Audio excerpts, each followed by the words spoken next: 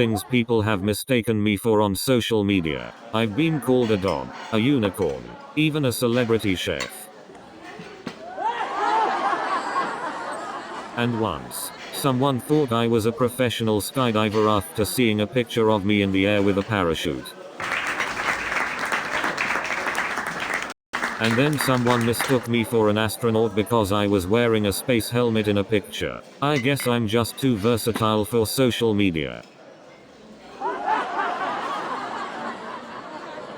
I wonder if people think I'm an Olympic gymnast when they see me doing a split in midair. You know what they say, if you can't beat them, join them, so now I'm an honorary astronaut and an Olympic gymnast. But let me tell you, my astronaut training really paid off when I had to dodge all those internet trolls. And let me tell you, those internet trolls have some serious competition now. You won't believe the number of embarrassing baby photos my mum brought out. I didn't know whether to laugh or cry. You know what's even more awkward than a family reunion? A blind date with your ex's best friend. So, turns out my great-grandma is also my second cousin. Yeah, that explains a lot. You know what's even more awkward? Realizing your mum has more exes than your dad. It's like watching a train wreck in slow motion, except the train is full of my relatives. You know those family reunions where you realize your cousin might be your half-sibling? Yeah, that's awkward. And let's not even get started on the awkward family photos. You know what else is awkward? Getting caught in a lie by your mom on Facebook.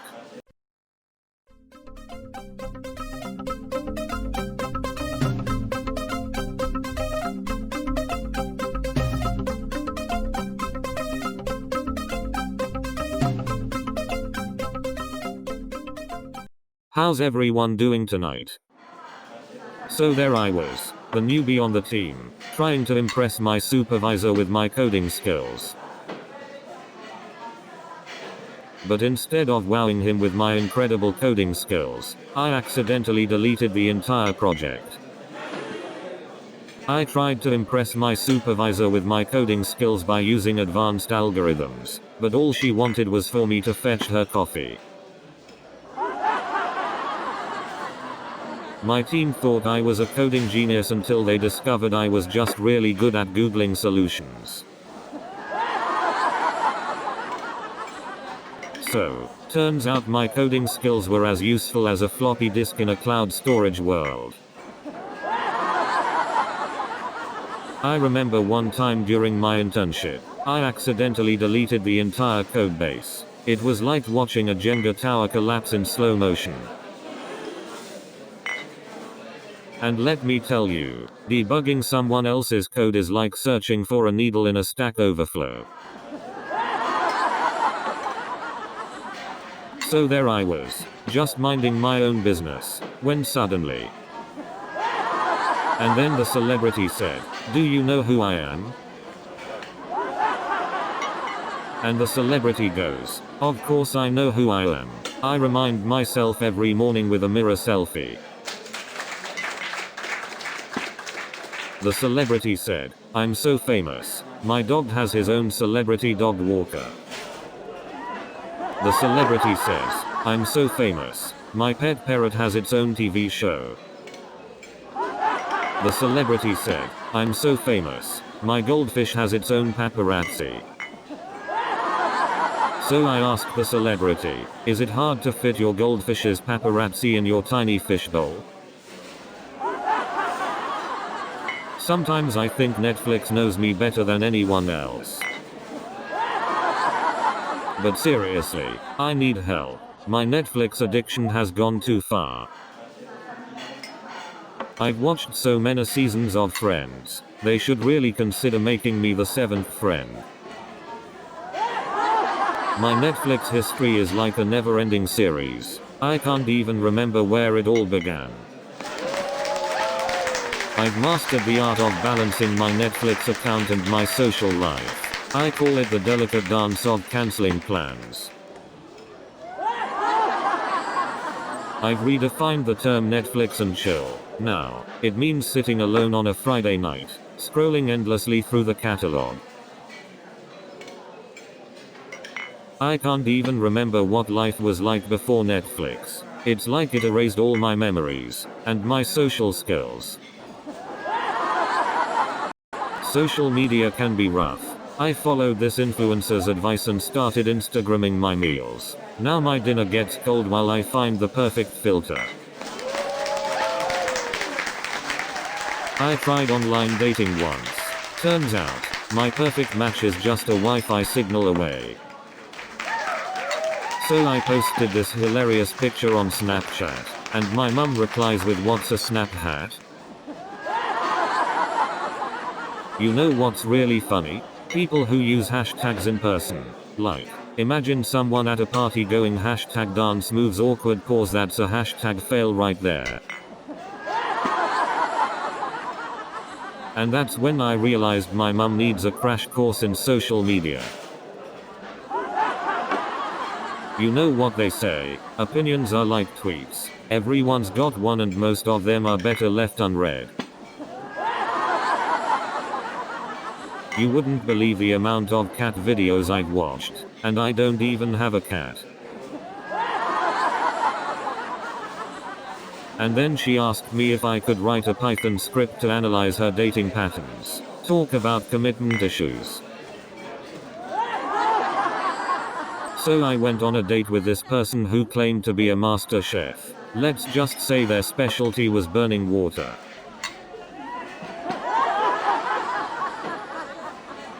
One time, I went to this fancy restaurant and ordered a steak. When it arrived, I realized I forgot my glasses. Turns out it was actually a plate of vegetables. I once went on a blind date and the guy showed up wearing a wedding ring. I said, "Are you married?" He replied, I just forgot to take it off after my divorce."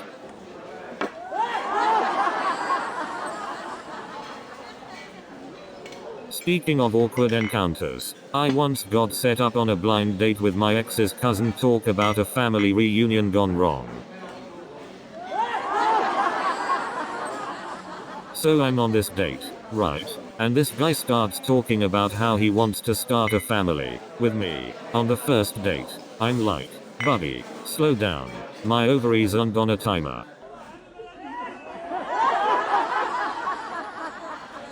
And then he says, "I've got a spreadsheet of baby names ready." I mean, talk about jumping the gun. And the tech support guy says, "Have you tried turning it off and on again?" I'm like, "Yeah buddy, that was the first thing I did."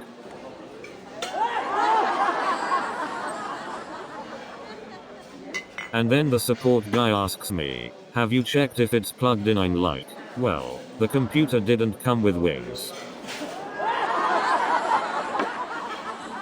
So I call tech support and the guy says, "Did you try unplugging it and plugging it back in again?" I'm like, "Dude, I'm a software engineer, not a contortionist." The next thing he asks is if I'm sure the computer is plugged into a power source. I'm like, "Yeah, it's hooked up to a hamster wheel."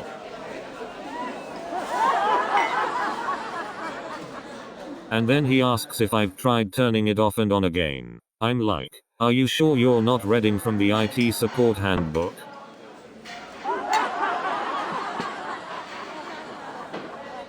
And then he asks if I've tried blowing on the computer screen. I'm like, "What's next? Should I give it a kiss?" I mean, who needs tech support when you have a magic 8-ball? It's like I'm in a tech support simulator every time I go to buy a Metro card at the subway station.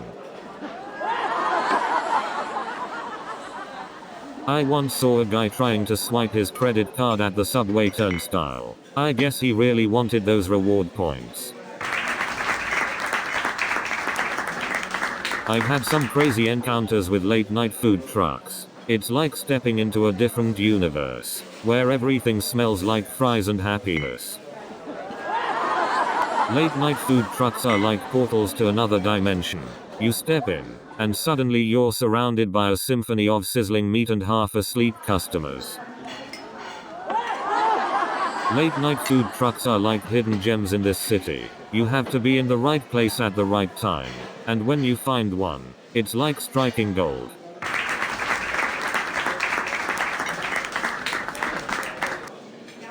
Late night food trucks are like treasure chests filled with delicious surprises. Every bite feels like unwrapping a present. Late night food trucks are like culinary adventures waiting to happen. Each bite takes you on a flavorful journey. Late night food trucks are like secret passageways to Flavor Town. Each bite is a hidden door that opens up a whole new world of taste. Late night food trucks are like magic portals to Flavorville. Each bite is a one-way ticket to taste paradise.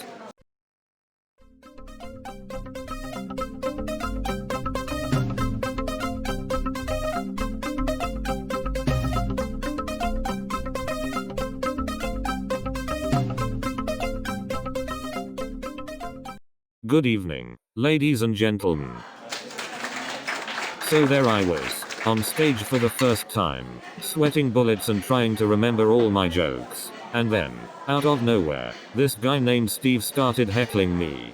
Can you believe it? And let me tell you, Steve had some serious guts to heckle a rookie like me. And I gotta say, Steve wasn't the only one with guts that night. Those toilet paper thin walls in that club, now that took some guts.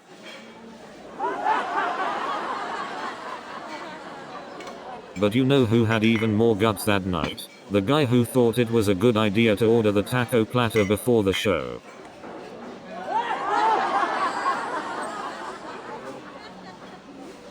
But you know what really took guts that night? The guy who decided to bring his mother-in-law to the show. But you know what else took guts that night? The guy in the front row who accidentally snorted his drink out of his nose from laughing too hard.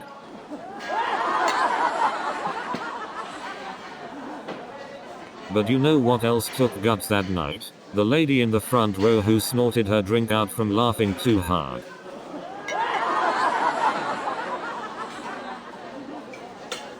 But you know what else took guts that night? The guy in the front row who stood up and performed a karaoke rendition of I Will Always Love You.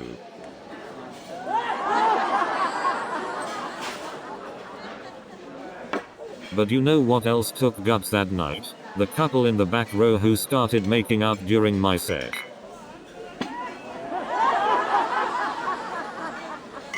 But you know what else took guts that night? The lady in the middle row who started breakdancing during my set. But you know what else took guts that night? The guy in the front row who volunteered to be my opening act, only to realize he had forgotten all his jokes.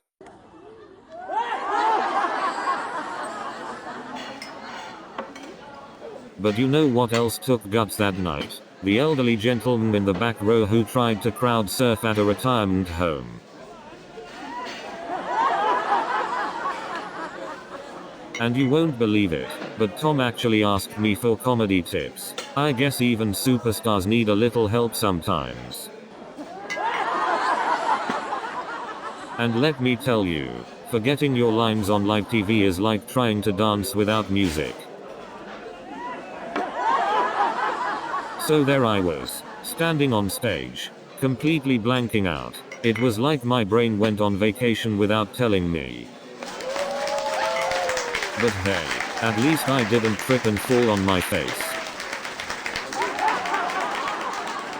But you know what's worse? Forgetting your lines during a job interview. But the worst part was when the casting director said, "Thank you, next." But you wanna know what's even worse? Tripping and falling on the way to the audition. But you know what? Even if I didn't get the part, I learned something that day. And let me tell you, that audition was just the tip of the iceberg. Can you believe Karen even started a petition to ban my shows? I guess that means I'm doing something right. But seriously, Karen must have been pretty bored to spend all that time and energy hating on me. I mean, she dedicated a whole Twitter account just to hating on me. Talk about commitment. I tried to reason with Karen, but it was like debating with a potato. I finally blocked Karen on social media, but she found a way to send me hate mail by carrier pigeon. But you know what they say, Karen, haters gonna hate and potatoes gonna pot it. And then Karen said, I bet your mum is so ashamed of you. And then Uncle Larry tried to give me advice on how to get a job. I was like, thanks Larry, but I think I'll stick to being unemployed and happy.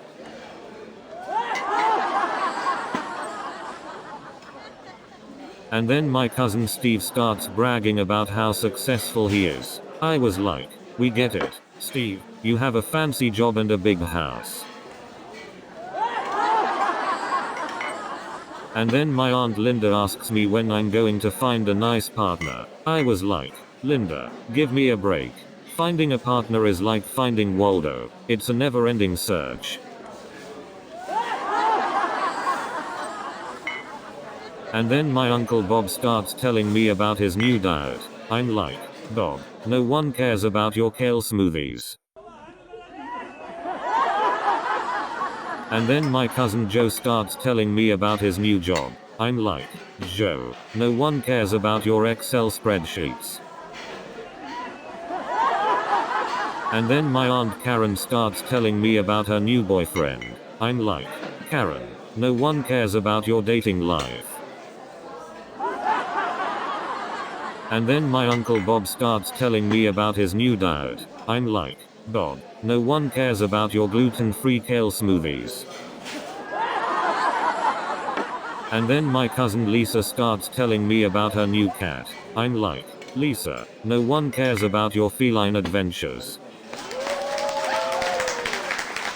And then my Aunt Susan starts telling me about her new exercise routine.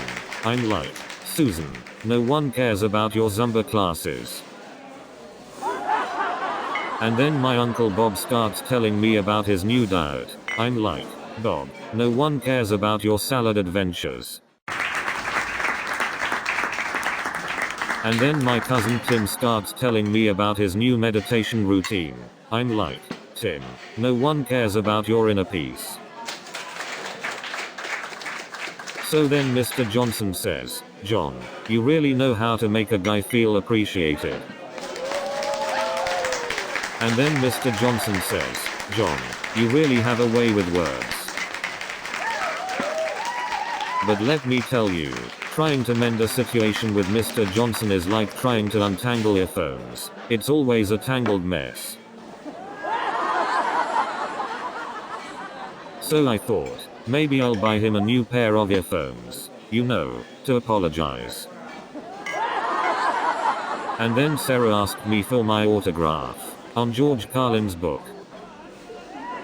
And then she said, oh my gosh, I loved you in that movie where you played a talking donkey. And then I told her, actually, I did a movie where I played a talking squirrel. And then she goes, oh my goodness, you were also in that movie where you played a talking parrot. I mean, I can understand why she thought I was George Carlin. We both have that same comedic charm, you know. Well, I did my best impression of a talking parrot by squawking for 5 minutes straight. And let me tell you, Sarah didn't realize I wasn't George Carlin until I asked her to lend me $20.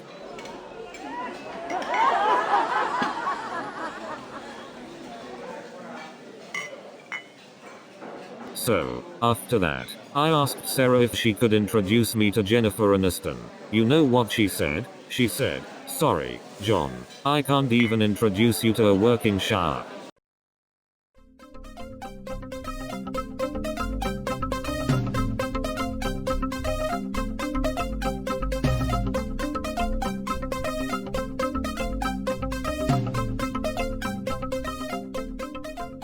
What's the deal with software engineering?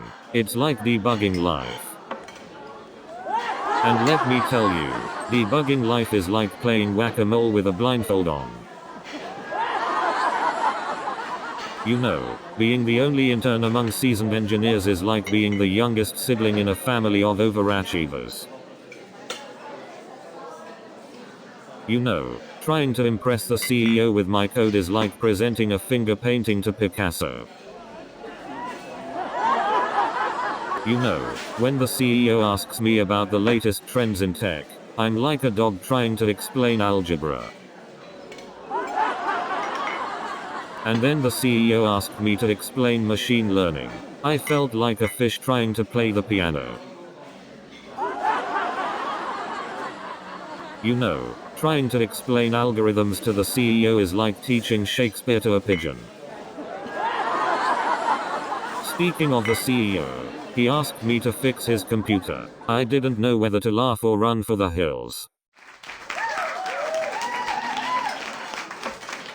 So there I was, surrounded by tech geniuses, feeling like I just stepped into a parallel universe. And don't even get me started on trying to understand the latest software update notes. I tried impressing Ms. Roberts with my coding skills, but all I got was a blank stare. I even tried to impress Mr. Johnson with my coding prowess, but he just looked at me like I was speaking Martian. And then I tried to explain recursion to Mr. Johnson. Let's just say he didn't get it. So then I thought, maybe if I combine a for loop with a while loop, Mr. Johnson will finally understand. And then I overheard Ms. Roberts talking about blockchains. I thought she was talking about Tetris. And then I saw Mr. Johnson dancing to the beats of techno music with a floppy disk. Who knew he had such moves? And then I had to explain to Sarah that her computer turning into a disco ball was not part of the new software feature.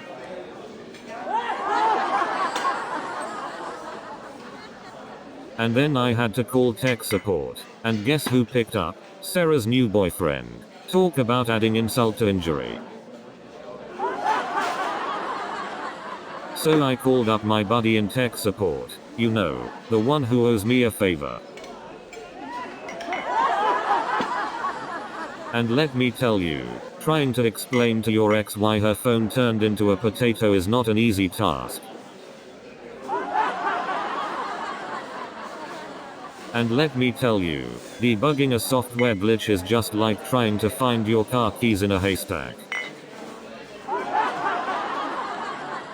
Speaking of angry customers, let me tell you about the time I accidentally sent an email calling my boss a potato. Longest 10 seconds of my life. You know what's worse than accidentally sending an email to your boss? Realizing you hit reply all. Talk about a career-ending bug. And let me tell you, trying to explain to Sarah why her computer suddenly turned into a disco ball was not a great experience. And let me tell you, the software bugs were the least of my worries when the angry customers found out their data was gone.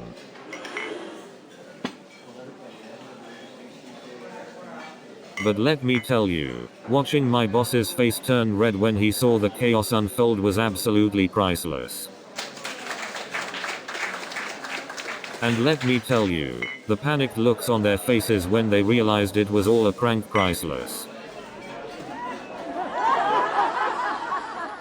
And the best part was, they didn't even suspect it was me. And they were so convinced that it was a real software glitch. Their reactions were absolutely priceless. But let me tell you, the look on their faces when they found out it was all just a prank. Priceless. And the best part, they never saw it coming.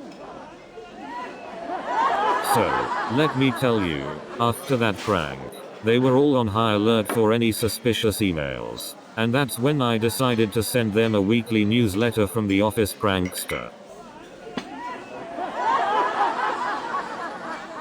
And you know what else they never saw coming? The error messages. And you won't believe what happened next. The customer actually tried to blow on the computer to fix it. And guess what? The customer had no idea what a mouse is. They were looking for a furry little creature running around.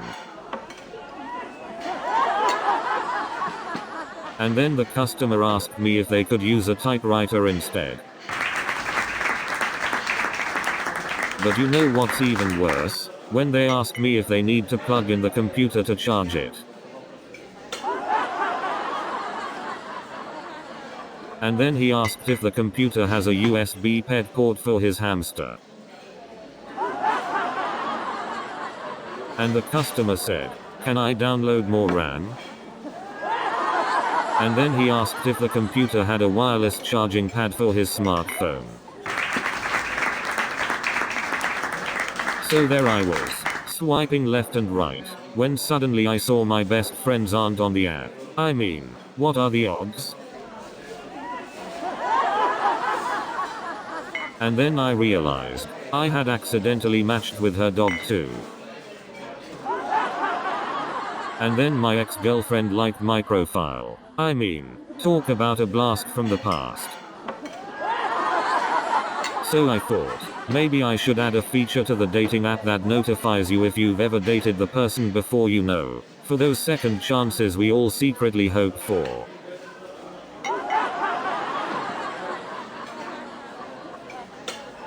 And then one day, I matched with my own sister. I mean, talk about keeping it in the family. You know, they say love is blind, but I didn't realize it was also genetically incestuous. So there I was, in the virtual realm, with my unlikely ally, who turned out to be my ex-girlfriend's cat. And let me tell you, that cat had more hacking skills than most IT professionals. And I thought my ex-girlfriend's cat was just a furry little ball of laziness, but boy was I wrong.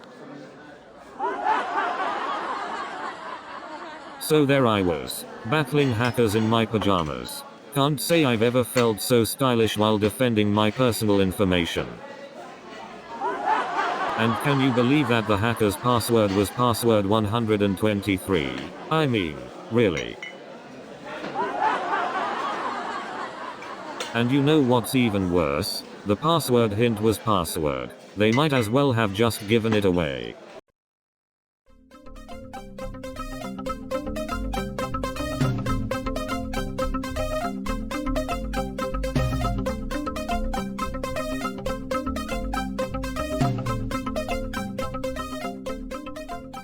Did you ever notice how software engineers in New York City walk faster than anyone else?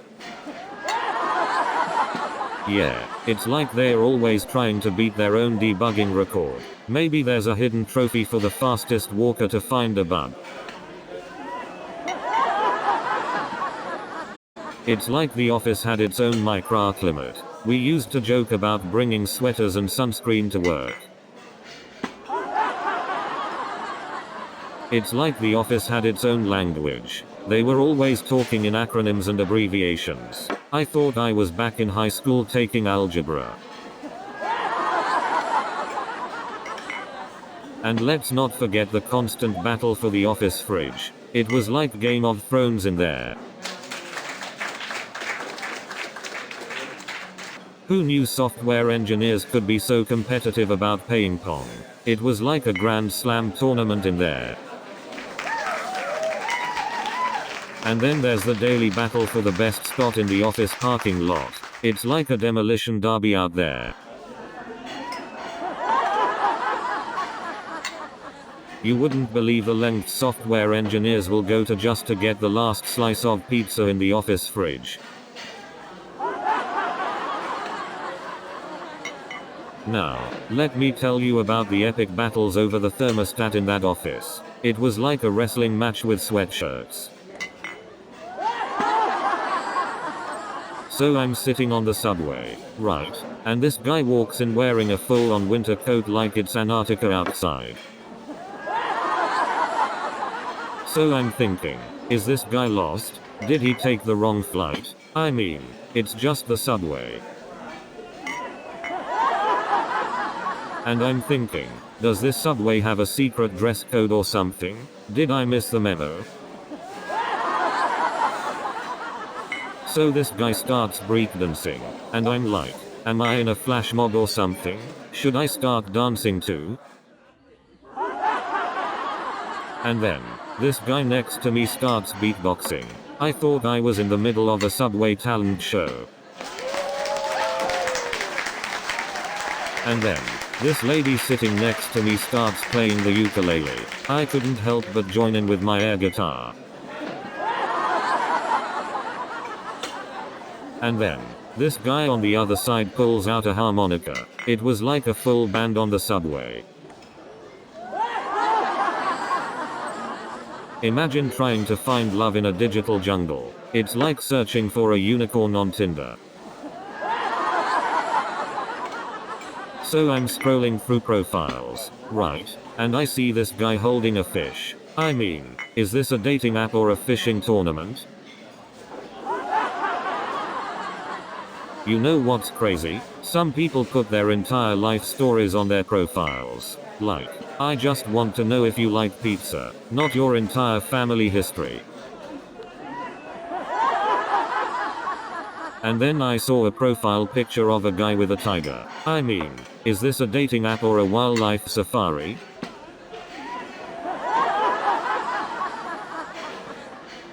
And don't get me started on those bathroom mirror selfies. I mean, is that supposed to turn me on or make me question your hygiene? I recently matched with someone whose profile picture was just a plate of food. I mean, is this a restaurant review or a dating app? And what's the deal with all those gym selfies? Are you looking for a workout partner or a date? So I'm walking in Central Park, minding my own business, when suddenly, I see this familiar face. And then she says, "Do you know who I am?" And then she goes, "Oh my god, you're John Smith, the famous software engineer. I'm such a big fan." And then I'm like, "Oh please, as if I don't know who you are. You're the famous software bug generator. Big fan." And then she asks me if I can give her some coding tips. I'm like, "Girl, you're a Hollywood superstar. You don't need my help." So there I was, trying to act cool and calm, but inside I was like, oh my god, it's Emily Stone. So then Mr. Thompson grabs the microphone and starts singing "My Heart Will Go On" like he's auditioning for American Idol. And then Mr. Thompson starts dancing like he's in a disco club. And then Mr. Thompson tries to breakdance like he's in a 90s hip-hop music video. And then Mr. Thompson tries to salsa like he's in a Latin dance competition. And then Mr. Thompson tries the tango, but ends up stepping all over his partner's toes. And then Mr. Thompson attempts to breakdance, but let's just say it's not exactly his strongest skill. And then Mr. Thompson decides to try salsa dancing, but let's just say it's not his strong suit either. But then Mr. Thompson decides to try breakdancing again, and let's just say his moves haven't improved. And then Mr. Thompson decides to try tap dancing, but let's just say it's like watching a one-legged penguin on ice. And then Mr. Thompson decides to try salsa dancing, but let's just say it's like watching a penguin on a hot skillet. And then Mr. Thompson decides to try breakdancing, but let's just say it's like watching a penguin attempting to spin on its head. And then Mr. Thompson decides to try tap dancing, but let's just say it's like watching a penguin trying to tap its flippers. And then Mr. Thompson decides to try ballet, but let's just say it's like watching a penguin attempting a graceful twirl. And then Mr. Thompson decides to try breakdancing, but let's just say it's like watching a penguin attempting a spin on its belly. So I'm at this trendy food truck, right?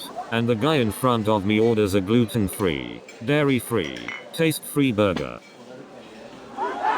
Speaking of adventurous food tastings, I once tried the spiciest dish ever, and let's just say my mouth is still recovering. And don't even get me started on the portion sizes in this city. But you know what's even worse? When you order a slice of New York pizza and it's the size of a small child. Speaking of spicy food, I once tried this dish that was so hot, it made me hallucinate. I saw a unicorn riding a bicycle. And have you noticed how every restaurant has a dish with a fancy name, but it's just a fancy way of saying it's spicy?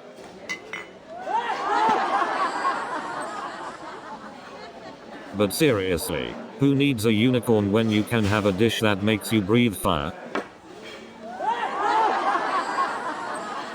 And can we talk about those tiny portion sizes? I'm not on a diet, I'm trying to live.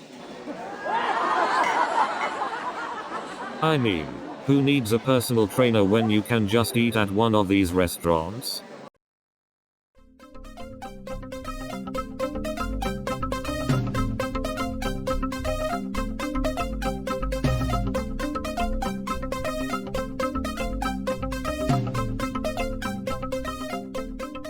Good evening, ladies and gentlemen.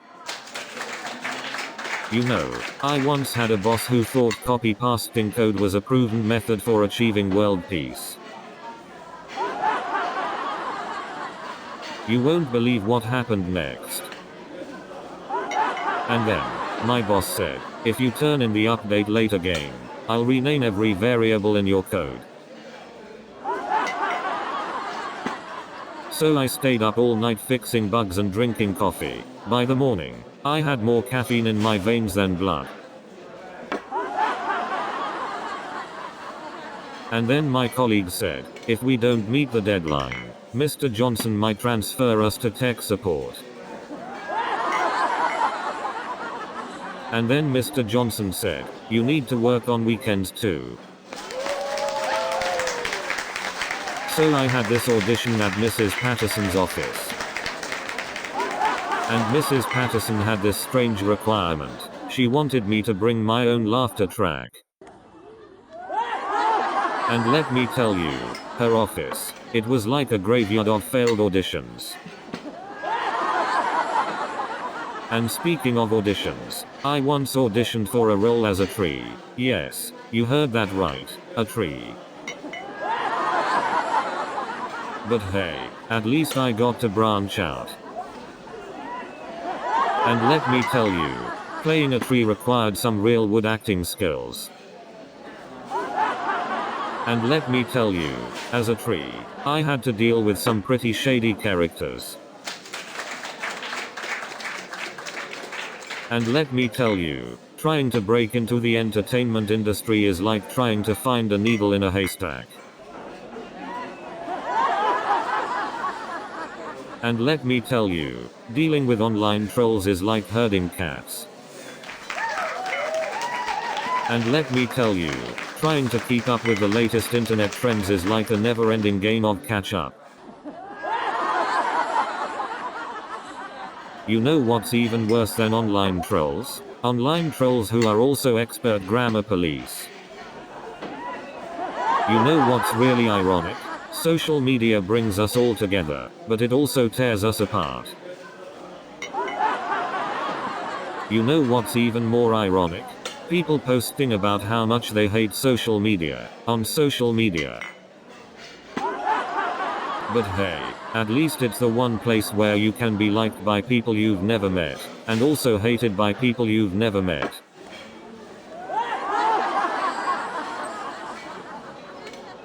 And don't even get me started on those clickbait articles. So I tried online dating, and let me tell you, it's like shopping on Amazon but for people. And then I realized, dating apps are basically just social experiments, but with more heartbreak. You know, dating apps are like a buffet except instead of food, you're sampling emotional baggage.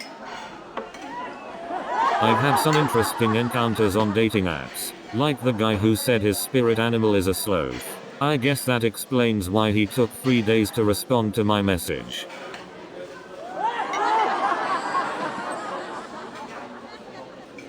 And don't even get me started on the catfishing. I once went on a date with a guy who looked nothing like his profile picture. I swear, he must have used a filter from the 90s.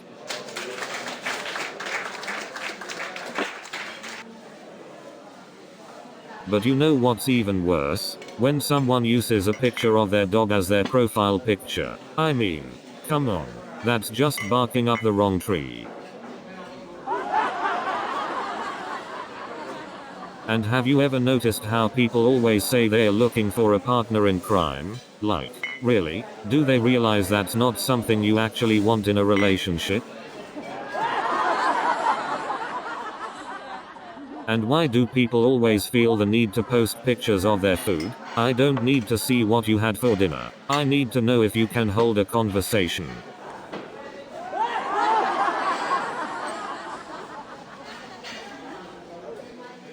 And speaking of online dating mishaps, does anyone else get matched with people who look nothing like their profile picture? And have you noticed how some people try to be funny on dating apps? It's like a stand-up comedy routine with no audience. And you know what's even funnier? When celebrities try to be funny on social media, it's like they have a team of writers, but still can't make us laugh.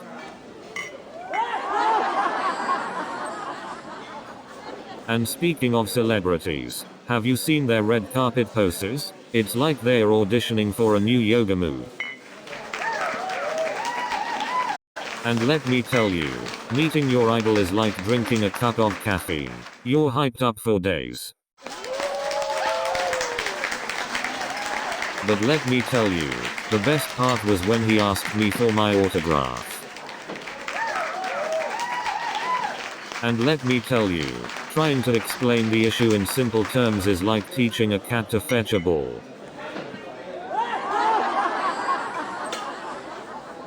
And let me tell you, their hold music was like a never-ending loop of elevator music. And let me tell you, their customer service representative sounded like they were reading a foreign language dictionary. And don't even get me started on their online chat support. It's like talking to a malfunctioning robot. I swear, they must be using prehistoric computers at that call center. You know, I once spent hours on hold, only to be told I have to update my software. Update my software? I can barely update my social media profile picture. I bet those call center operators dream in hold music. You know what's even worse? When you finally get through to someone and they put you on hold again. Have you ever noticed how hold music starts to sound like the soundtrack to your life?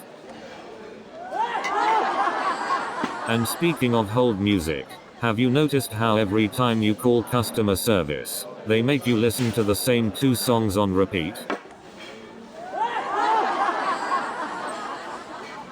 And have you noticed that the longer you're on hold, the more you start to question your life choices? And don't even get me started on the hold music volume. And don't even get me started on the automatic voice recognition software. You know what else drives me crazy? The never-ending software updates. And speaking of software updates, have you noticed how they always seem to happen at the most inconvenient times? But you know what's even worse than software updates? Trying to remember all your passwords.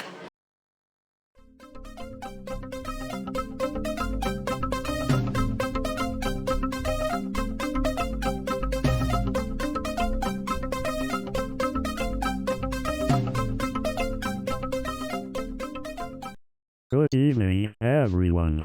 Are you ready to laugh? So there I was, fresh out of college, ready to take on the world of software development. Now, imagine trying to explain software bugs to a teen who thinks a bug is something that crawls on the floor and scares the living daylights out of them. You know, starting out in software development is like trying to fix a bug in your own code that you can't find. It's like searching for your keys when you're wearing them. I remember one time we had a bug that made the entire system crash. It was like trying to find a needle in a haystack while blindfolded. And don't even get me started on naming conventions in programming. It's like trying to decipher ancient hieroglyphics written by someone who only had a crayon. Working with the team was like being in a programming puzzle. Every line of code felt like a Rubik's Cube. But you know what they say, programming is all about problem solving. And by problem solving, I mean Googling the error message and praying for a solution. Living in New York City is like trying to debug a million lines of code with no comments. And let me tell you, trying to catch a subway during rush hour is like waiting for your code to compile. It takes forever. I once saw a guy on the subway with a laptop coding in Java. I hope he wasn't debugging production code. I once witnessed a pigeon stealing someone's slice of pizza in the park. Forget New York as the city that never sleeps, it's the city that never shares. So I was walking down the street the other day and I saw a hot dog vendor, but he was just standing there. Not selling anything. Just standing. I thought, finally, a New Yorker taking a break. You know you're a true New Yorker when you can navigate the subway blindfolded, which is a great way to avoid eye contact. Speaking of eccentric characters, I met a guy on the subway who was so confident, he was giving fashion advice to everyone, while wearing Crocs. And let's not forget about those smartphone games that are more addictive than actual drugs. I mean, who needs a social life when you have Candy Crush? So I heard Apple is planning to release a new product that can fold itself, yeah, because unfolding your phone is just too much work. Speaking of quirky tech releases, did you hear about the smart toaster that can toast your bread based on your mood? Yeah, now you can have your toast a little sad and burned, just like your love life. And have you seen those smart fridges that can order groceries for you? I mean, now even your appliances are judging your eating habits. And now they have smart toilets that analyze your, well, no. I don't know about you, but I don't need any judgment from a toilet. And don't get me started on those smart mirrors that can tell you how you look. I mean, I don't need a mirror judging my fashion choices. And have you seen those self-driving cars? I mean, I don't need a judgmental vehicle questioning my navigation skills. And what's the deal with these dating apps? I mean, how am I supposed to find the one when I can't even find my own socks? Speaking of dating apps, have you ever seen those couples who met on Tinder and now they're traveling the world together? Like, sorry, but I can barely find someone to split a pizza with. I mean, I swiped right so much, my thumb got a six-pack. But seriously, did I miss the memo that said being single means you're automatically a pizza-loving introvert? So I went on a date last week. But let me tell you, the dating pool in this city is like trying to find a needle in a haystack. And don't even get me started on ghosting. You know what's even more perplexing? The fact that some celebrities have their own personal astrologers. I mean, have you seen those reality TV shows? It's like they're competing for the title of the most ridiculous person alive. But you know what's even crazier? The fact that some of these celebrities have their own entourage just to hold their dang umbrella. And don't even get me started on their social media accounts. Some of them post more selfies than a teenage girl at prom. And have you seen the size of some of these private jets? I mean, they're like floating mansions. And let's not forget about their extravagant parties. They make my birthday parties look like a gathering in a retirement home. Some of them have so many cars, they can open their own dealership. And don't get me started on the food. I ordered spaghetti and I got a plate of noodles with ketchup. Speaking of flight delays, I once sat on the tarmac for so long, I could have finished my in-flight meal before takeoff. And speaking of cultural misunderstandings, I once tried to ask for directions in Paris using only hand gestures. Let's just say I ended up in a bakery instead of the Louvre. But let me tell you, nothing compares to the confusion of using a bidget for the first time. And don't even get me started on the language barriers. I once ordered a salsa in Spain and ended up with a jar of tomato sauce. And let me tell you, trying to figure out a foreign currency is like attempting advanced calculus with a hangover. I once tried to use a bidget in Japan, let's just say it was a shocking experience. You know what else is challenging? Trying to find a decent Wi-Fi connection in a foreign country. And don't even get me started on trying to decipher foreign language menus. Ever notice how foreign currency always feels like Monopoly money? It's like playing Monopoly with funny money, except you can buy Boardwalk with yen. I mean, Have you ever tried paying your bills with a joke? Yeah, they don't find it funny either. But don't worry, I found a way to make money as a comedian. I started selling laughs on the black market. I even sold a laugh to my therapist. Now I can be my own joke and my own punchline.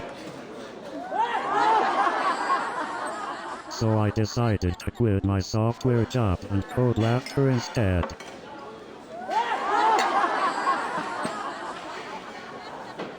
You know, coding laughter may not be the most stable job, but at least it comes with a lot of bugs.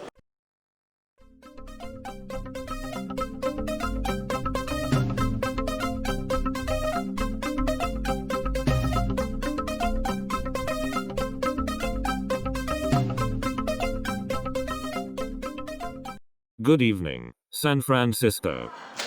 You know, working in the tech industry is like being in a never-ending episode of Silicon Valley. And let me tell you, all those office Nerf gun battles, they're not as fun as they look. But hey, at least we get to wear hoodies to work, right? So I had this colleague who was always coding with headphones on, and I'm pretty sure he thought he was in the Matrix. And don't even get me started on the free food at these tech companies. I've gained more weight from the company snacks than from all those coding marathons. Speaking of quirky colleagues, I had one guy who always insisted on using Comic Sans for his code comments. I guess he wanted to add some comedy to our code. Speaking of coding marathons, I once pulled an all-nighter and wrote a whole program in just a few hours. It was so efficient. I named it after my favorite coffee, Java. And you know what they say, programmers can't survive without caffeine. Coffee is our fuel. But let me tell you, nothing makes a programmer more nervous than a coffee spill on the CEO suit. Imagine spilling coffee on the CEO suit and then trying to explain how coding is an art form. You should have seen the look on his face. And then the CEO looked at me like I just kicked a puppy. Yeah, it was like he just found out he's allergic to laughter. So then the CEO said, "Can you explain to me the difference between a software engineer and a stand-up comedian?" And then he asked me if I could install laughter eggs on the office computers. You know, being a software engineer is a lot like being a stand-up comedian. We both debug problems, but I get to make people laugh instead of fixing code. And let me tell you, debugging code is a lot less awkward than debugging someone's personal life. You know, debugging code is like trying to find a needle in a haystack. Except the needle is on vacation and the haystack is in another galaxy. Debugging code is like trying to find a black cat in a dark room. Especially if there is no cat and the room is actually a cave.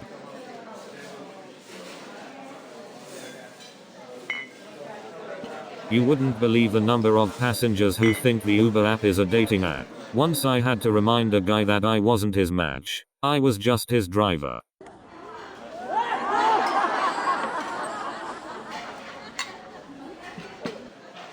One time, I picked up a passenger who insisted on sitting in the front seat. He kept reaching over to change the radio station. I was like, dude, I'm not a chauffeur, I'm just trying to get you where you need to go.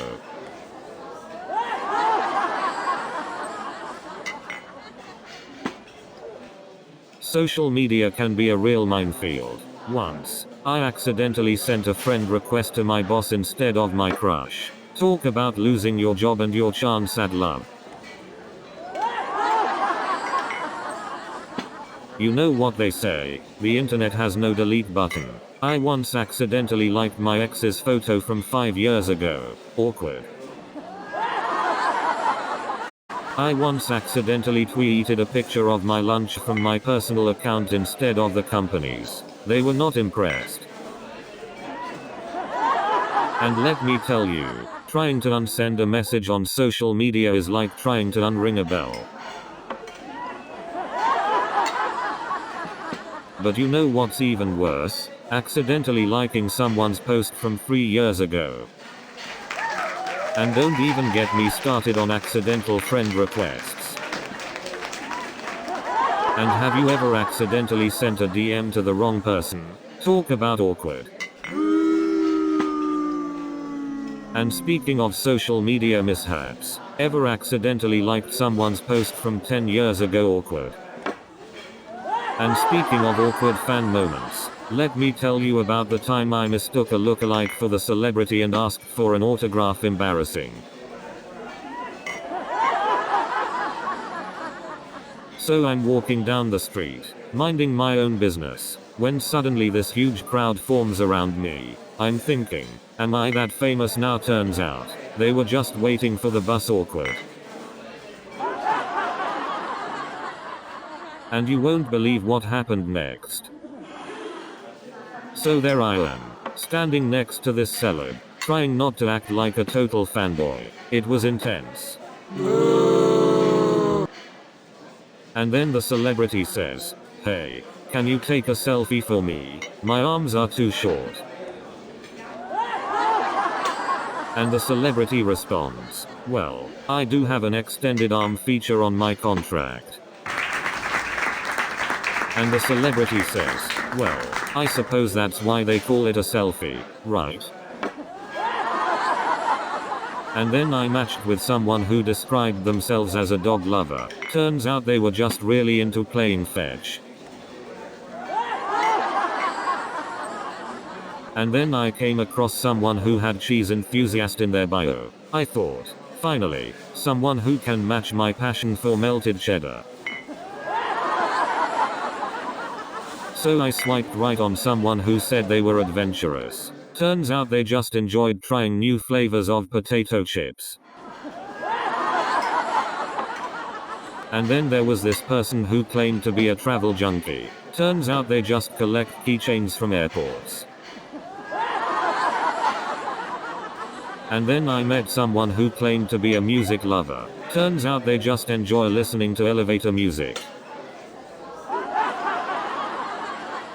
And then there was this person who claimed to be a fitness enthusiast. Turns out they just own a lot of workout clothes. And then there was this person who claimed to be a foodie. Turns out they just take pictures of their meals and never actually eat.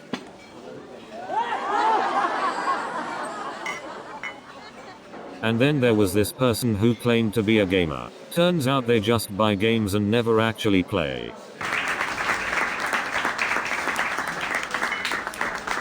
And then there was this person who claimed to be a comic book fan. Turns out they just collect comic books and never actually read. And then there was this person who claimed to be a comic book writer. Turns out they just come up with ideas and never actually write.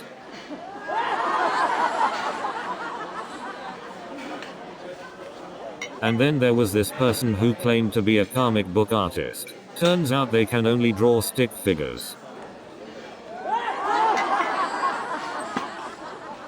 And then there was this person who claimed to be a comic book collector. Turns out they just have a room full of empty boxes.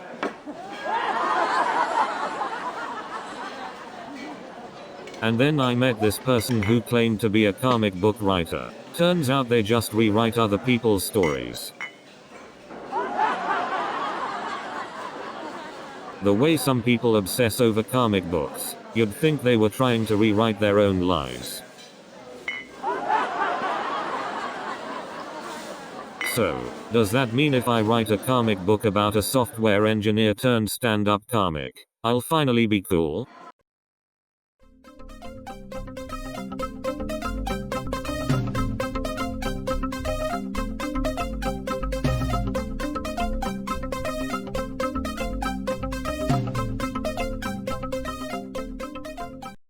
Good evening, ladies and gentlemen.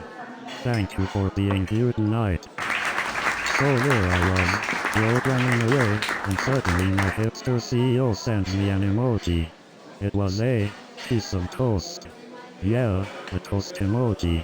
What was I supposed to do with that? And that's not even the weirdest emoji I got from him. And let me tell you, trying to decipher the meaning behind a tofu emoji is like solving a Rubik's Cube. And the craziest part? The CEO told me he hired me because I was the only one who could understand his emoji-filled emails. And let me tell you, trying to decode a coffee cup emoji that means urgent meeting is like decrypting the Da Vinci Code. And let me tell you, deciphering a smiley face emoji that means fired is like trying to crack the Enigma code. And let me tell you, figuring out a thumbs up emoji that means your code sucks is like deciphering the Sphinx's riddle. Speaking of surreal conversations, I overheard a guy trying to explain Wi-Fi to his grandma on the subway. He said it's like magic, except you're mad at the wizard when it doesn't work. And then I saw a guy on the subway eating pizza with a fork and knife. He must be thought he was at the Met Gala. And then the train conductor comes on the intercom like, "Ladies and gentlemen, we are currently experiencing delays due to train traffic ahead." Train traffic? Are the trains having their own little rush hour too? And don't even get me started on those subway performers who expect us to give them money for singing off-key. And have you noticed those people who take up 3 seats with their shopping bags? It's like the subway is their own personal walk-in closet. And speaking of surreal conversations, I overheard 2 guys arguing about the best slice of pizza. One said, "It's all about the cheese." And the other responded, "Nah man, the crust is where it's at." And then there was this guy who claimed the sauce was the most important part. He said, "No sauce, no pizza." But let me tell you, the real dating disaster is when you finally find someone who likes pineapple on pizza. I once went on a date with a guy who thought pineapple on pizza was a deal breaker. Like, seriously? I mean, if someone can handle pineapple on pizza, how can they handle the complexities of a relationship? I mean, it's not like they asked for anchovies. Now that's a deal breaker. I mean, expecting someone to respond to a text within 5 minutes? That's just setting yourself up for disappointment. I mean, it's like trying to find a needle in a haystack, but the needle doesn't even want to be found. And don't even get me started on ghosting. It's like being in a horror movie, but the only thing haunting you is their silence. But seriously, have you ever seen a more ironic combination than a hipster wearing a vintage Nirvana t-shirt and carrying a brand new MacBook Pro? It's like the hipsters discovered kale and suddenly decided to put it in everything. Speaking of kale, I once saw a hipster eating a kale pizza. I mean, do they even taste the food anymore? I mean, they even have a hipster axe throwing bar now. It's like they're trying to turn Brooklyn into a lumberjack convention. You know it's a hipster neighborhood when the local convenience store sells craft beer but doesn't have regular milk. The next thing you know, they'll be serving avocado toast in nail salons. You know it's a hipster neighborhood when even the squirrels have tiny little man buns. So I'm walking down the street, right? And I see this guy with a handlebar mustache, and I'm thinking, does he use it to steer his bike? I bumped into Beyonce at a coffee shop and she asked me if they served single latte ladies. You know, I once saw Kanye West at the grocery store and he was arguing with a tomato. You won't believe the time I saw Leonardo DiCaprio trying to haggle with a pineapple at a farmer's market. And then I saw Lady Gaga trying to negotiate with a watermelon in the park. As if negotiating with Groot is their new career choice. It's like trying to negotiate with a pineapple wearing sunglasses. Imagine negotiating with a pineapple in a Broadway costume. Trying to negotiate with a pineapple in a Broadway costume, it's like arguing with a diva wearing a pineapple tiara. So, negotiating with this pineapple diva is like trying to get a Broadway actor to share the spotlight. It's like trying to convince a Broadway diva to give up their spotlight for a wardrobe malfunction. Dealing with these divas is like convincing a marathon runner to slow down for a cramp. Trying to get a diva to share the spotlight is like asking a politician to admit they're wrong. Working with these divas is like hurting cats with a laser pointer. Have you noticed how these divas are like toddlers, always needing constant attention? And then there was this one diva who asked me to hold their purse while they went to the bathroom. And don't get me started on those divas who think they're too good for the subway. I once saw a diva refuse to share their umbrella with someone in the pouring rain. Let them melt, I guess. Oh man, I once witnessed a diva throwing a fit because the hotel didn't have a 24-karat gold toilet seat.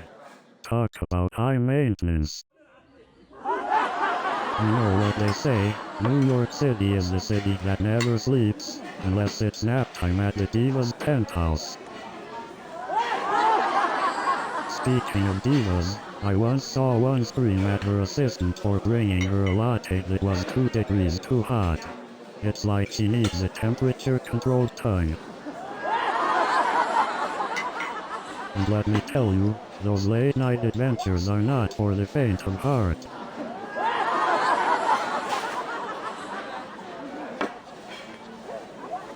You know, being a software engineer is a lot like being a comedian. Except instead of debugging code, I'm debugging social situations.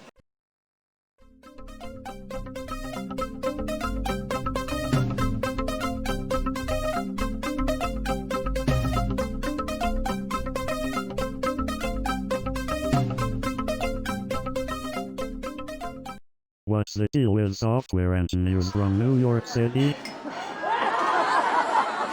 You know what they say, if you can make it as a software engineer in New York City, you can make it anywhere.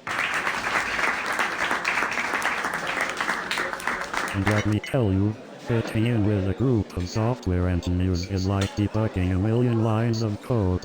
It's a never-ending process. You know, being an intern was tough. It was like being an ant in a code-based farm. Talk about feeling tiny. And let me tell you, trying to decipher the company's documentation is like reading a foreign language dictionary written by aliens. You know what they say, intern's life is like trying to solve a Rubik's Cube that's missing half of its colors. And don't get me started on the office coffee. It's like drinking water mixed with regret. You know what they say, working in a tech company is like trying to find a bug in a million lines of code. Have you ever spent hours debugging a code only to realize it was just a missing semicolon? It's the equivalent of looking for a needle in a haystack. It's like searching for a typo in a mountain of text. And let me tell you, finding a bug in someone else's code is like walking into a minefield. I was staring at the code like a detective in a murder mystery, trying to find the missing semicolon. I tell you, finding bugs in code is like playing hide and seek with a wallflower. It was like playing Minesweeper, but instead of bombs, there were bugs hiding behind every click. Dealing with bugs is like being in a never-ending game of whack-a-mole. Sometimes I feel like debugging is an endless treasure hunt where the treasure keeps moving.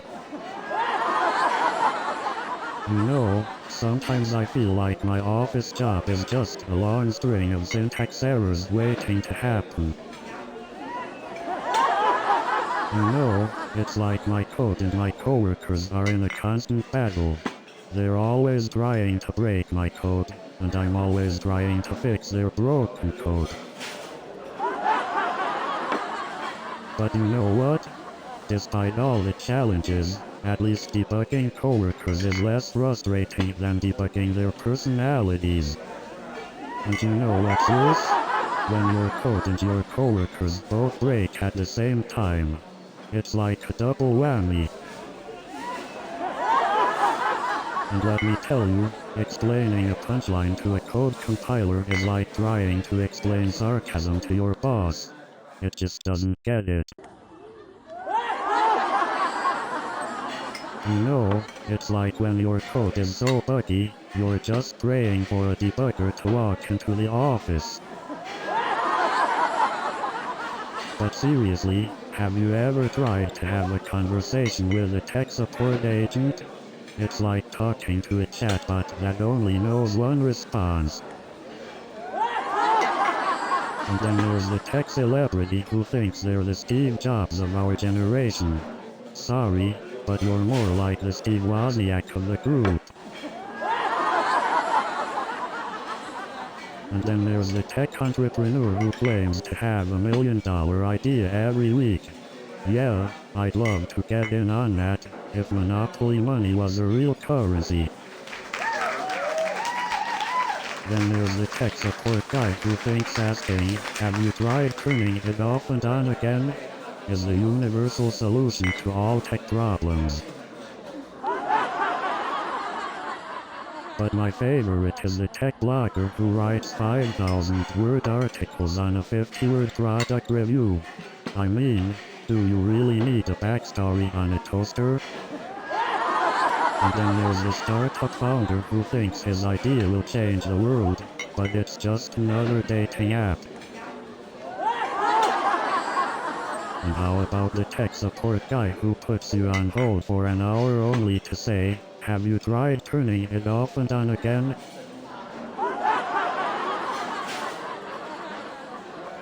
And what's the deal with startups thinking they need a ping-pong table to be successful?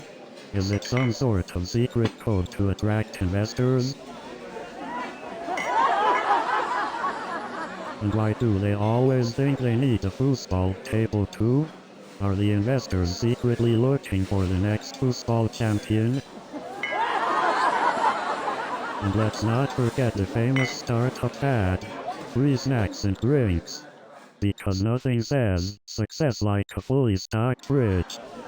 I mean, who needs to actually build a successful product when you can have ping-pong tournaments all day, am I right? And then there's the famous Nerf gun wars. Because nothing says we serious about our work like shooting foam darts across the office. But hey, at least we got free snacks and unlimited coffee, right? And let's not forget the late nights of debugging. Who needs sleep when you have code to fix, am I right? And don't even get me started on password resets. It's like trying to crack the Da Vinci Code. And have you ever tried explaining what a browser is to someone who still thinks Google is a person? And what's the deal with autocorrect? It's like my phone thinks it's a stand-up comedian. And don't even get me started on printer errors. It's like they have a mind of their own. But seriously, why do we even have error messages? Can't the computer just tell us what's wrong? It's like they're purposely trying to confuse us with those error codes. But hey, at least error codes give us something to laugh about. And don't even get me started on those CAPTCHAs. Who knew picking out traffic lights from crosswalks could be so complicated? I swear, some users treat their computers like their own personal punching bags. You know, software releases are like roller coasters. They're exciting, terrifying, and can make you want to scream. And don't get me started on debugging. It's like searching for a needle in a haystack. Speaking of chaos, have you ever tried searching for a missing semicolon? It's like finding a needle in a stack of needles. It's like trying to find a specific bug in a codebase without version control. Good luck with that. And don't even get me started on merge conflicts. It's like trying to referee a battle between two stubborn coders. And then came the moment when the boss walked in and asked, "Where did my $1 million project go?" And you know what happened? The code disappeared faster than a programmer at 5 PM on a Friday.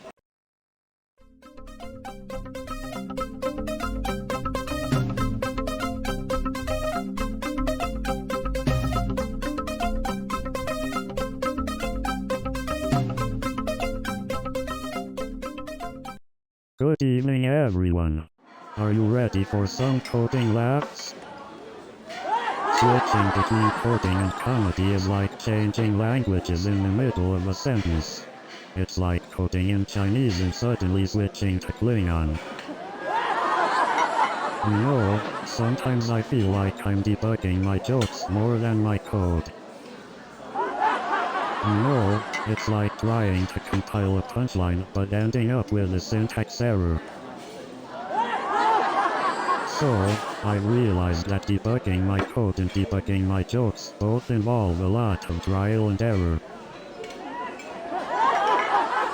You know, debugging my code sometimes feels like stepping on a banana peel and crashing the whole program.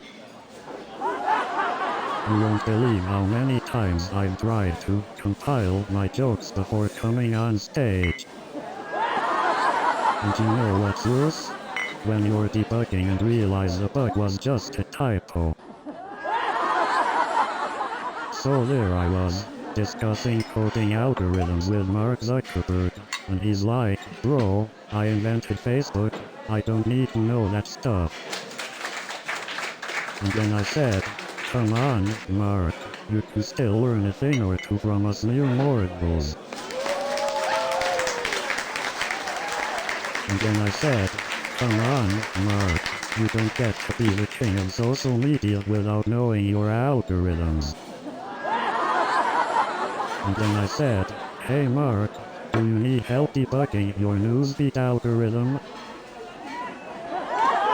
So there I was, talking about pointers and recursion with a guy who just wanted to win big at blackjack.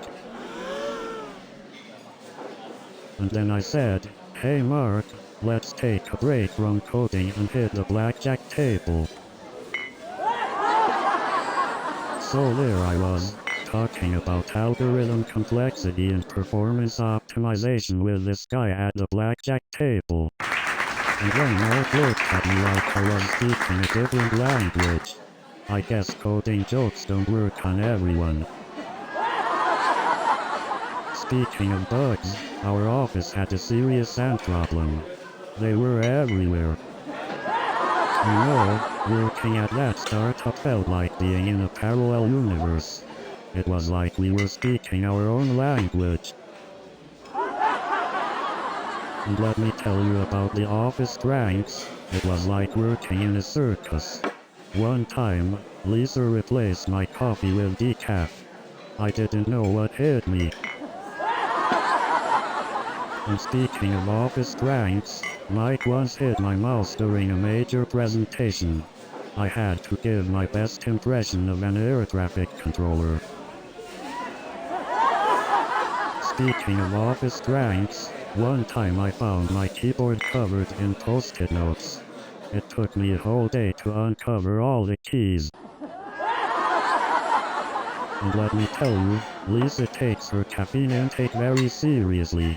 She once mistook a marker for her coffee mug. But the best part about working at the startup is the free snacks. They're my motivation to fix all those bugs. And let me tell you, Alex once tried to order me a pizza during a business meeting. I guess he really wanted to make sure I was well fed. And let me tell you, Alex once asked a client if they needed help flossing their teeth. I guess he really wanted to make sure their smile was perfect. And let me tell you, Alex once recommended a horror movie to watch for a business presentation. I guess he really wanted to keep everyone on the edge of their seats. And let me tell you, Alex once scheduled a meeting for 2 a.m. I guess he really thought late night brainstorming was the way to go. And speaking of late night brainstorming, Alex once sent a wake-up alarm to the whole team at 3 a.m.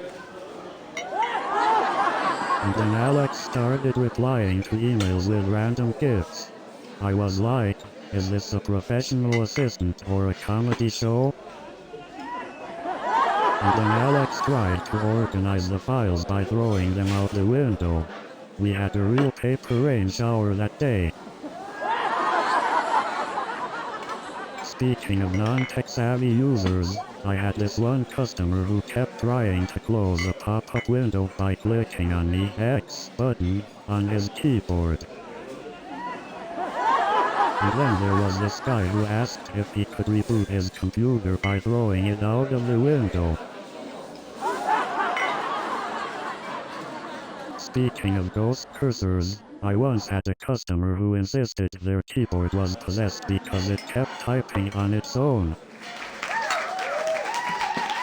So, it turns out that not only are computers great at solving problems, they're also great at creating them. And don't even get me started on printer troubles. They'll make you question your sanity. And speaking of non-tech-savvy users, I had someone call me once saying their computer wouldn't turn on.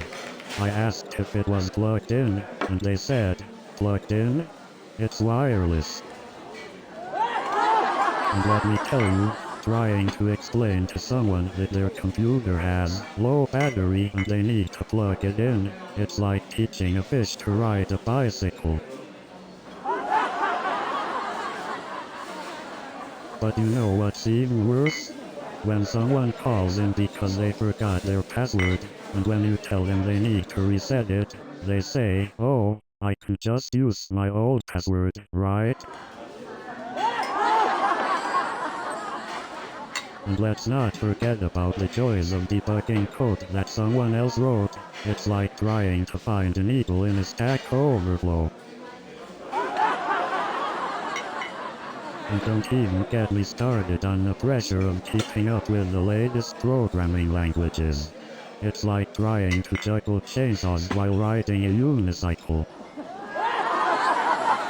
Speaking of social media meltdowns, let me tell you about the time a coding error turned my app into an endless loop of cat videos. And let me tell you, debugging code is like searching for a needle in a haystack, made of needles. You know, sometimes I feel like a software engineer is just a fancy title for being the company's personal tech support. You know, sometimes I think software engineers are just modern-day magicians. We turn coffee into code. So there I was, trying to explain to RoboFit that I needed just one more representative, but all it heard was, I need more cheese.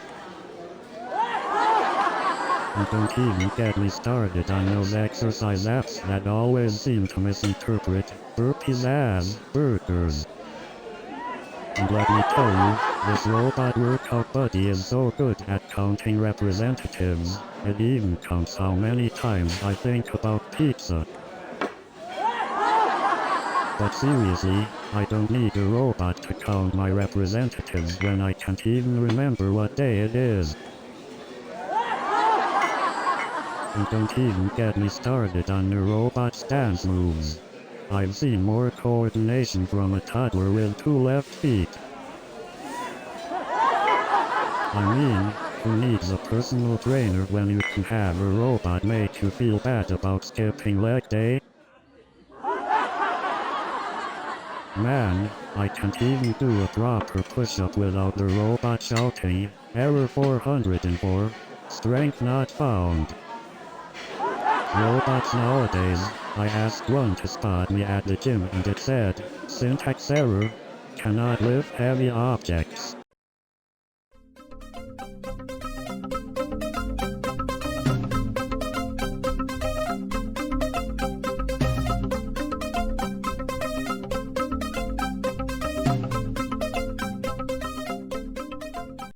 Good evening everyone, welcome to Tech Talk Comedy. So yeah, Mr. Johnson would wearing his matched socks. I guess it was his way of showing that even in the tech world, he still wanted to stand out. And let me tell you, the investors expected us to work miracles. They wanted a revolutionary product, but they were only willing to invest in a slightly upgraded version of Microsoft Excel. And let me tell you, our office was like a circus. We had clowns running around calling themselves project managers. And you wouldn't believe the pressure we felt. It's like they expected us to write the next Facebook during our lunch break. And our office was always freezing, like they were trying to turn us into ice sculptures. And let me tell you about our team meetings, it was like watching a group of penguins trying to dance salsa. And don't get me started on our office coffee, it was like drinking water with a hint of disappointment. And speaking of quirky bosses, let me tell you about Mr. Johnson and his unique way of motivating us. He would play Eye of the Tiger every morning while we walked into the office. I mean seriously, the pressure to gain online followers is insane. It's like everyone's trying to be the Kim Kardashian of Twitter. I don't get it, why do people care more about their online followers than their real-life friends? I mean, it's like they'd rather have 100 retweets than a single genuine conversation. I mean, come on. It's not like having 1 million followers is gonna get you a free pizza or something. But seriously, who needs 1 million followers when you can't even remember the names of your real-life friends? And don't even get me started on those people who buy followers.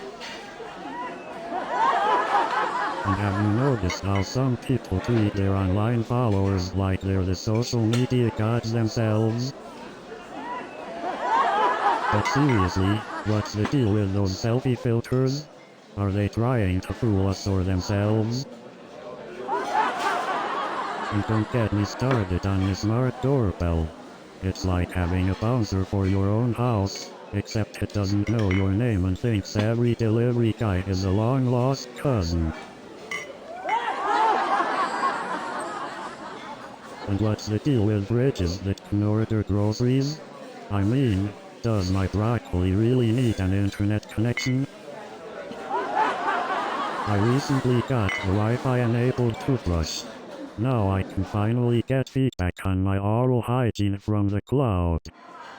I mean, if my toaster is going to be on the internet, at least make it tell me jokes while it's toasting my bread. And don't even get me started on the smart fridge that tries to suggest recipes based on what's rotting in there. Speaking of smart appliances, I once had a smart vacuum cleaner that would start whenever I was trying to take a nap. And speaking of bizarre ideas, our innovation consultant once suggested we have a team building exercise where we all dress up as our favorite programming languages. I showed up as a bug. It's like they think workplace happiness can be achieved through awkward group activities. Newsflash, I'm happiest at work when I'm sitting alone with my headphones on. And then they tried to convince us that a weekly gratitude circle would increase productivity. Yeah, because nothing says motivated developer like forced gratitude. I mean, I'll take a foosball table over a mandatory trust fall any day. But hey, at least we get free kombucha on tap, right? And don't get me started on the obligatory team building trust falls. And what's with these mandatory yoga sessions? Are we trying to achieve enlightenment or just avoid burnout?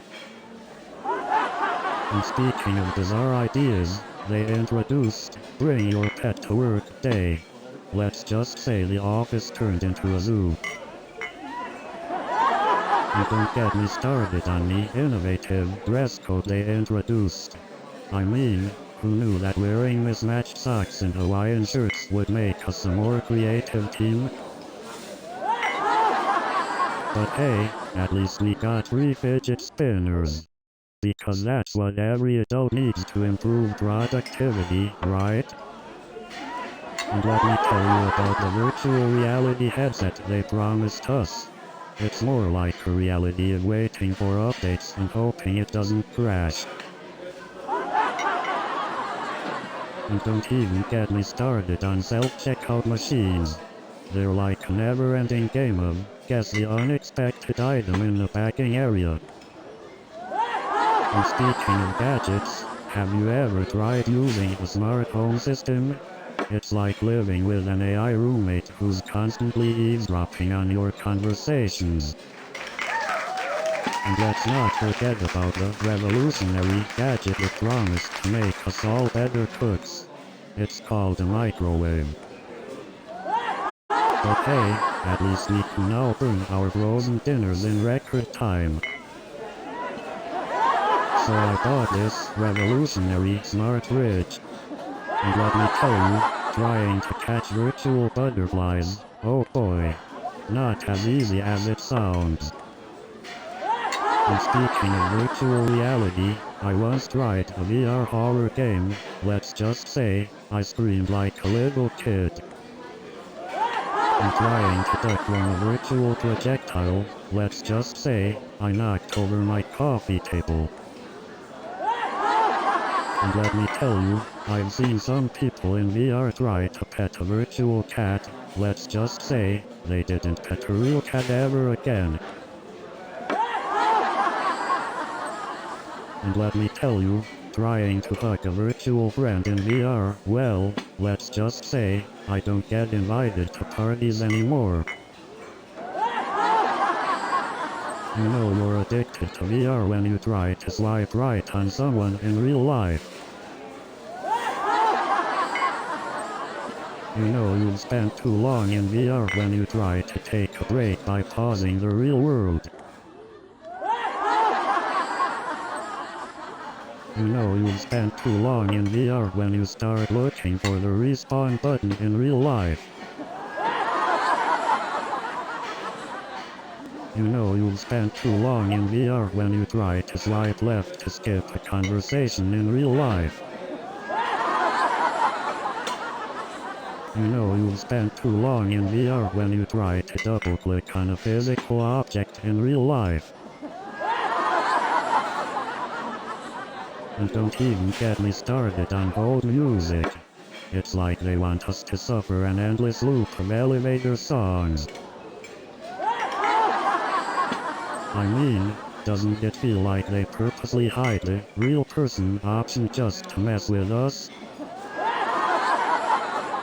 I can't believe they still use those automated voices. It's like talking to a robot that thinks it's funny.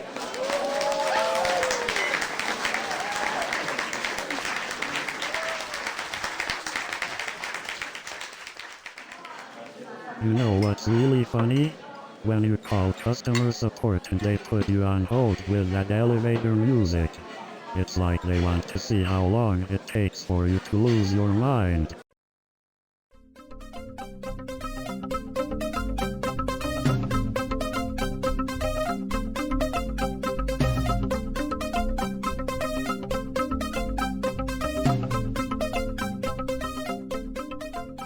Good evening, New York City. Are you ready to laugh? So there I was, trying to explain what I do as a software engineer, and let's just say, it didn't impress her. I was trying to impress her with all these programming languages I know, and she asked me if I could speak Spanish, not JavaScript. And then she asked me if I could fix her iPhone. I said, sure, as long as it's not running on Windows. So I tried to explain to her what a bug is in programming, and she thought I was talking about insects. Can you believe that? And then she said, do you even have any friends? I said, of course I do, they're just all virtual.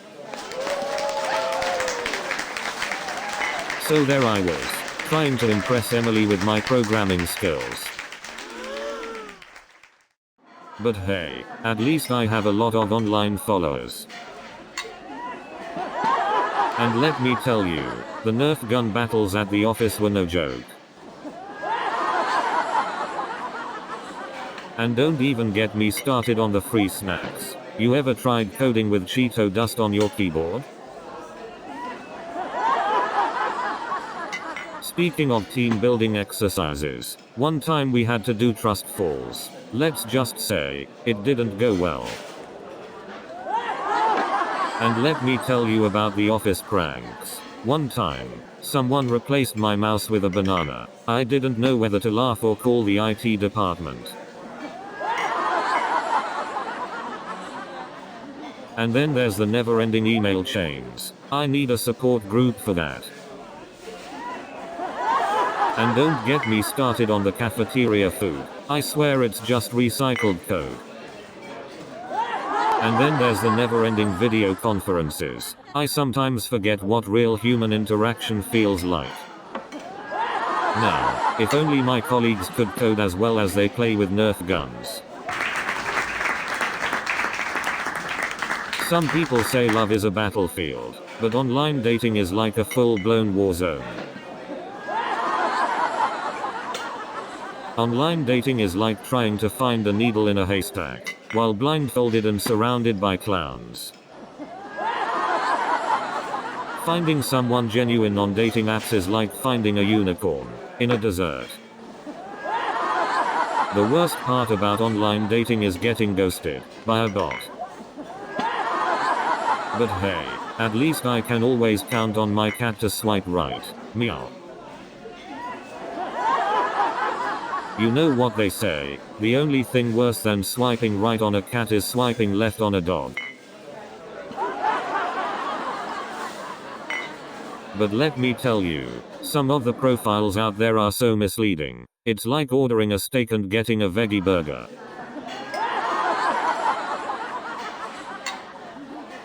And don't even get me started on those filters. Some people look like they stepped right out of an episode of The Walking Dead.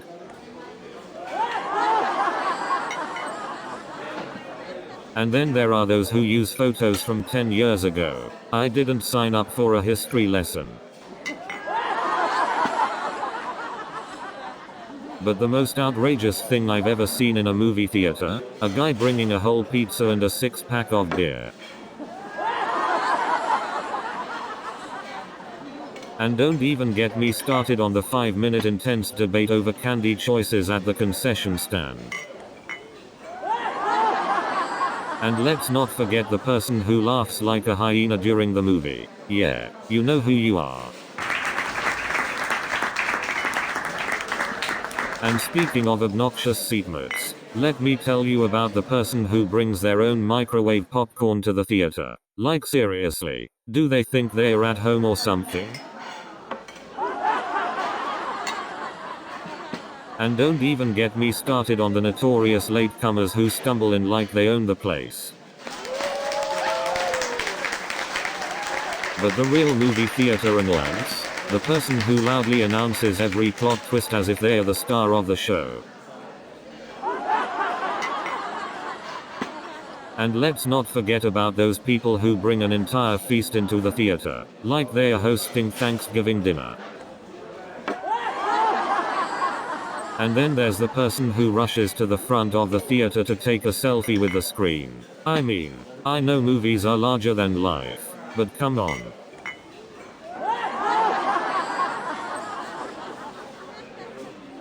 And speaking of theater etiquette, let's not forget about the person who narrates the entire movie out loud to their friends sitting next to them. Now let me tell you about the person who brings an entire meal to the theater. I mean, I know movies are entertaining, but they're not dinner theater. And speaking of theater etiquette, let's not forget about the person who constantly checks their phone with the brightness all the way up. Now let me tell you about the person who brings an entire buffet to the theater. I mean, I know movies can be long, but they're not a 7-course meal.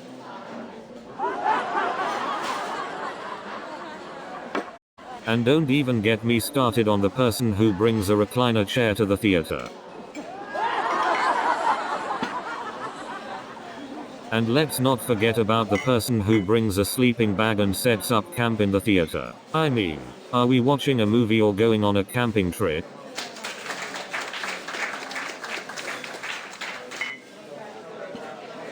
Speaking of online personas, have you ever seen someone use an Instagram filter in real life? And what's the deal with hashtags? I mean, are we trying to solve a puzzle or just annoy everyone? I mean, have you seen the lengths some people go to for the perfect selfie? It's like they're training to be contortionists. I don't know about you, but I miss the good old days when the only filter you had to worry about was on your coffee machine.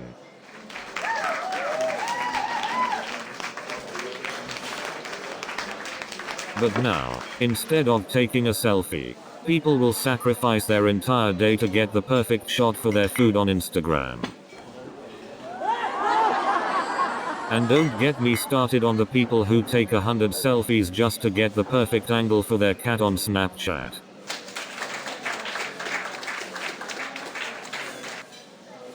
And now people even take photos of their hotel toilets. I mean, who needs to see that bathroom selfies? And have you ever tried to use a foreign vending machine? It's like playing an intense game of guess which button gives you chips.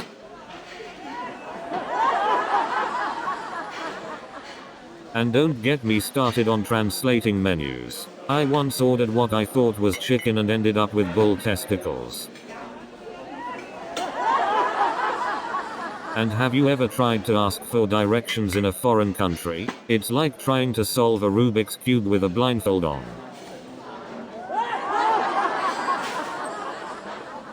But hey, at least I didn't end up eating a live octopus. But let me tell you, trying to read a foreign language menu is like deciphering hieroglyphics. But seriously, ordering pizza should not feel like solving a calculus equation.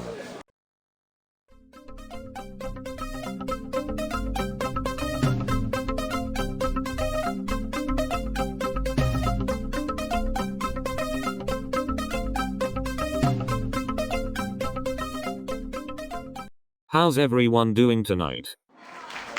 You know, being a software engineer in Silicon Valley is like being a rockstar, a really nerdy, socially awkward rockstar. I just realized why English is so difficult. It has too many exceptions to the rule. It's like trying to write code without documentation. But let me tell you, debugging code is like searching for a needle in a haystack.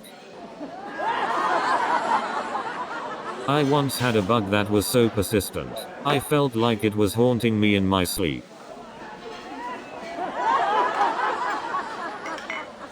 Working with different programming languages is like learning new dance moves. You try to keep up, but sometimes you just end up stepping on your own toes. The battle between iOS and Android developers is like the never-ending feud between Coke and Pepsi. Some things just can't be settled. And just when you think you've mastered a programming language, a new version comes out and it's like starting a new season of Game of Thrones.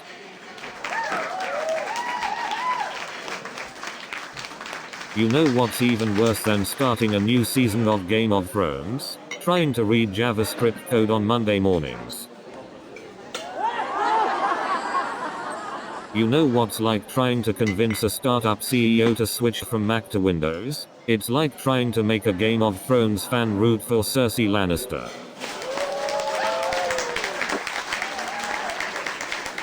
You know what's funny about programming languages? It's like trying to understand a foreign language, but without the fun of traveling or the delicious food. You know what's funny about dating in San Francisco? It's like debugging code. You never know what unexpected errors you'll encounter. Speaking of dating apps, have you ever noticed how the swipe left and swipe right action is eerily similar to making decisions in real life? It's like being a judge on a reality dating show.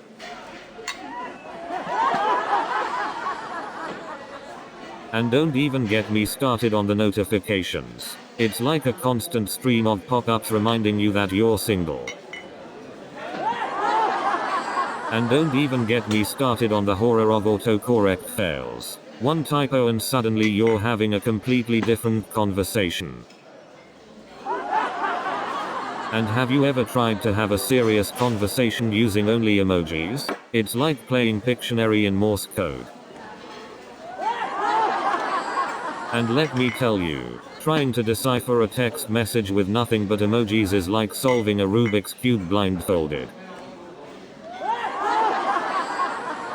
But hey, at least I've become an expert at deciphering hieroglyphics.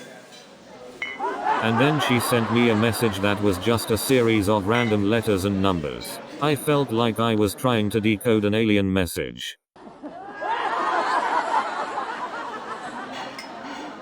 Have you noticed how people take more time choosing filters for their pictures than actually taking the picture? It's like we're all competing to see who can create the most unrealistic version of ourselves in a filter reality. Social media has turned us all into professional photographers. Well, at least it makes us look like we know what we're doing. And don't even get me started on the filters. I've never seen so many people who can't decide on a favorite color. Seriously, what's with all the duck face selfies? Are we auditioning for a wildlife photography job? But let me tell you, nothing beats the feeling of getting 100 likes on a picture of my breakfast cereal. I mean, how many filters do we really need to make our breakfast look appetizing? I always wondered why superheroes have perfect hair, even after a fierce battle. Why do superheroes never go to the hair salon? Can you imagine Superman asking for a trim?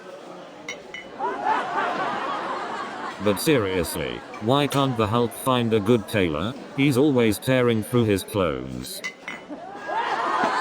And let's not forget about Wonder Woman's hairstylist, trying to tame that lassoed locks. So, I heard the Hulk tried online shopping for clothes. Let's just say he had a smashing time. And speaking of lassoed locks, have you seen Aquaman's hairdo? It's like he just stepped out of a wet hair commercial. Speaking of superheroes, did you know that Batman's favorite fruit is Batnana? He's always hanging around with them. And have you seen Thor's mighty hammer? It's not just for fighting villains. It doubles as a great way to open jars. And did you know that Iron Man's favorite drink is the Tony Starch? It's served in a sleek stainless steel suit, with just a hint of arrogance.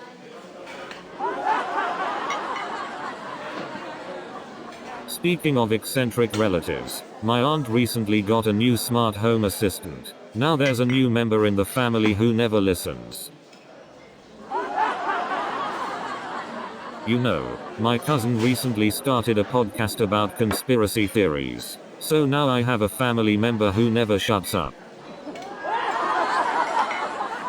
And let me tell you, trying to plan a family vacation is like herding cats. Except the cats are all arguing about which litter box to use. You know, family functions are like a real-life soap opera. Drama, secrets, and everyone pretending to like each other. I have a cousin who takes family drama to a whole new level. He brings a script and assigns roles.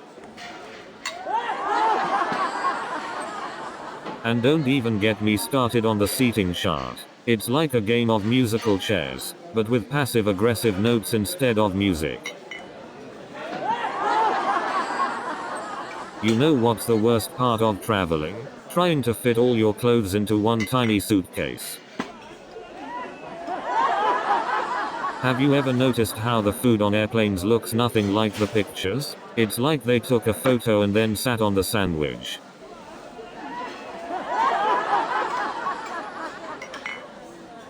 And don't get me started on the turbulence. It's like riding a roller coaster, but without any of the fun.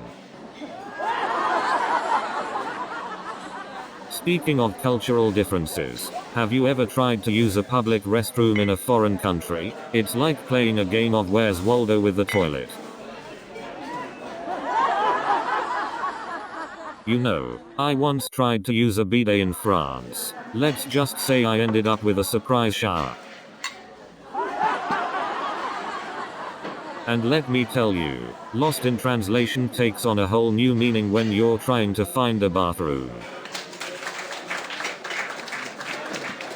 So I was in Germany recently and decided to try their sausages. Let's just say I now know why they call it Wurst. Speaking of bathrooms, have you ever noticed how the airplane lavatories are like a game of Twister? If you're over 5 feet 6 feet, you practically have to be a contortionist. And don't even get me started on airplane food. It's like they're trying to set a new record for the most tasteless meals in history. And let's not forget about the in-flight entertainment. I might as well watch paint dry. Speaking of tasteless meals, I once ordered delivery and got more sauce packets than actual food.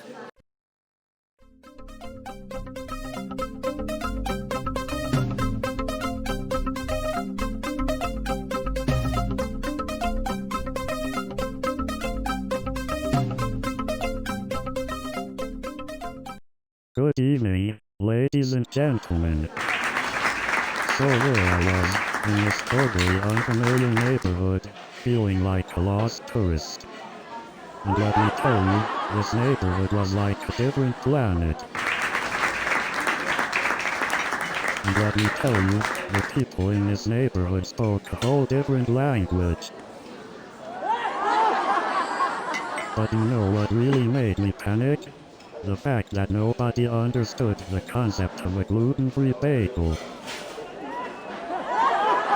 But let me tell you, Tony Torellini wasn't the only quirky character I encountered. And let me tell you, the people in that neighborhood had a fashion sense that was out of this world. You guys ever notice how weird names can be? I once met a guy named Backward Johnson. Speaking of drinks, we had a guy in our office who would always replace the coffee with decaf. And let me tell you, there's nothing more frustrating than going to grab a cup of coffee in the morning and realizing it's decaf. And let me tell you, these drinks got so out of hand that I had to start hiding my stapler in a safe. But the worst prank of all was when they replaced my computer mouse with a real mouse. And then, someone had the audacity to replace my coffee with decaf. And then they decided to take it up a notch. They replaced my desk chair with a whoopee cushion. And then, the celebrity's entourage started fanning him with giant feathers. And then the celebrity's bodyguard showed up in a helicopter. But wait, it gets even crazier. The celebrity had a personal chef who cooked his meals right on the street. And then, the celebrity pulled out a red carpet and started walking on it down the street. And you won't believe what happens next. The celebrity's entourage rolled out a red carpet for his shadow.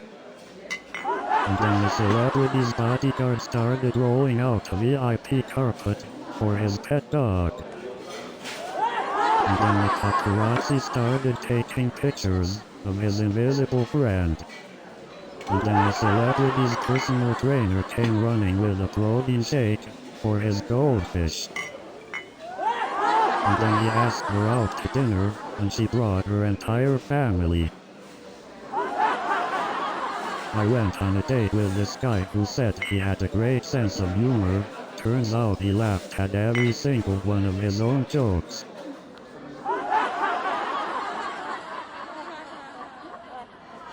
I once went out with a guy who asked me to split the bill on our first date. So I went on a blind date once. Let's just say I wasn't seeing any sparks fly. Speaking of bad dates, I once went out with someone who turned out to be an alien. I should have known when they asked me if I had seen any UFOs. And then there was this girl who thought a perfect first date would be skydiving. I guess she wanted to see if I'd fall for her.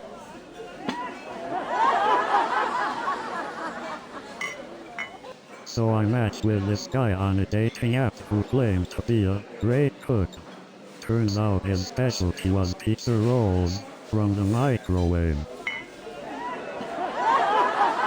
And then there was this guy who told me he was a professional dancer.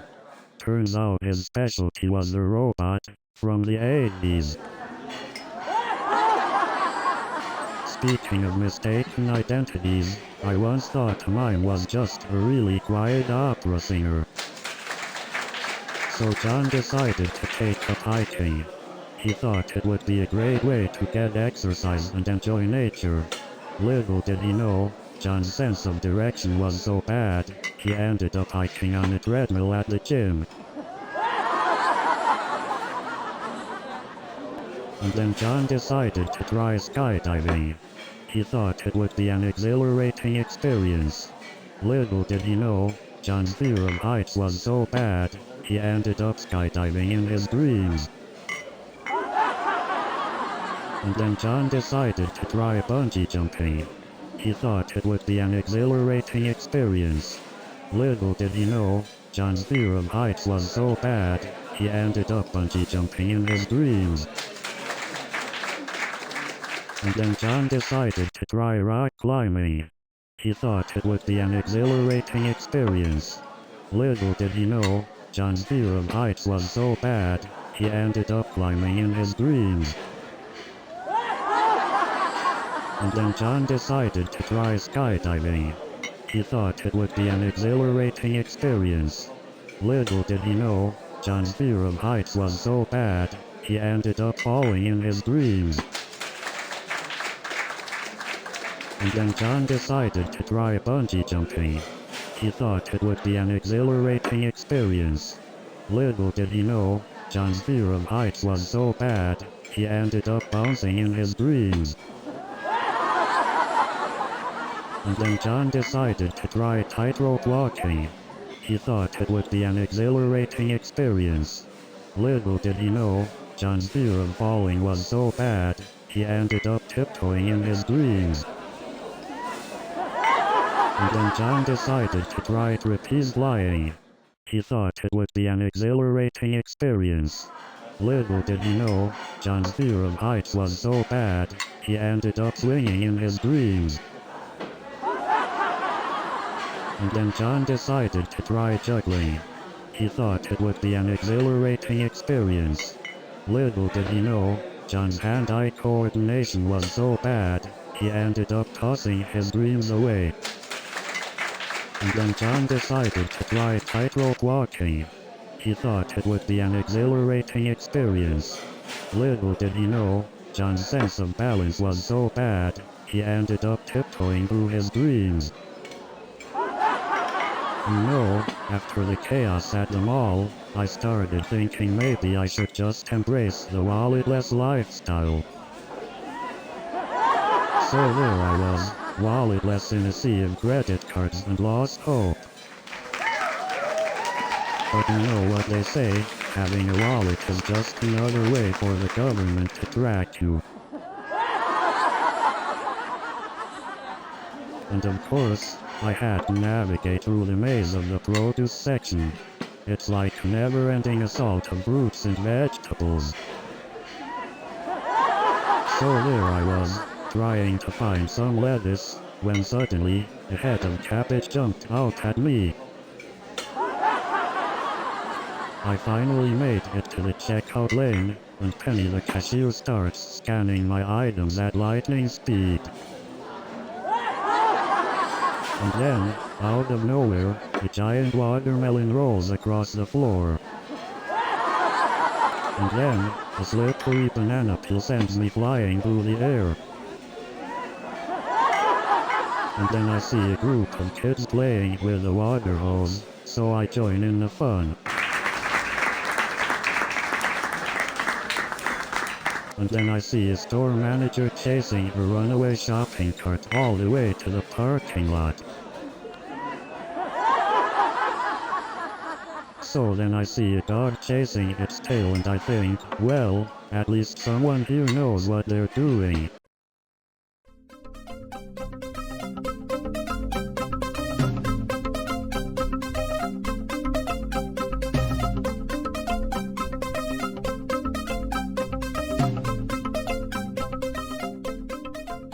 Good evening everyone.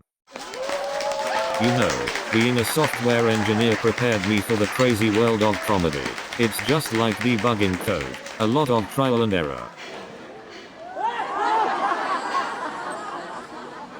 And let me tell you, debugging code is a lot like dealing with office politics. You have to navigate through all the loops and conditional statements.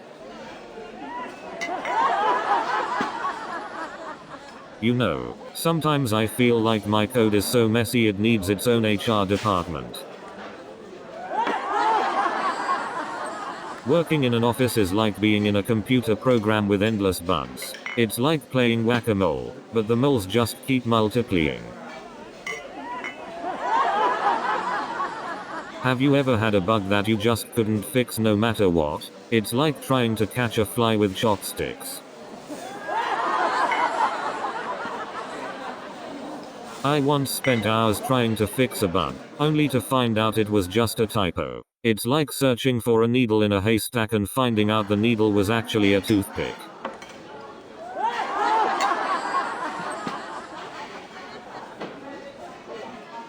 Working in corporate politics is like being in a never-ending game of Twister. You're always one wrong move away from falling flat on your face. You know what they say about the New York City subway system? It's the closest you'll ever get to a real-life haunted house. The subway delays are so outrageous. They could have their own reality TV show.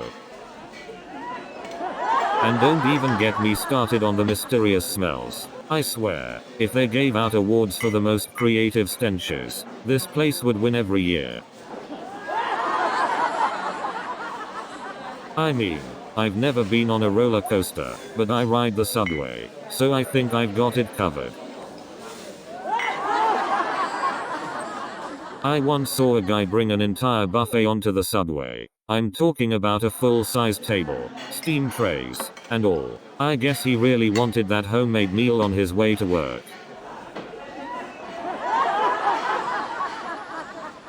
And let me tell you, finding a seat during rush hour is like searching for a needle in a haystack. Ever noticed how everyone suddenly becomes a track star when the train doors open?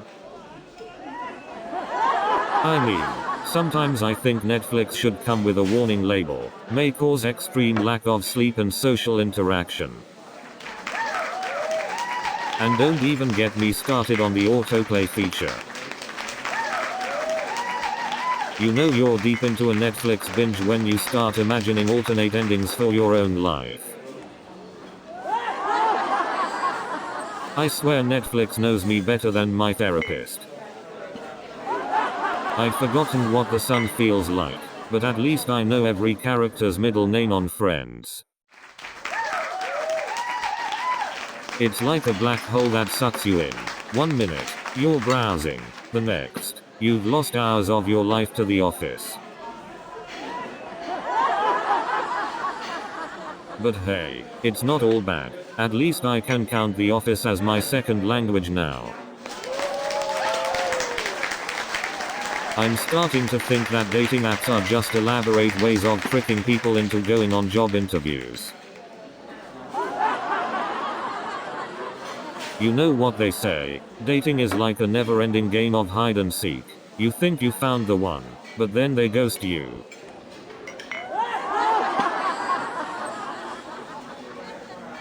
And don't get me started on the swipe left culture. It's like speed dating, except you don't even get to hear their voice.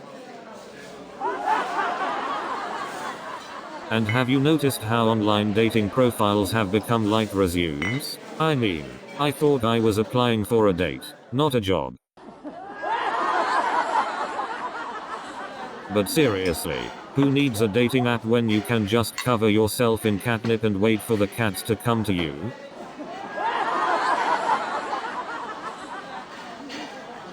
And don't even get me started on ghosting. It's like trying to solve a puzzle with missing pieces. I recently tried online dating, and let me tell you, it's like playing a game of Minesweeper with landmines. So I was in Japan, and I saw this vending machine selling live crabs. I mean, talk about fast food. So I decided to try this new extreme sport called Lost in Translation. It's like bungee jumping, but instead of a cord, you just jump into a foreign country without knowing the language. And let me tell you, getting lost in translation is a great way to make friends, or enemies. And let me tell you, it's like playing charades with a mime who only speaks Swahili. And let me tell you, trying to order food in a foreign country is like playing charades with a blindfold on. And let me tell you, trying to order food in a foreign country is like solving a puzzle without knowing the pieces. And let me tell you, trying to order food in a foreign country is like playing a game of charades with invisible opponents. But you know what's even worse? Trying to get tech support when your Wi-Fi goes out. And let me tell you, trying to set up a printer is like a 100-piece jigsaw puzzle with instructions in a foreign language. And don't even get me started on those automatic phone menus. Press 1 if you want to waste your entire day.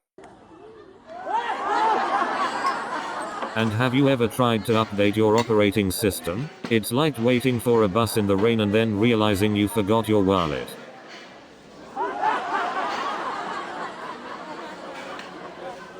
And what's the deal with computer passwords? I can never remember if I used my dog's name or my high school crush. And don't get me started on autocorrect. It's like my phone is drunk. It changes I love you to I loaf you. But seriously, why does it take longer to update my software than it does to microwave a burrito? Speaking of celebrity fashion choices, have you seen those outfits that make you question if they even own a mirror? And don't even get me started on their ridiculous diets. Speaking of ridiculous diets, have you heard about the celebrity who only eats air? I mean, I get it. We all want to be lighter, but that's taking it to a whole new level.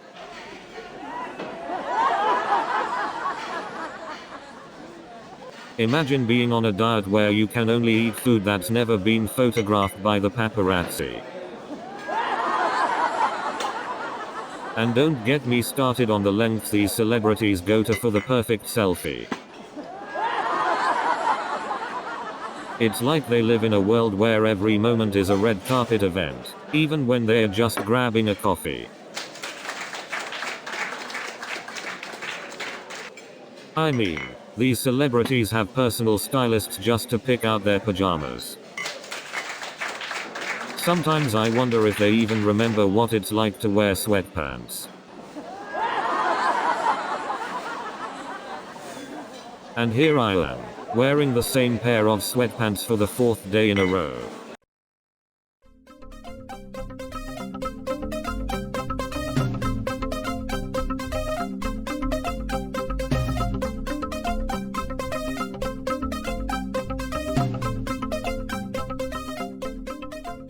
Good evening, New York City.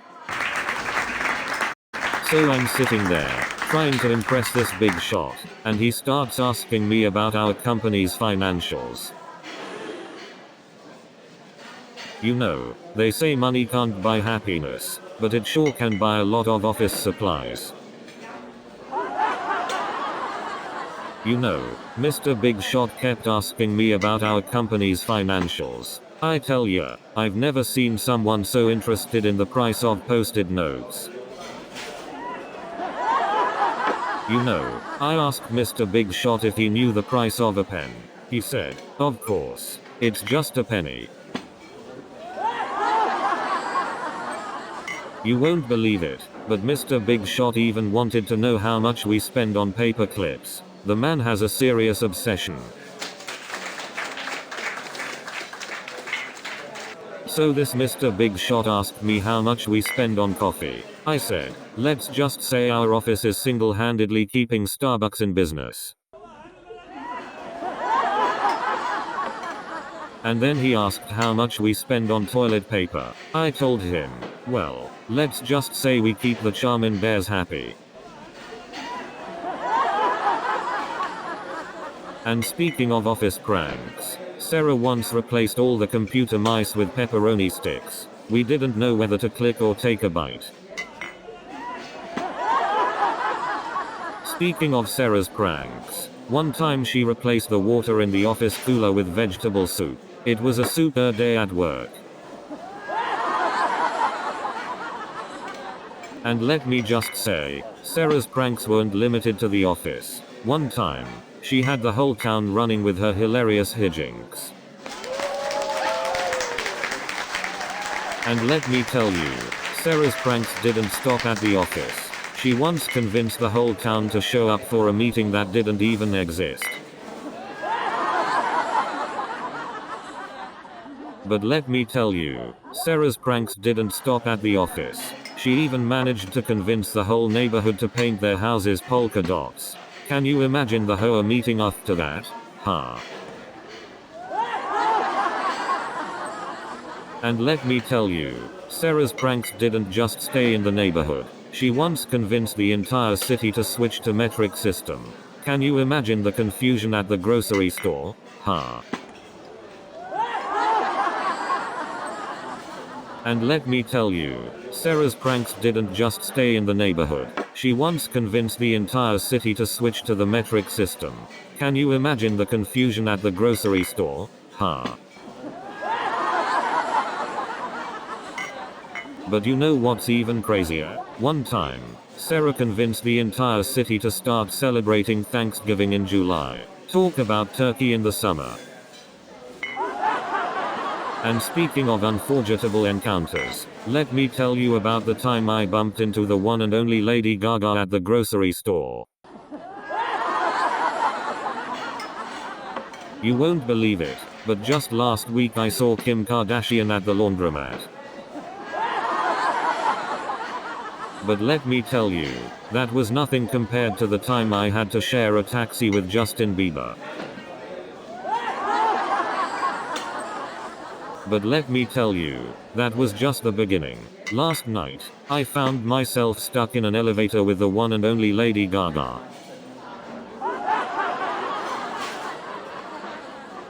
And let me tell you, it wasn't just any elevator. It was a glass elevator. Talk about a room with a view. And let me tell you, the elevator music was none other than Lady Gaga's greatest hits. So there I was, stuck in the subway car, and Crazy Joe turns to me and says, "You know, this train is like my love life. Always late and full of surprises."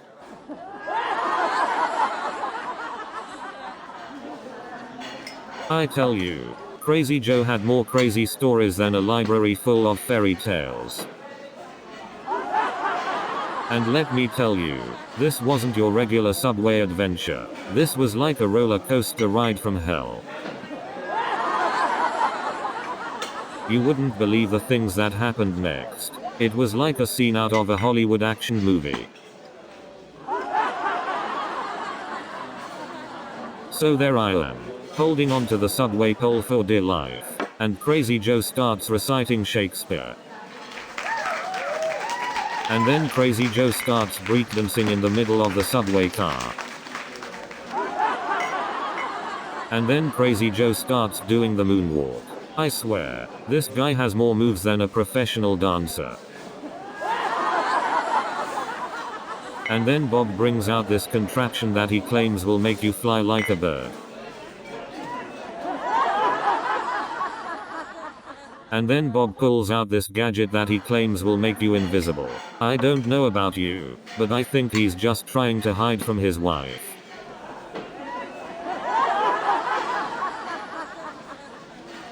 And then Bob whips out this ridiculous machine that he claims will solve all your problems. I don't know about you, but I think he's just trying to avoid therapy.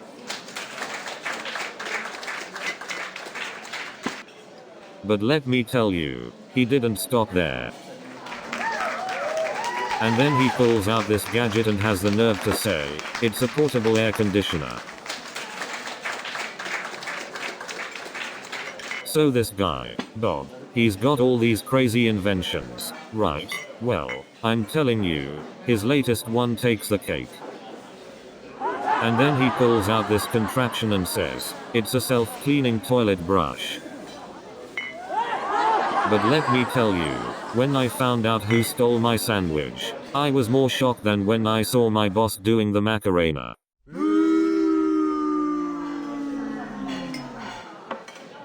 And guess who the culprit was? The office plant. But let me tell ya, I had a hunch that lunch bandit wasn't acting alone. So I confronted the office plant and said, "Leave me alone. I know it was you." And let me tell you, when I finally caught the lunch bandit red-handed, I thought, well, isn't that just a rat? But let me tell you, when I found out who it was like discovering a hidden treasure. And let me tell you, when I confronted the lunch bandit, they tried to play innocent. Speaking of hidden treasures, let me tell you about the secret stash of gourmet coffee I discovered in the supply closet. But let me tell you, nothing prepared me for the lengths people would go to for a cup of joe. And let me tell you, people would do anything for a fix of that sweet caffeine. And let me tell you, I've seen people fight over the last drop of that precious black gold. Speaking of caffeine addicts, my coworker once tried to brew coffee with Red Bull. You know, during that epic battle, I saw two grown adults fight over a single coffee bean. It was like a scene from a caffeine-fueled gladiator movie. And let me tell you, there were casualties. Poor souls never stood a chance against the caffeine-deprived gladiators. But hey, I guess that's what happens when you mess with people's caffeine fix. And speaking of caffeine-deprived gladiators, have you ever seen a tired barista? They make the flash look slow.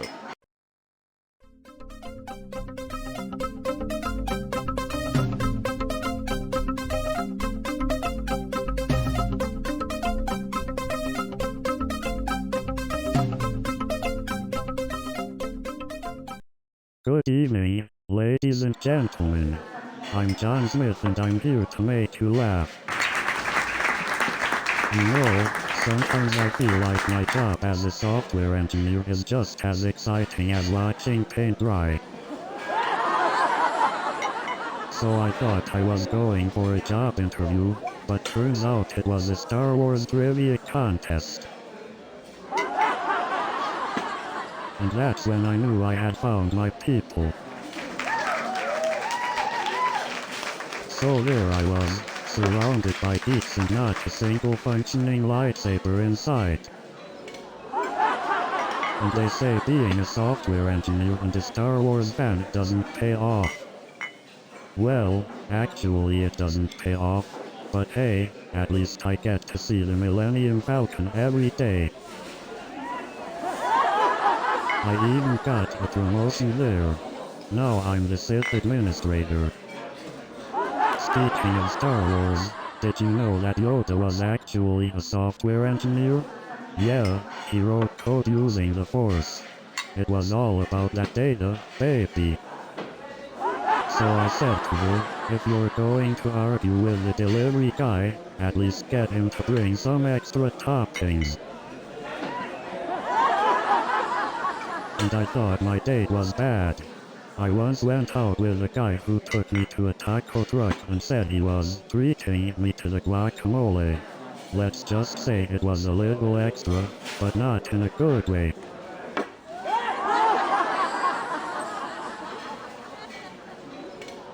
But hey, at least she didn't ask the pizza guy if he had any pineapple toppings. But seriously, who argues with the pizza guy? I mean, what's next? Debating with the delivery driver about the hydrodynamics of a pineapple? I've seen some weird things on dates, but arguing with the pizza guy? That's a whole new level. I mean, who argues with a pizza guy? It's like debating with a taco truck driver about the quantum mechanics of a burrito. I guess some people just can't resist a good debate, even if it means missing out on a delicious slice of pizza. But hey, at least I got a good story out of it. So, George and I start talking about our favorite comedians. I mention how much I love his style, and he says, "Oh, you mean the one that's just like mine?" So there I was, geeking out about comedy with George, when he drops this bombshell on me. And then George tells me, "You know, I actually stole the joke from someone else." So George and I were talking about comedy movies, and he says to me, "You know, I actually auditioned for the lead role in that film." And then George says to me, "You know, I actually started my comedy career by working as a software engineer." So, after our coffee, George looks at me and goes, "You know, I think you should give up software engineering for stand-up." And then Aunt Sally starts telling us all about her latest health issues. And then Cousin Jane decides to sing her rendition of "My Heart Will Go On." And then Uncle Bob decides to show off his dance moves. And then Grandma Betty starts breakdancing. And then Aunt Sally tries to breakdance too. And then Uncle Bob decides to join in with his interpretive dance. And then Grandpa Joe decides to do the worm. And then Cousin Mary comes in with her breakdancing moves. But you know what's even worse? When you finally get a tech support person on the line and they start speaking in jargon and I'm just like, is this English?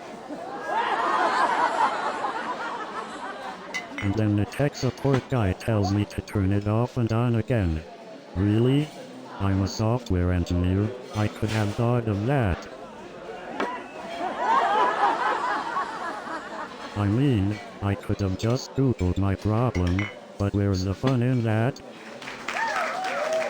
But seriously, if they had a tech support for tech support hotline, we would all be saved. It's like they speak a different language. I'm just here trying to fix my computer. But let's be honest, we all know the real answer is, turn it off and on again. And the worst part is, they had the nerve to ask me if I tried plugging it in. But you know what they say about software, right? And I swear, the comments were pouring in faster than my code compilations.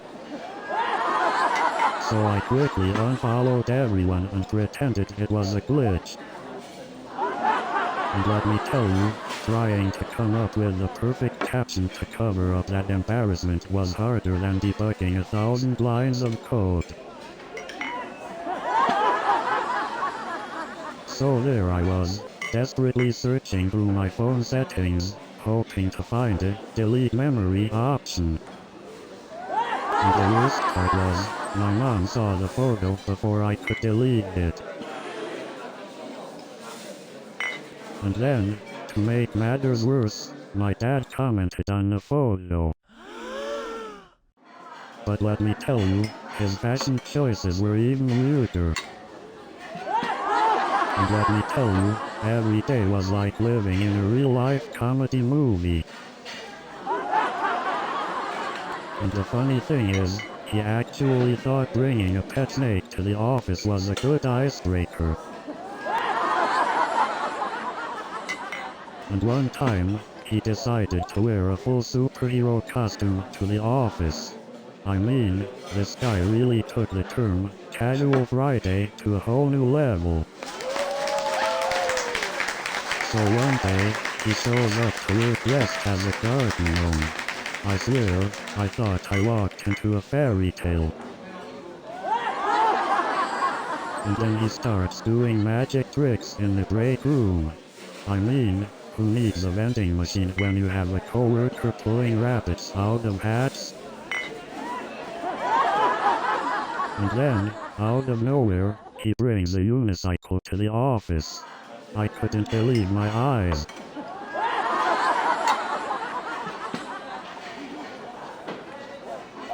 And then, he decides to take up tightrope walking in the office. Who needs a conference room when you have a coworker risking their life for a meeting?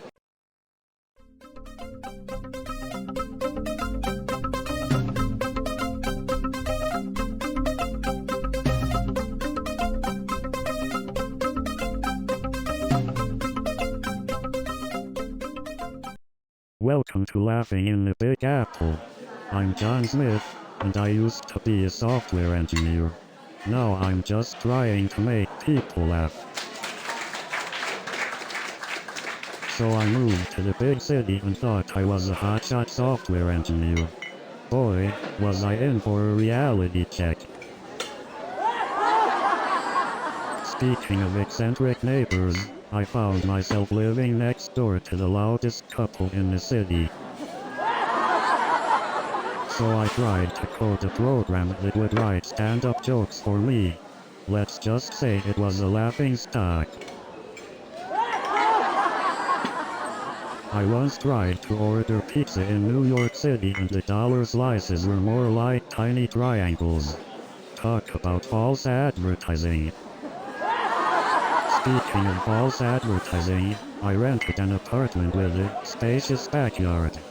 Turns out it was just a fire escape. And don't get me started on New York City apartments. The rent is so high, I'm pretty sure I'm also paying for a ghost roommate. And let's not forget about noise. It's like the city is playing a 24/7 concert outside my window. And speaking of trendy coffee shops, have you ever tried ordering a simple coffee with no modifications?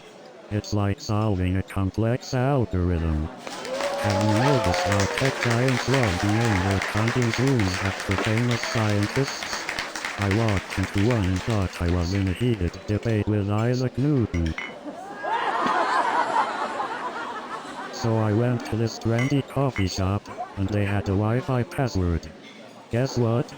The password was longer than my coffee order. Speaking of trendy coffee shops, I went to one that had a menu longer than a software engineer's code. And don't get me started on the charging cables those giants use. It's like they're playing a game of how many adapters can you collect? Speaking of tech giants, have you noticed how they have their own little microcosm in the city? It's like a whole world within a world. And those hipster baristas at the coffee shops? They act like it's their own exclusive club. I just want a latte, not a secret handshake. So last week on the subway, I saw this guy dressed as a superhero, and I thought, is this city in such bad shape that we are now relying on vigilantes for protection? And don't get me started on those breakdancing performers. I mean, I can barely stand on the subway without falling, and they're doing handstands. And let's not forget the mariachi band. I mean, who needs an alarm clock when you can have a trumpet wake-up call every morning? And then there was this guy dressed as a hot dog. I mean, is he trying to blend in with the city or just make everyone hungry? And don't even get me started on the breakdancer. I mean, is this guy auditioning for So You Think You Can Dance or just trying to make us all feel uncoordinated? And then there was this guy with a pet parrot. I mean, is he auditioning for America's Got Talent or just trying to make us all feel boring? And then there was this guy with a pet goldfish. I mean, is he auditioning for Finding Nemo or just trying to make us all feel like boring old cats? And then there was this guy with a pet hamster. I mean, is he auditioning for the next Fast and Furious movie or just trying to make us all feel like we're stuck in a traffic jam?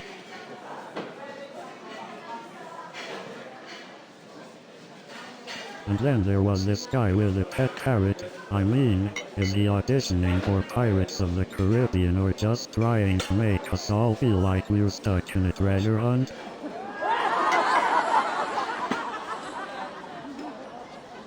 And then there was this guy with a pet goldfish. I mean, is he auditioning for a Finding Nemo reboot or just trying to make us all feel like we're stuck in an aquarium?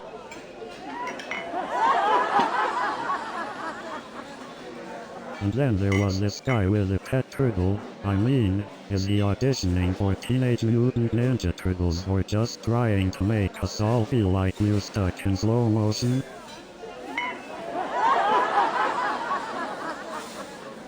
And then there was this guy with a pet hamster. I mean, is he auditioning for a Hamtaro live-action movie or just trying to make us all feel like we're stuck in a hamster wheel?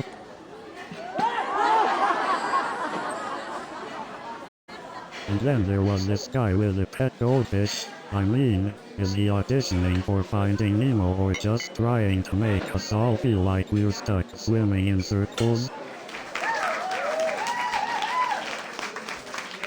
And then there was this guy with a pet turtle. I mean, is he auditioning for a Teenage Mutant Ninja Turtles reboot or just trying to make us all feel like we're stuck in our shells?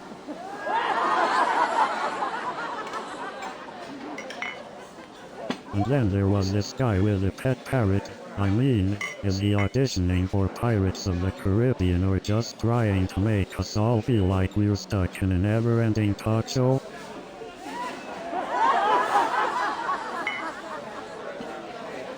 And then there was this guy with a pet goldfish. I mean, is he auditioning for Finding Nemo or just trying to make us all feel like we're stuck in a never-ending fish tank?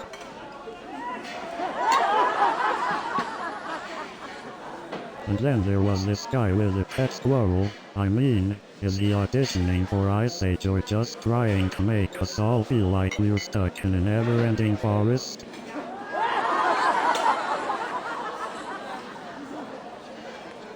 And then there was this guy with a pet parrot. I mean, is he auditioning for Pirates of the Caribbean or just trying to make us all feel like we're stuck in a never-ending tropical island?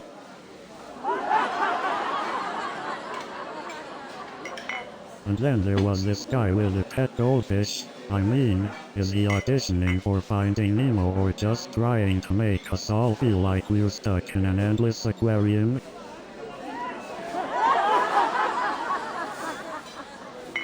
And then I bumped into Will Smith at the grocery store. I mean, is he auditioning for Men in Black or trying to make us all feel like we're living in a never-ending sci-fi movie?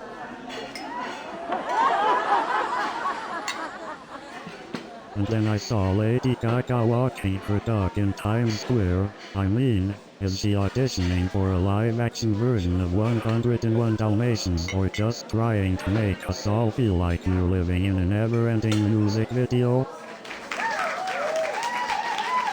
And then I found myself sitting next to Anna Wintour at a fashion show. I mean, is she auditioning for The Devil Wears Prada or just trying to make us all feel like we're living in a never-ending runway?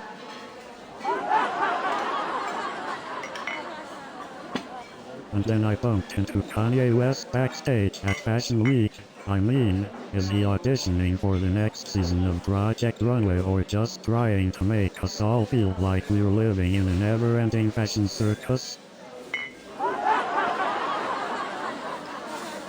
Speaking of eccentric designers, have you ever seen a dress made entirely out of recycled soda cans? I mean, talk about a carbonated fashion statement. I saw a model wearing a suit made entirely out of safety pins. I guess they're trying to make fashion a little more secure. I once went to a fashion show where the models were wearing clothes made entirely out of bubble wrap. They look pretty popular. I once saw a designer create a dress entirely out of aluminum cans. She really knows how to mess the fashion world.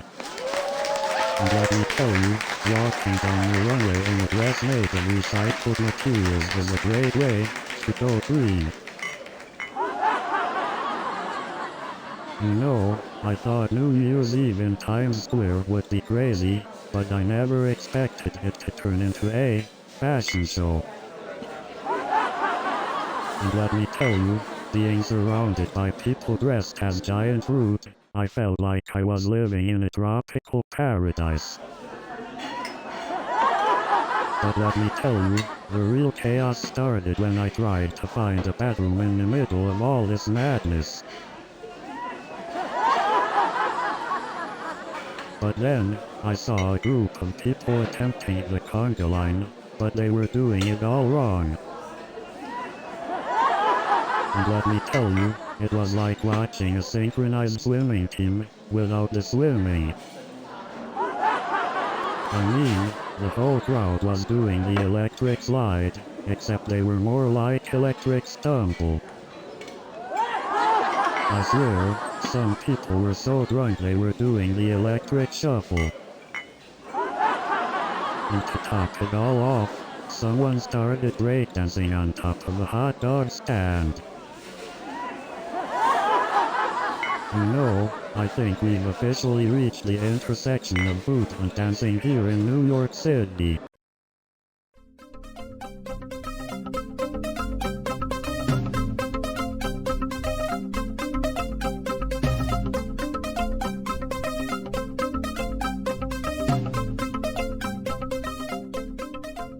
Why do we park in driveways and drive on parkways? You know, I worked at this tech startup where the boss kept saying code is poetry. Clearly, he never read my code. I once asked Mr. Johnson if he knew what binary code was, and he replied, "Isn't that the secret language twins use to communicate?" And you wouldn't believe it, but Mr. Johnson thought Ram was a young male sheep. So I told Mr. Johnson, if coding was a sport, you'd be the bench warmer. And I said, Mr. Johnson, you're like an algorithm without syntax. And then Mr. Johnson tried to debug a physical object. He was looking for a console on his coffee maker. And I said, Mr. Johnson, you're like a loop without an exit condition. But let me tell you, coding is like trying to read a foreign language using Google Translate. And speaking of coding, it's like trying to solve a puzzle with missing pieces. You know, coding is like trying to tame a wild animal. It never does what you want, and it always bites back. And don't get me started on the Showtime performers. I just want to ride the train, not watch a Broadway show. You know, the subway performers are like the unexpected error messages in coding. They come out of nowhere and ruin your day. And let's not forget about those delays. I've had time to write 3 novels down there. And then there's the mysterious guy who talks to pigeons. I hope he's not revealing their secret plans. And then there's the guy who always falls asleep. I'm just waiting for him to start snoring opera. And then there's the guy who brings a live parrot on the subway. I'm just waiting for it to start giving traffic directions. And then there's the guy who always brings his pet snake on the subway. I'm just waiting for it to start playing the flute.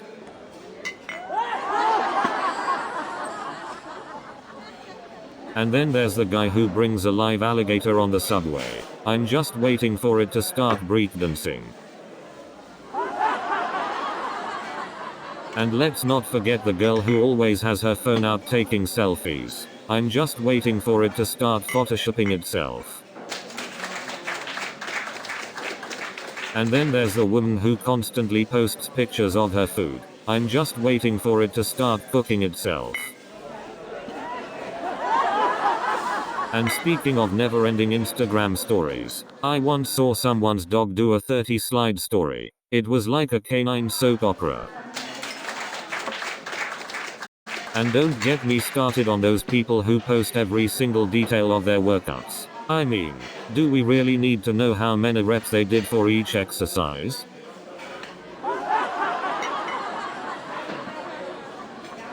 And what's the deal with people who take selfies in public bathrooms? I mean, do we really need to see your toilet? And what's up with those people who think their every meal deserves a spot on their Instagram feed? I mean, do we really need to see your avocado toast?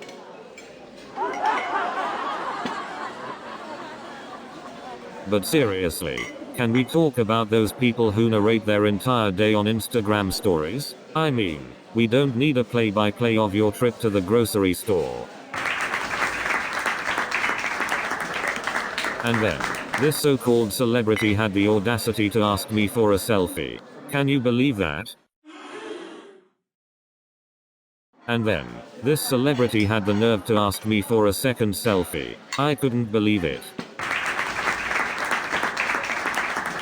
So I'm standing there, starstruck and speechless, trying to remember my own name.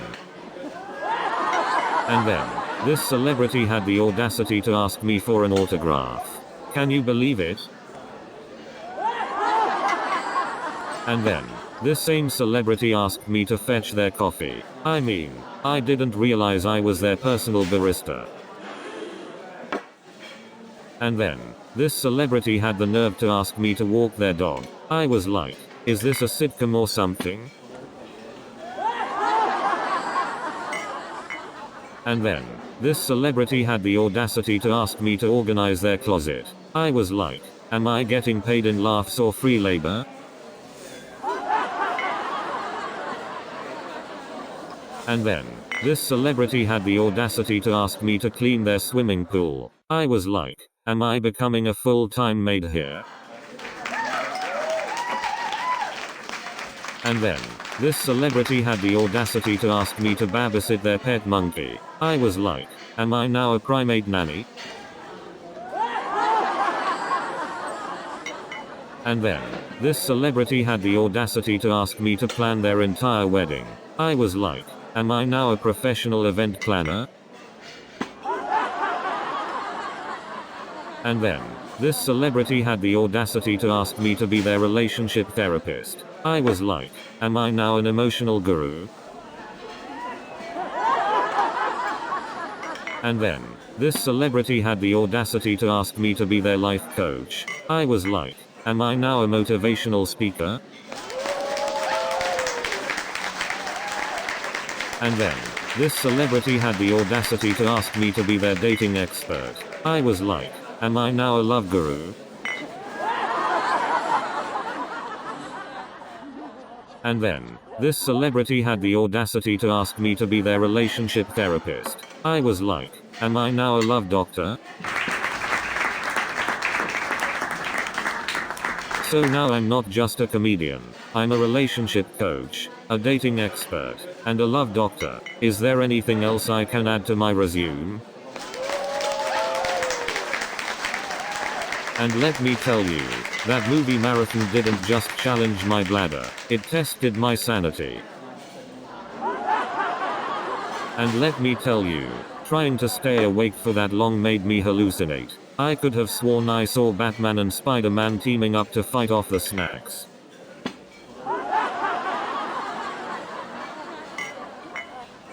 But hey, at least I got my money's worth of popcorn. And then, when I finally finished the last movie, I looked in the mirror and realized I had become a cinema superhero.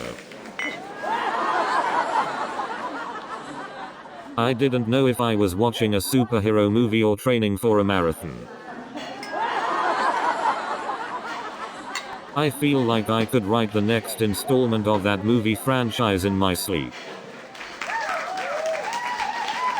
I swear, at one point the audience thought I was part of the comedy club staff. So there I am, surrounded by comedians arguing about who has the best punchline. And let me tell you, it was like being in the middle of a comedian civil war. And I'm there like, guys, can't we all just share a punchline? But seriously, folks, laughter is the best medicine.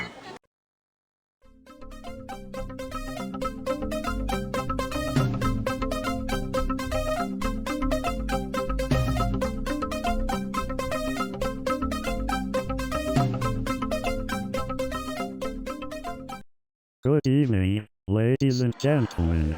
Are you ready for some tech laughs? You know, working at a tech startup is like being in a never-ending game of ping pong.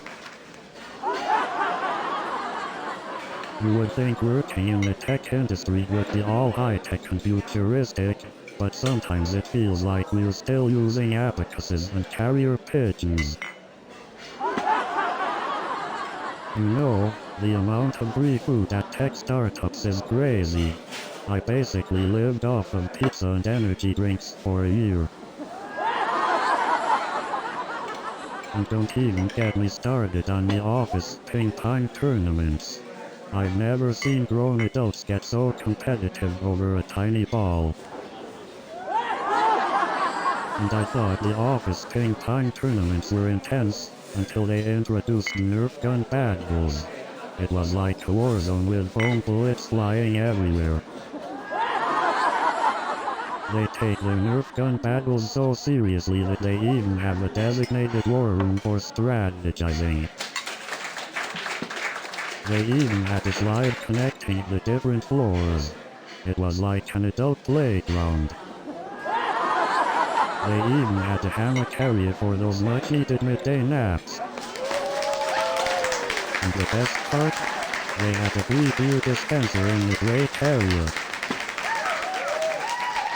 And don't even get me started on the swag bags they were handing out. I mean, who needs another branded stress ball?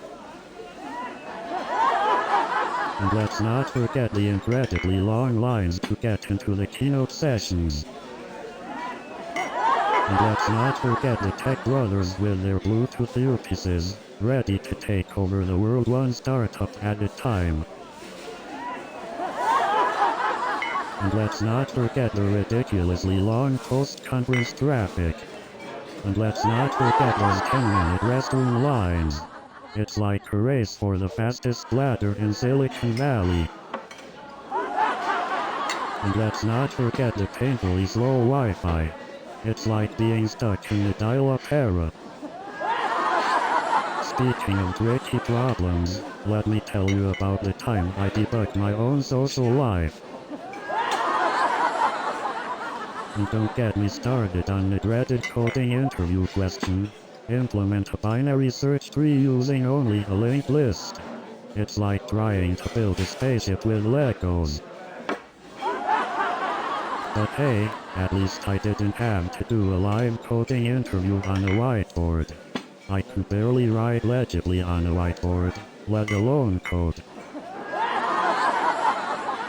I mean, who came up with these interview questions? Did they think we were trying to solve the world's problems or just get a job? And then they asked me to reverse a linked list. I barely remember what a linked list is, let alone how to reverse it. And then they asked me to implement a binary search tree from scratch. I mean, I barely remember what a binary tree is. It's like every time I turn around, there's a new tech gadget that I'm supposed to know. I mean, just yesterday I learned what a smart toaster is. And now they want me to understand quantum computing. I can barely grasp the concept of a regular computer. I mean, it used to be that a computer could fit in a room. Now they're telling us they can fit in our glasses. I don't know about you, but I'm not ready to have my computer sitting on my face all day.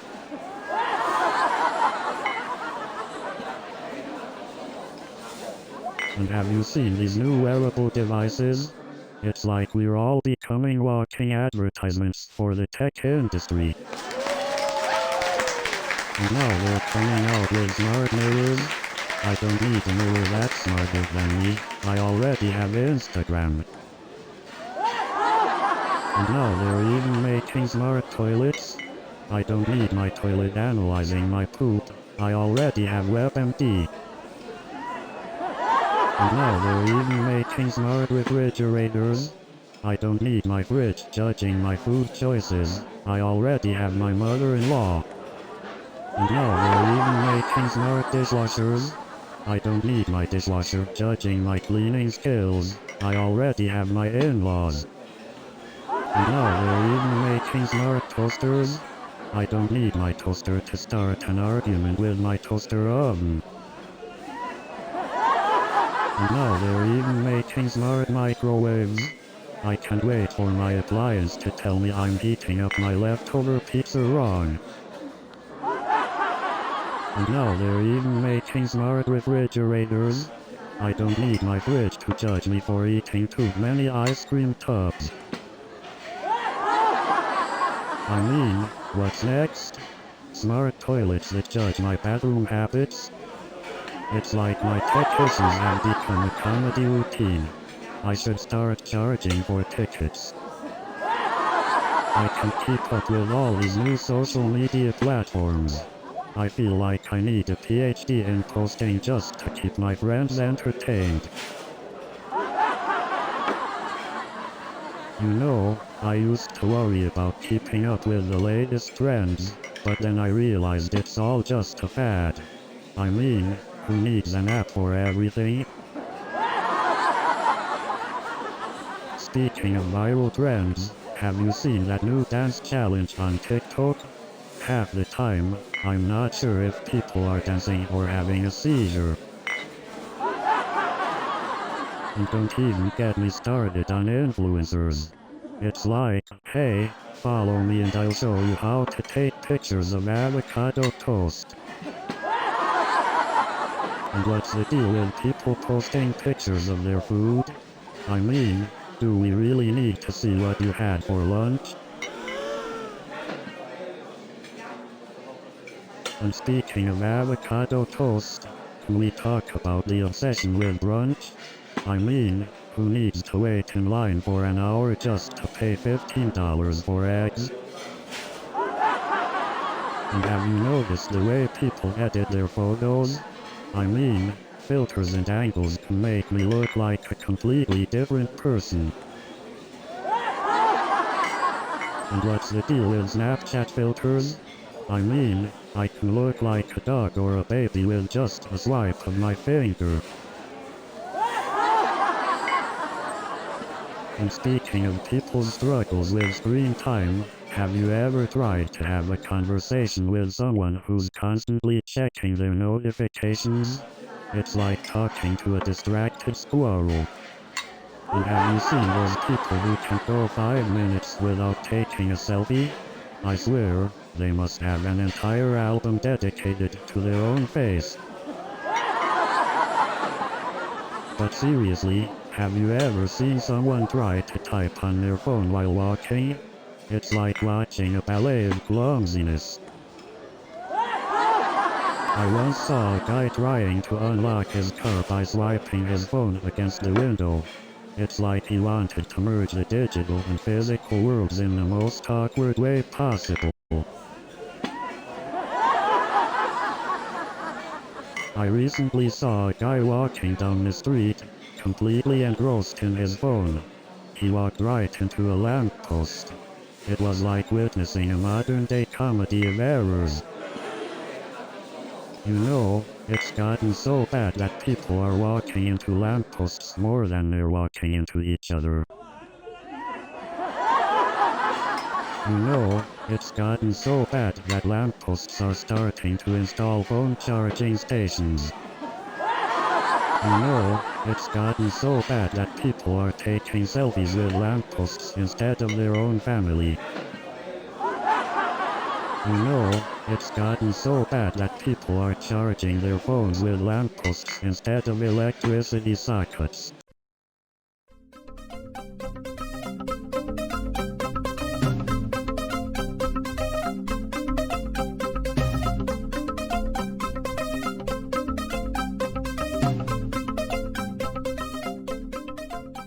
Good evening, ladies and gentlemen. So there I was, face to face with Mr. Johnson, the IRS auditor. And let me tell you, he had a look on his face like he just found out he had to do his taxes again.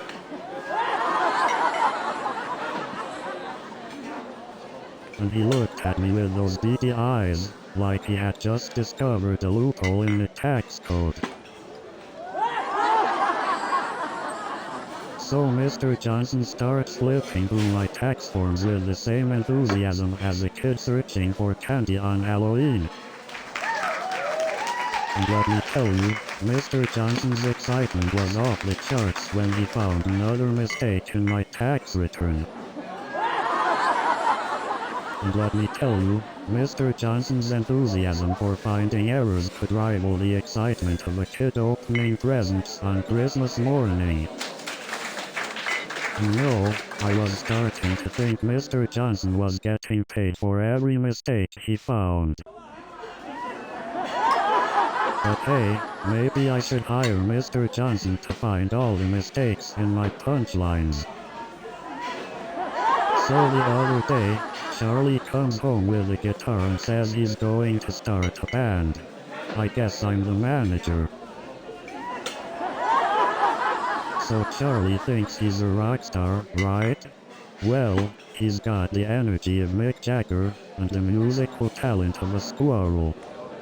Speaking of Charlie's band, they tried to play a gig last night. Let's just say it was a one and done kind of performance.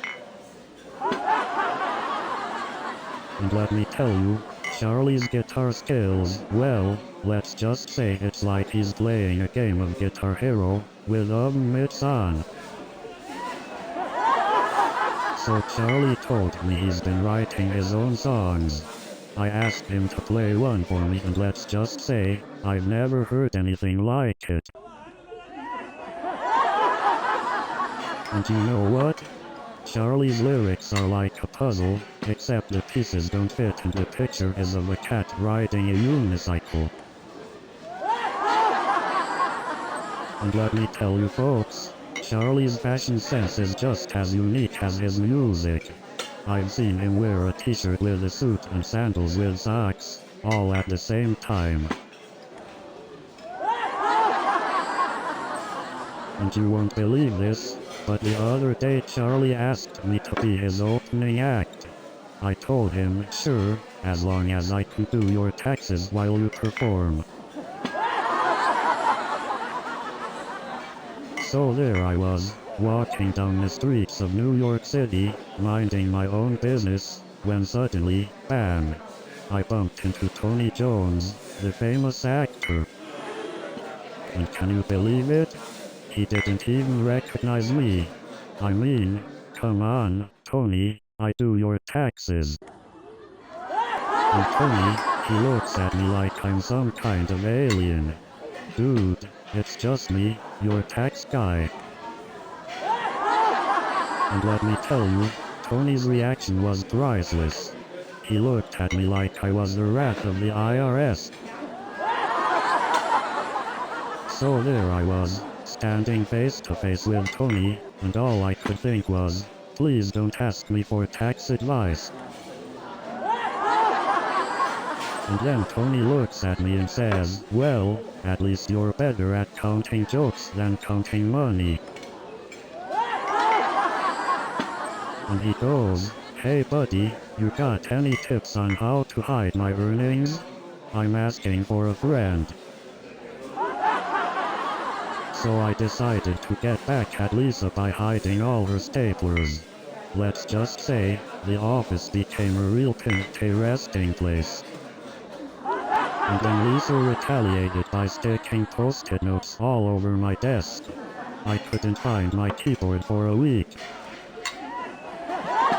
But Lisa wasn't done yet. She got revenge by replacing all the pens in my drawer with disappearing ink pens. And then things escalated even further. One day, I came into the office and my desk was completely covered in aluminum foil. And then I found my stapler encased in Hello. I swear, it was like working in a sitcom.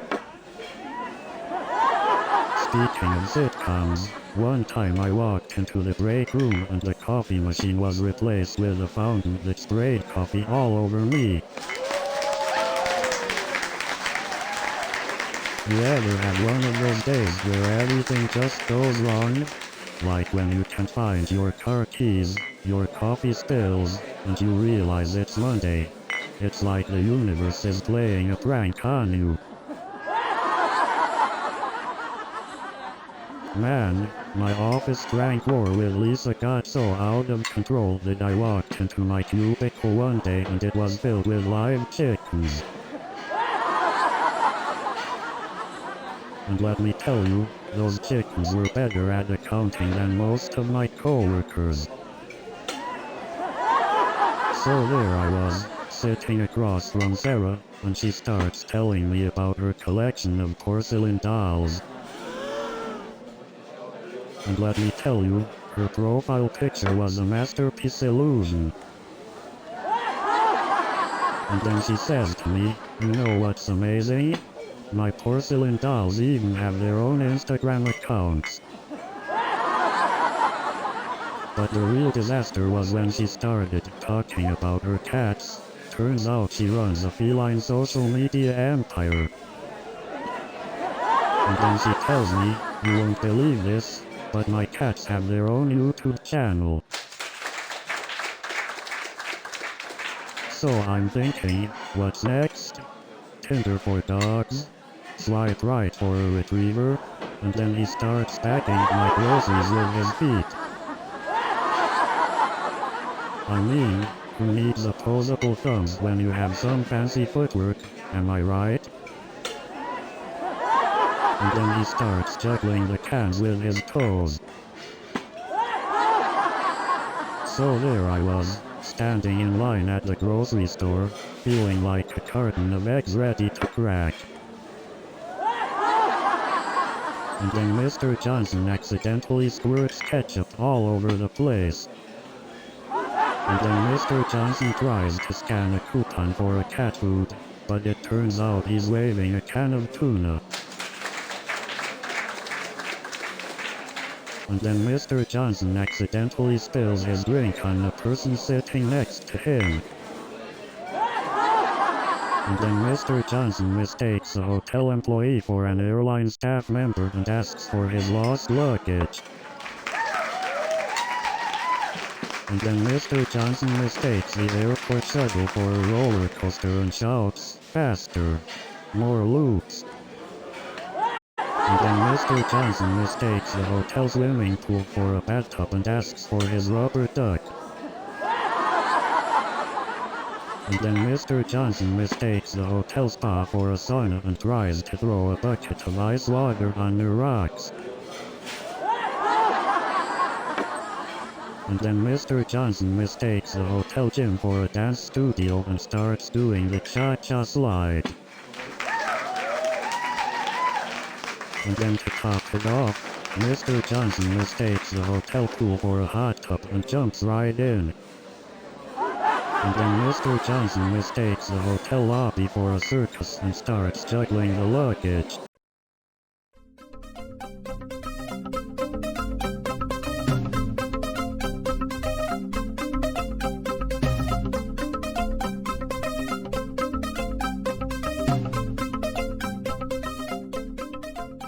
Good evening everyone. So there I was, a burnt laptop and a fancy new nickname. Can you imagine if I started a fire next? They'd call me the pyrotechnic programmer. Oh man, the nickname stuck so well. My mum even started calling me the caffeine conqueror when she needed her morning fix. And let me tell you, after that incident, I always keep a fire extinguisher within arm's reach. But let me tell you folks, that wasn't the only incident I had with coffee. One time, I spilled an entire cup on my boss' lap during a meeting.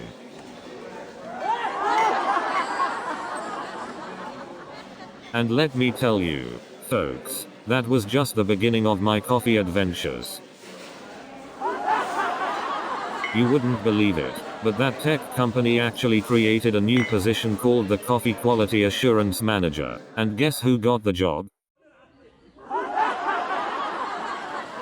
So, after that incident, they also made me the Coffee Spillage Prevention Coordinator. And let me tell you, being the perfect distraction wasn't a great addition to my resume. And let me tell you, trying to answer a call from my mum during that meeting wasn't my greatest decision. And let me tell you, trying to silence Buzzy with the CEO sitting right across from me was like trying to wrestle a greased pig. I tried to pretend it was a new avant-garde performance art, but no one was buying it. I've never seen a CEO hit the mute button on a human being before. And let me tell you, trying to explain to the CEO that Buzzy is just expressing his artistic side, not an easy task. But hey, at least the CEO didn't put me on mute like some PowerPoint slide. And let's just say, I don't think the CEO was the only one who needed a new ringtone after that meeting. So I'm in this Uber, right? You know, I think my Uber driver just gave me all his bad jokes. He must have found the ultimate comedy hack. So I asked the Uber driver if he would perform at my next show. He said only if I let him drive the audience home.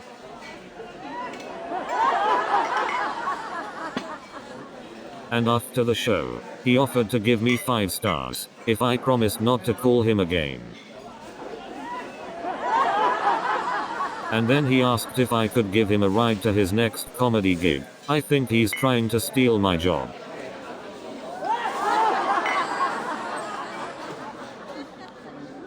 So I told him, Frank, if you're serious about being a comedian, you better Uber stand the competition.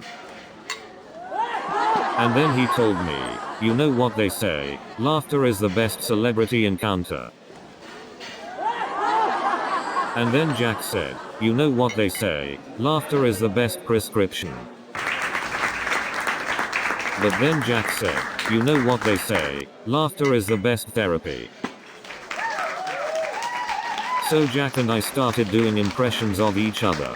Jack did a spot on impression of me, but he couldn't quite capture my handsome looks.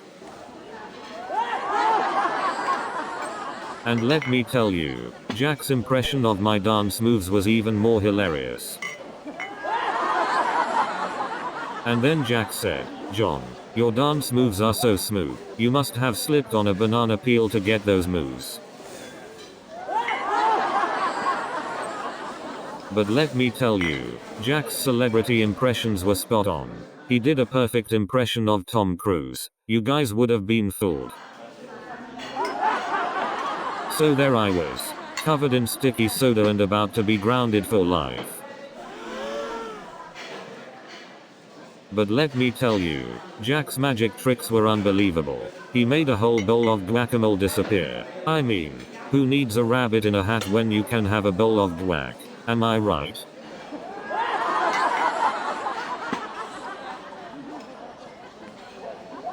Now, let me tell you about Frank's attempt at juggling. It was like watching a kitten try to catch a ball of yarn. You know, sometimes I wonder if my middle name is Disaster. You won't believe what happened next. Speaking of disasters, I once accidentally set off the fire alarm in an escape room. Yeah, I really know how to make an exit. And then, just when I thought it couldn't get any worse. You know what they say, life is full of surprises. So there I was, standing on stage, telling jokes like a chicken. I guess I really did take Mike's slot. And let me tell you, those were some funny chicken jokes. And speaking of chickens, you won't believe what I saw on the way here. But seriously, folks, have you ever seen a chicken cross the road without getting to the other side? And speaking of chickens, let me tell you, this one had a vendetta against the chicken crossing the road. Why did the chicken go to the seance? Why did the chicken start a band? Why did the chicken become a DJ? Why did the chicken become a motivational speaker? Why did the chicken become a life coach? Why did the chicken become a tech support agent? Why did the chicken become a game developer? Why did the chicken become a software tester? Why did the chicken become a web designer? Why did the chicken become a web developer?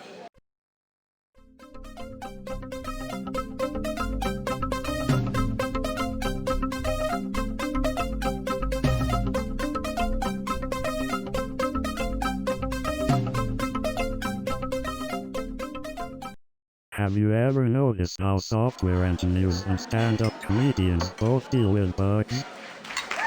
And don't even get me started on trying to explain recursion to a venture capitalist. And have you noticed how debugging code is like trying to find the punchline in a joke? You know, explaining code to a venture capitalist is like teaching a fish to ride a bicycle. You know, trying to explain software to a venture capitalist is like teaching a dog to play chess. You know, explaining software to a venture capitalist is like reading Shakespeare to a toddler. You know, explaining the cloud to a venture capitalist is like describing the ocean to a goldfish. You know, trying to explain machine learning to a venture capitalist is like teaching a dog to solve calculus. And then I told Jane, "Don't worry, I can rewrite the code from memory." But luckily, Jane had a photographic memory of the code.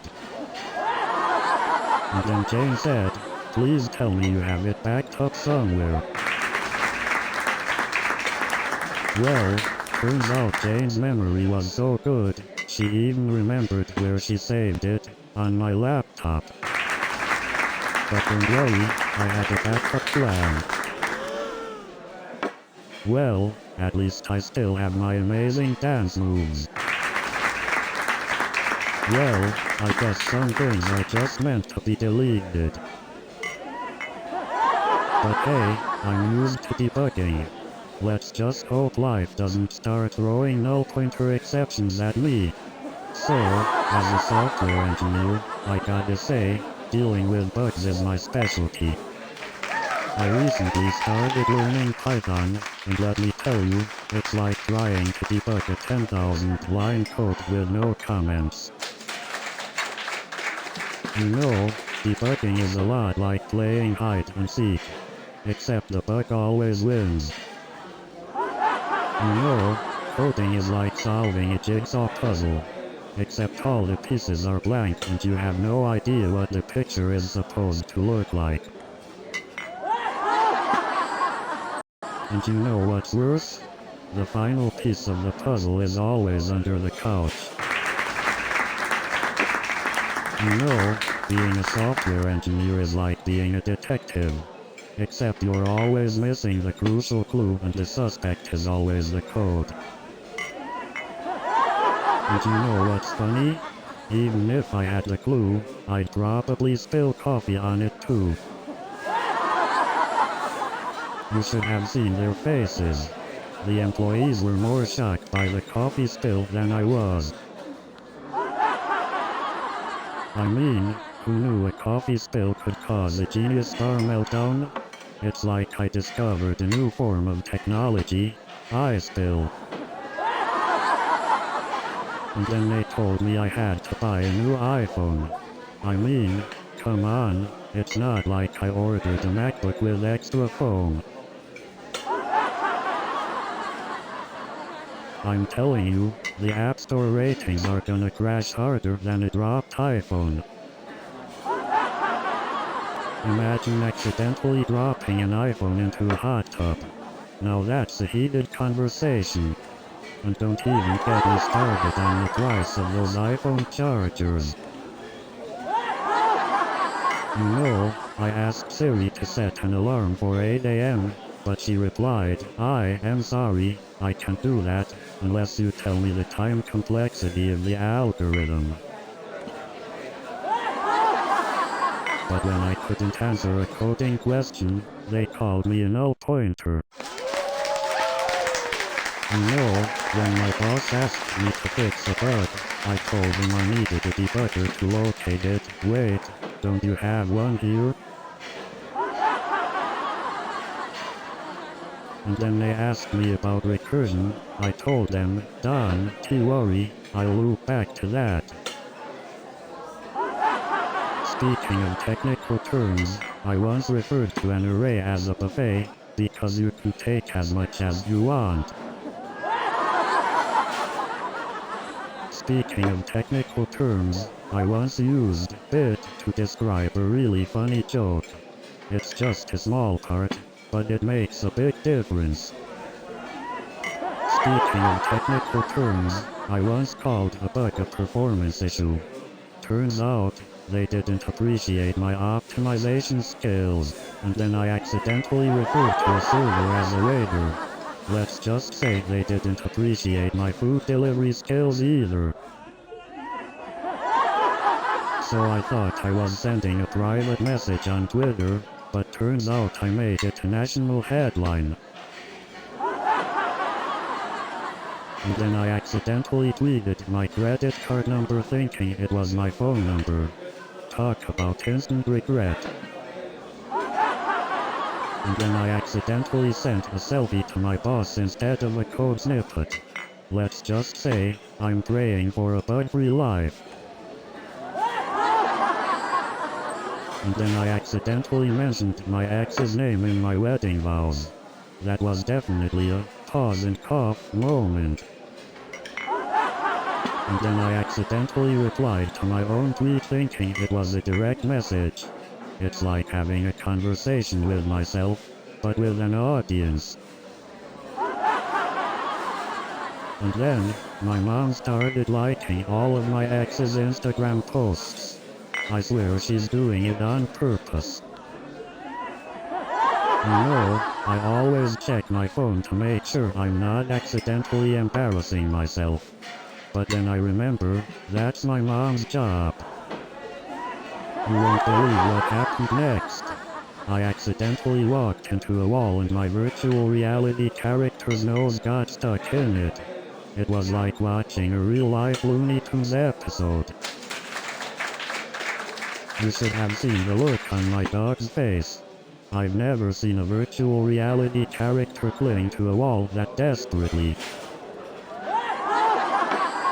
And then my dog thought the virtual character was going to eat him.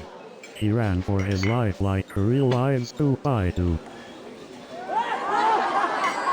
But let me tell you, my dog is definitely not a fan of virtual reality anymore. And then my dog started barking at the virtual characters like they were real intruders. And let me tell you, the virtual characters were more scared of my dog than vice versa. It was like the dog thought he had a real guard job.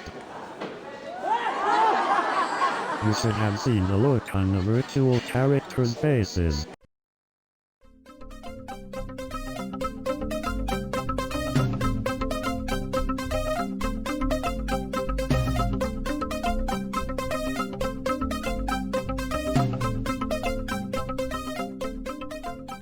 Hey everyone, are you ready to laugh? You know, sometimes I feel like I'm speaking a different language when dealing with tech support. And they always ask me to turn it off and on again, as if I haven't tried that already. I once had a tech support representative tell me to check my internet connection when I called about a broken printer. Yeah, because the internet powers paper now. I've been on board with Technotech for so long, I could have written my own code to fix this printer. And then the tech support guy said, "Have you tried turning it off and on again?" I was like, "Oh sure, let me just wave my magic wand and fix it."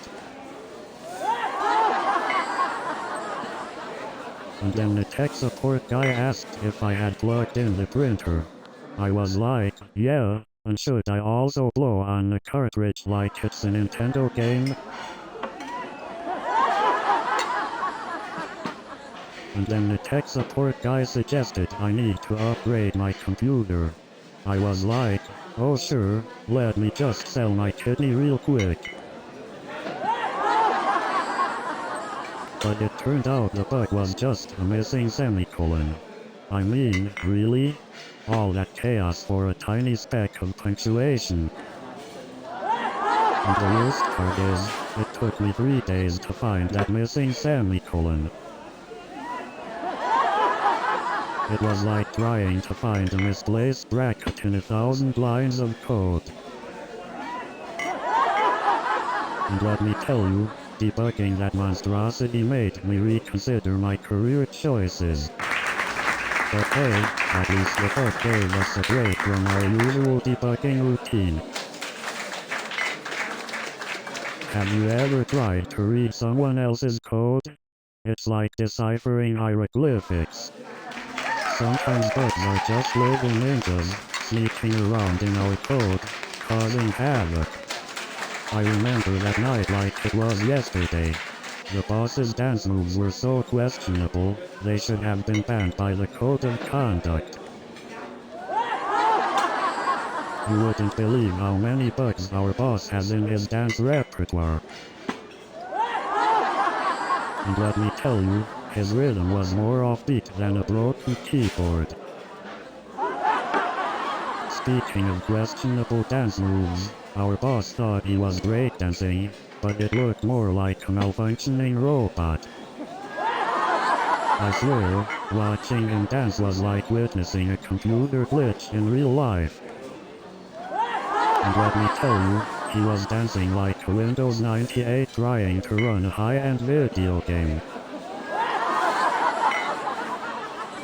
It was like watching a vintage computer trying to boot up an advanced program. And let me tell you, searching for that file backstage was like trying to find a needle in a haystack, but the haystack was made of tangled USB cables. And then I found the file right where I left it, in the recycle bin. So there I was, frantically clicking through folders like a blindfolded man playing pin the tail on the donkey. I was searching so desperately that at one point I considered offering a reward to whoever found my file. I was so desperate that I even started shouting, "Open Sesame," at my computer. And then I thought, maybe I should try turning it off and on again.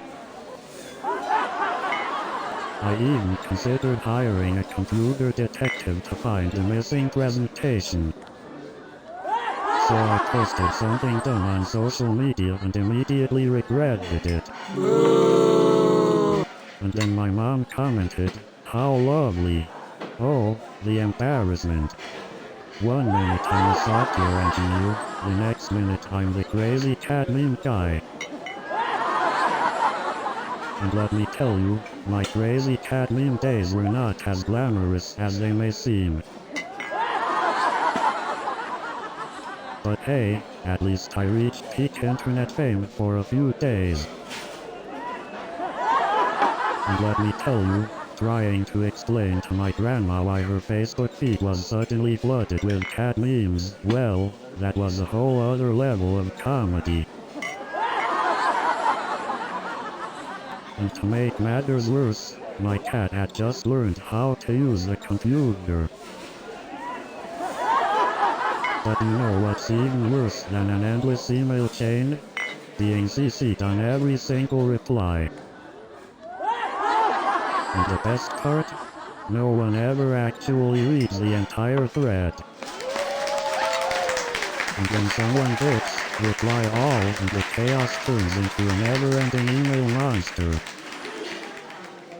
And then the email thread becomes a black hole that swallows up your productivity. And then the email thread starts to resemble a never-ending saga, with more twists and turns than a soap opera. And then, just when you think it's finally over, someone hits reply all and starts the chain all over again. It was like watching a horror movie, but instead of a knife-wielding maniac, it was a semicolon-obsessed maniac. I thought I was going to have a heart attack, but it turns out it was just an infinite loop. You know, I once had a bug so elusive, I thought it was playing hide-and-seek with me. So there I was, frantically searching for the missing semicolon, like it was the key to world peace. You wouldn't believe the looks I got from the other developers when they saw my code. It was like I brought a spoon to a knife fight. I felt like a fish out of water, surrounded by programming sharks. And then he started talking about recursion. I didn't even know if I was coming or going.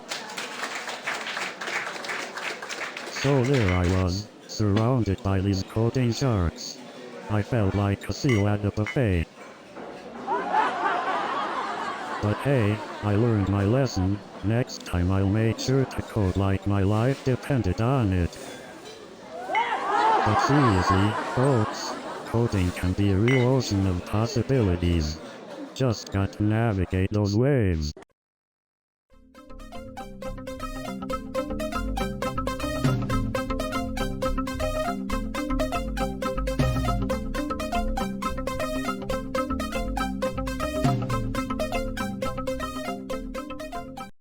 Good evening everyone, I'm John Smith, a software engineer turned comedian. So I joined this company called TechWiz and they told me they had invented a revolutionary coding language. It was called AcmeScript. Any Wile E. Coyote fans here? And let me tell you, they had some interesting job titles. I was surrounded by coding clowns and debugging acrobats. And I swear, their project managers were like circus ringmasters. They'd come in with their whip and top hat, and expect us to pull miracles out of our coating sleeves. And don't get me started on the juggling act they called prioritization. And their bug tracking system? It was like trying to find a needle in a haystack. And speaking of prioritization, it's like trying to juggle with one hand while riding a unicycle blindfolded. And don't even get me started on their project management tool. It was like trying to navigate a maze blindfolded. I mean, I've never seen so many fish pictures in my life. Are they planning on having a seafood buffet on their first date? It's like the algorithm wants me to get catfished. I swear, half the people on there have never seen a shower in their life. And don't even get me started on the filters. I can't tell if I'm swiping right on an actual human or a cartoon character. I mean, seriously, when did it become so hard to find someone who can hold a decent conversation? But hey, at least now I have a collection of unmatched socks. And let me tell you, her profile picture was definitely taken from her best angle 10 years ago. And then I saw her profile picture, let's just say, she definitely knows how to use filters. But hey, at least I got some great material for my stand-up. And then Jason said, you should open for me next time. So there I was, chatting with Jason, and he starts telling me about his brand new private jet. And then Jason tells me he has a gold-plated toilet in his mansion. Who needs gold on their toilet? I'd be happy if mine just flushed properly. But seriously, who needs a gold-plated toilet? I'd settle for one that actually has toilet paper. Speaking of celebrity encounters, I once ran into a famous actor at a grocery store. I said, I loved you in that movie. And he replied, that was me? And can you believe it? He asked me if I wanted to star in his next movie. Why do people feel the need to post pictures of their meals? I mean, we get it, you eat food. But seriously, who has time to take pictures of their food from every angle? I can barely even remember to salt my meals. And don't even get me started on the hashtags. Number food porn? Really? And the worst part is, now people just go to restaurants to take pictures, not even to eat. It's like half the meals in this city are model castings. But let's be real, how many of these influencers actually have any influence? And now we have influencer boot camps. Because apparently, being a fake online is a skill that needs training. I mean, come on. You know you've hit rock bottom when you're taking a selfie with your credit card debt. You know, I've spent more time waiting for a customer service representative than actually talking to one. And don't even get me started on their automated phone menu. I swear, it's like they're following a script written by a delusional squirrel. So I finally get transferred to a supervisor who sounds like they're chewing gravel on the other end. And I'm thinking, is this a customer service line or the audition for a horror movie? You know, I could write a best-selling novel with all the stories I've collected from customer service hell. So I'm on hold for like 30 minutes, right? I reached a point where I can predict the plot twist before the characters even realize they're in a TV show. I've watched so many shows on Netflix that I can recognize the actors just by the top of their heads. It's gotten so bad that I can't even watch regular TV anymore. I'm constantly looking for the next episode button. Sometimes I feel like I know the characters on my favorite shows better than I know my own friends. And don't even get me started on the spoilers. I practically live in fear of accidentally stumbling upon a spoiler and ruining a show for myself. I mean, have you ever been so emotionally invested in a show that you feel like you're part of the story?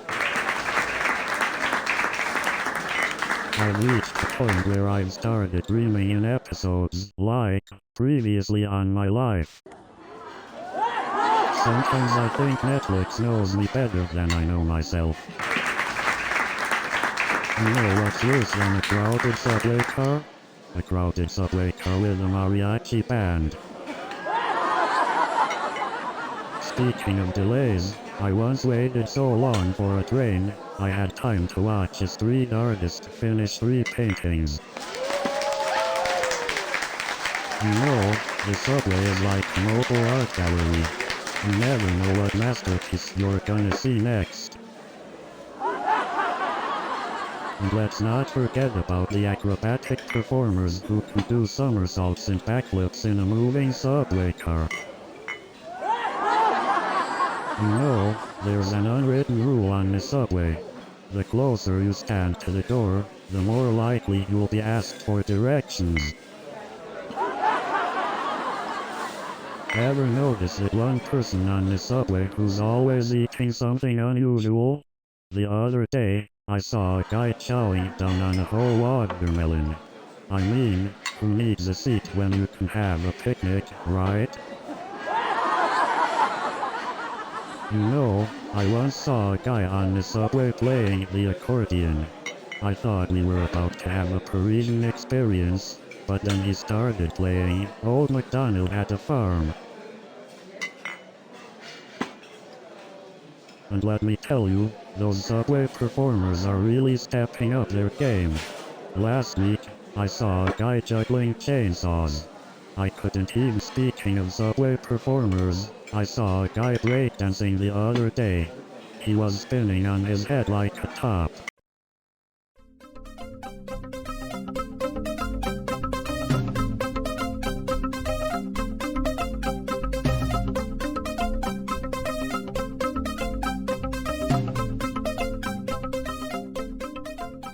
Good evening, everyone. Are you ready to laugh?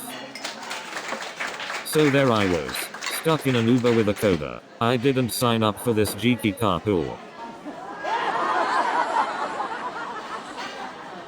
I felt like I was in a coding competition. I was just trying to get home, not debug my life. Oh man, I thought I was taking a ride, not attending a coding conference. I felt like I was attending a coding bootcamp reunion. Man, I thought I was going to a comedy show, not code review. Man, I never knew a coding debate could be more intense than a presidential debate. Wow! Man, I've never seen programmers get so fired up about semicolons. It was chaos. Iron Man was trying to calculate the trajectory of the crowd while Hulk couldn't stop smashing into everything. And there was Superman, standing in the middle of the chaos, trying to prevent people from recognizing him. But who else is that perfect jawline going to belong to? And there was Wonder Woman, using her lasso of truth, to find out who stole her lunch. And then I saw the Flash, trying to run through the crowd at lightning speed. It was like a real-life game of dodgeball. And there was Batman, trying to signal for help, but ended up hailing a taxi instead. And then there was Spider-Man, shooting webs to swing through the crowd, but ended up getting tangled with a cosplayer's wig. And Wonder Woman, she was trying to fly through the crowd, but ended up getting stuck in an escalator. Speaking of cat memes, I once saw a tech startup founder try to communicate using only cat emojis. It didn't go well. So there I was, surrounded by cat memes and colorful socks, wondering if this was a tech startup or a circus. And let me tell you, trying to write code while dodging unicycles is no easy task. I mean, who needs a yoga ball for a meeting? I just hope the CEO didn't expect us to do acrobatics to pitch our ideas. I thought my boss was crazy, but the CEO takes the cake. He once asked us to brainstorm while juggling. Talk about a circus. And don't get me started on the office dress code. It was like a fashion show for clowns. So, our CEO thought he was a circus master, but we were the ones left juggling all his crazy ideas. And let me tell you, the trending hashtags that followed were just as ridiculous. John Smith ruins lives, cancel John Smith, Twitter is the devil. And the meme makers went to town with me as the star. I never knew my face could be photoshopped onto so many things. But let me tell you, I had no idea I'd end up on the news. They had my face plastered everywhere, and not in a good way.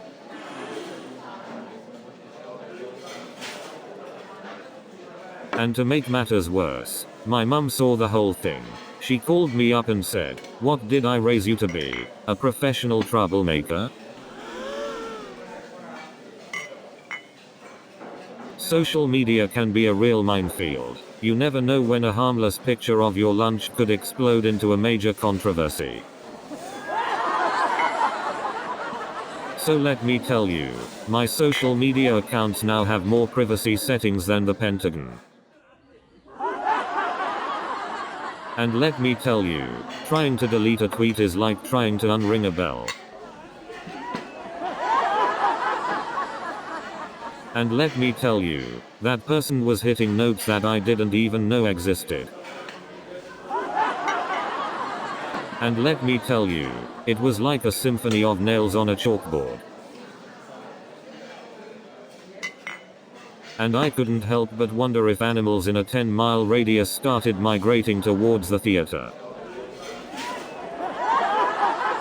And the audience members' enthusiasm was contagious, but their sense of pitch, not so much. And the singer's face was priceless. And the theater owner had to put up a sign, "No singing allowed, unless you're actually a cast member." It was like a battle of the bands, but the audience member was the only member. You know, I actually tried to start my own late-night talk show once, but my audience was just me, sitting alone in my basement. So there I was, cracking jokes with my idol like we were old buddies. I haven't washed this shirt since. I couldn't believe I was actually joking with him. I think my heart skipped a beat. I swear, that moment was like meeting a long-lost sibling. The wit just flowed effortlessly between us. And let me tell you, folks, trying to keep up with those late-night hosts is like trying to outrun a cheetah on roller skates.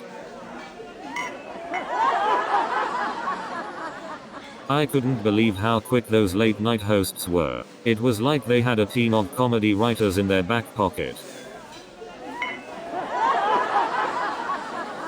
I couldn't even come up with a clever comeback. I guess I left my comedy writing team at home. And you know what's even worse? The self-checkout machine has a better sense of humor than I do. But the real kicker was when the machine started giving me sarcastic error messages like please remove unidentified object from bagging area. Like your sense of humor. And then, to add insult to injury, the machine started criticizing my choice of bananas. I didn't know I had to consult a produce expert before going grocery shopping. And then the machine took a look at my appearance and said, error 404, sense of style not found.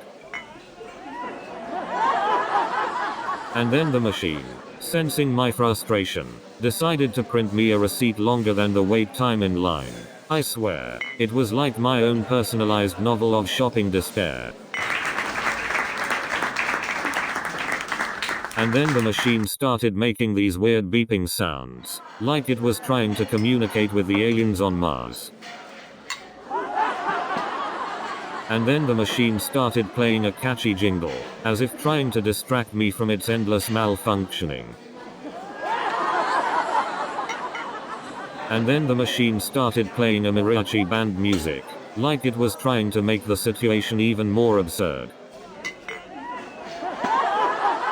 And then the machine started playing a classical symphony, like it wanted to outsmart me with its musical taste.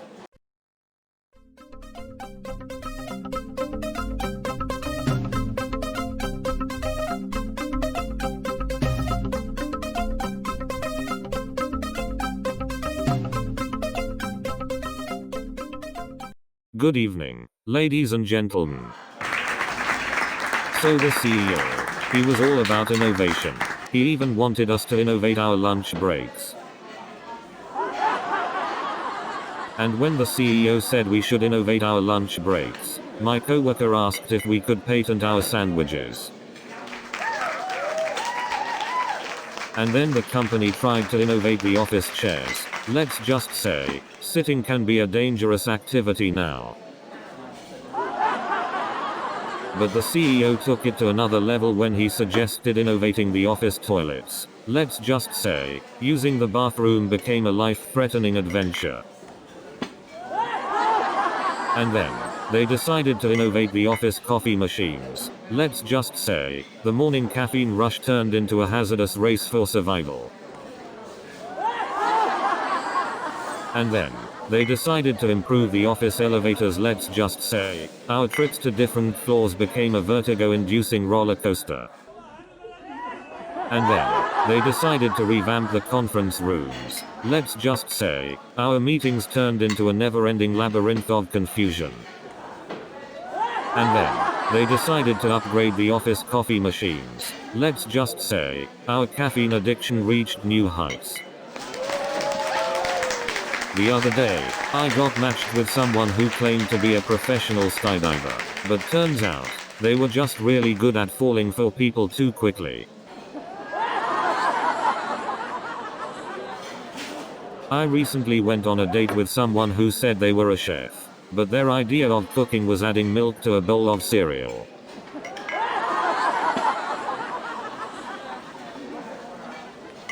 I once went out with a person who claimed to be a world traveler, but all they had was a passport full of cancelled plans.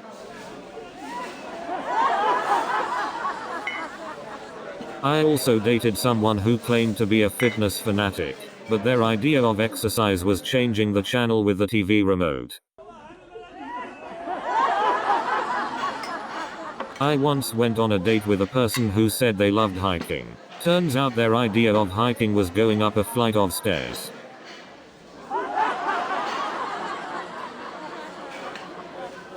I once dated a person who claimed to be a great cook, but their idea of cooking was adding milk to cereal.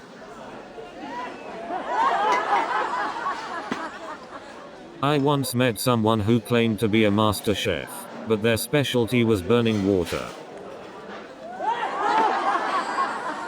So this celebrity comes walking into the office and everyone starts freaking out. So they were all like, OMG, it's the famous celebrity, and I'm just sitting there like, Who? Did someone order extra fries? And the celebrity is looking at me like, are you for real? And then I had to remind myself, hey, you're the one who ate pizza with a famous celebrity. So I'm sitting there, trying to play it cool, but my mind is racing. And then the celebrity turns to me and says, hey, do you know how to code in Python? So there I am, minding my own business, when this guy starts trying to explain quantum mechanics to his pet poodle. And then this lady sitting next to me looks up and says, are we on the right train? So then this guy sitting across from me starts talking to his shoes. And then the guy sitting next to me says, I've seen stranger things on this train. And then this guy starts breakdancing in the middle of the aisle. So here I am, just trying to enjoy my subway ride, when suddenly. And then this homeless guy starts singing opera at the top of his lungs. And then the boss says, let's play a game called Find the Missing Staples, as if we're looking for the Holy Grail or something.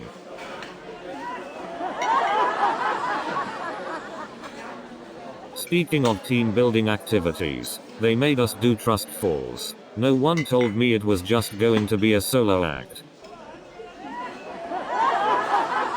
I once had a coworker who used to schedule meetings just for fun. It was like she had a personal vendetta against productivity. I remember one time my boss asked me to come up with a creative solution to a problem. So I suggested we get rid of the problem.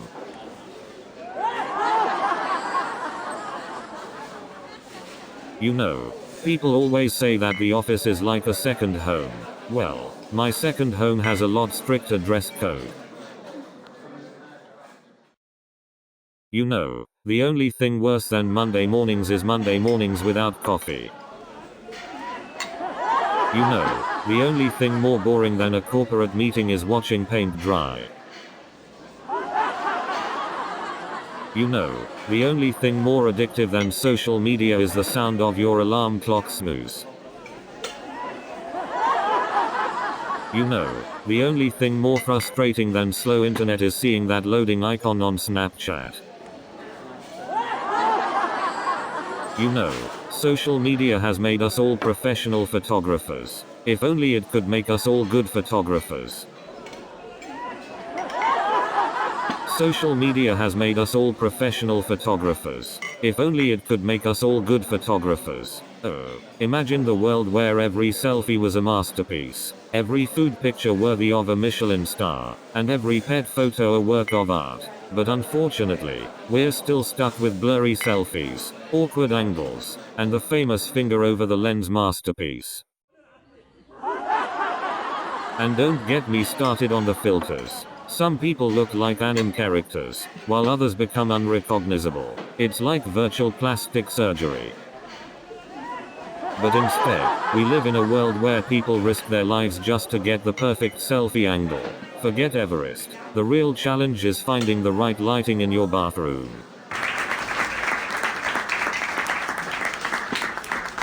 And have you seen those influencers who take pictures with their food? They spend more time styling the plate than actually eating. It's like they're on a date with their chicken nuggets.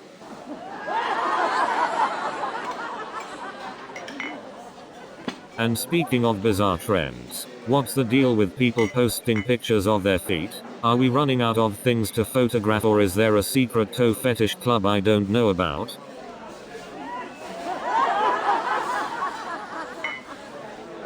And have you seen those people who take selfies in the mirror at the gym? I mean, do they really want to remember that they wore the same shirt 3 days in a row?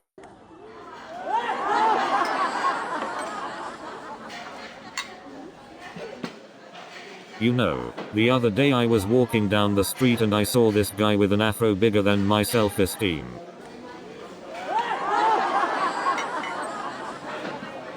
Speaking of colorful locals, I bumped into a guy dressed head to toe in neon. I thought I had time traveled back to the 80s. Do you ever feel like you're walking through a living, breathing museum? It's like every street corner has a story to tell. And don't even get me started on pigeons. These birds think they own the city. I swear, they are the true rulers of New York. You know, sometimes I look at those graffiti-covered walls and think, hey, that looks better than the fancy art in museums.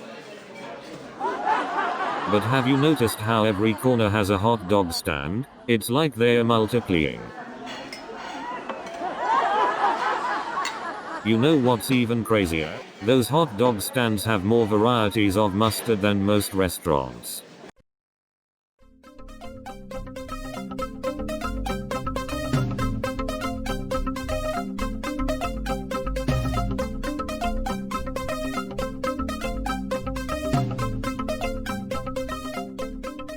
Good evening, ladies and gentlemen.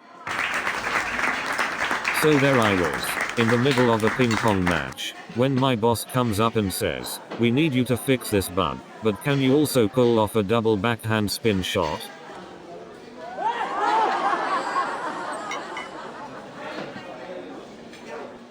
And you know what? I actually did it. Double backhand spin shot while fixing a bug, all in one go. Wow. And let me tell you, trying to debug code while doing a pirouette, it's a recipe for disaster. But let me tell you, trying to write code while juggling beach balls, it's a circus. But let me tell you, trying to write code while riding a unicycle, it's a balancing act. But let me tell you, trying to write code while hula hooping, it's a spinning sensation.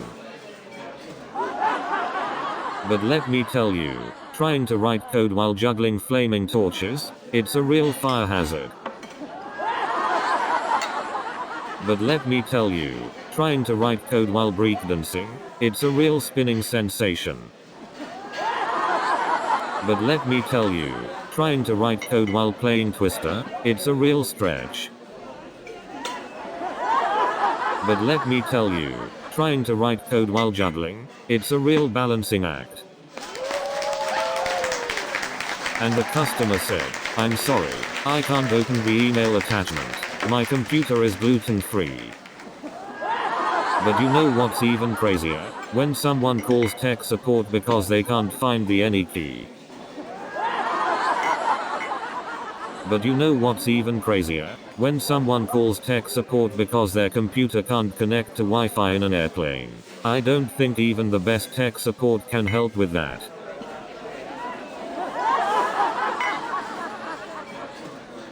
But you know what's even crazier? When someone calls tech support because they forgot their password in their dream.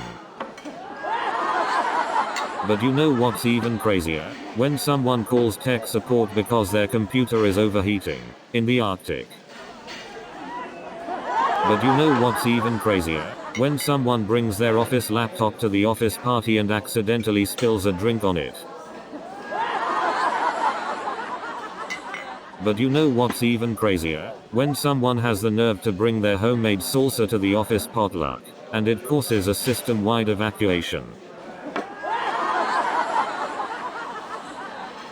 But you know what's even crazier? When someone starts the conga line at the office party and people mistake it for the company's emergency evacuation drill.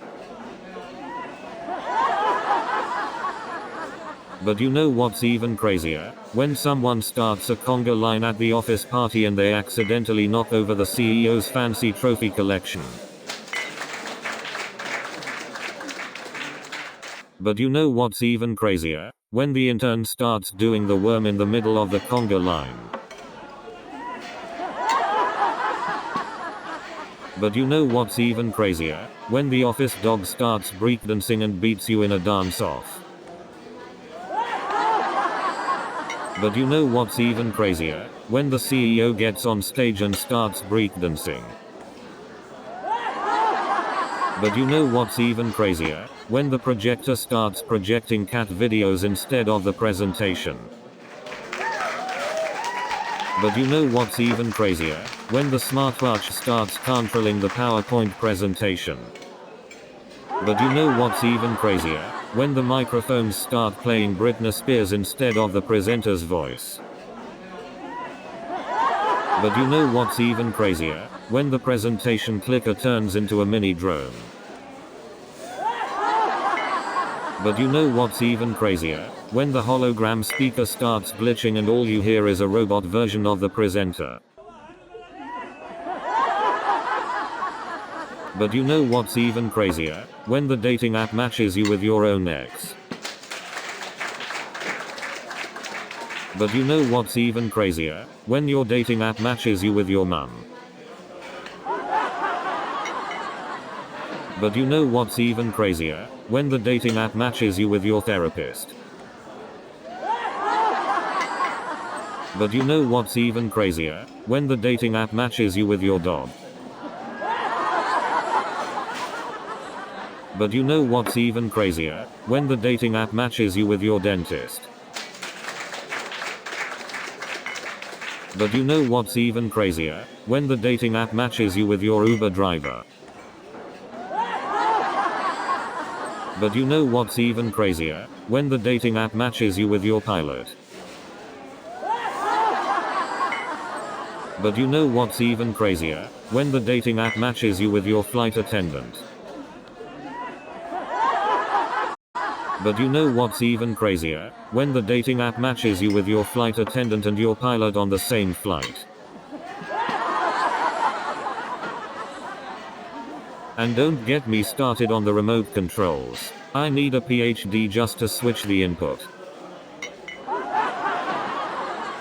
Speaking of subscription models, have you noticed that they're starting to resemble phone plans? I feel like I need a family plan just to watch my favorite shows. I swear, trying to find something to watch on these streaming platforms is like searching for a needle in a haystack. And don't even get me started on the autoplay feature. It's like a never-ending loop of "Are you still watching?" It's like they're playing hide and seek with their best shows. Have you ever noticed how every streaming platform has its own recommendations algorithm? It's like they think they know us better than we know ourselves.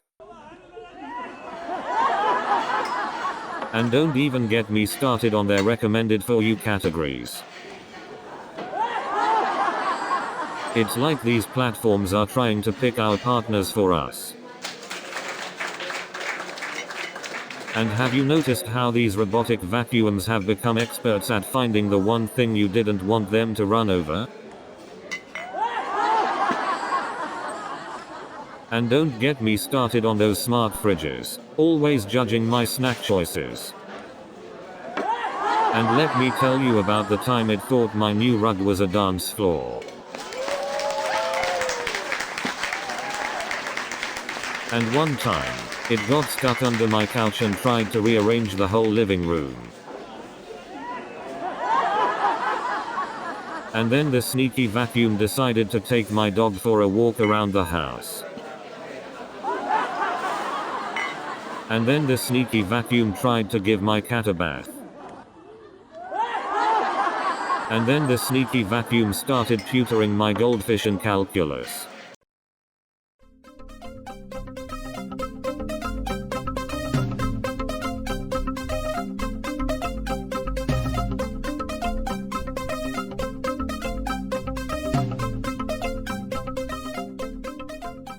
Good evening everyone. Are you ready to have a laugh riot? You know, being a bartender is like being a therapist, but with way more alcohol involved. I once had a customer who ordered a vodka tonic and then asked for extra limes. I told him it's not a salad, but he insisted.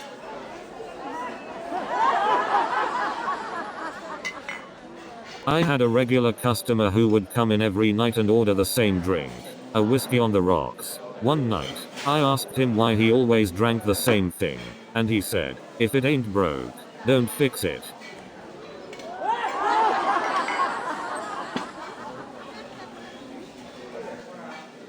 So I had this one customer who would always ask for a shot of tequila with a pickle juice chaser.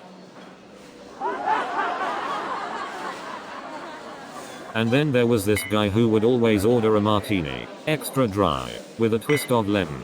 I'd make it just the way he liked it, but every time he'd say not dry enough, so one day, I handed him an empty glass and said, here's your extra dry martini.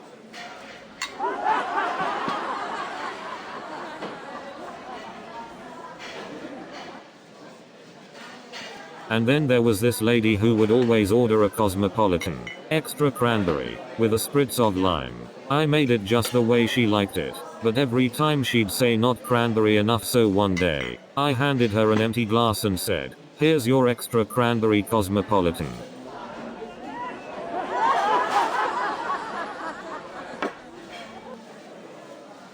And then there was this dude who always ordered a Long Island iced tea, extra strong, with a splash of cola. I made it just the way he liked it, but every time he'd say not strong enough, so one day, I handed him a shot of pure alcohol and said, here's your extra strong Long Island iced tea.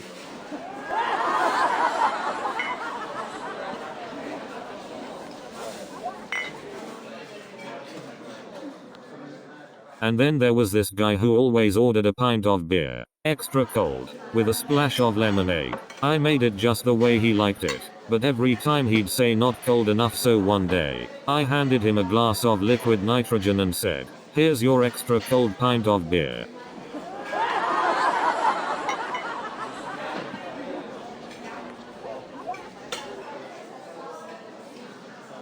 And then I had this lady who always ordered a glass of wine, extra full, with a splash of water. I made it just the way she liked it, but every time she'd say not full enough, so one day, I handed her a bottle of wine and said, here's your extra full glass of wine.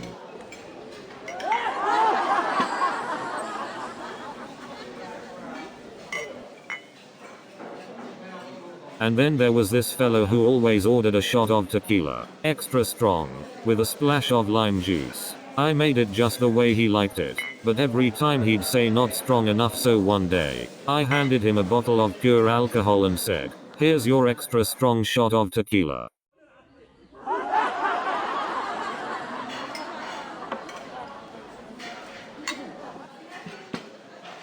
So I had this guy come up to the bar and order a beer, extra cold, with a cube of ice. I made it just the way he liked it, but every time he'd say not cold enough, so one day, I handed him a glass of frozen beer and said, here's your extra cold beer.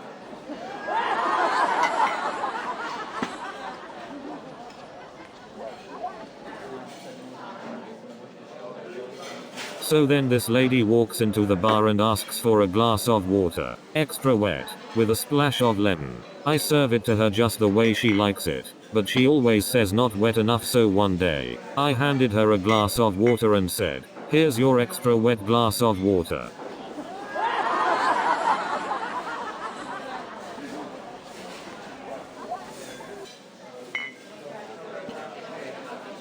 So then this guy walks into the bar and asks for a shot of whiskey, extra strong, with a dash of pepper. I make it just the way he likes it, but he always says not strong enough, so one day, I handed him a glass of pure whiskey and said, here's your extra strong shot.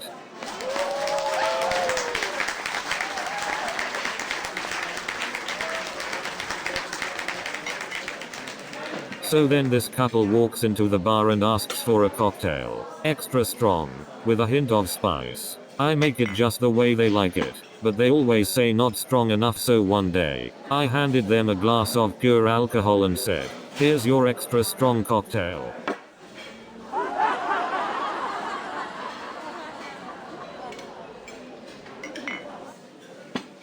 I had another customer come in and ask for a whiskey, extra strong, with a touch of heat. I figured I'd really spice things up, so I served him a glass of hot sauce and said, here's your extra strong whiskey.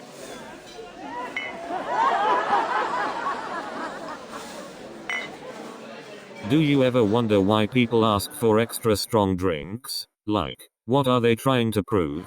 Hey, bartender, I want to feel the burn. So, after meeting George Carlin, I started incorporating more social commentary into my comedy. Like, did you ever notice how people pretend to text when they want to avoid talking to someone? And you know what else? People always say their phone battery is dying as an excuse. Sorry, can't talk. My battery is dying. Yeah, right. Like that's the only thing dying in your life. And you know what else? People always say they are too busy to call or text back. Yeah, right. Like they're running the world. And you know what else? People always complain about traffic. But have you ever noticed that no one ever admits to being a bad driver? And you know what else? People always claim to be great at multitasking. But have you ever seen someone try to eat a sandwich while texting? It's a disaster. And you know what else? People always complain about the weather, but have you ever noticed that no one ever admits to being a bad forecaster?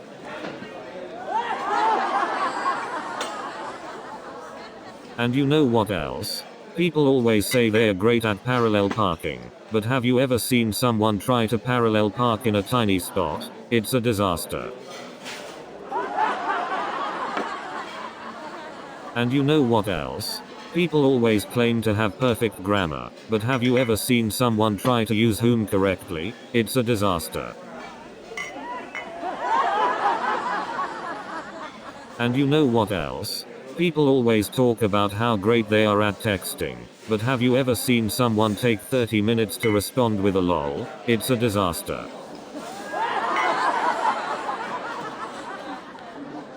And you know what else? People always complain about ghosting in online dating, but have you ever tried to end a Zoom date with an exit stage left? It's a disaster.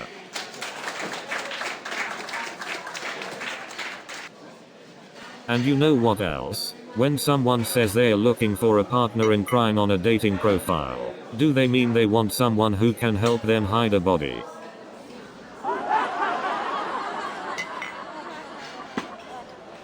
And you know what else? It's like trying to find a needle in a haystack on these dating apps.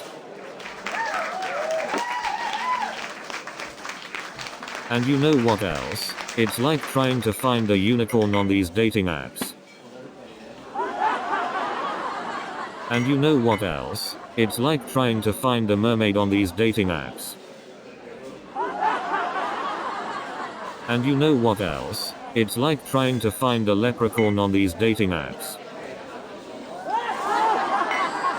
And you know what else? It's like trying to find Bigfoot on these dating apps. And you know what else? It's like trying to find an empty seat on these crowded trains. And you know what else? It's like trying to solve a Rubik's Cube while riding this roller coaster of a subway. And you know what else? It's like trying to figure out which way to swipe your Metro card while being jostled by the crowd.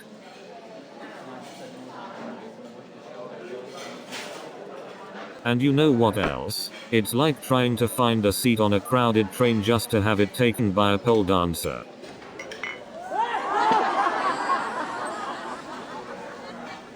And you know what else? It's like standing in line for an escalator that's broken, just watching people walk past you. And you know what else? It's like trying to find a quiet corner in New York City impossible. And you know what else? It's like trying to find an empty subway car during rush hour, impossible. And you know what else? It's like trying to find a good filter for your life, impossible. And you know what else? It's like trying to find a charging cable that's not tangled, impossible. And you know what else? It's like trying to find a new follower who's not a bot. Impossible. And you know what else? It's like trying to find a phone battery that's not at 10%. Impossible. And you know what else? It's like trying to find a real connection in the comment section. Impossible. And you know what else? It's like trying to find a friend request from your crush. Impossible. And you know what else? It's like trying to find a live screen without technical difficulties. Impossible. And you know what else? It's like trying to find a parking spot in New York City. Impossible. And you know what else? It's like trying to find a clean public restroom in New York City. Impossible. And you know what else? It's like trying to catch a cab in New York City. Impossible. And you know what else? It's like trying to get a table at a popular restaurant in New York City. Impossible. And you know what else? It's like finding a parking spot in New York City. Impossible.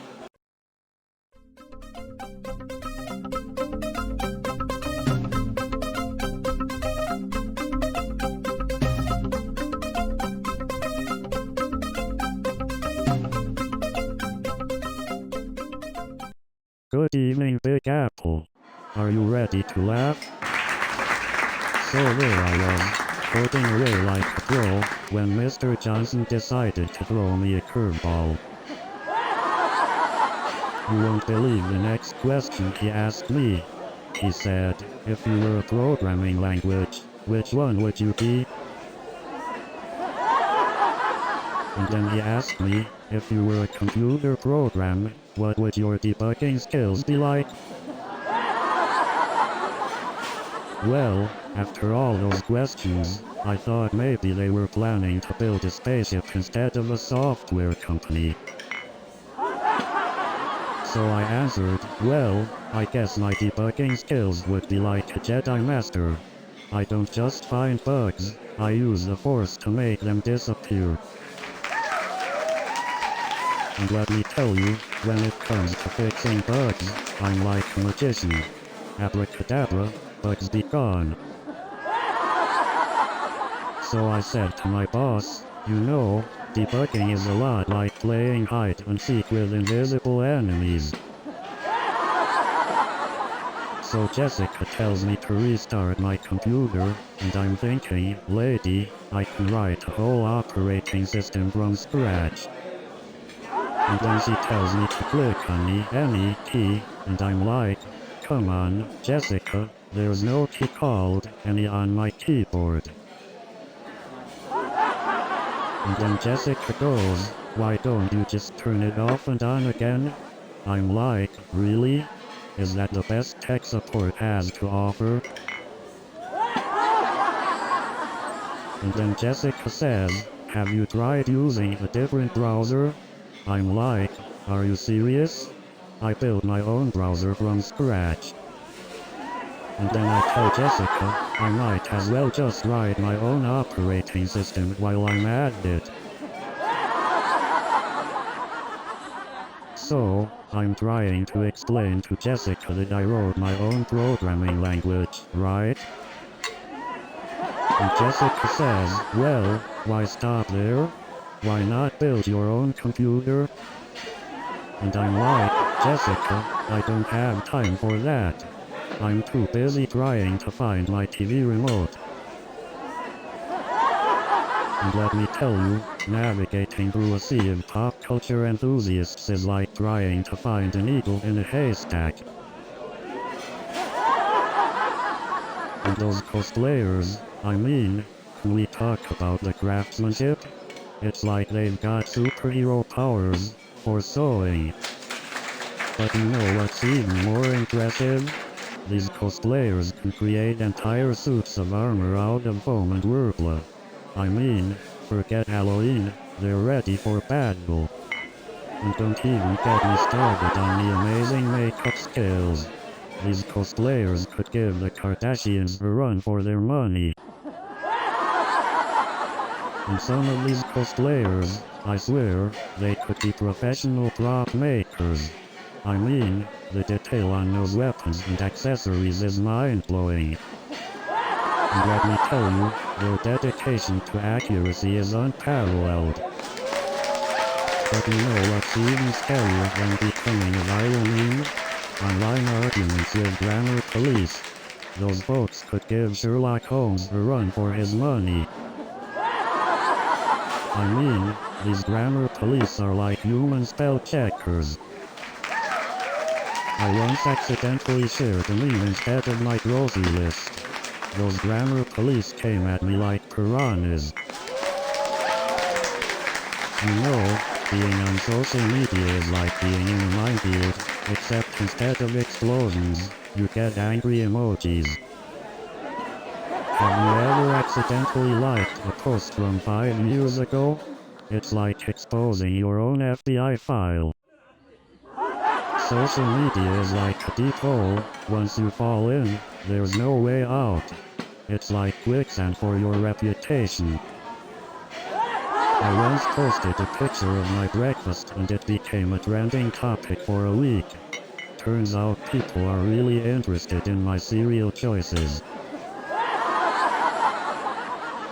I saw my uncle at the reunion and he said, "I haven't seen you since you were knee-high to a grasshopper." I told him, well, I've grown a few inches since then, but I appreciate the sentiment. My cousin decided to bring her pet parrot to the reunion. Let's just say, it added a whole new level of awkwardness. So, I decided to escape the chaos and hide in the bathroom. There were so many awkward silences at the reunion, I thought I accidentally muted my family.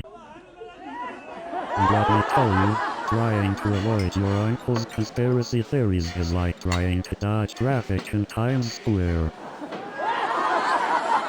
You know, I tried to escape to the bathroom, but my cousin cornered me with his 50-slide PowerPoint presentation on alien abduction. So there I was, trapped in a sea of crazy uncles and aunts, desperately searching for an escape route. And let me tell you, trying to figure out which train to take felt like solving a Rubik's Cube made of spaghetti. You know, I once saw a subway rat carrying a slice of pizza bigger than my head. And let me tell you, the subway platform during rush hour is like a sardine can. You have to inhale just to breathe. I swear, the subway map is like a puzzle designed to confuse you. It's like they want you to get lost. Speaking of sardines, have you ever been on a subway car during lunchtime? It's like a potluck where everyone brings their own smells. You know, I once saw a rat on the subway platform trying to read the map. I guess he was looking for the cheese. And don't even get me started on those subway performers. I mean, I appreciate the effort, but I didn't sign up for a live concert during my commute.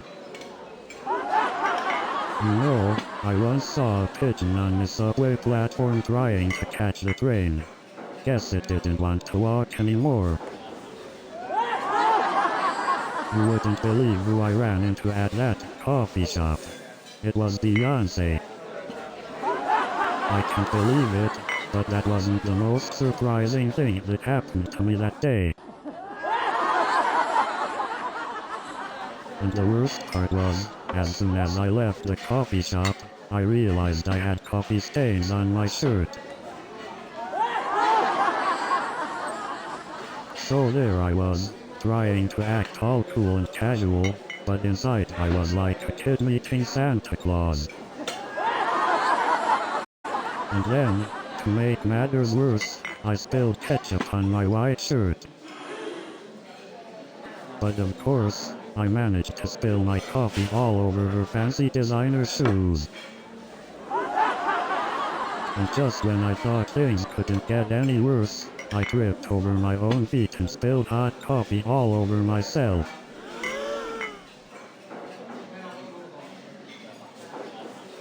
So there I was, covered in coffee from head to toe, and all I could think was, well, at least it's not on someone else's shoes.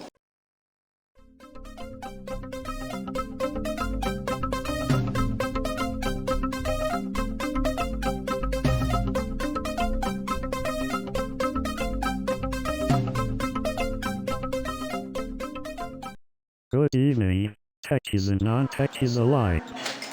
So there I was, sitting in the interview room, trying to impress Mr. Eccentric CEO with my tech skills.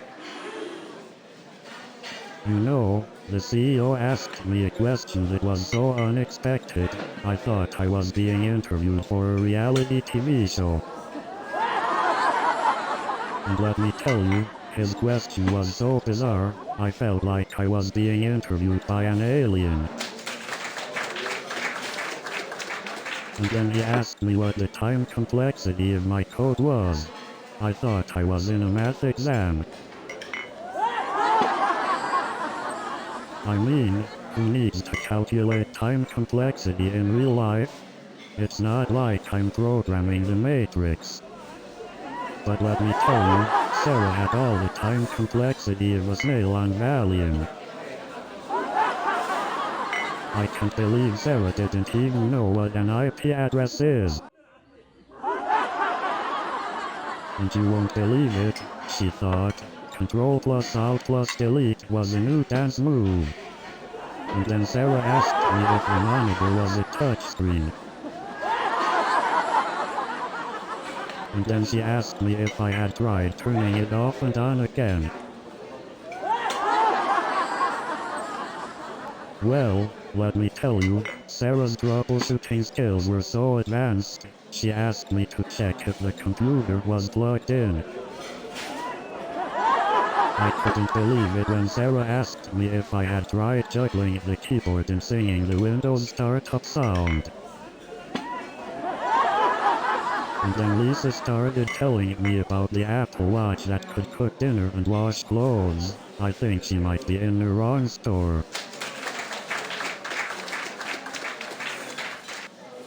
Well, the next thing you know, Lisa was telling me about an Apple device that can clean your house, do your taxes, and take your dog for a walk. I mean, I thought Apple products were impressive, but I didn't realize they were trying to replace your entire life. Yeah, I mean, at this rate, I wouldn't be surprised if they come out with an Apple product that can actually do stand-up comedy. I mean, they even have an Apple product that can make you breakfast in bed. But seriously, have you seen the price tag on those Apple products? I can buy a house instead of an iPhone. Speaking of Apple products, I once saw a guy trying to take a selfie with an iPad. It looked like he was holding a TV in front of his face. Speaking of social media, I once saw someone take 50 selfies to find the perfect one for their profile. And you know what's even crazier? People using selfie sticks to take group selfies. It's like, hey, let's all gather around this metal pole and pretend like we're having a great time. You know, it's funny how people spend so much time taking selfies, but when it comes to actually talking to someone in person, they're all thumbs. I mean, at this rate, they're going to come up with a new social media app called Me, Myself, and My Selfie Stick. You know, I once saw a guy take so many selfies in a row, he actually created a flip book. I've never seen anyone so committed to capturing every single pore on their face. And let me tell you, I've never seen someone hit that delete button so fast. I thought I had tech issues until I saw Mark Thompson trying to connect to his own Wi-Fi. It was like watching a 5-year-old trying to assemble a puzzle backwards. And then he tried to fix it by hitting the keyboard, as if it were a malfunctioning vending machine. And the crowd just stared at him, not sure if he was performing live or popping bubble wrap. It was that silent. So there I was, trapped in a room with techies, desperately trying to make conversation. And then Mark Thompson tries to fix the glitch by turning it off and on again, but accidentally shuts down the entire conference. And then Mark Thompson asks the audience if anyone knows coding, and the awkward silence is louder than the music at a metal concert. But you know what's even crazier? I actually got a response from a customer service representative named Tim. And then Tim asks me to upload a picture of the wrong item. I mean, really Tim, do you want a photo of my disappointment? But you know what's even crazier? Tim said he could see the disappointment in my eyes, over the phone. But Tim takes it to the next level and asks me for a photo of my soul. I mean, come on Tim, it's a product return, not an exorcism. And then Tim suggested that I might have accidentally ordered my disappointment along with the wrong item. And then Tim suggested that maybe my disappointment was just a bonus gift with purchase. But wait, it gets better. Tim then suggested that maybe I should start a collection of disappointments. And then I said, well, if my disappointment is a bonus gift, can I return it for store credit? And then Tim goes, well, if it were up to me, I'd hand deliver your disappointment and apologize in person. So I'm in this virtual reality world, and even here is like a superhero, flying and shooting lasers, while I'm just flailing like a fish out of water. And then Ethan says, dude, you're like a walking disaster in there. But hey, I did manage to score a virtual black eye. It was like I stumbled into a virtual hurricane. And let me tell you, those virtual hurricanes, they've got nothing on real-life hurricanes. Oh man, I've never seen someone press those buttons that fast. It's like Ethan's fingers have a turbo mode. And I thought I was good at multitasking until I saw Ethan play. Man, Ethan's gaming skills are out of this world.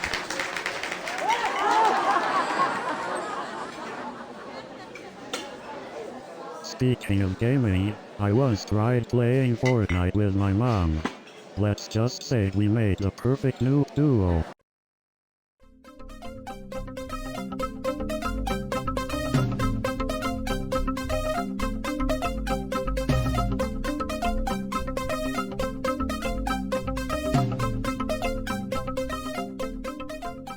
Good evening everyone. Are you ready for some tech talk comedy?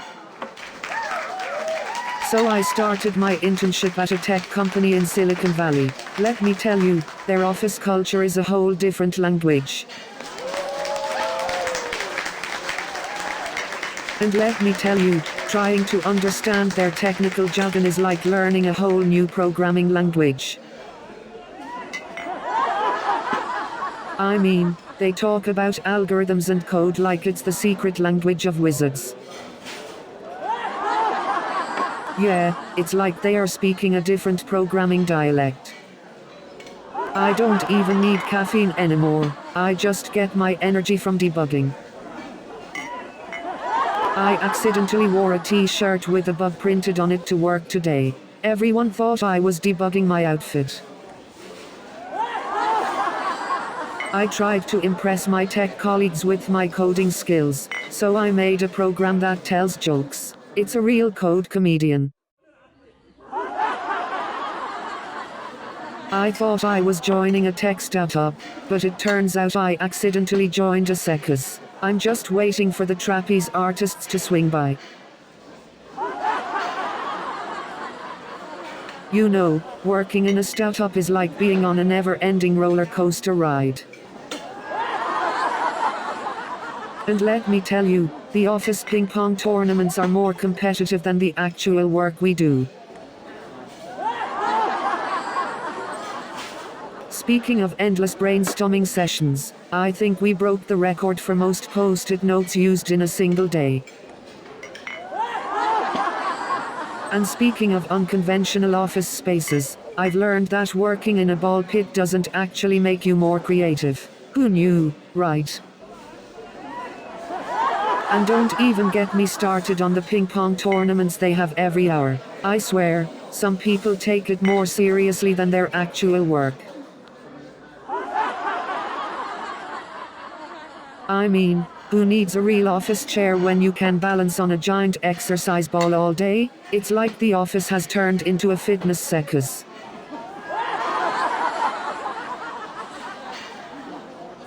Ping pong tournaments? It's like they are training for the Olympics of office sports. Tech conferences are like trying to read the Matrix. It's all ones and zeros, but where's the red pill? Robot arms at the expo. I thought it was a buffet for the Terminator. I asked a speaker what AI stands for, and he said, another idiot. So I asked him if JS stands for just silly. Have you ever seen a robot arm trying to dance? It's like watching your grandpa trying to breakdance. So I asked him if PHP stands for probably having problems. And I thought debugging code was frustrating, but have you ever tried to debug a conversation with a networking expert? And have you seen the elaborate dance people do to get the perfect selfie angle? It's like they are auditioning for America's Next Top Model. It's like we're all in a never-ending popularity contest, and social media is the battlefield. And the amount of time people spend editing and filtering their selfies is just, well. Have you ever noticed how people will spend hours crafting the perfect caption for a selfie, but can't be bothered to proofread a simple text message? It's like we're all professional photographers until it comes to taking a picture of our receipts for expense reports. It's like we're all directors shooting a masterpiece, but the only thing we capture is the best angle of our face. Remember when we used to have, like, actual conversations without emojis? Now we get to experience all the embarrassing moments in virtual reality, without the hassle of actually leaving our homes. And don't even get me started on those virtual reality roller coasters. But seriously, they need to come up with a virtual reality system that can prevent us from knocking over our coffee mugs. I mean, imagine if we had a virtual reality system that could also refill our coffee mugs. That would be a game changer. And wouldn't it be great if the virtual reality headset could sense when we're about to spill our coffee and politely warn us? Imagine if our virtual reality headsets could also make us a fresh cup of coffee. Now that's a true game changer. But instead, our virtual reality headsets can barely detect our hand movements. It's like trying to DIY coffee without any caffeine. I mean, I've seen software bugs turn a peaceful office into a war zone. It's worse than trying to navigate a minefield in virtual reality. Sometimes I feel like a software bug whisperer, you know, like I have a special connection with them. It's like being an interpreter for a foreign language that changes every day. I swear, these bugs have a secret society. They get together and plan how to mess with us. Sometimes I feel like I'm in a game of Find the Bug and the bug is just laughing at me.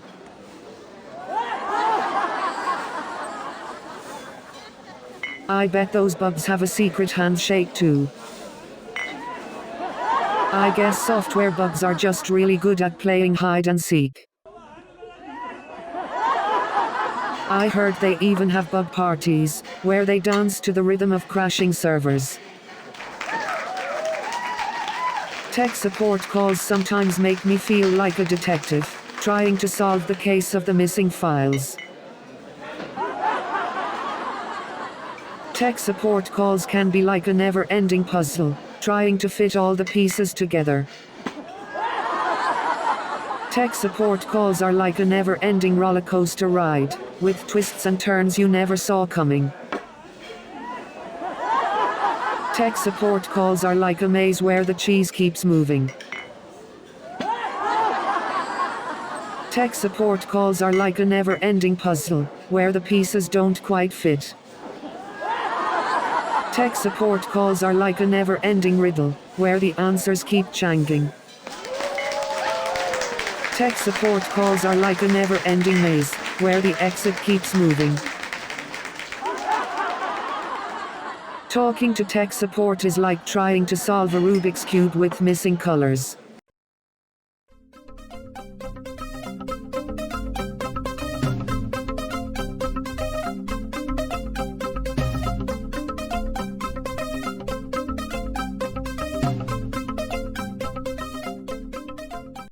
Good evening, New York City. Are you ready to laugh? So there I was, trying to keep up with the beat, like a soccer mom attempting to twerk. And let me tell you, their rhymes were more offbeat than my dad trying to dance to hip-hop. I mean, they were spitting rhymes like a broken sprinkler trying to water the lawn. But hey, at least they were having fun. I haven't seen that much enthusiasm since my last garbage collection. I was like, guys, you're gonna make the train go off beat. Man, those kids were on a whole different beat. And I was like, guys, you're gonna make the train derail. And the other passengers were like, what is happening right now? And the tech support agent was like, please hold while I check the system. And then the tech support agent said, let me transfer you to another department. And after I was transferred to another department, I felt like I was back at square one. So I asked the tech support agent, are you just transferring me to another automated response? And finally, after hours on the phone, a real person spoke up.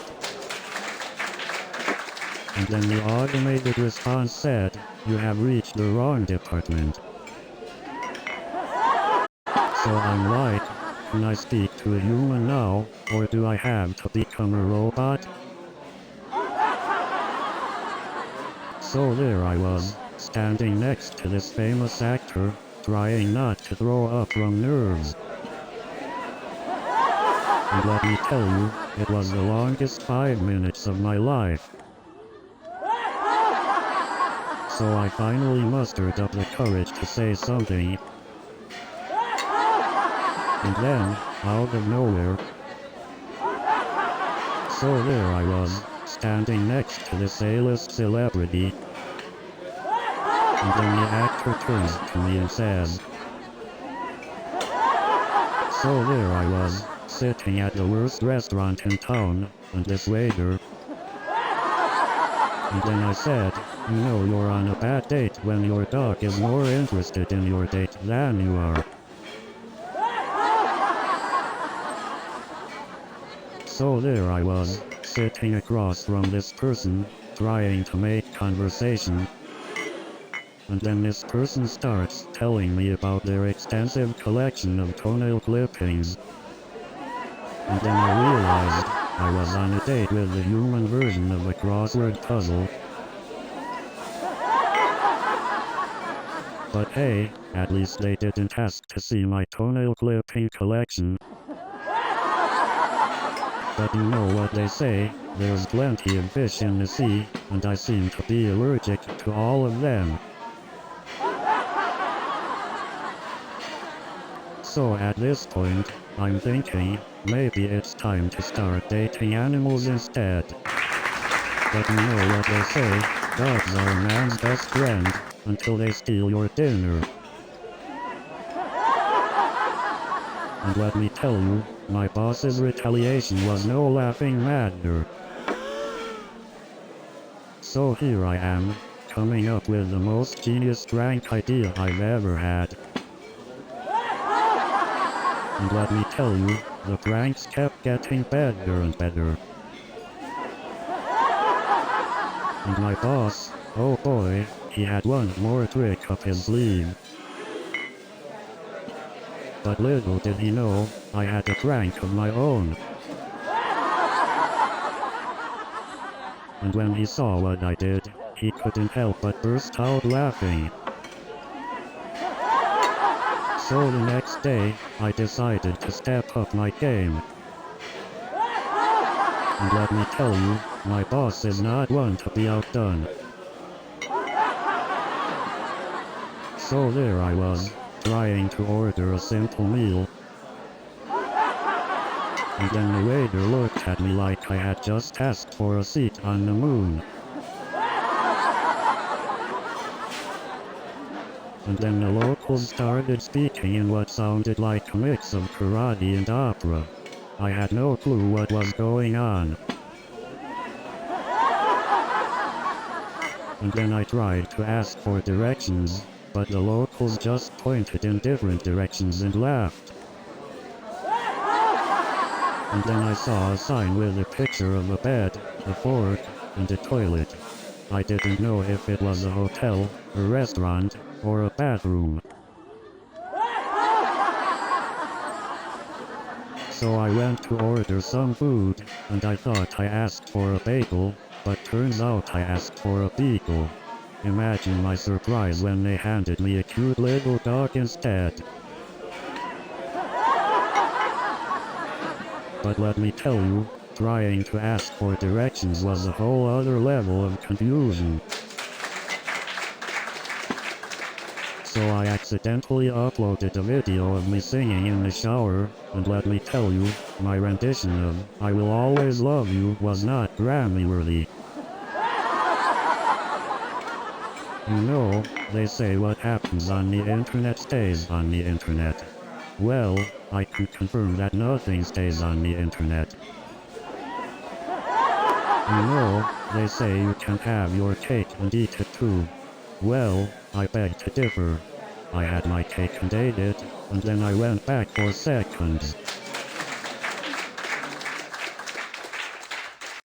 You know, sometimes I wonder if social media was invented just to make us feel stupid. Like, who needs enemies when you can embarrass yourself in front of the whole world? You know, it's crazy how social media can turn us into amateur detectives. I mean, who needs Sherlock Holmes when you have Facebook? But you see, social media is also a great platform for self-expression. Especially for those who don't have a talent for anything else.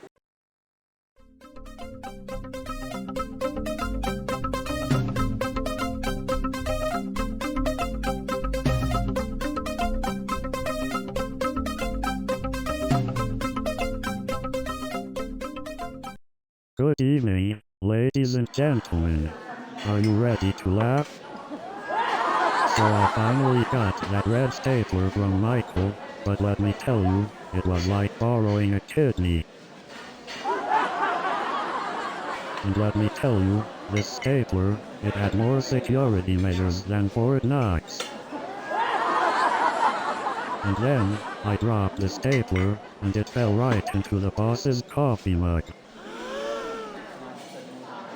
But let me tell you, getting that stapler back was like trying to wrangle a wild tiger. And then, Michael looked at me with the intensity of 1,000 angry staplers. But let me tell you, the chaos didn't end there. And that's when the office manager walked in wearing a red jumpsuit. Speaking of eccentric individuals, let me tell you about the guy I saw on the subway yesterday. So there I was, crammed between two guys who apparently thought deodorant was optional. And don't get me started on the great dancers doing backflips during rush hour. And then there's the endless delays.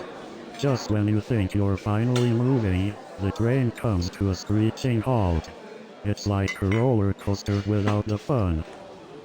And let's not forget about the subway delays during rush hour. It's like a test of patience and self-control.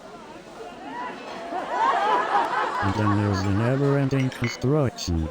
They say Rome wasn't built in a day, but I'm pretty sure the New York subway system was built in a year. And don't get me started on the subway delays during weekends.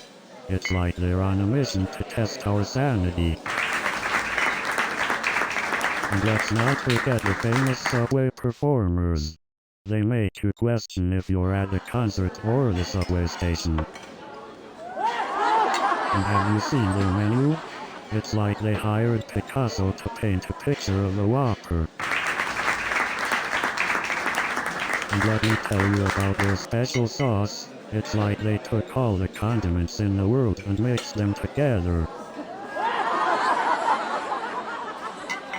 I mean, their burgers are so big, you need both hands just to take a bite.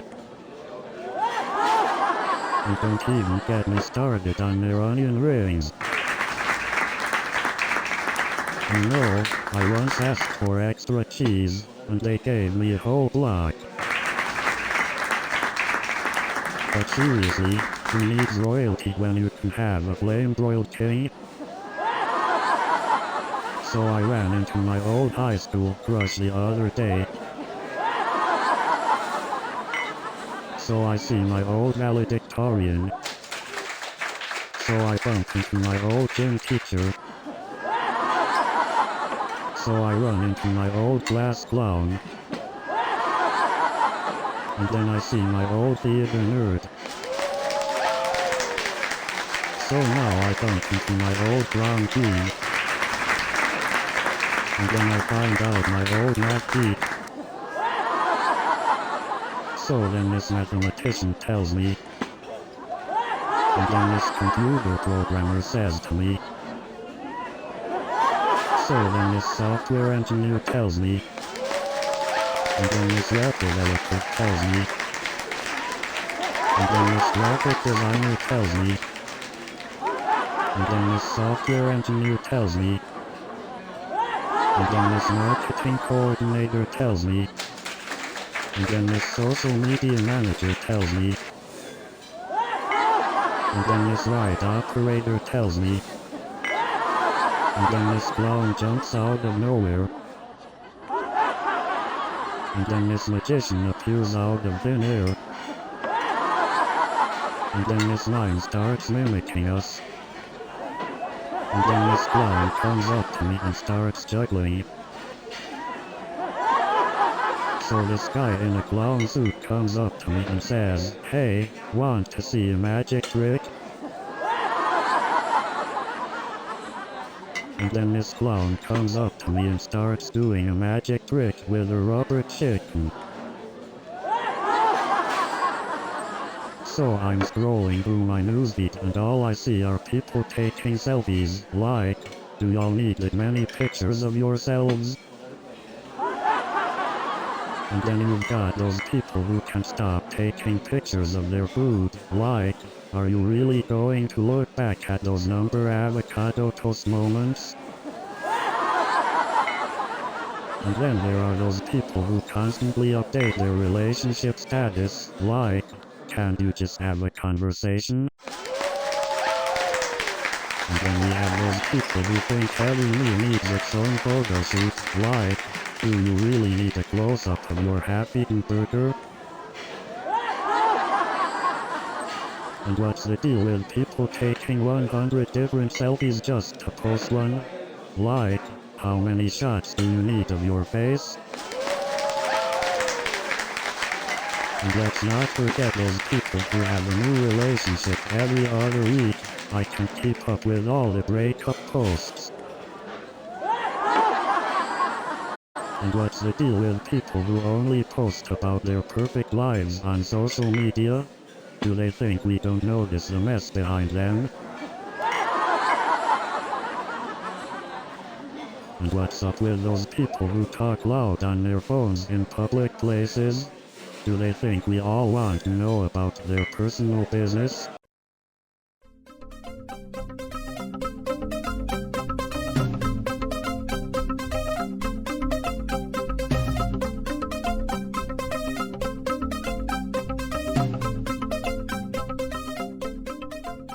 What's the deal with software engineers from New York City?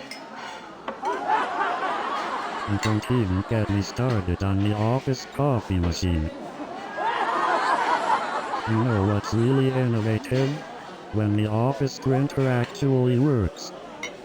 Speaking of innovative ideas, my boss at the tech startup wanted to bring in a hologram of himself for meetings. Talk about the future of micromanagement. I once suggested we implant RFID chips in our brains to track productivity. Talk about taking remote work to a whole new level. I mean, who needs self-driving cars when we can have self-eating coffee mugs? And let me tell you, their idea of a casual Friday was wearing jeans instead of suits. I felt so betrayed. But the worst part was the constant ping-pong matches in the break room. How can anyone concentrate with all that noise? And let me tell you, the office thermostat was like a battleground. 1 minute it's freezing, the next minute you're sweating. Speaking of regret, you know what's worse than a Netflix hangover? A YouTube rabbit hole. One video leads to another and suddenly it's 3 a.m. But let's be honest, who needs sleep when there's a cliffhanger at the end of every episode? And don't get me started on the autoplay feature. Just when you think you're going to bed, it's like Netflix is saying, nope, here's another episode, you're welcome. I've even started dreaming in episodes. I mean, I've watched so much Netflix that I feel like I've graduated from the school of spoilers. But you know what's worse? When you finally finish a show and you have to say goodbye to all the characters you've been emotionally invested in for weeks. You know what's even worse? When they cancel a show after one season. Have you ever seen a celebrity in public and tried to play it cool? It's like trying to act nonchalant while holding a live grenade. And then I realized I had my shirt on inside out. I was trying to look cool, but I think I ended up looking like a penguin trying to do ballet. So there I am, trying to walk normally, but I feel like I'm doing the chicken dance. But then I saw Jerry Seinfeld and all thoughts of looking cool went out the window. And then Jerry says to me, "Hey, do you know where the nearest pizza place is?" So Jerry starts telling me about this profound insight he had while waiting for the pizza. And then Jerry starts going on and on about the meaning of life, like we're sitting in the middle of a philosophy class. And then Jerry's like, "You know, life is a lot like a subway ride. Sometimes it's crowded, sometimes it's delayed, and sometimes there's spillage." And then he asks me, "So, what do you think is the meaning of life?"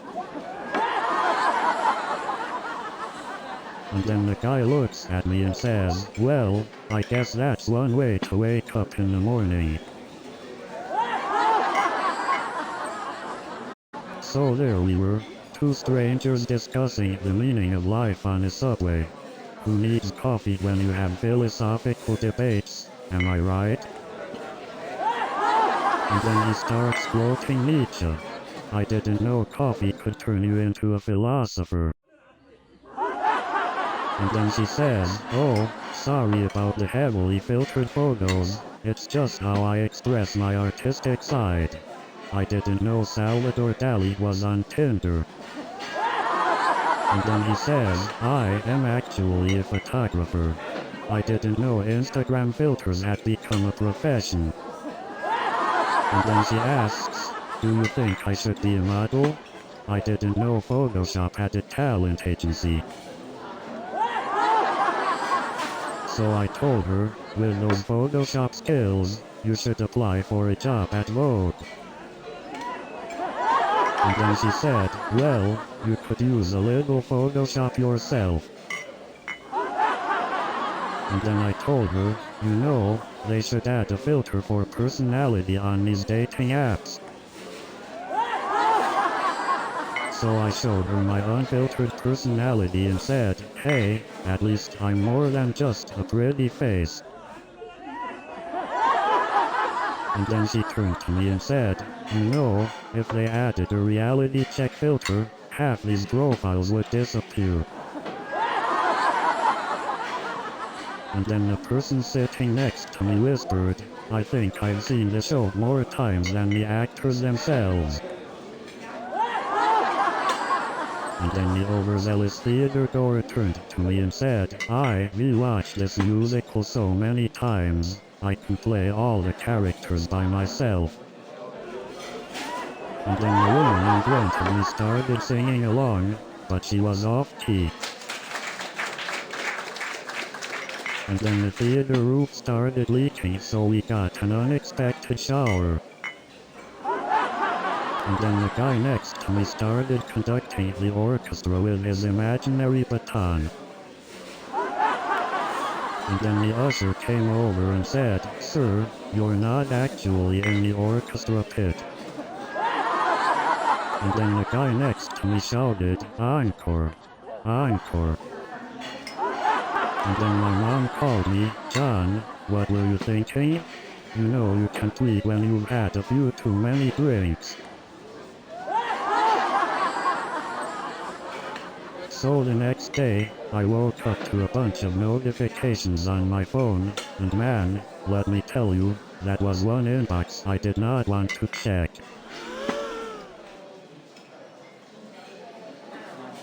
And let me tell you, trying to delete those tweets was like trying to unsend a text after a breakup.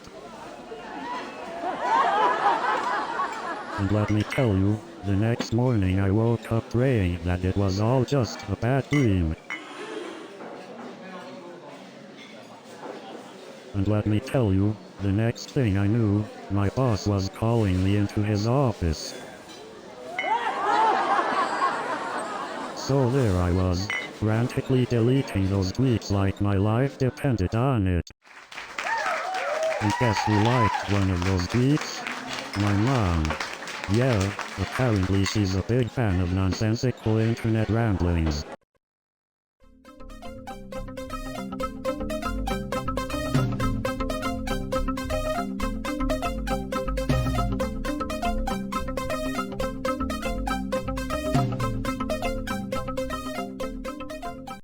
Good evening, Silicon Valley. Are you ready to laugh? So the interviewer asks me, how would you move Mount Fuji using only a teaspoon? So I said, well, I'd start by asking the mountain nicely to move. Maybe offer it a lifetime supply of teaspoons. And then the interviewer asks me, how would you calculate the mass of the universe using only a paperclip? And then the interviewer tells me, okay, imagine you're strapping a jetpack on a dinosaur.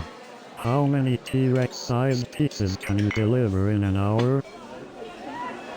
So then the interviewer throws me this curveball and says, alright, tell me how to solve world hunger with a Rubik's Cube. And then he says, imagine you're debugging a self-aware AI that insists on playing Tetris all day. How do you convince it to focus on solving world hunger? And then the interviewer hits me with this one, alright, now tell me how to achieve world peace using only emojis. You know what's challenging? Convincing my mom that my job is more than just sitting in front of a computer all day.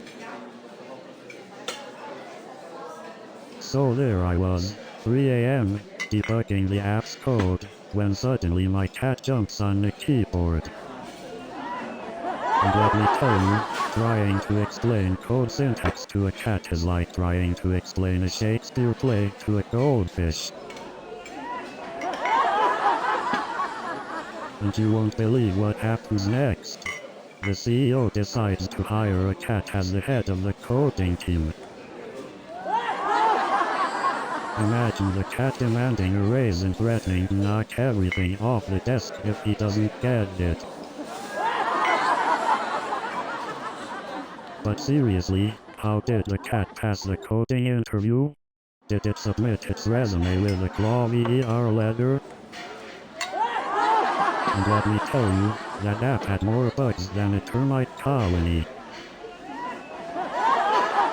But hey, it wasn't all bad. We did have a ping pong champion on the team. They even gave us a coding paddle. And speaking of bugs, our office was like a zoo. We had more roaches than a cheap motel. But let me tell you, the best prank of all was when someone replaced all the coffee with decaf. Speaking of pranks, one time our CEO's office was filled with packing peanuts. He couldn't find his desk for a week. And let me tell you, the office pranks didn't stop at the desk or the coffee. One time, they replaced our staplers with rubber chickens. And don't even get me started on the fake mousetraps. Oh, and let me tell you about the time they turned the break room into a ball pit. It was impossible to have a serious conversation in there. I mean, who knew that tech conferences could be so chaotic? It's like trying to cram the whole internet into one room. And then they asked me to fix their Wi-Fi. I'm a comedian, not an IT help desk.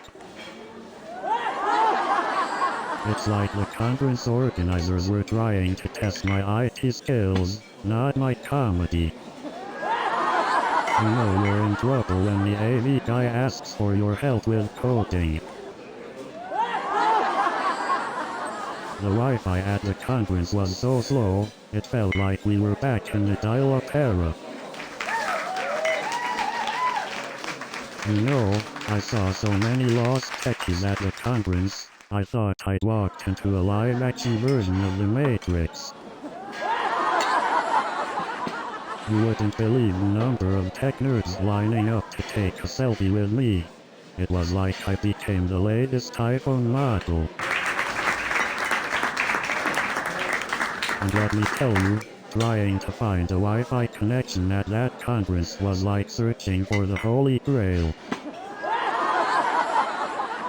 But hey, at least they had free energy drinks. I felt like I could power a server farm with all that caffeine. And their coding skills?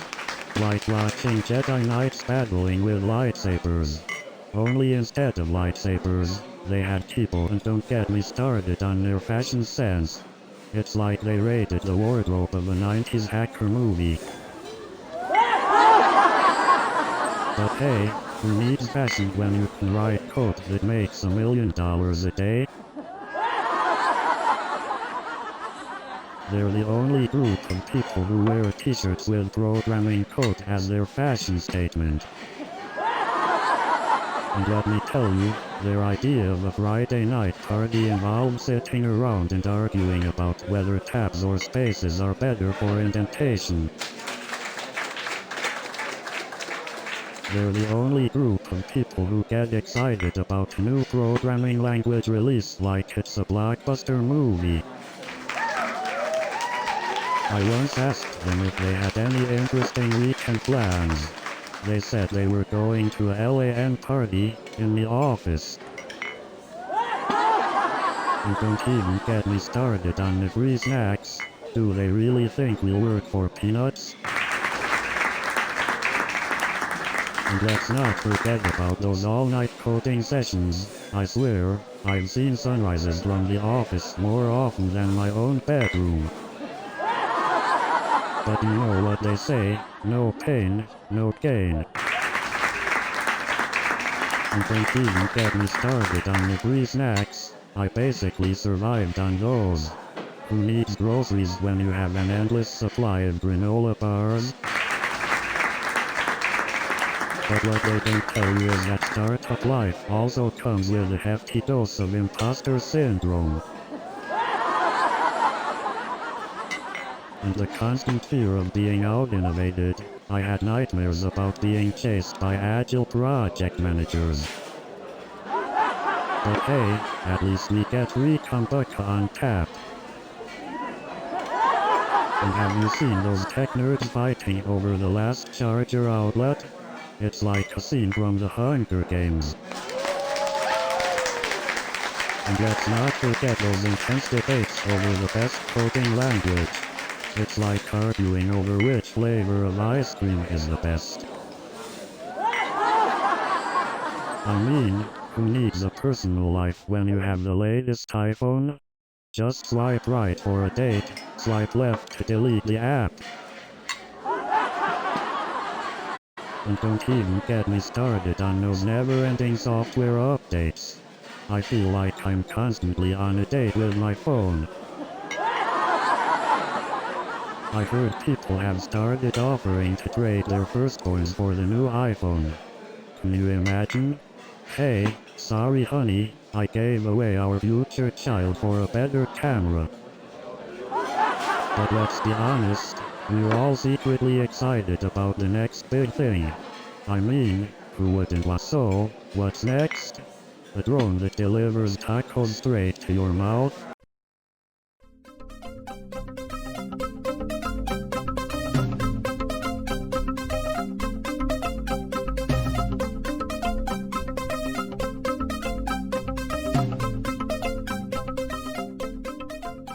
Hey everyone, welcome to Laugh Factory with Dave Johnson. You know, at Nanotech, our office kitchen is so hipster, they serve avocado toast in the vending machine. You won't believe it, they even have a kombucha bar in the break room. And let me tell you about the company mascot, a robot named RoboBuddy. And don't even get me started on the office ping pong tournament. Speaking of absurd company culture, you won't believe the weekly obsession with avocado toast. But seriously, I didn't know sitting could be an Olympic sport until I joined Nanotech. And don't even get me started on the office chair races during lunch break. You know what they say, the only drama I want in my life is on the stage, not on a dating app. I matched with someone who claimed to be a dog lover, but turned out to be more of a furniture chewer. Speaking of ghosting, I matched with someone who insisted they were a ghostwriter. Turns out, they were just really good at vanishing. My dating life is like a box of chocolates, except all the chocolates are empty and filled with disappointment. I once matched with a profile that said they were 6 feet tall. When we met, turns out they were 5'4", on stilts. So I matched with this girl who said she likes long walks on the beach. Turns out she meant literal long walks, like marathons. But hey, at least I didn't end up with a profile named Unicorn Lover 69 who turned out to be an actual horse. That would have been napalm disaster. But seriously, who needs dating apps when I can just talk to my smart refrigerator about my love life? I even tried sending messages in bottles, but they all ended up in the lost and found at the Titanic exhibit. And I thought quitting social media would be easy. I mean, how hard can it be to go back to carrier pigeons and smoke signals? But let me tell you, carrier pigeons are not the most reliable messengers. I've got friends thinking I've gone extinct. So I tried smoke signals, but let me tell you, my neighbors were not happy with all the smoke in their faces. But let me tell you, semaphore flags are no picnic either. I've had my face covered in flags and my neighbors think I'm signaling for an alien invasion. And let me tell you, trying to get an emoji across with semaphore flags is like trying to solve a Rubik's Cube blindfolded. I even tried sending smoke signals to my mom, but she just thought the house was on fire. You remember those CD players that would skip if you moved an inch? My music collection was like a roller coaster ride. I used to have a wall full of posters of my favorite boy bands. My parents were so proud of all the holes I put in the wall. Those 90s hairstyles were something else, huh? It's like the bigger your hair, the closer you were to the heavens. You know, the 90s had some awesome technology too. I mean, remember those dial-up internet days? Waiting for that screeching sound just to connect to the World Wide Web. And who could forget those iconic 90s snacks? I practically lived off Dunkaroos and Lunchables. And let's not forget about the amazing 90s toys. Who else remembers the Beanie Babies frenzy? I had a collection that could rival a small zoo. And speaking of 90s crazes, who else got caught up in the Pogs mania? I had a slammer collection that could break concrete. Oh man, the 90s were wild. Remember those slap bracelets? They were like fashion and weaponry all in one. Remember when celebrities would actually talk to their fans? Now they just tweet at us like we're invisible. But hey, at least we can still stalk their Instagram stories, right? And don't even get me started on their perfectly curated Twitter profiles. And can we talk about the filters they use? I mean, are they trying to look like a completely different person? But seriously, have you seen those celebrity Instagram posts? It's like they're not even living in the same world as us. But let me tell you, that celebrity's entourage was like a small army. I couldn't tell who was who. And the funny thing is, I didn't even recognize them at first. And let me tell you, it was chaos. People running around, knocking over chairs, printers flying everywhere. You should have seen the chaos backstage. Bob from HR was chasing after a runaway printer, and Karen was desperately searching for her stapler. I swear, the office ping-pong matches are more intense than the actual Olympics. And let me tell you, the water cooler gossip about who won the gold medal in paperclip juggling, it was intense. You should have seen the synchronized post-it note taking event. It was like watching a rainbow tango. You should have seen the fierce competition in the sticky note javelin throw. The office supplies were flying. I almost put a muscle in the highlighter relay race. Who knew fluorescent markers could be so dangerous? Remember those days of rewinding VHS tapes? It was like a race against time. You had to finish watching before it auto-rewinds. You know, renting VHS tapes was like a whole adventure. It's like we were explorers in search of the perfect movie. Man, those late fees were no joke. It's like Blockbuster was running a whole separate business just on those. And don't even get me started on the horror of getting a movie with a bad tracking. It was like watching a movie with seasickness. And let's not forget the thrill of finding the last copy of the hottest new release, only to discover it was completely scratched.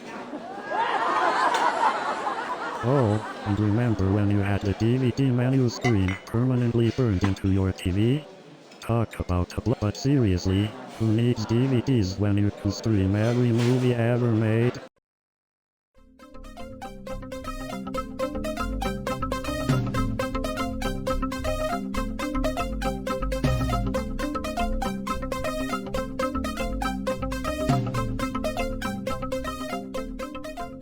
Good evening, everyone. I'm Amy Smith. So, our waiter kept calling him Tom all night. I'm starting to think maybe he wasn't impressed with my pronunciation of his last name either. And then, to top it off, I accidentally spilled mustard on his shirt. Talk about making a great impression. So, after all that, I accidentally knocked over a candle and set the table on fire. I guess I really know how to make a lasting impression. So he looks at me and says, I guess this is why they call it a mustard stain. Oh, I couldn't help but laugh.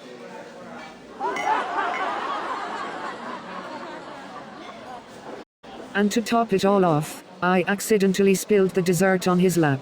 Talk about sweet revenge. So, after all that, I had to ask him, what's your name again, Steve? And then he said, well, at least we can't say this date wasn't memorable. And then the waiter came up to us and said, hey, Tom, how's your date with Sarah going? I couldn't believe it. Lisa actually managed to revive the party by doing the worm dance on the conference table. Did you see the look on Lisa's face when Mr. Johnson declared his love for the stapler? Priceless. It was like a scene out of a romantic comedy. Lisa was the quirky best friend and Mr. Johnson was the clueless leading man.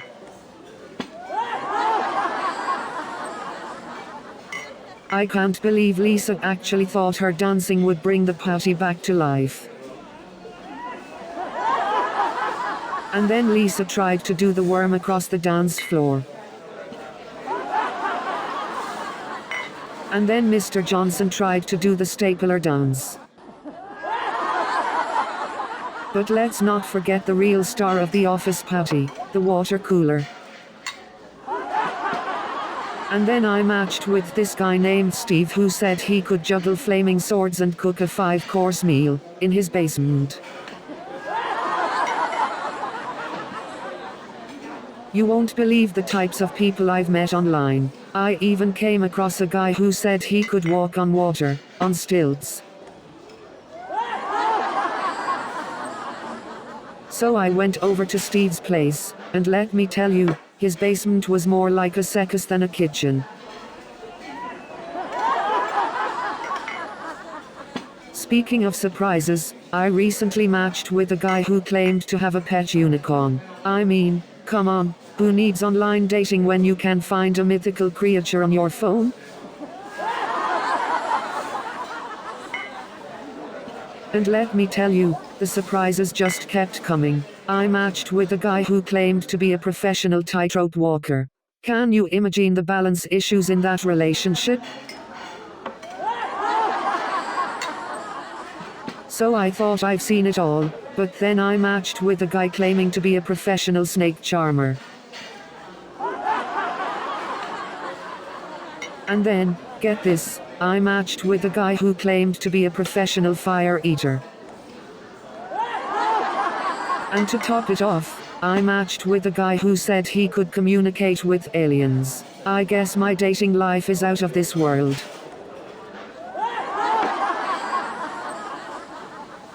And just when I thought things couldn't get any crazier, I matched with a guy who claimed to be a professional tightrope walker. So there I am, chatting with Mark Johnson, looking like I just won the lipstick smudge competition.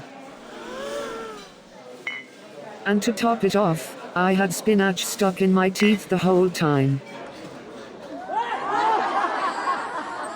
But hey, at least he didn't notice my mismatched socks. And guess what? I also had toilet paper stuck to my shoe the whole time. So there I was, talking to Mark Johnson with lipstick all over my teeth. But you know what? I think he actually found it charming. And you won't believe it, but when I turned around, there was toilet paper stuck to my shoe. Talk about making an impression. And let me tell you, I didn't just trip over the treadmill, I practically somersaulted off of it. It was like my own personal audition for Cirque du Soleil. So there I was, face planted on the treadmill, thinking to myself, nothing says smooth and graceful like a human pretzel. And you should have seen the look on Mike's face. It was a mix of horror and pity, like he couldn't decide whether to help me or run away.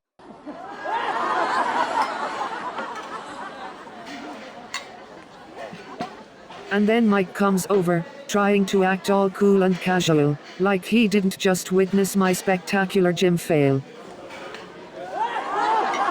I swear, it was like time slowed down. I was just waiting for the ground to swallow me whole. But hey, at least I made everyone's workout seem better by comparison. So let me tell you about the time I had to break into our own apartment. So there I was, trying to break into our apartment like an undercover agent. And here I am, raking in the cool points with the neighbors, or maybe just scaring them away. So there I was, trying to break in like James Bond but ended up looking more like Inspector Gadget. And let me tell you, I've never seen so much tinfoil in one place. I thought I was auditioning for a sci-fi film.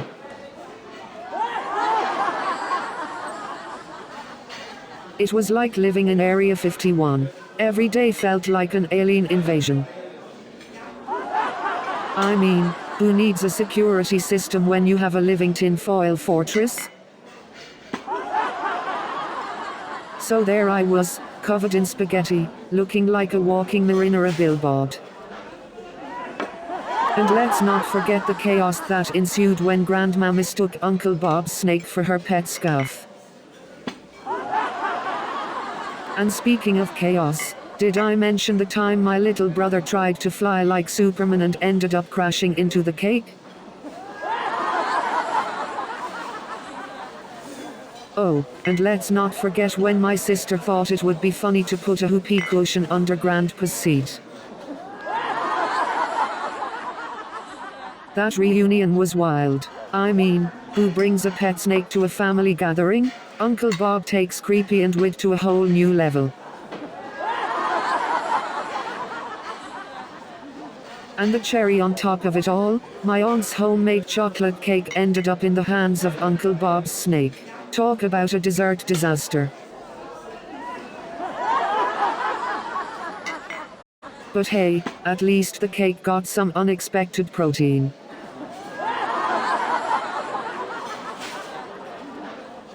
And that, my friends, is how my aunt's cake became the star of our very own wildlife documentary.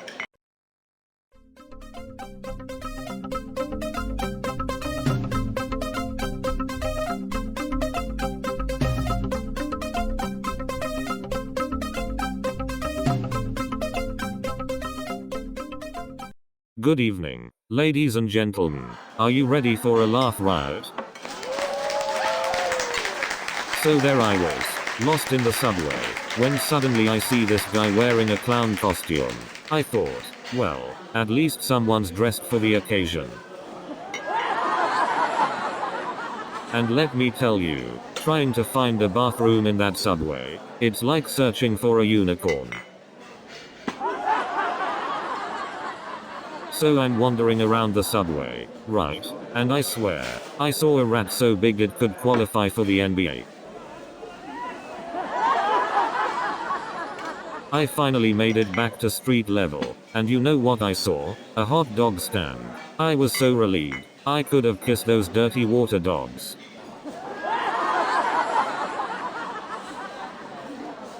And you won't believe this, but when I finally made it back to street level, I ended up smack dab in the middle of a flash mob.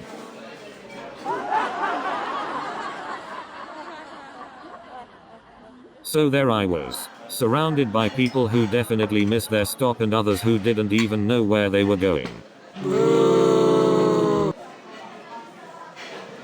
And then I found myself in a crowded subway car, with people giving me the stink eye for no reason. And don't get me started on those subway performers. I mean, who needs mariachi music at 8 AM? I mean, I just wanted to ask for an autograph, not perform open heart surgery. I guess I should have double checked if he was a surgeon or not. And then I said, well, maybe you should stick to acting and leave the surgery to the professionals. I mean, can you blame the guy? I wouldn't trust myself with a scalpel either. So there I was, standing next to this big shot celebrity, trying not to make a fool of myself.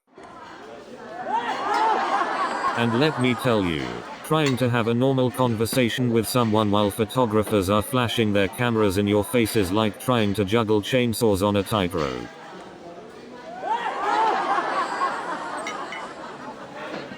You know, celebrities are just like us. They also have to brush their teeth with diamond-encrusted toothbrushes. You know, I once went on a date with this guy who was so obsessed with his pet bird, he brought it along to the restaurant.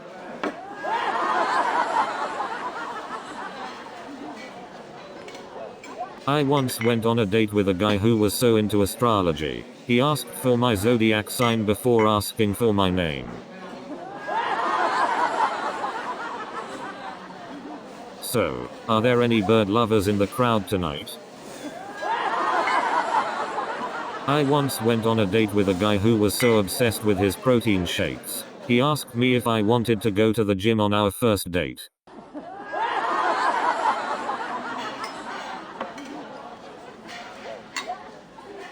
Speaking of weird hobbies, I met this woman who collected toenail clippings. And then there was this guy who showed up to the date with a pocket full of pickles.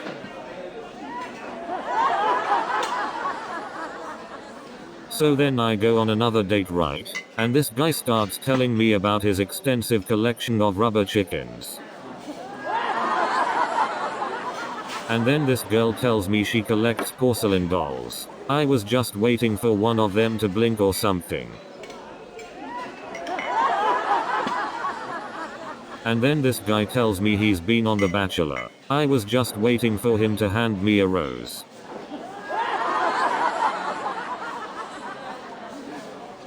And then this other guy at work tells me he's a professional prankster. I was just waiting for him to turn my computer into a toaster.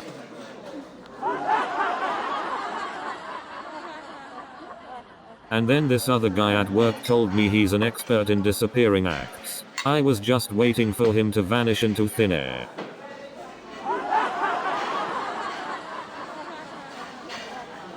And then this other guy at work said he's a master of phone pranks. I'm still waiting for him to put my stapler in rice. Well, let me tell you, these guys took pranks to a whole new level. Speaking of pranks, there was this one time when someone replaced all the coffee with decaf. And let me tell you, the prank that took the cake was when someone filled the office water cooler with pickle juice. And then, my cousin decided to do a magic trick, with disappearing mashed potatoes. Speaking of unusual family traditions, I have an aunt who insists on wearing a matching family pajama set, even in the middle of summer. I can still remember the time when my great aunt decided to bring her pet parrot to the family gathering, and let's just say, it had a lot to say.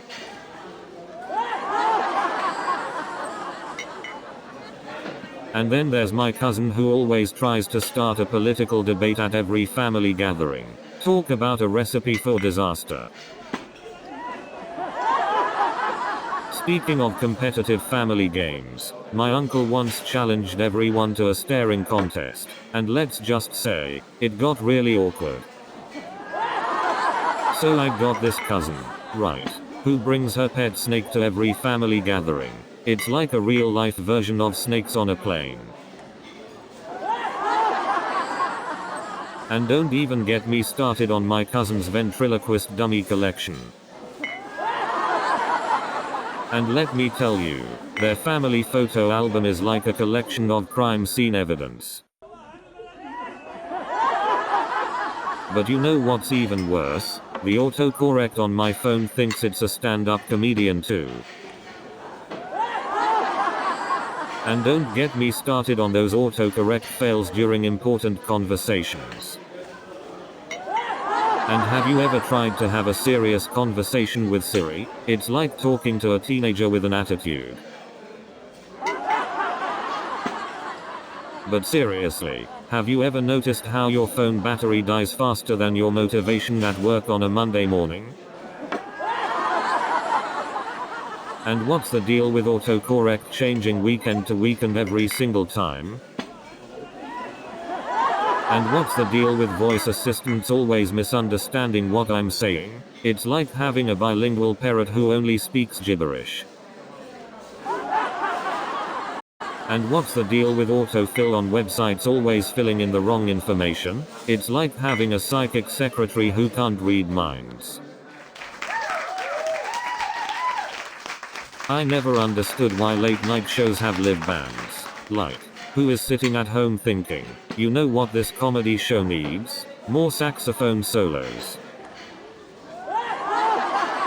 You know what I realized? Late night shows are like pizza delivery. You never really want it until it's 11:30 p.m. and you're desperate. And don't even get me started on those infomercials for exercise equipment. I mean, who needs to stay up late just to watch someone use a ThighMaster? That's a one-way ticket to insomnia.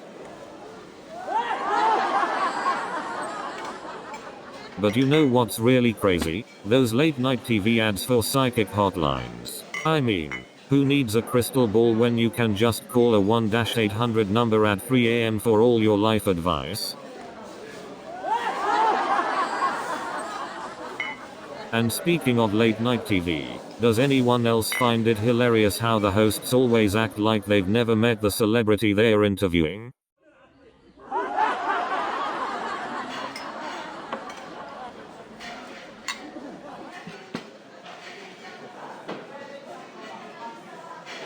And what's the deal with self-checkout machines? I mean, they always seem to have a mind of their own. One minute you're just trying to scan a bag of chips, and the next minute you're being accused of stealing a 24-pack of toilet paper.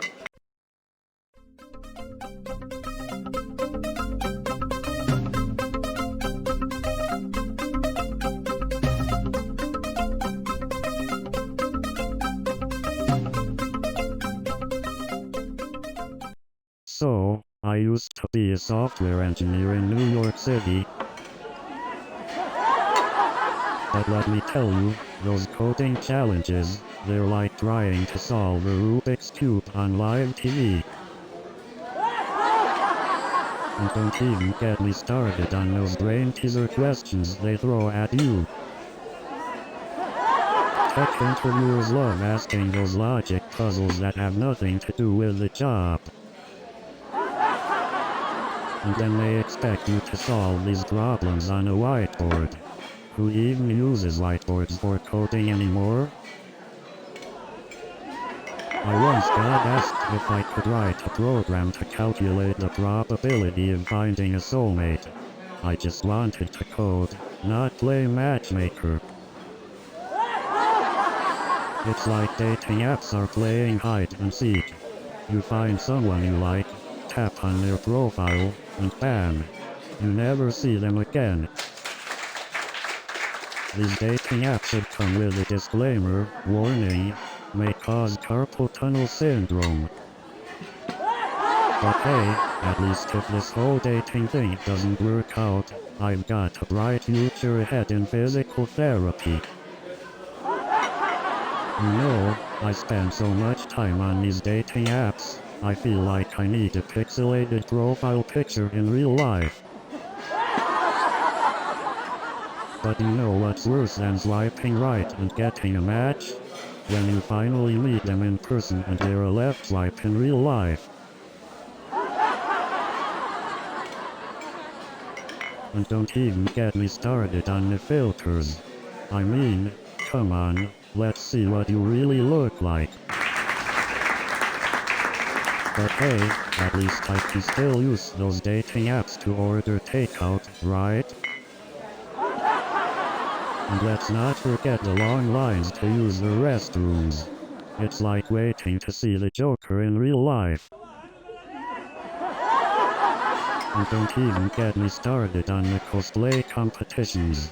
I mean, these folks are taking their fandom to a whole new level. And have you seen these impressive cosplay weapons?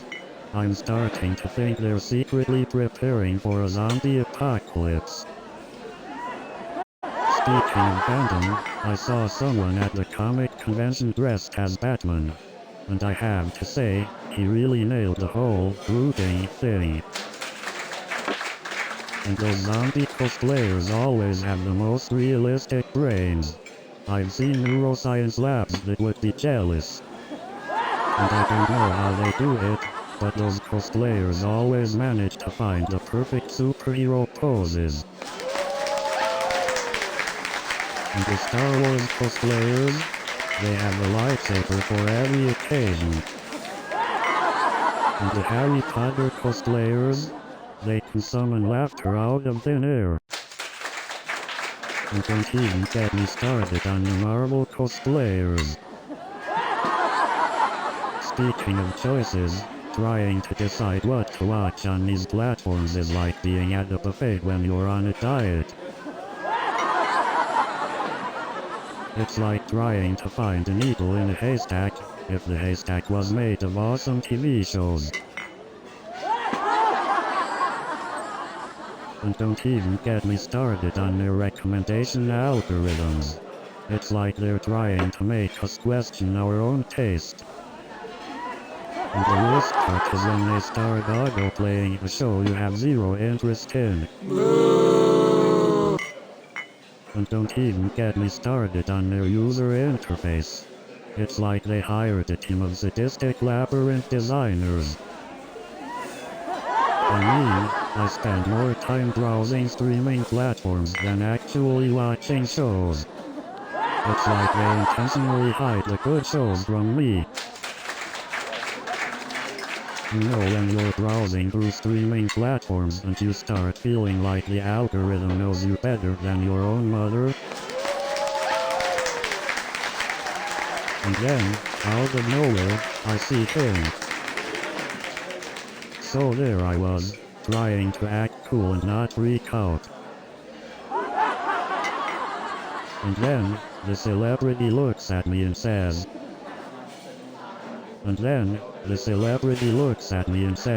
"You think you're famous?" And then the celebrity looks at me and says, "You won't believe what happened next." And then the celebrity looks at me and says, "Do you even know who I am?" And then the celebrity looks at me and says, "Have you seen my viral TikTok dance?" And then the celebrity looks at me and says, "Did you see my Instagram post that got 1 million likes?" And then the celebrity looks at me and says, "Did you see my Facebook status that went viral?" And then the celebrity looks at me and says, "Did you see my TikTok video that went viral?" And then the celebrity looks at me and says, "Did you see my Snapchat story that went viral?" And then the celebrity looks at me and says, "Did you see my Facebook post that went viral?" And then the celebrity turns to me and says, "Were you one of the 10 people who actually read my blog post?" And then the celebrity says, "I am famous on TikTok too. Have you seen my dance videos?" And then the celebrity says, "I am also a fashion icon. Have you seen my mismatched socks?" And then the celebrity says, "I even have my own fashion line. Have you seen my collection of mismatched shoes?" And then the celebrity says, "Fashion isn't about looking good. It's about looking like you put in effort to not look good." And then the celebrity says, "We started a new fashion trend, wearing a tuxedo with flip-flops." And then the celebrity says, "Why wear a bow tie when you can wear a shoelace?" And then the celebrity says, "Who needs pants when you can rock a diaper?" And then the celebrity says, "Why wear a belt when you can use a shoelace?" And then the celebrity says, "Why wear a watch when you can use a sundial?"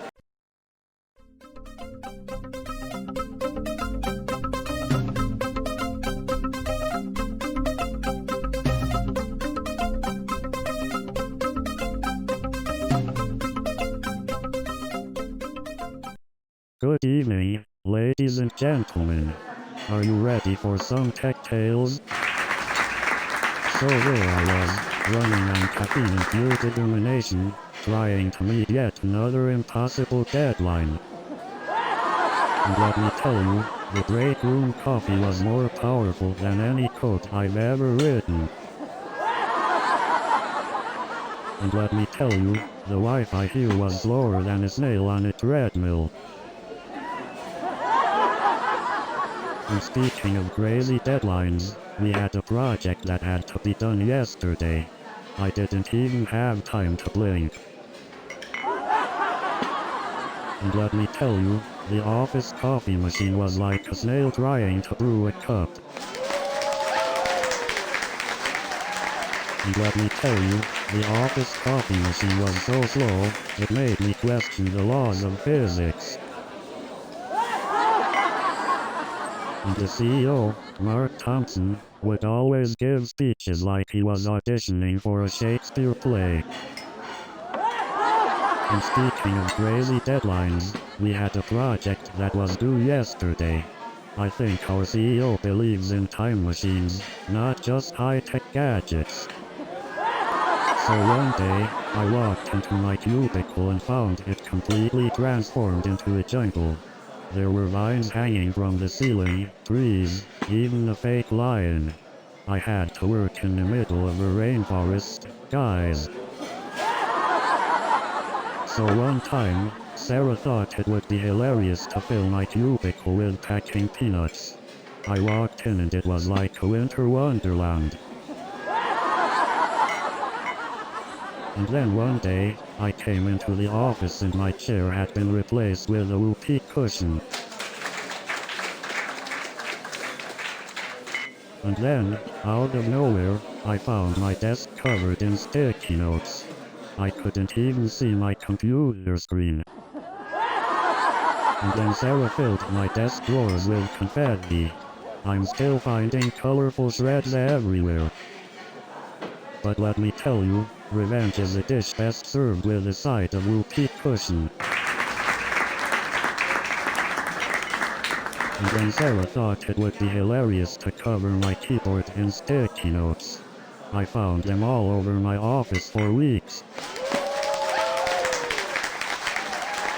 And don't even get me started on the Wi-Fi. It was slower than a snail on roller skates. And then I accidentally spilled coffee all over the front row. They were not amused. And let's not forget about the endless line for the bathroom. I thought I was waiting for the new iPhone release. And the keynotes? Oh man, they were like watching paint dry. I've never seen so many people take an unscheduled nap. And don't even get me started on the conference swag bags. They were filled with nothing but useless pens and stress balls. And let's not forget the never-ending lines for the bathroom. It's like a game of musical chairs, but with toilets. But the worst part was when my code started talking back to me. I swear, it was like having a conversation with a sassy robot. But the highlight of it all was when my code actually fixed itself. It was like witnessing a miracle in binary. But trust me, debugging a program is like trying to find a needle in a stack of hay, except the haystack is on fire. And let me tell you, I was so desperate, I even tried asking Siri for debugging help. But hey, if you're having trouble debugging, just remember, the real bug was the friends we made along the way. But you know what they say, there's always one more bug in the code. And let me tell you, that bug haunted me like a ghost in the machine. But you know what they don't tell you? Sometimes the bug is just playing hide and seek. And that bug was so persistent, it should have had its own GitHub account.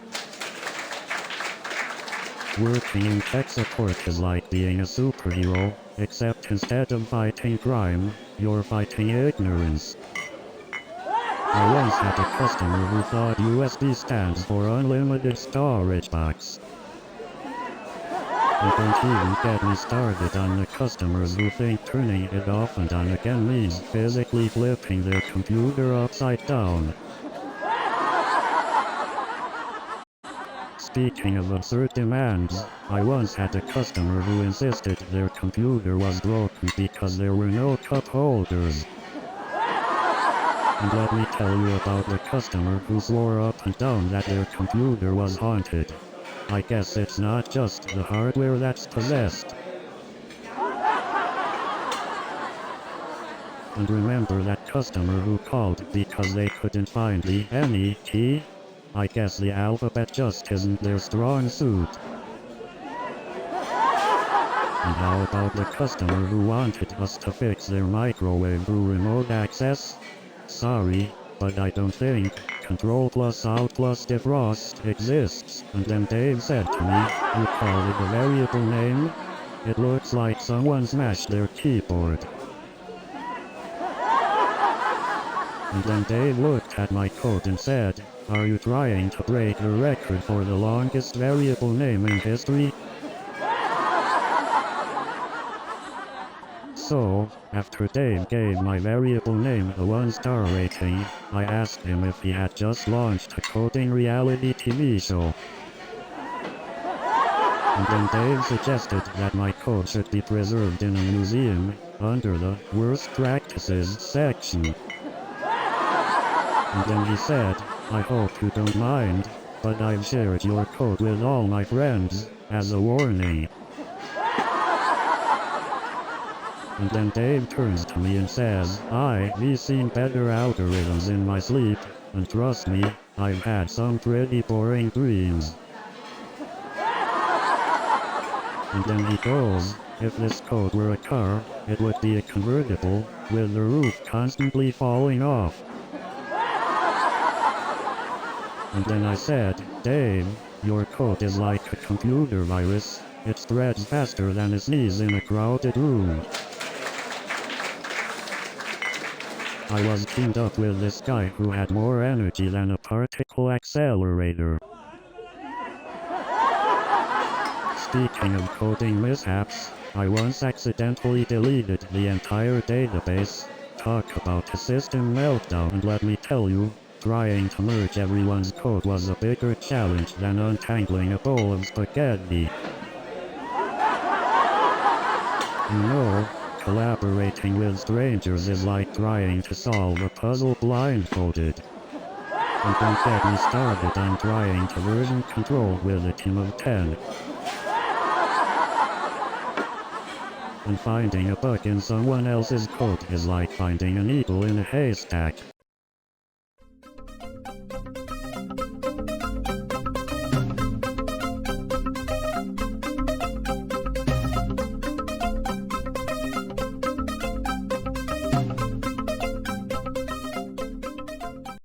So, I used to be a software engineer. You know, creating a social media platform for cats was a complete disaster. Those cats can't even handle a computer mouse.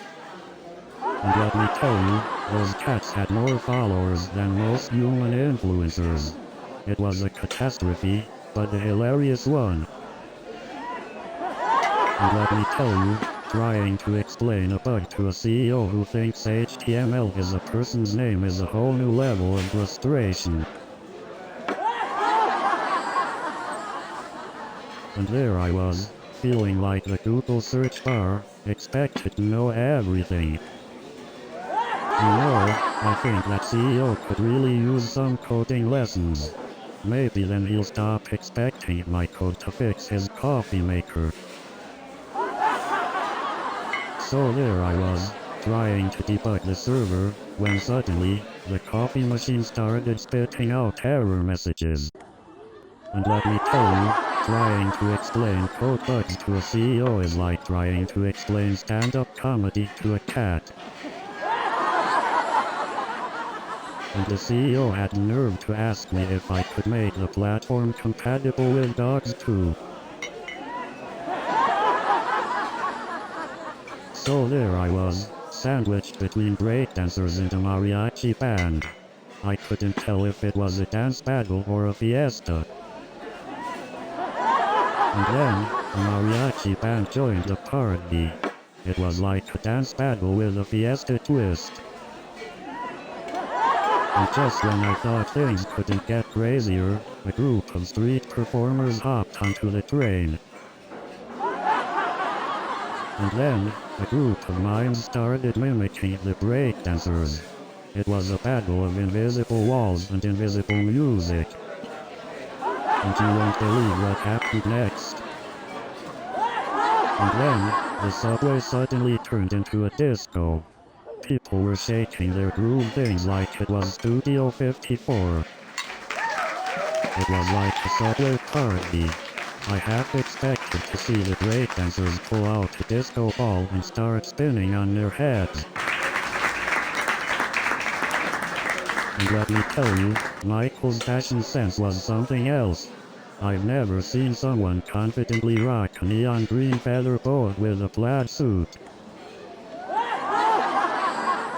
And then Michael pulls out this bright pink cowboy hat and asks me if it goes well with his leopard print pants. I had to hold back my laughter. And the best part is, Michael actually bought that bright pink cowboy hat and leopard print pants. Well, let me tell you, Michael really knows how to make a statement with his fashion choices. But let me tell you, Michael's confidence is through the roof. He could rock a trash bag and make it look stylish. No, I should have charged Michael a consultation fee for my fashion expertise. And let me tell you, Michael's fashion choices were on another level. I mean, who knew you could pull off a bowling shirt with a tutu? That outfit was a fashion disaster waiting to happen. And can we talk about the shoes? Those were definitely a statement piece. I mean, who wears Crocs to a fashion show? So, I walked backstage and saw the host again. He looked at me and said, we got some big shoes to fill, kid. Speaking of fashion, I once wore socks with sandals. I call it the comfortable chic look. Speaking of fashion, I once wore a tuxedo to an amusement park. I call it the formal fun look. So, I recently tried out a new fashion trend, wearing a bow tie with flip-flops. I call it the casual formal look. And let me tell you, the looks I got. It was like being caught in a fashion hurricane. And let me tell you, her llama-themed cafe was just the tip of the iceberg. But hey, at least I didn't have to eat any llama stew. I never thought I'd be so grateful for a llama allergy. And let me tell you, llamas can really chew up a conversation. That blind date was like a llama stampede in my love life. I never thought llamas could be such a dating hazard. And let me tell you, llamas are not the only dating hazard out there. But hey, at least my boss knows about my dating struggles now. And believe me, online dating is like a comedy club with a 2-drink minimum. You know what they say, you can't unfriend a colleague in real life. But hey, at least now my boss thinks I'm really enthusiastic about work. And now I'm worried my next accidental text will be to my grandma. Can you imagine the panic?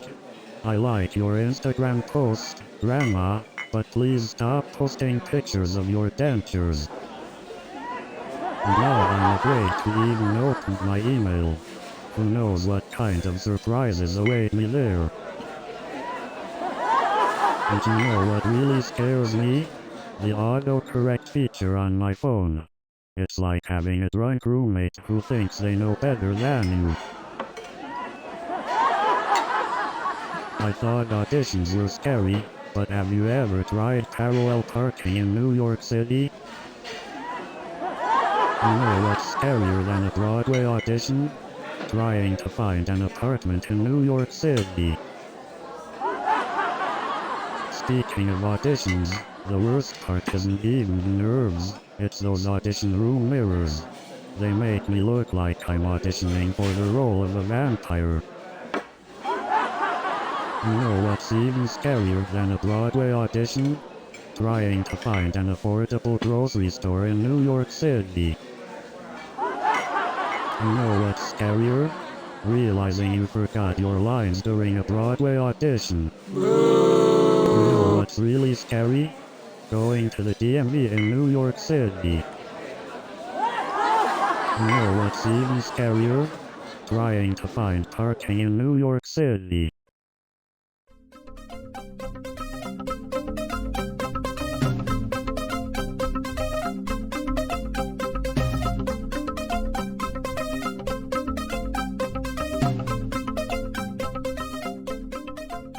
Good evening, everyone. So there I was, coding away at Gigabyte Corp, when suddenly the CEO asks me to fix the office coffee machine. Ah, the glamorous life of a software engineer.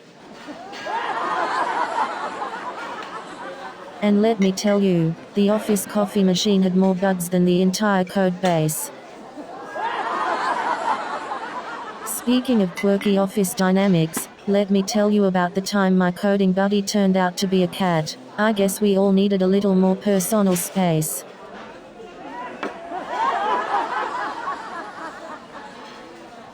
Speaking of quirky office dynamics, let me tell you about the time we had a Nerf gun battle during a code review. Turns out, bugs aren't the only things that can be taken down with a single shot.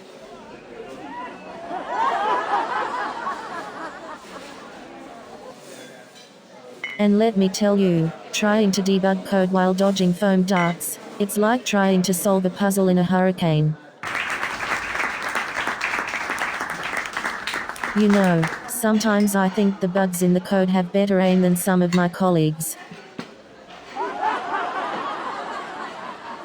Speaking of startup life, have you ever had a meeting in a beanbag chair? It's like trying to discuss world domination in a giant marshmallow. And don't even get me started on the Wi-Fi. I've seen faster snails. Even the vending machine at the conference was glitchy. I spent 10 minutes trying to get a bag of chips, and it gave me a pack of printer ink instead.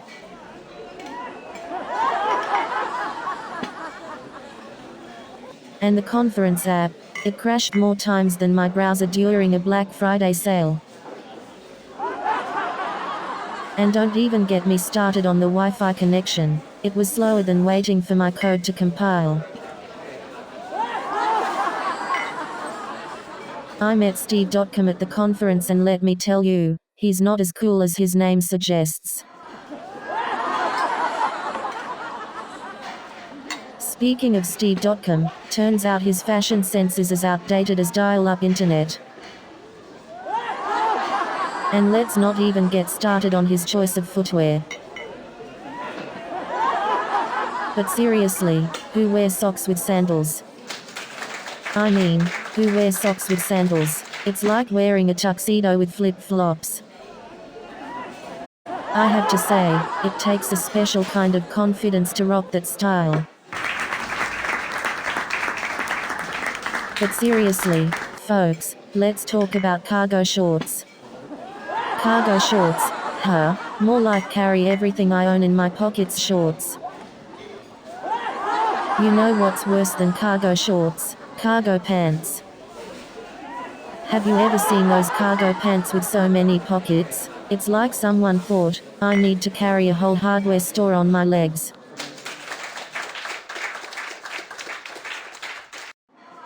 I mean, do people really need that many pockets? What are they carrying? A whole grocery store? You know what's even more absurd? The number of filters people use. I mean, how many options do we need to hide our double chins? I mean, have you seen some of these Snapchat filters? I can't even recognize myself anymore. And don't even get me started on those Snapchat dog filters. I've seen humans with better dog impressions. But seriously, can we talk about the obsession with selfies? I mean, how many angles do we need to capture our double chin? And have you seen those Instagram filters? I can't even recognize half of the people anymore. And what's with those Snapchat filters? I don't need to see myself as a koala or a flower crown princess. I mean, these filters are getting out of control. What's next? Turning into a unicorn. But seriously, I'm just waiting for the filter that turns me into a full-fledged superhero. I heard they are working on a filter that turns you into a famous celebrity. Can't wait to bump into myself at Starbucks. Speaking of surreal moments, I once saw Tom Terrific drop his ice cream on the sidewalk. And let me tell you, it's not just the fans who go crazy when they see me. Even the famous celebrities get starstruck. I once bumped into Charlie Superstar in a grocery store. He was so starstruck that he dropped his basket and scattered avocados everywhere. I once saw Emma Megastar at a movie premiere. She was so nervous that she accidentally spilled her popcorn all over the red carpet. I once ran into Sophia Megastar at a bookstore. She was so excited about a new release that she accidentally knocked over a shelf. I mean, we've all been there, right? Accidentally knocking over a shelf or spilling popcorn. It's like a rite of passage in the clumsiness Olympics. And don't even get me started on mixing up the plot lines. I watched 3 different shows and thought they were all one big crossover event. I swear, Netflix is like a black hole. You start watching one episode and suddenly it's 3 in the morning. I even dream about it. Last night I dreamed that the characters from Stranger Things came over to my house for a sleepover. And don't even get me started on the cliffhanger. I feel like I need a support group just to deal with the emotional trauma.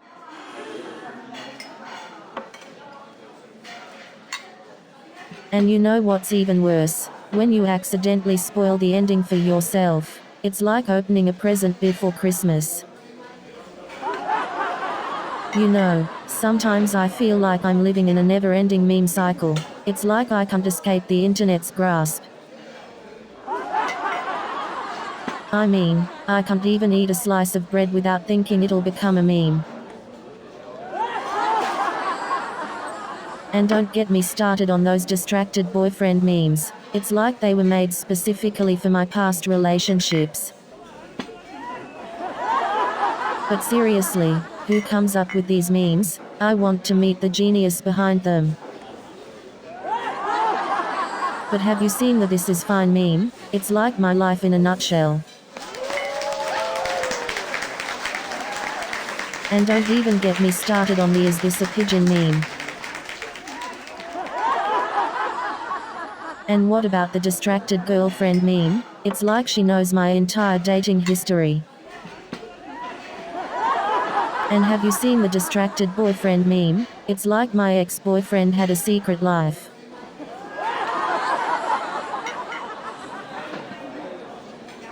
So here's a tip. If you see your ex as a distracted boyfriend meme, just remember, he's still not worth the scroll.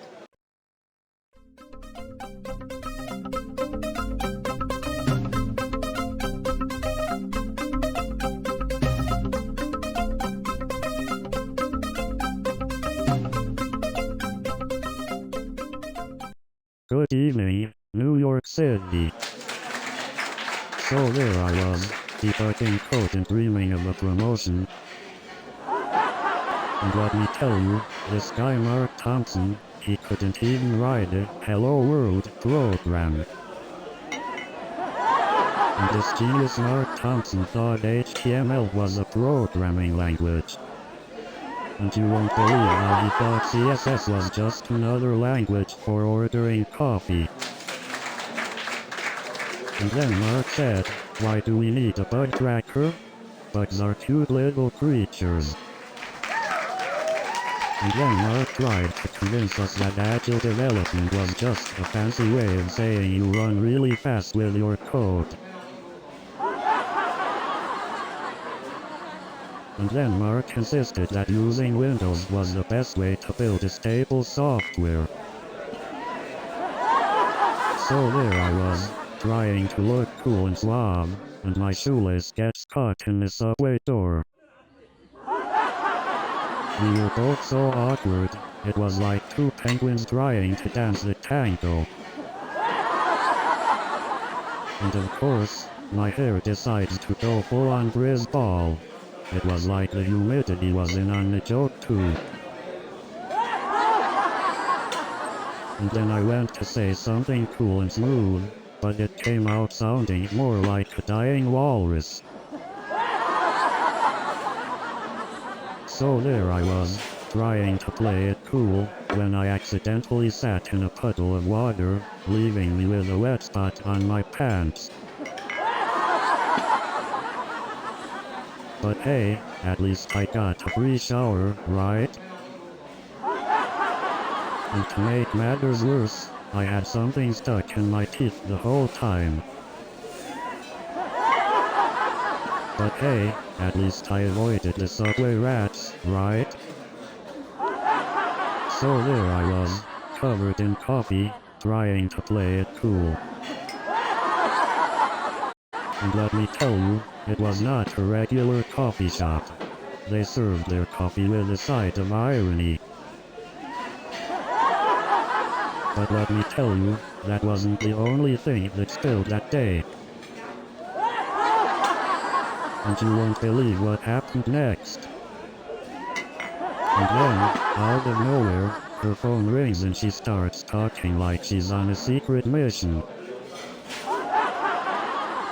So I'm standing there, trying to clean up the coffee, and Jennifer's like, "Wow, you really know how to make an impression."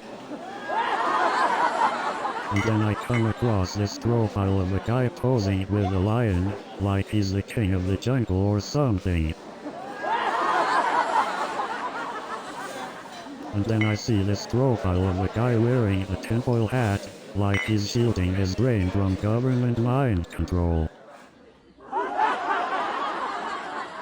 And then I stumble upon this profile of a guy wearing a superhero costume, like he's ready to save the world from bad pickup lines. And then I come across this profile of a guy wearing a full hazmat suit, like he's preparing for a date in a post-apocalyptic world. And then I find this profile of a guy wearing a full suit of armor, like he's ready to battle rejection. And then I stumble upon this profile of a guy in a full scuba diving gear, like he's searching for love in the deep sea. And then I come across this profile of a guy wearing a full hazmat suit, like he's preparing for a toxic relationship. And next thing you know, I stumble upon a profile of a guy wearing a full spacesuit, like he's ready to blast off to Mars for a blind date. I recently came across a profile of a guy wearing a full scuba diving gear, like he's ready to plunge into a sea of dating disasters. So these roommates of mine, they were always up to something weird. I swear, one of them thought they were a superhero, walking around in a cape and mask. And then there was this roommate who would only communicate with post-it notes. I mean, I guess they were just trying to save on their cell phone bill or something. And then there was this one roommate who always insisted on having dance parties at 2 a.m. He'd blast his music so loud that even the neighbors were joining in. And then there was this one roommate who always tried to start a band in the living room. He'd bring in all these instruments and try to get us to join in, But let's just say, we weren't exactly the next Beatles.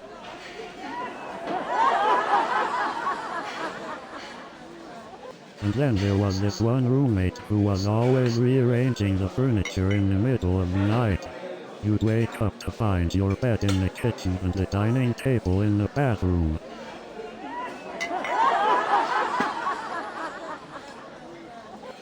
And then there was this one roommate who always had the strangest pets. I mean, who needs a pet tarantula, a snake and a parrot all in one apartment? And then there was this one roommate who used to sleepwalk, and I have to tell you, waking up to find him rearranging the entire living room, with his eyes closed, was something else. And then there was this one roommate who thought he was a computer genius. He would spend hours debugging code, but couldn't figure out how to turn on a light switch. And then there's this one roommate who always complains about his slow internet connection. I mean, I've seen snails crawl faster than his downloads. Speaking of outdated software, have you ever tried to update your phone? It's like waiting for a turtle to finish a marathon. I recently bought a new smart TV, but it's so dumb it still thinks Friends is the latest hit sitcom. And don't get me started on autocorrect. It's like my phone is possessed by a grammar Nazi. You know what's even worse than autocorrect? When you accidentally hit send on that embarrassing text message, and there's no going back. But you know what's really frustrating? When you spend hours trying to fix a computer issue, only to be told by tech support to just turn it off and on again. But you know what's the best part about living in New York City? The pizza. It's like a slice of heaven in every bite. But you know what's even crazier? Trying to find an empty subway car during rush hour. It's like searching for a needle in a haystack. And don't get me started on the crazy cab drivers. They think they're auditioning for the next Fast and Furious movie. And have you ever seen those street performers who paint themselves entirely silver and stand completely still for hours? I think they're competing for the world record of longest bathroom break. Speaking of crazy cab drivers, I once had a driver who thought he was auditioning for the next Need for Speed game. Speaking of street performers, I once saw a guy levitating in Times Square. I guess he couldn't find a parking spot for his and speaking of crazy things in New York, I once saw a pigeon playing chess in Central Park.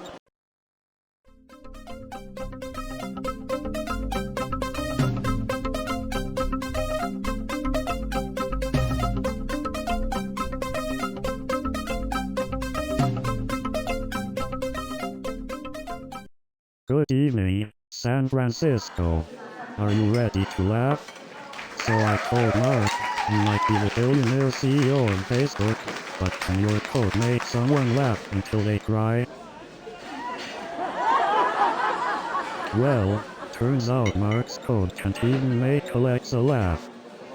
And let me tell you, Mark's code was so dry, it could make an AI robot fall asleep. But let me tell you, when it comes to debugging, Mark couldn't catch a bug if it was the size of a T-Rex.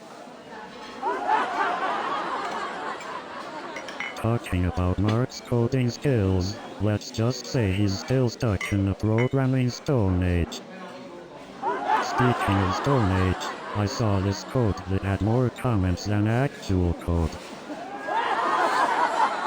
And the judges were so impressed, they gave me a standing ovation.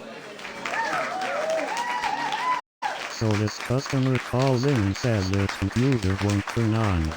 I ask them if it's plugged in, and they say, plugged in? I didn't know computers needed exercise. But you know what's even more shocking? When people asked if they could fax their email. And then this guy calls in and says he can find the any key on his keyboard. You won't believe it, but someone once asked me if they could download more RAM for their computer. And I once had a guy call in saying his computer was overheating. Turns out he had been using it as a toaster. And then this guy called and said his mouse wasn't working. I asked if it had batteries. He said, no, it's hooked up to my computer.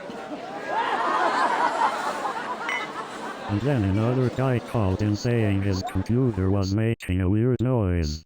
After a few questions, I found out he had a pigeon stuck inside. And then this lady called and said her laptop was overheating. I asked her if she was using it in the kitchen. She said, no, I cook in the living room.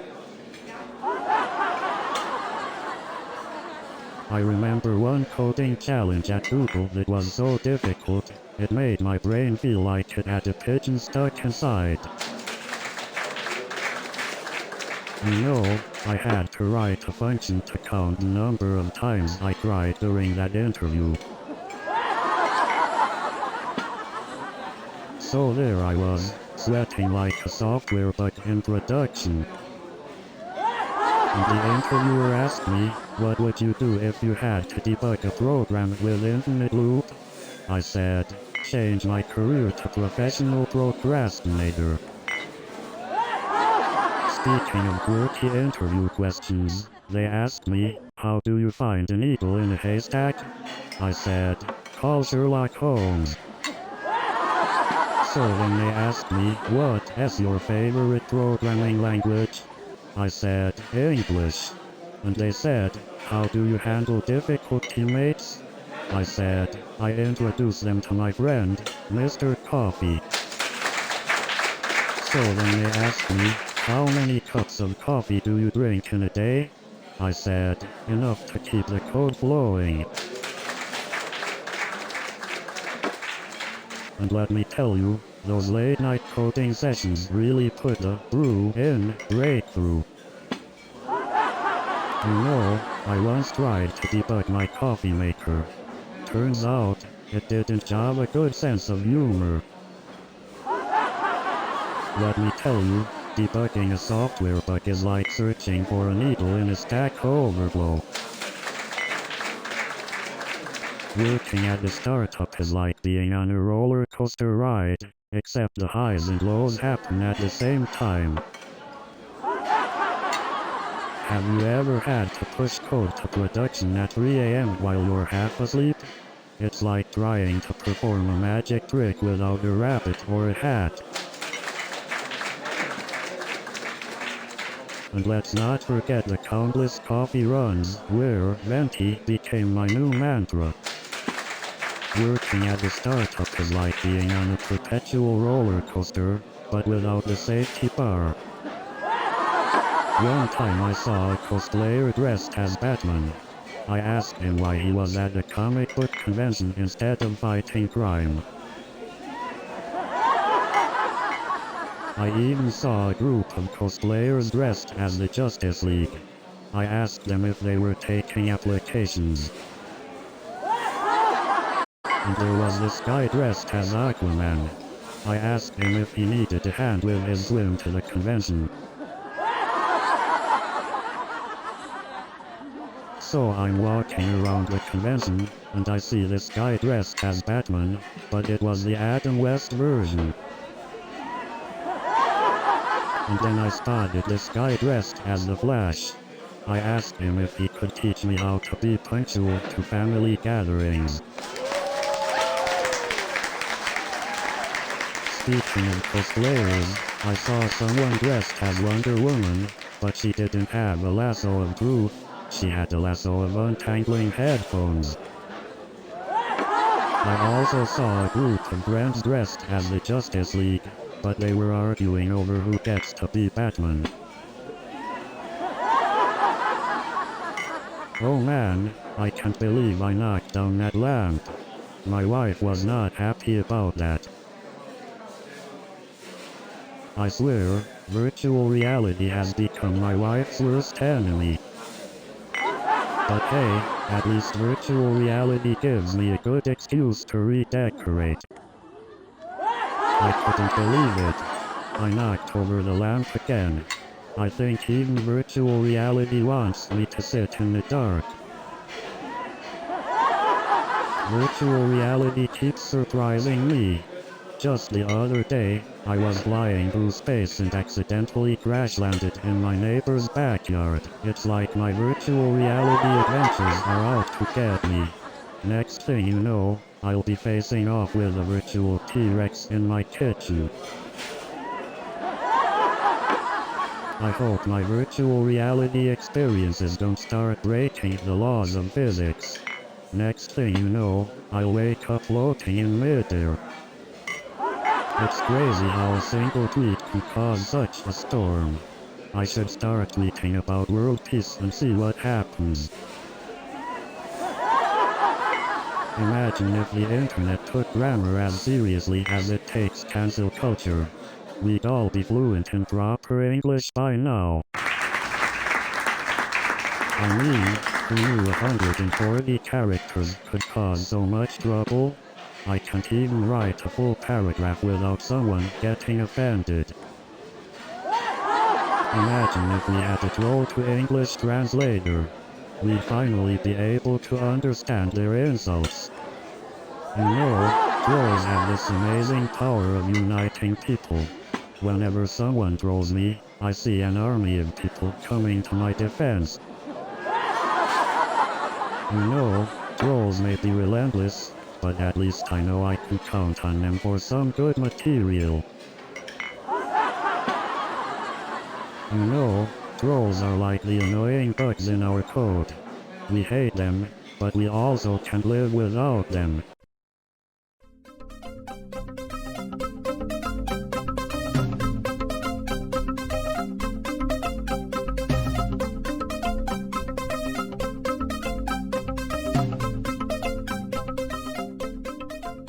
Good evening everyone. So, let me tell you about this guy named Dave. He's like the human version of a server crashing at 2 AM. And let me tell you, Dave has the ability to turn a 5-minute task into a week-long nightmare. And then Dave said, sure, I'll just merge these branches. It should be simple. Well, let me tell you, that merge was like watching a train wreck in slow motion. You know, sometimes I think Dave's code is like a puzzle with missing pieces. And like any puzzle, it's frustrating when you can't find the missing piece. I once had a client who wanted a time machine. I told him, sorry, I can't even get my code to run in the present. You know, debugging code is like searching for a needle in a haystack. And sometimes the needle is invisible. You know, being a software engineer is like being a translator between programmers and computers. Except the programmers speak Klingon. And have you heard about the strange inventions at Google? They're practically turning the office into a sci-fi movie set. Speaking of strange inventions, have you seen Amazon's delivery drones? It's like living in a real-life sci-fi movie. Speaking of outlandish inventions, let me tell you about Facebook's virtual reality goggles. And speaking of tech giants, let's not forget about Elon Musk and his flamethrowers.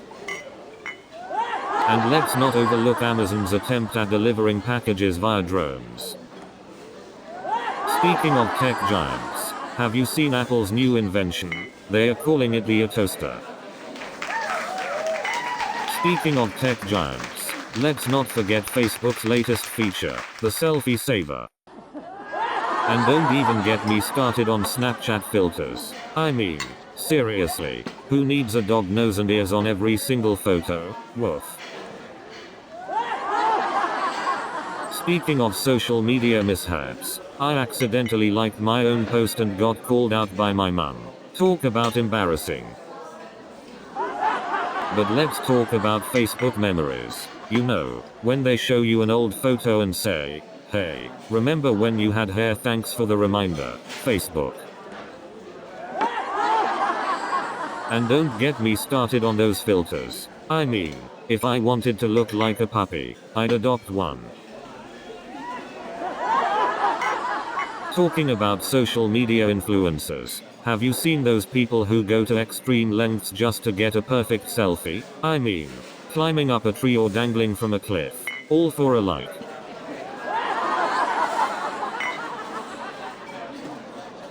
I saw a girl post a selfie with the caption "Living my best life" and she was just sitting on her couch eating pizza.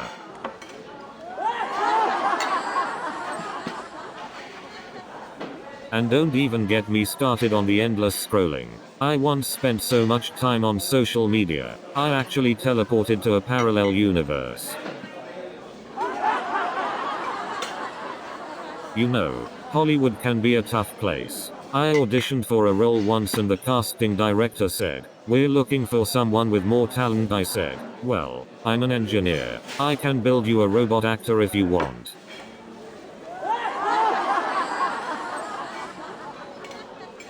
I once attended a celebrity party and thought I met Brad Pitt and Jennifer Aniston, but it turned out to be Brad's stunt double and Jen's hairstylist.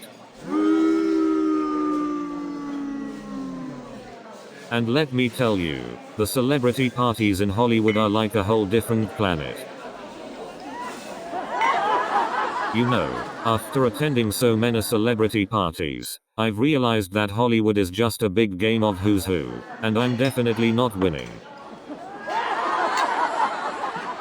You know, I saw Brad Pitt at a party once and I couldn't help but think, wow, even in person, he's still better looking than me.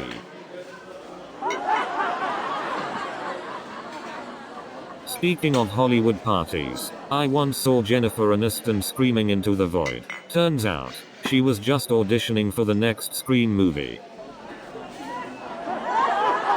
Speaking of Hollywood parties, I once saw Angelina Jolie trying to juggle 6 cell phones. I guess that's how she multitasks being a mother and a superstar. Speaking of interesting show recommendations, Netflix keeps suggesting I watch a series about llamas that solve crimes. I guess I've reached the alpaca alyx of TV shows. I can't keep up with all these streaming services. It's like trying to juggle 10 remotes while binge watching. And don't even get me started on the endless scrolling. I've spent more time deciding what to watch than actually watching anything. There are so many shows I want to watch, but they keep adding more. It's like a never-ending to-do list. And don't even get me started on the autoplay feature. I blinked, and suddenly I'm watching a documentary on the life cycle of ants. I mean, they even recommend shows based on what I had for breakfast. Who knew cereal choices defined my taste in entertainment? I mean, sometimes I feel like these streaming platforms know me better than my therapist. They recommend shows I didn't even know I needed. So I was playing this game the other day, and my character got stuck in a wall. I was like, come on. I thought we left that glitch behind in the 90s.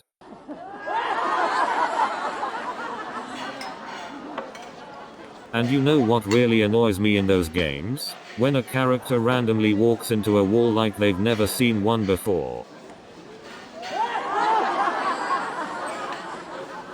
And don't even get me started on those escort missions. I'm like, can you walk any slower? And have you noticed how characters in video games always have the perfect hair? I mean, seriously, they never have a bad hair day. And what's with those game tutorials that go on forever? I'm like, can you just let me play already? And why do video game characters never need to eat or sleep? I mean, they can save the world but they can't take a snack break.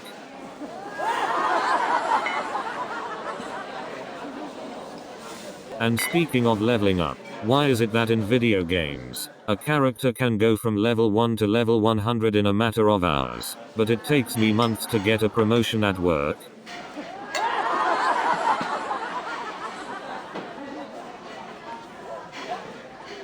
And have you noticed how the TikTok dances make me feel like I have two left feet? I mean, I can code like a pro, but apparently, I can't even do the simplest dance moves. I tried one of those trending TikTok challenges where you have to do a complicated hand gesture in 0.5 seconds. Let's just say my coordination isn't all that great.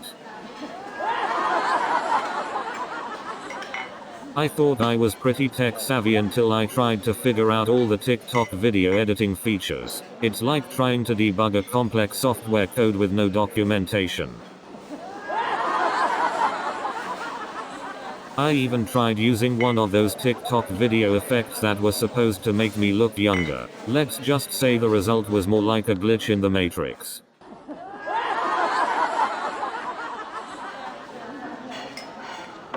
I even joined a TikTok dance challenge, but my moves were so out of sync.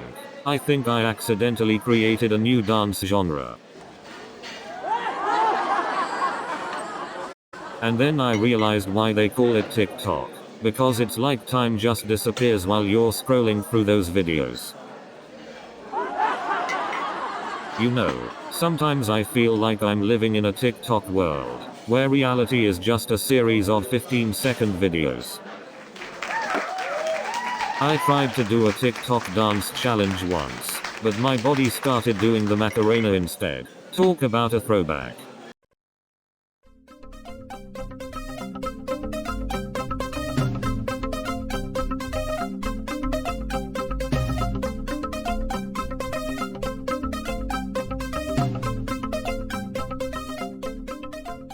Good evening, ladies and gentlemen. You know, the interviewer asked me to solve a problem that even NASA scientists would struggle with. And let me tell you, it was like trying to debug a program with no error messages. And let me tell you, the interviewer's face went from surprised face with open mouth to face rolling on the floor laughing. And then the interviewer said, I don't need to test my code. It always works the first time. But you know what's even worse? When the interviewer tries to debug your code and makes it even more broken. And then he says, who needs tests when you can debug live code? And then the whole system went down. Like crashing down. Just like my hopes and dreams. And it was chaos. I tell you. People running around like headless chickens, trying to fix this tiny bug. But you know what they say, the bigger the bug, the bigger the panic. It was like watching a horror movie. I mean, you should have seen the look on the programmer's face when he realized that tiny bug caused a big mess. And the programmers started running around like headless chickens, trying to fix it. But hey, at least they got some exercise. And then the train suddenly started shaking like it was having a dance battle with the tracks. And then I saw a guy breakdancing on the subway pole like he was auditioning for So You Think You Can Dance.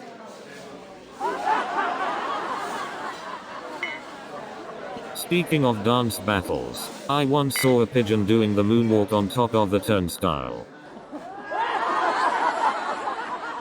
But let me tell you, the real MVPs of the New York subway are those breakdancing Showtime performers.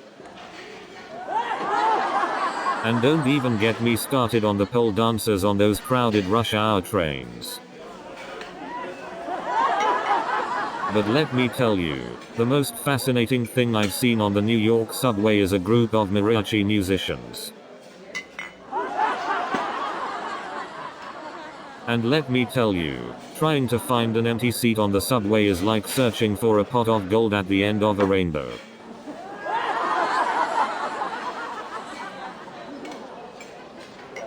And let me tell you, the subway performers are like free entertainment on the go. And let me tell you, the celebrities in New York are like pigeons in the park.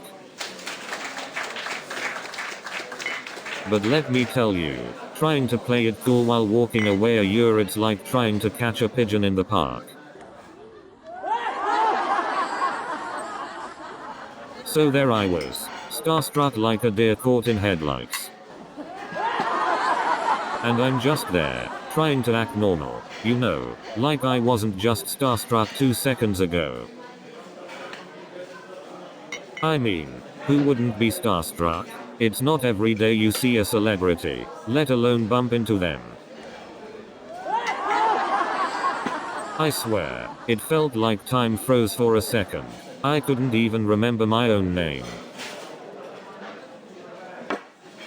So there I was, trying to impress the crowd with my technical brilliance, when suddenly, the projector crashed.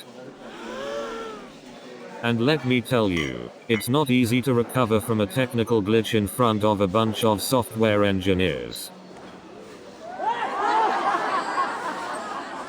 But hey, who needs a backup plan when you have a room full of software engineers, right? I've seen some impressive code crashes, but nothing tops a live demo fail in front of a room full of software engineers. I swear, my computer had never crashed that hard before. It was like it wanted to take me down in front of everybody. Speaking of technical difficulties, I once accidentally reformatted my boss's hard drive instead of mine. I once had a PowerPoint presentation freeze right in the middle of my joke. The timing couldn't have been worse. It was like watching my career crash and burn in real time. It's like my jokes have a mind of their own. Social media has turned us all into professional stalkers. We used to have the right to privacy, now we have the obligation to overshare. I bet if we looked in the dictionary, the definition of relationship has changed to followed on Instagram. It used to be a girl I liked. Her interests were in her diary, but now they are in her Instagram bio. You know it's getting serious when they change their relationship status from followed to follower. So many people on social media are just self-proclaimed influencers. If that's the case, can I be a self-proclaimed millionaire? We're living in a world where people measure their self-worth in likes and followers. I miss the good old days when we just measured ourselves with the number of Beanie Babies we owned.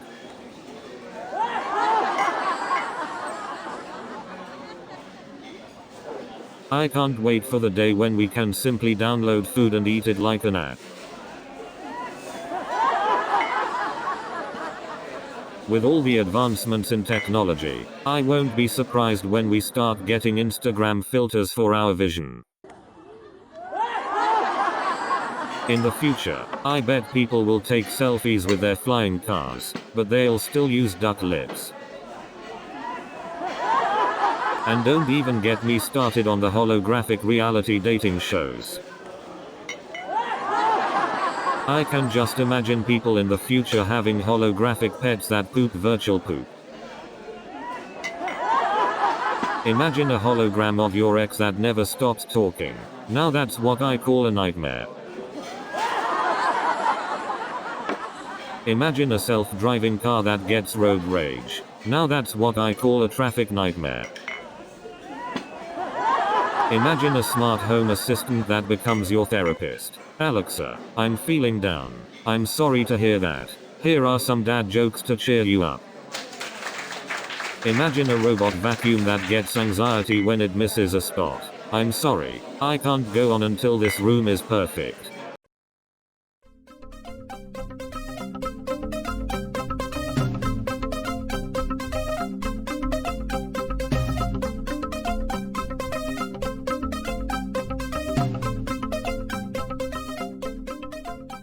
Good evening, everyone. They say programming is like stand-up comedy, but with fewer laughs. Well, tonight I'm going to prove them wrong. And don't get me started on the office ping pong tournaments. I mean, who needs deadlines when you can have a ping pong championship? So I was talking to Steve, this startup CEO, and he's telling me about his new revolutionary app to match people with the perfect haircut. I said, well, what's next? An app that chosses your socks for you? And you know what's even crazier? They are working on an app to choose your favorite color. You know what's really crazy?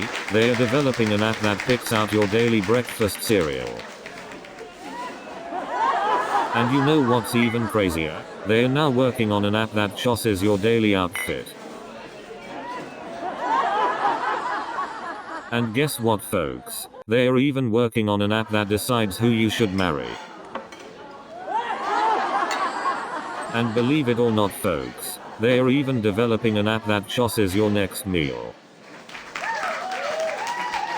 And get this, folks, they are even designing an app that controls your dog's barking. But the app that really blew my mind, it's an app that picks out your outfit for the day.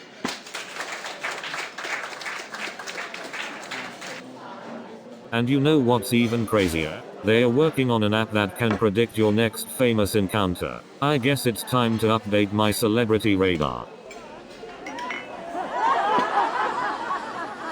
And let me tell you, my celebrity radar is about as accurate as a weather app on April Fool's Day. And let me tell you, trying to act cool around a celebrity is like trying to eat spaghetti with chopsticks. But let me tell you, trying to get a good angle for that selfie ended up being a bigger challenge than the Rubik's Cube.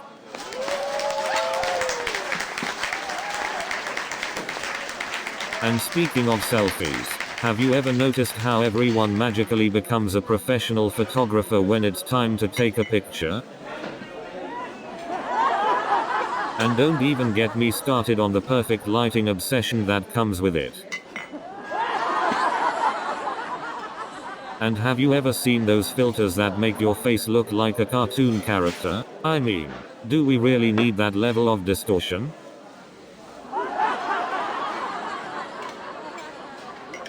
But seriously, have you seen those Snapchat filters?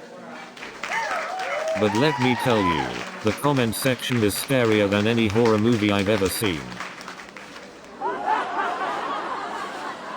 I mean, have you ever read a YouTube comment section?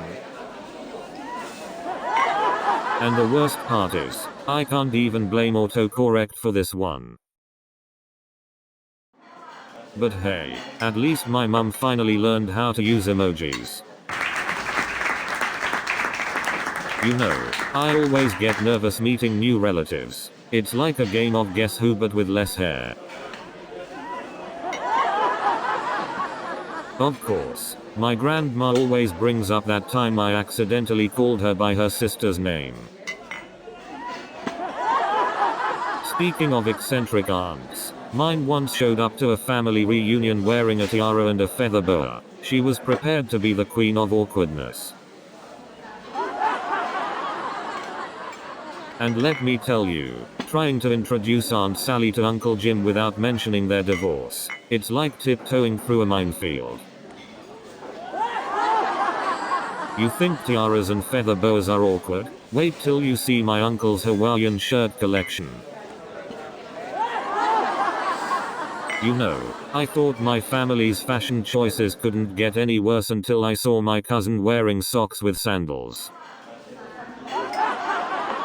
And then my grandpa showed up wearing a Hawaiian shirt with a tiara on his head. But let me tell you, the real nightmare was trying to find a decent Wi-Fi signal in that place. And then my grandma joined in, wearing a grass skirt and playing the ukulele.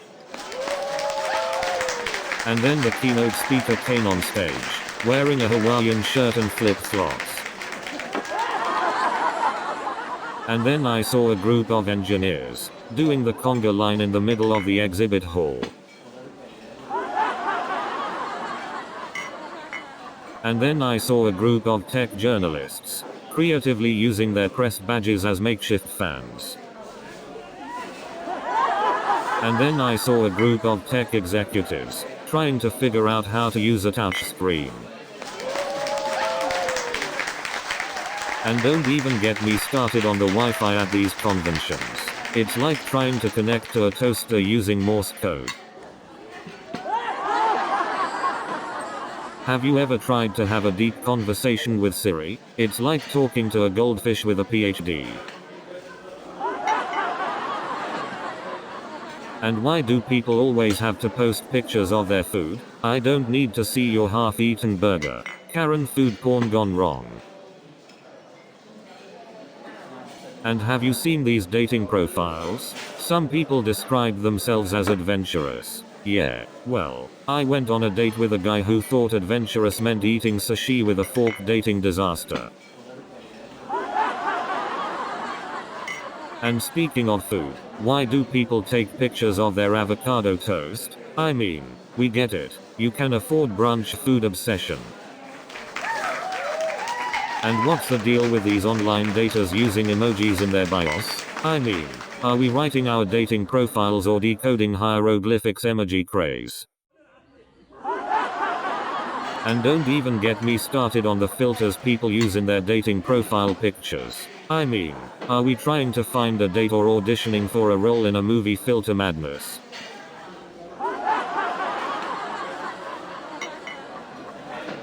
And let's not forget about the creative angles people use in their dating profile pictures. Are we trying to find a partner or auditioning for a contortionist act? Creative angles. And can we talk about the elaborate costumes some people wear to this convention? I mean, I've seen more feathers and sequins here than at a Las Vegas showgirl audition. Cosplay craziness. And have you seen the outrageous amount of merchandise they sell here? I swear, you could build a small fortress with all the Funko Pops and action figures. Merch mayhem. And let's not forget the insane lines for celebrity autographs. I've never seen people so eager to pay for a scribble on a piece of paper autograph addiction. And don't even get me started on the exorbitant prices for convention food. $15 for a hot dog. It better be made by Gordon Ramsay himself. Food fiasco. And what's the deal with those long bathroom lines? I mean, people in cosplay outfits just can't catch a break. Bladder battle. And let's not forget the battle for the best cosplay. It's like a fashion show and wrestling match combined. Cosplay combat. Speaking of cosplay, have you ever seen someone try to use the restroom in a full body costume? It's like watching a contortionist in slow motion bathroom struggles. You know, I saw someone dressed as a famous sci-fi character trying to order a coffee. The barista was like, "Sorry, we don't serve your kind here. Alien problems." You know, I once saw a stormtrooper trying to eat a hamburger. It was like watching a blindfolded person play darts. Coordination problems.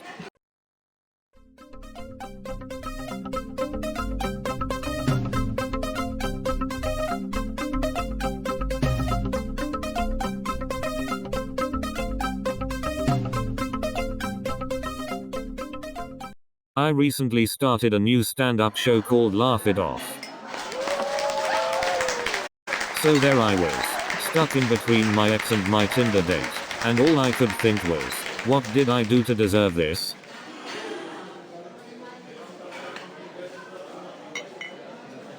And to make matters worse, my ex turned out to be her cousin. And then Jenny said, wait, haven't I seen you before? And then, out of nowhere, my mum shows up. And then Emily said, wait, haven't I seen you before? So there I am, stuck in between my ex and a potential future ex. What a time to be alive. And just when I thought things couldn't get any worse. So there I am, trying to debug a bug that can only be reproduced under a full moon. And just when I thought things couldn't get any crazier. So there I am, trying to patch a bug on a deadline, when suddenly. And believe it or not, they actually had a pet parrot in the office. And let me tell you, the CEO had some crazy ideas for team building exercises. And let me tell you, their office mascot was a miniature horse.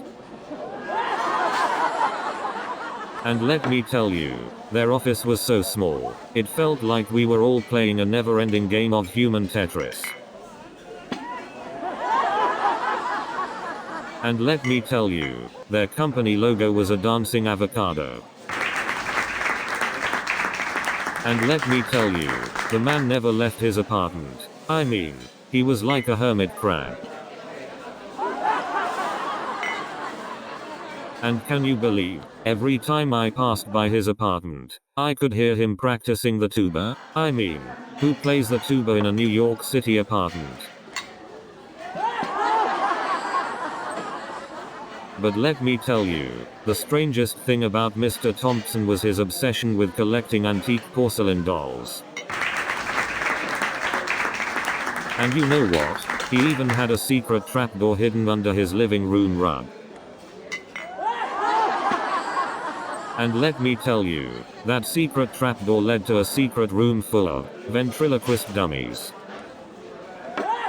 And you won't believe what he kept behind the secret trapdoor, a collection of vintage clown masks. So there I was, pretending I knew how to use chopsticks, while Lauren Williams is sitting across from me, dissecting the plot of her latest blockbuster. And then she says to me, do you even know how to hold a conversation? I'm like, yeah, but only on Twitter. So there I was, trying to act all cool and collected, like I meet celebrities every day, you know, but deep down, I was freaking out. And then she asks me if I'm famous too. I said, well, I did have a viral video on YouTube with 12 views. And then she says, wow, that's impressive, at least there were no dislikes. And then she says, oh, I've seen your viral video. It was featured right below the cat playing piano.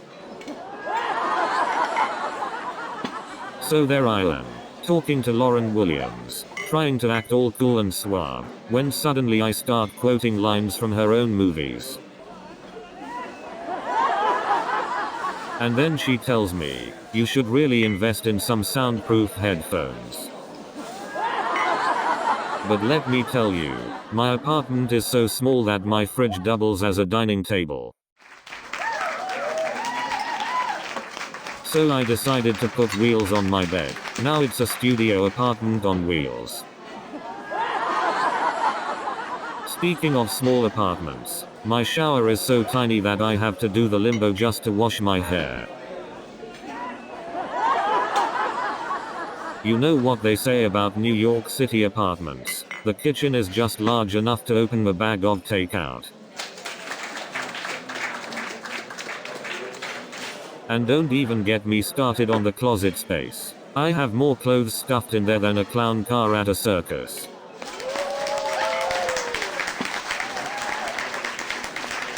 Speaking of small apartments, I tried assembling a new piece of furniture the other day. It came with 50 pages of instructions all in Swedish.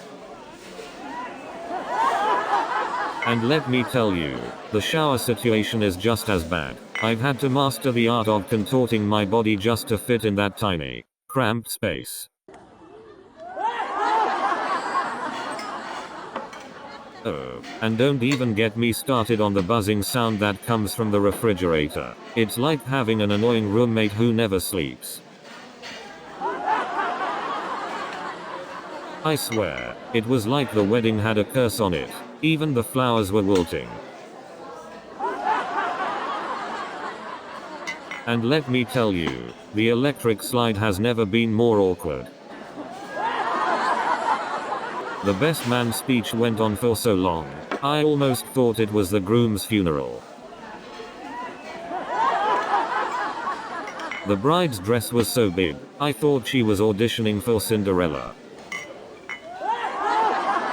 The wedding cake was so tall, I thought it needed a building permit. The best man's toast was so cringe-worthy, I thought he was auditioning for a comedy club. The bridesmaid's dress was so bright, I thought she was signaling for help. I once had a man try to sell me a bridge, but I told him I prefer my scams to be a bit more high-tech.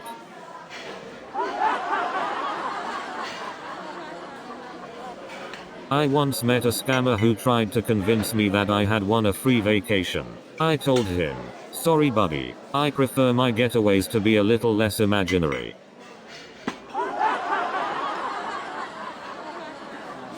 So I met this guy who said he could double my money in a week. I said, oh yeah, how about quadrupling it to make it worth my while?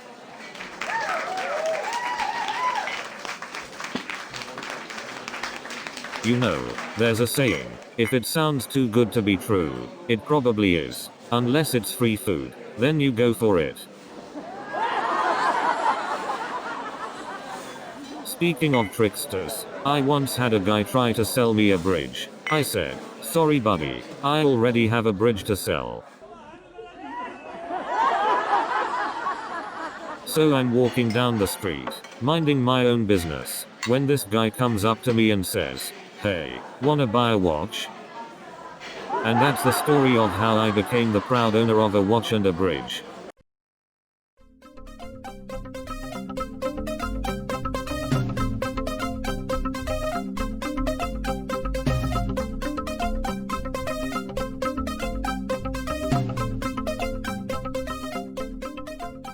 Good evening, ladies and gentlemen. So there I was, trying to put out a fire with my latte. Talk about a hot mess. Well, that certainly added some spark to the day. I thought I'd seen some flaming hot moves on Tinder, but this takes the cake. Wow, talk about a fiery first impression. Oh my goodness, I haven't seen that much smoke since I accidentally microwaved my socks. Well, I guess we can say this date really went up in smoke. Well, I guess Mike really knows how to make a hot first impression. Speaking of impressions, did you hear about that time I tried to imitate a New York pigeon and caused a citywide panic? So, I tried my hand at being a celebrity bodyguard. Let's just say it didn't go so well. After that incident, I decided maybe I should try my hand at being a personal assistant. But I quickly realized that being a celebrity bodyguard was just too restraining. So I finally decided to throw in the towel and try my luck as a stylist instead. But getting tackled by a famous singer is how I finally got my big break in showbiz. After that incident, I decided maybe it's time to accidentally tackle an A-list actor. And let me tell you, tackling an A-list actor was definitely not on my bucket list. You know, I used to think going to the gym was a good idea until I realized that Netflix and chips require zero effort.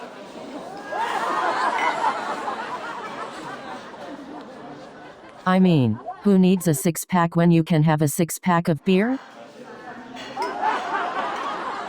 I tried doing CrossFit once, but I pulled a muscle. It was my funny bone. So I decided to try out yoga instead. Turns out, my downward dog looked more like a tripping giraffe. And then Sarah said, "Only 10 more burpees to go." I pretended I couldn't count, because anything is better than 10 burpees. And then Sarah said, "Don't worry, tomorrow we're doing burpees with weights. I'm just gonna stick to Netflix. Thanks." So, I thought I was being fashionable today. And then I took one look in the mirror and thought, should I wear sunglasses indoors? But hey, at least no one will forget my outfit. Fashion is like a foreign language to me. I'm just over here speaking fluent Swedish. And here I thought I was making a fashion statement. Turns out I'm just speaking fashion gibberish. Fashion is like trying to solve a Rubik's Cube. No matter how hard I try, I just end up all mixed up. I may not be a fashionista, but at least I can walk in a straight line. Computers are like relationships. They never seem to work when you need them to. So not only did I fax my script to my grandmother's bridge club, but now they all think I'm a computer genius. I asked the Geeks on Call guy if he could fix my computer and my love life. He said he was more qualified to fix the computer.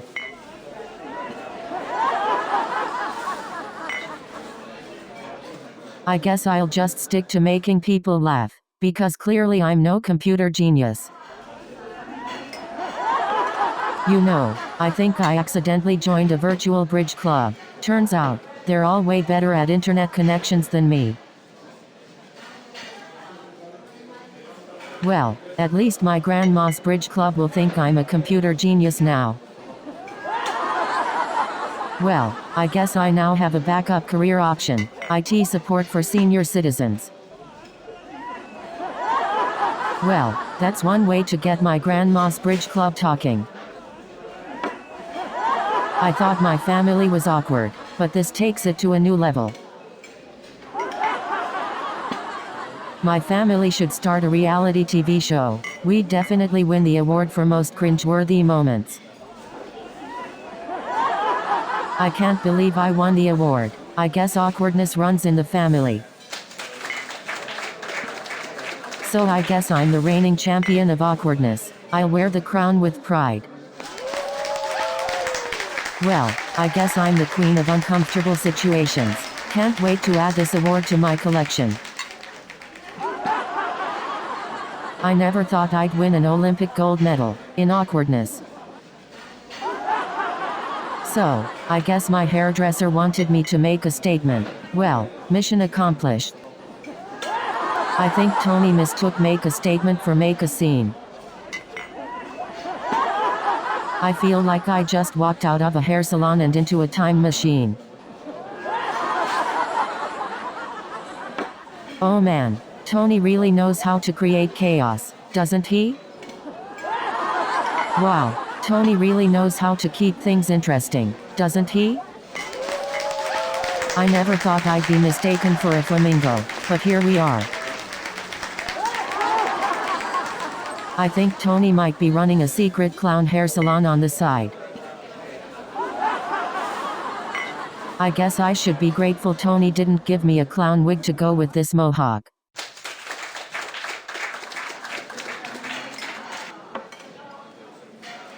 You know, I have a theory. I think Tony only became a hairdresser because he missed his true calling as a circus ringmaster.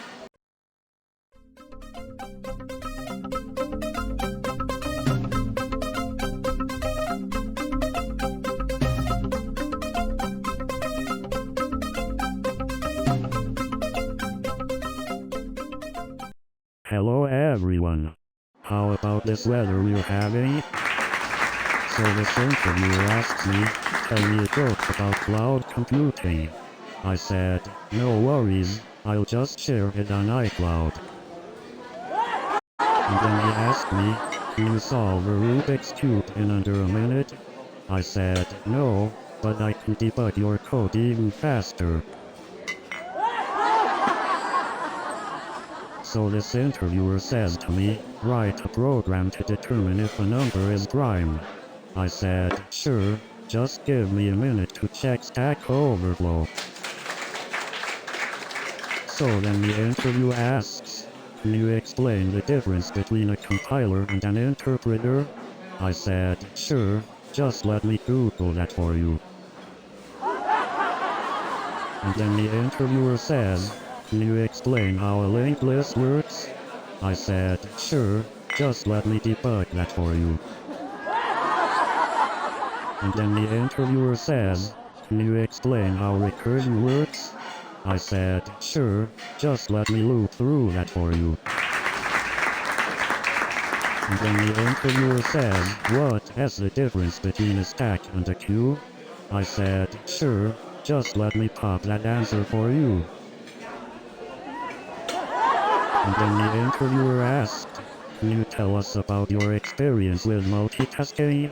I replied, sure, just let me parallel process my answer for you.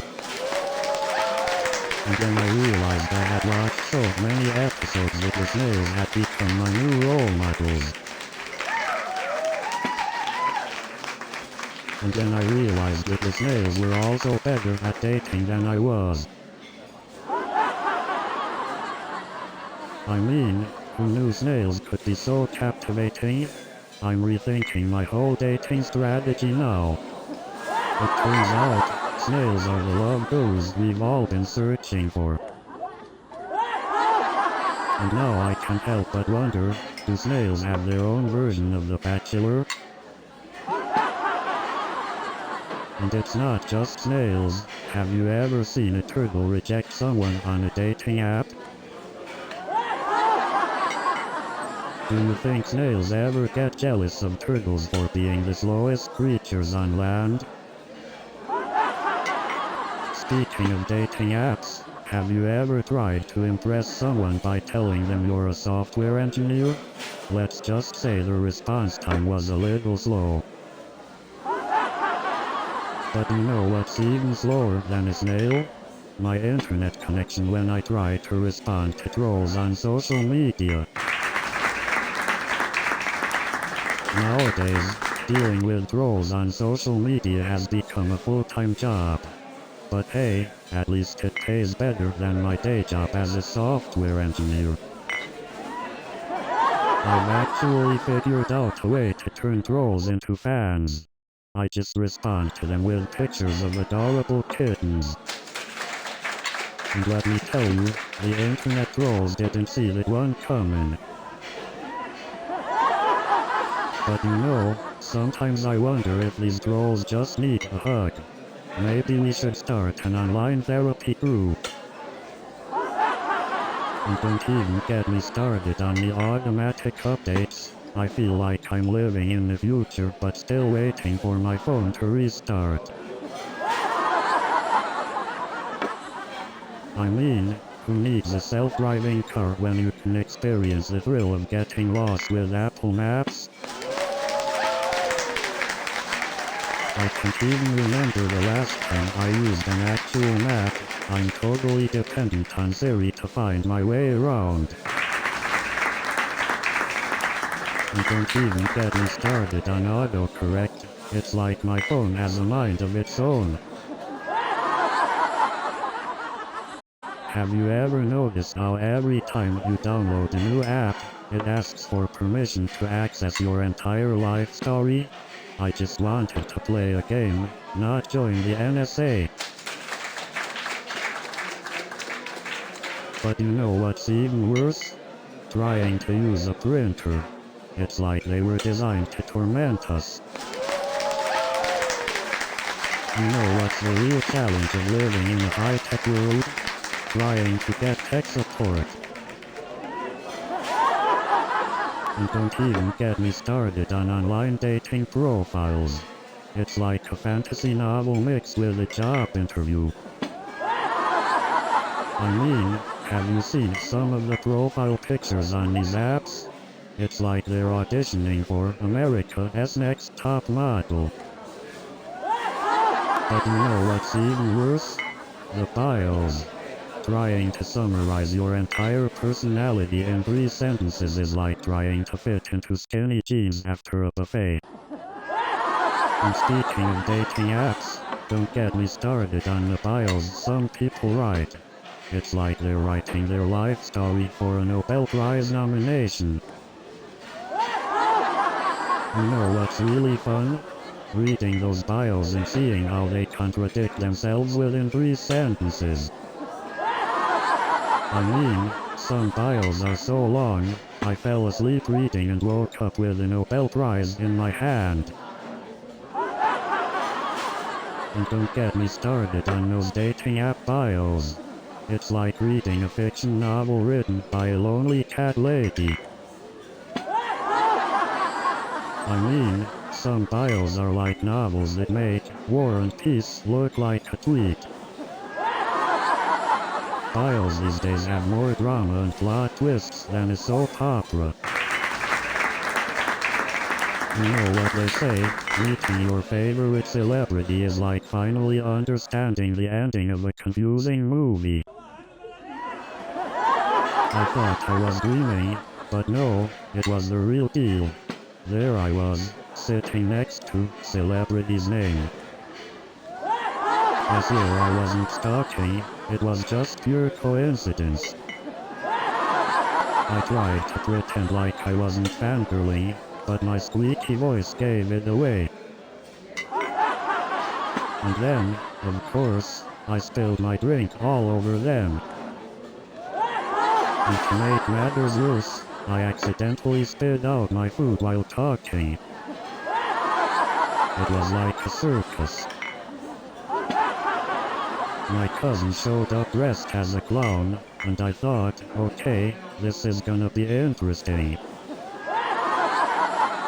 I couldn't tell if it was a family reunion or a circus audition. And then my aunt started juggling plates. I was like, is this a talent show or a family reunion? It was like a talent show with a side of acrobatics. And then my cousin decided to show off his unicycle skills.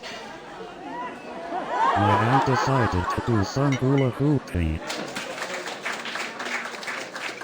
And then my grandma decided to start a juggling act.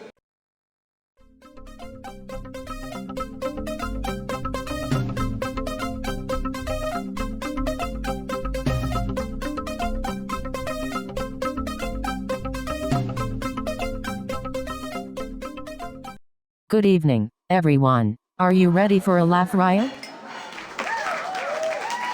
So after that job, I thought I had seen it all, until I became a customer myself. But then I realized, serving John Smith was a piece of cake compared to my next job. And let me tell you, being a customer is a job I definitely didn't sign up for.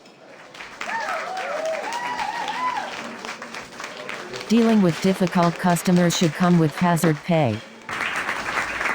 But hey, at least I learned some fancy ways to say I'm sorry. I felt like a contortionist trying to please them.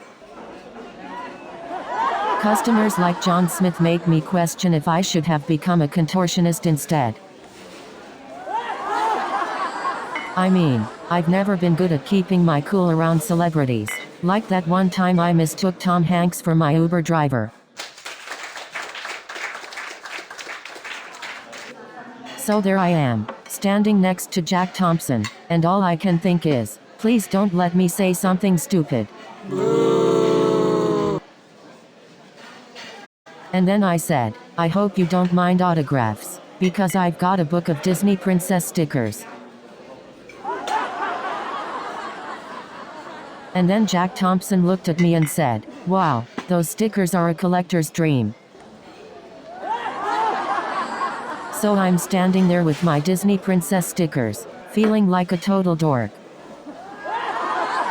I mean, who knew Disney princess stickers were such a hot commodity?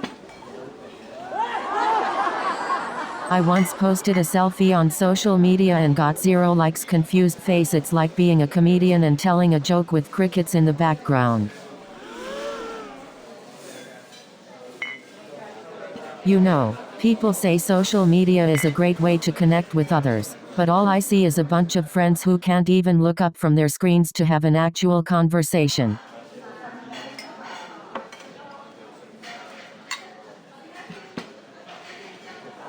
Speaking of social media, have you ever noticed how people always post about their amazing vacations, but never mention the 20-hour layover or the lost luggage? It's like they're the stars of their own reality show.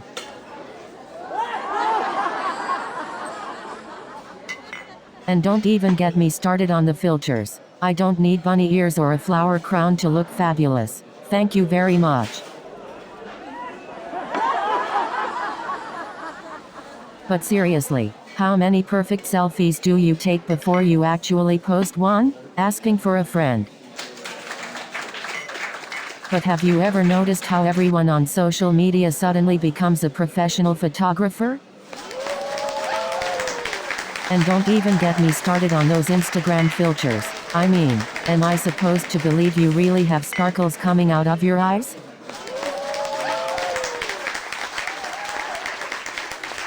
And let's not forget about those perfect vacation photos with the caption "no filter." Yeah, right.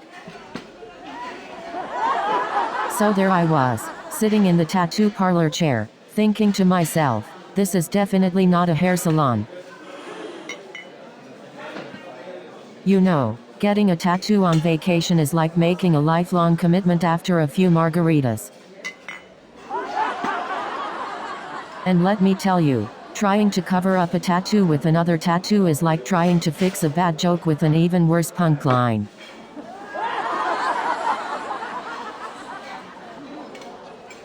So I walked into the tattoo parlor, and the guy says, "What can I do for you?" And I'm like, "Well, can you give me a new haircut?"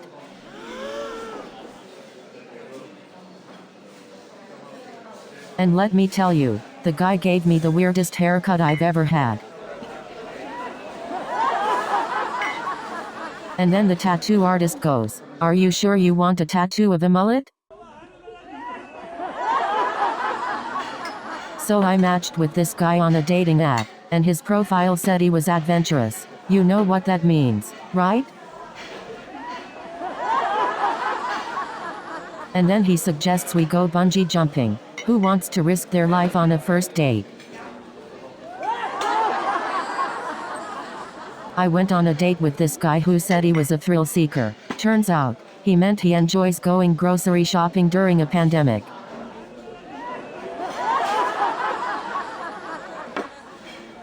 So, I swiped right on this guy who had a picture with a tiger. Turns out, the tiger was his ex-girlfriend. I once went on a date with a guy who had a profile picture with a sports car, but when we met, he showed up in a bicycle.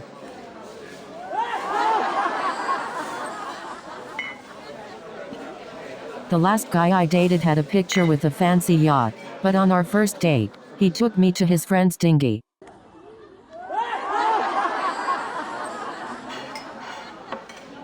I once met a guy online who had a profile picture with a private jet, but when I met him in person, he had a fear of flying.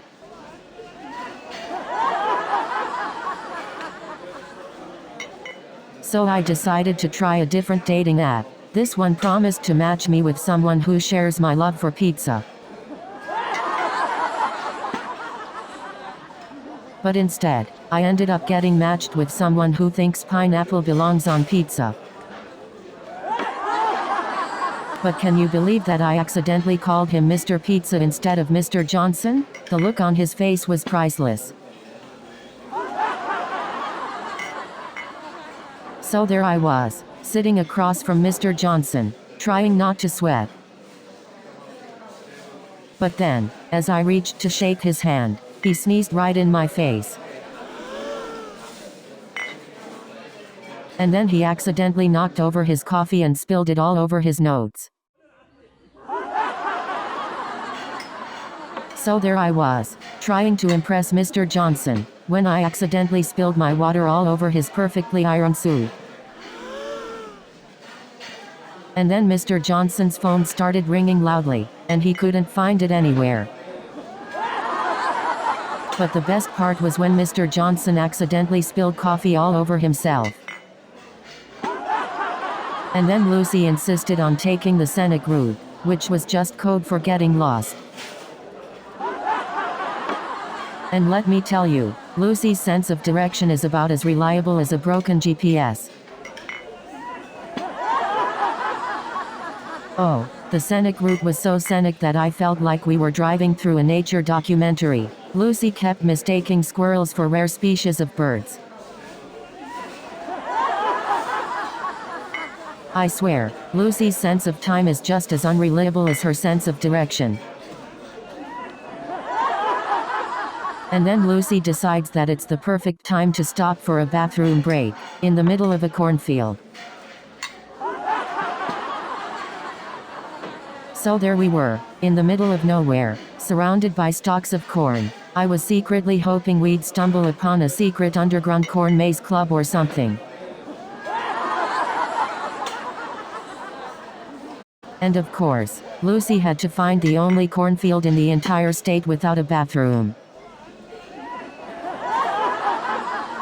You know what they say, when life gives you cornfields without bathrooms, make friends with the scarecrows.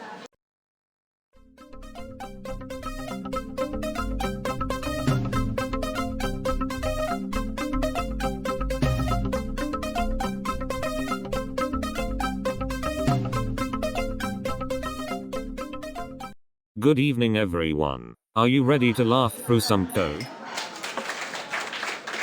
You know, writing the Hello World program is like learning to say mama as a baby, except there's no one to cheer you on and you probably end up crying.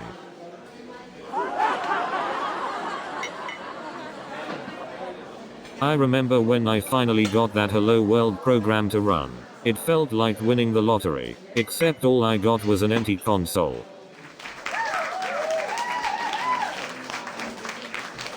And then, when I finally figured out how to print Hello World in different languages, it was like learning how to say mama in every language possible. But hey, at least Hello World is better than yelling "Is anyone out there?" into the void. You know, programming is like a really intense game of hide and seek, but the bugs always win. You know, coding is like building a Jenga tower. You start with a solid foundation, but one wrong move and everything collapses. You know, coding is like painting a masterpiece, but with invisible paint. You don't know what it looks like until you compile it. You know, coding is like trying to solve a Rubik's Cube while blindfolded. You never know if you're close or completely off track. And let me tell you, debugging code is like navigating a labyrinth blindfolded. You're just hoping you don't fall into a pit. You know, sometimes the bug can be so sneaky, it's like playing hide and seek with a master of camouflage. But let me tell you, debugging a bug that only shows up on a leap year, it's like trying to catch a unicorn. When I finally found the bug, I felt like I had won the lottery. Well, a very small lottery, like a scratch-off ticket with $1 prize. And let me tell you, that bug was so sneaky, it could win hide and seek championships. But you know what's even trickier? Debugging someone else's code. And let me tell you, that bug had more twists and turns than a mystery novel.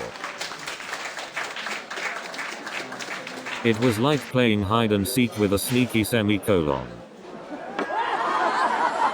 Speaking of fonts, they say coding in Comic Sans is like wearing a clown costume to a funeral. And let me tell you, trying to debug code written in Comic Sans is like trying to find a needle in a haystack made of glitter.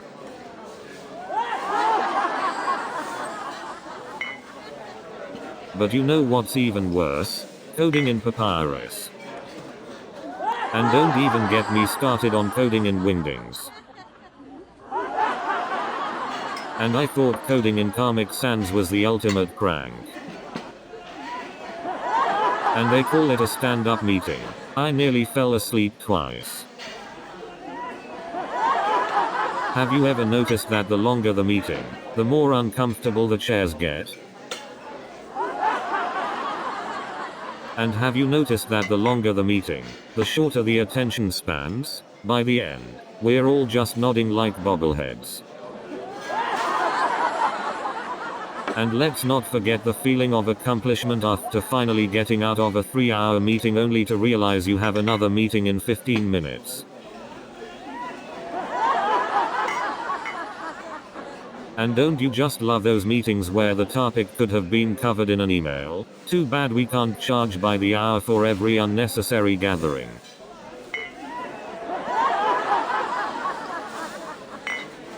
And have you ever noticed that the longer the meeting, the more snacks they give you? It's like they're bribing us to stay awake.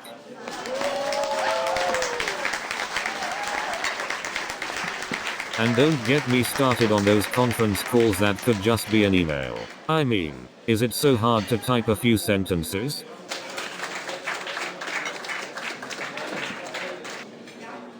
And why do they always start meetings 5 minutes late? Is it a requirement or just to torture us? You know, instead of mailing the wrong person, they should just add an "Are you sure" button. That would save lives. And speaking of emails, why do we even have the reply all button? It's like throwing a party and inviting the whole world. But you know what's even worse?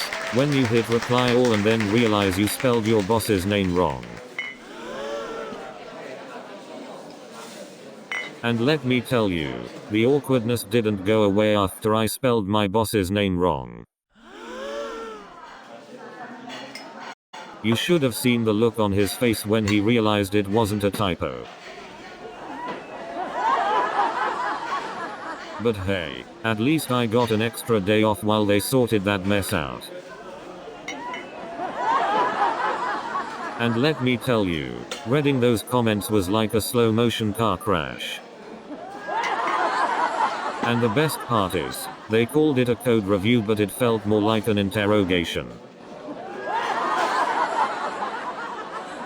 And don't get me started on the line spacing. It's like they just discovered the space bar. And then they asked me if I had considered the possibility of time travel bugs. I mean, have you ever tried to debug a code written by someone who was clearly sleep deprived? It's like trying to solve a crossword puzzle from a different dimension. And don't get me started on the joys of trying to merge conflicting branches during a deadline. Speaking of code reviews, it's like having your worst nightmares read out loud and then criticword, like your 6th grade diary. Ever spent hours searching for a missing semicolon? It's like looking for a needle in a stack of other needles. Debugging is like trying to solve a Rubik's Cube blindfolded, while riding a unicycle. And don't even get me started on dealing with merge conflicts. It's like trying to referee an argument between two stubborn toddlers. Working with legacy code is like trying to decipher an ancient hieroglyphic scroll in a language you've never heard of. Have you ever spent hours trying to find a missing semicolon? It's like searching for a needle in a haystack made of code. Debugging code is like being trapped in a never-ending loop. It feels like time stops as you fix one bug, only to find another. You know you've been debugging too long when you dream in code. And don't even get me started on those missing semicolons. But hey, at least we can all agree that coding makes for some interesting dreams, right?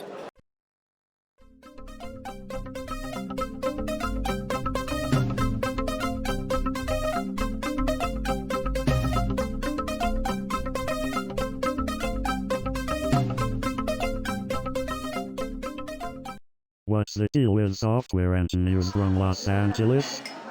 Have you ever encountered a software bug that made you question your existence?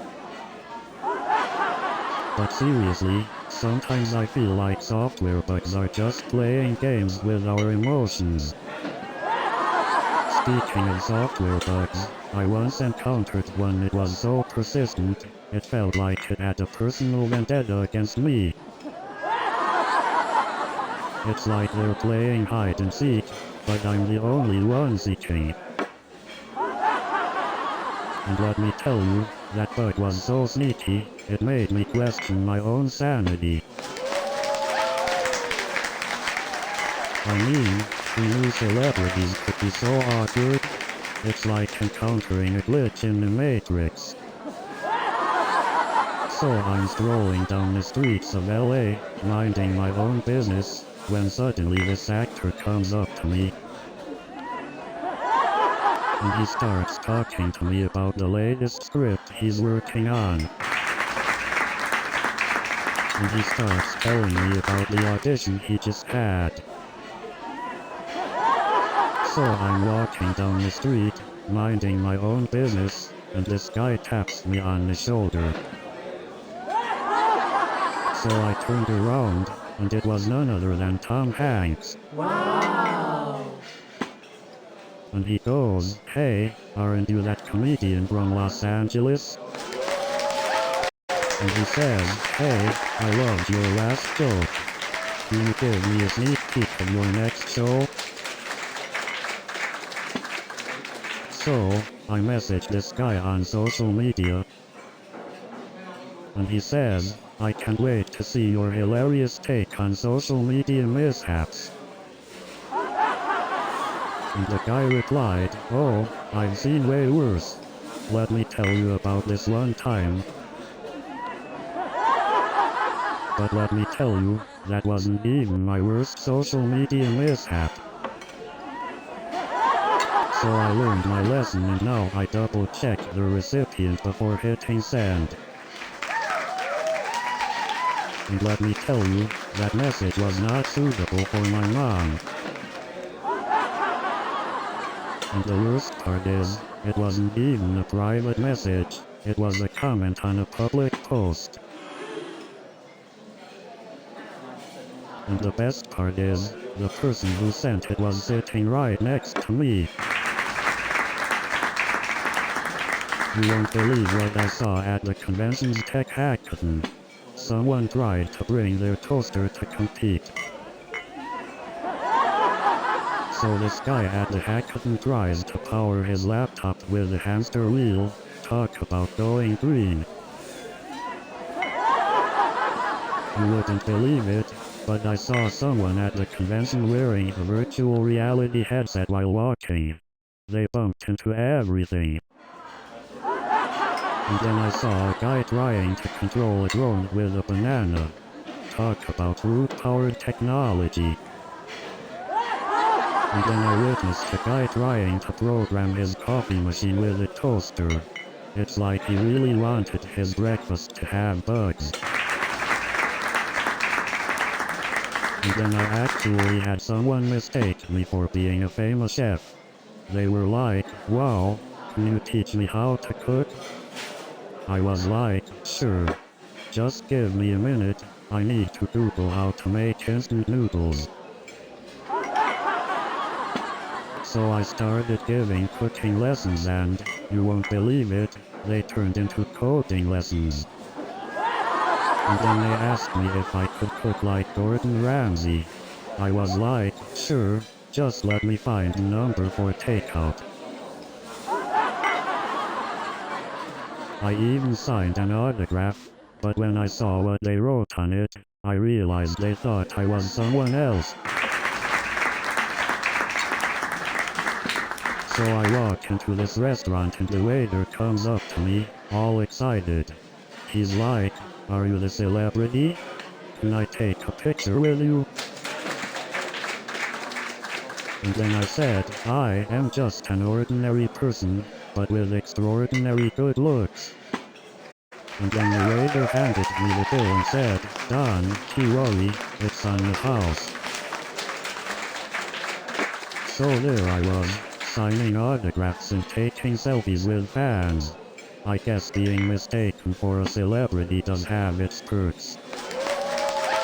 And when I called customer service, they put me on hold for so long, I had enough time to watch a whole season of Friends. And when I tried to return it, their online form was longer than the terms and conditions. I had to hire a lawyer just to navigate through it. And the best part? When I finally got a hold of customer service, they told me that my refund could take up to 12 weeks. And then, when I asked for a refund, they told me I had to ship the item back to Mars. And then, when I tried to return it, the customer service representative asked me if I had considered using it as a doorstop. But hey, at least it came with a free pack of disappointment.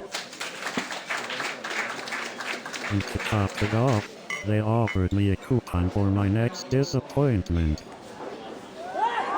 And when I called their customer service, they put me on hold for so long, I was able to grow a full beard.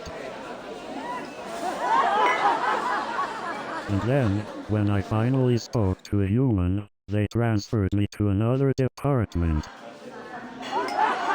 And every time I try to update my phone, it's like playing a game of Russian roulette. And don't get me started on voice assistants. Half the time they can't understand a word I'm saying. I went to the grocery store the other day and tried to scan my items at the self-checkout. Let's just say it was more like self-confusion. You know, these smart homes try to be so helpful, but sometimes I think they're just trying to mess with us. You know, sometimes I feel like my smartphone is smarter than me. It's like having a tiny personal assistant that always outsmarts you. You know, I think my smartphone is secretly plotting against me. I caught it whispering with my smart home the other day. You know, my smartphone is like a little spy, always watching my every move. I caught it spying on my dinner conversations with my smart fridge last night. You know, these smart devices are getting a little too smart. I caught my smartphone texting my smartwatch about my weekend plans.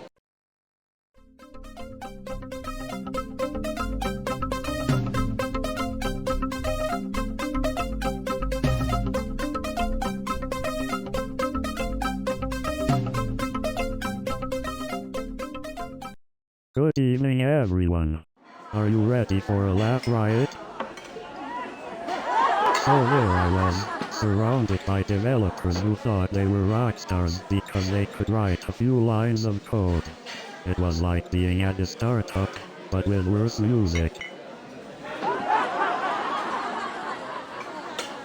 I remember one time at the startup, they replaced the water cooler with a Kambucha tap. I felt like I was getting more culture, but less hydration. And don't get me started on the office decor. It was like working in a hipster art gallery, but with less talent. You know, I was so used to debugging code that I thought finding a bug on a ping pong table was just part of my job.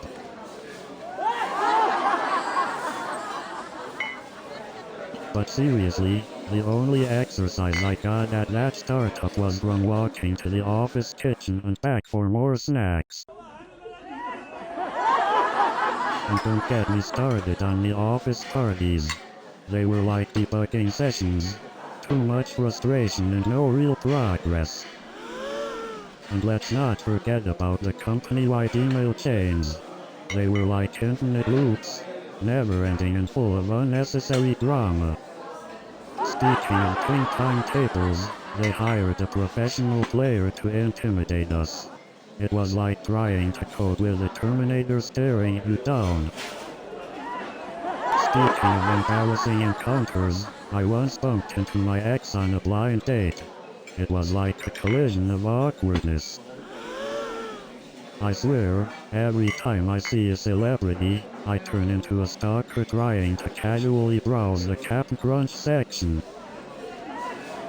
I mean, who knew the snack aisle could have such a profound effect on our lives? It's like a black hole of self-control. I don't get it. Why do all celebrities shop for snacks anyways? So there I am, starstruck and speechless, standing in front of the chips aisle like a deer caught in headlights. And of course, being the software engineer that I am, I had to analyze the chip options like it was a complex algorithm. And let me tell you, analyzing those chip options was like watching a room full of programmers argue about tabs versus spaces. But I'll tell you, nothing compares to the awkwardness of trying to explain recursion to a non-programmer. I'll tell you, trying to explain object-oriented programming to a non-engineer is like trying to teach a fish to ride a bicycle. So I'm sitting there on this blind date, right?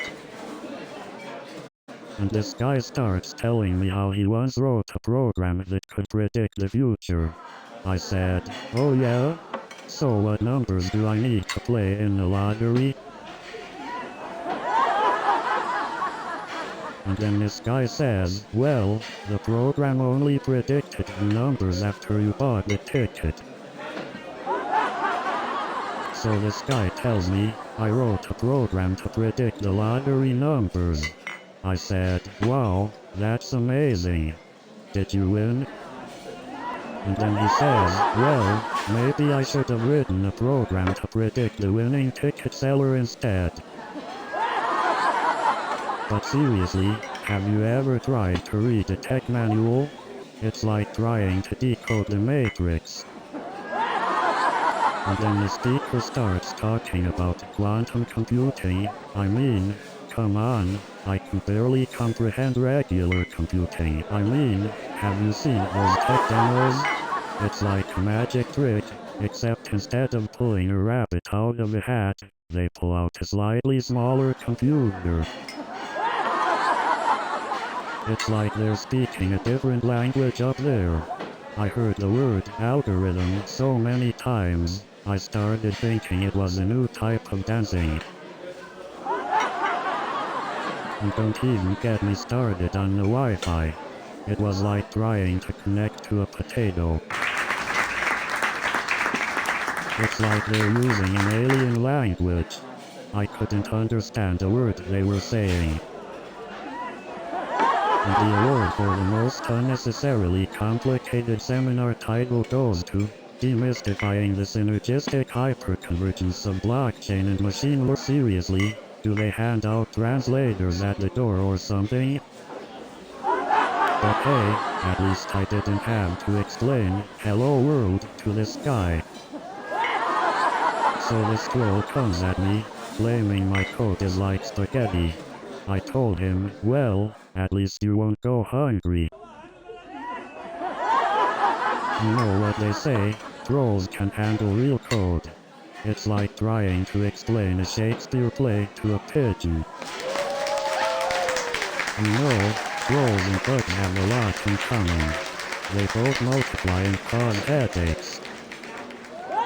Speaking of trolls, they remind me of those pop-up ads. They're annoying, you can never get rid of them. You know what else is hard to get rid of? Those dating app notifications. They just keep popping up. And you know what else is hard to get rid of? Internet trolls. They just keep coming back. You know what else is hard to get rid of? Junk mail. It just keeps piling up.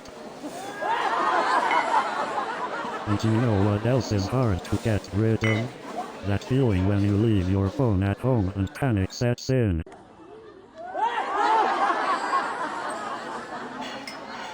And you know what else is hard to get rid of? That one friend who never returned your borrowed DVDs. And you know what else is hard to get rid of? The urge to check your phone every 5 minutes, even when you're on a date.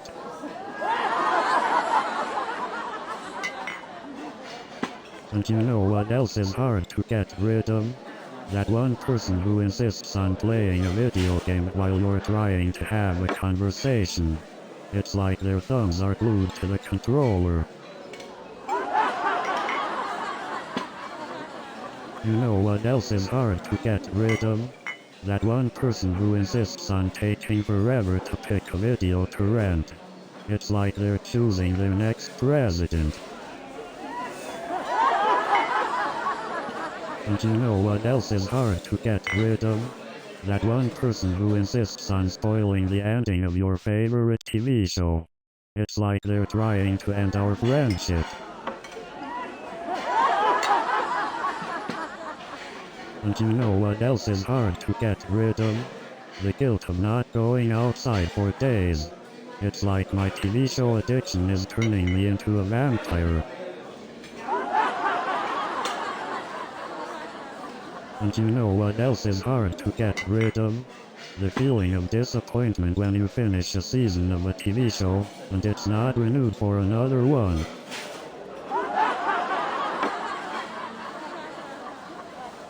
And you know what else is hard to get rid of? The withdrawal symptoms when you try to cut back on Netflix. I had cold sweats, shaky hands, and an overwhelming urge to yell out, "Previously on." And you know what else is hard to get rid of?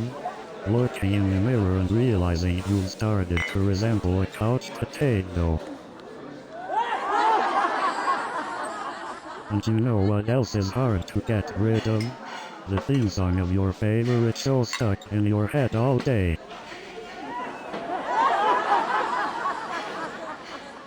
And you know what else is hard to get rid of? The sudden urge to talk like the characters from those shows. And you know what else is hard to get rid of? The iconic catchphrases of those characters.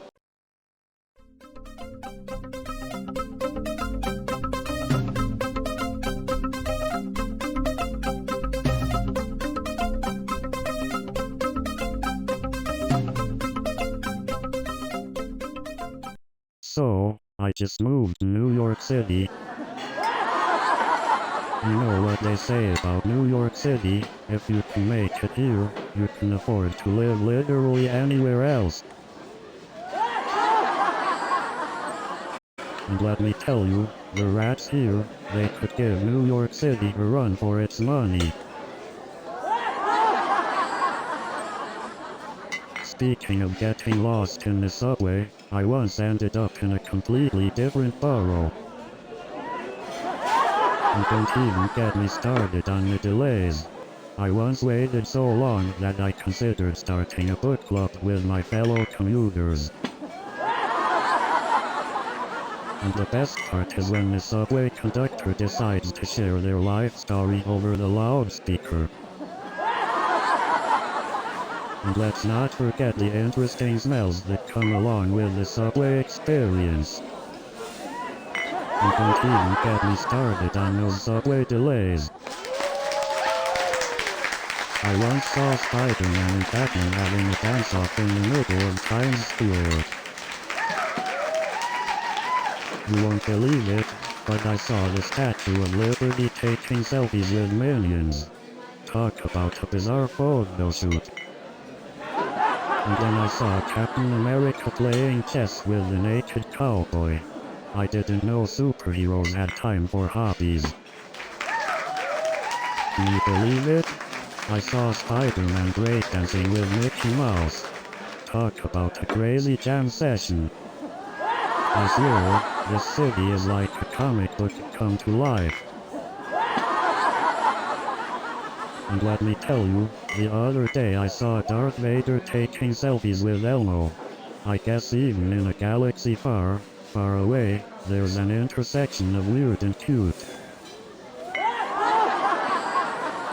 So I'm walking down the street, minding my own business, when I see Spider-Man trying to hail a cab.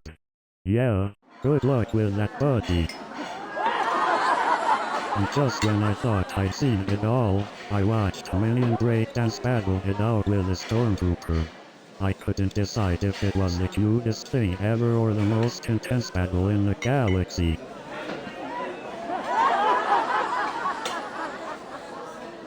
And speaking of overwhelming options, have you seen the dating apps in this city?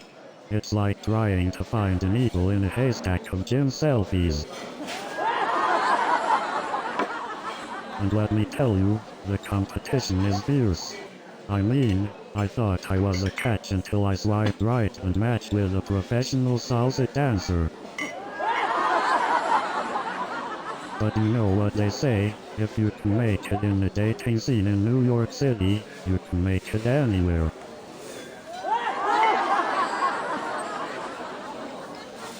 And let me tell you, it's not just the people you have to impress. The rats in this city have some serious standards too. And speaking of options, have you ever swiped through dating apps in New York? It's like trying to choose a bagel at a bakery with a million flavors. You know, dating in New York is like playing a game of musical chairs. Except instead of chairs, it's people, and instead of music, it's the sound of honking taxi horns. And let me tell you, trying to navigate the dating scene here is like using Google Maps on a subway platform. I've had so many bad dates in this city, I've considered applying for a refund. It's like trying to find a needle in a haystack, but the haystack is made up of 8 million haystacks. I once ordered Chinese takeout and ended up with a plate of spaghetti. I didn't know whether to be disappointed or impressed. You know, trying to find a good Chinese takeout place in New York is like searching for a parking spot in Manhattan. Nearly impossible. I once got so lost trying to find a hidden taco truck that I ended up on a date with a GPS. Have you ever noticed how all the food delivery guys in New York ride their bikes like they're in the Tour de France? Speaking of food delivery guys, have you ever noticed how they always seem to know the shortcuts better than any GPS? And don't get me started on those food delivery apps, they have more options than a presidential buffet. But seriously, I swear those food delivery apps are like a never-ending rabbit hole.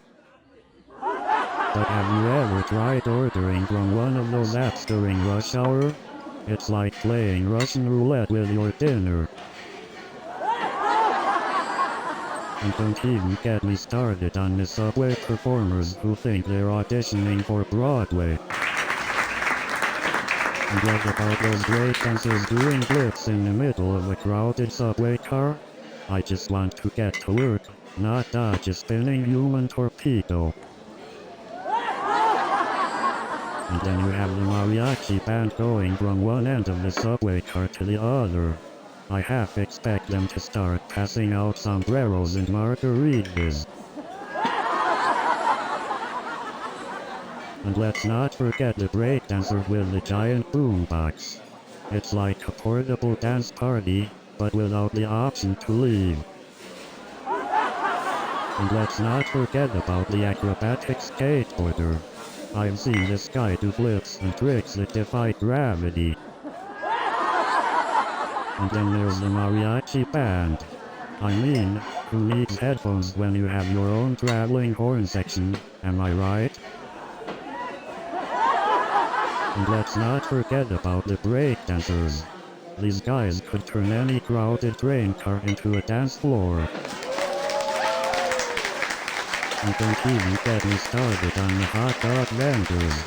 They're like the unofficial mayor of Central Park, always ready with a pretzel or a clever one-liner. Speaking of tourists, has anyone else noticed how they always seem to have the biggest backpacks? It's like they're ready for a full day of hiking instead of just walking around the park. You know what else I find perplexing? The constant battle between squirrel and pigeon for dominance of the park. It's like a never-ending episode of Animal Planet. And don't get me started on the squirrels stealing food from unsuspecting tourists. It's like they're running their own little food court in the park. You know, I once saw a pigeon try to do the squirrel's food court thing. It was an epic fail. You won't believe the amount of squirrels here. It's like a squirrel convention in Central Park. I even caught one giving a TED Talk. It's like they have a secret tunnel connecting Times Square to every small town in America. And don't even get me started on the selfie stick army invading our streets. You can walk 5 feet without bumping into someone trying to take the perfect selfie. It's like an obstacle course out there. And let's not forget about the street performers who are just trying to make a living. It feels like I'm watching America's Got Talent every time I go outside. You know, being a New Yorker means getting really good at dodging slow-moving groups of tourists. But hey, at least we can always count on the hot dog vendors to never let us down.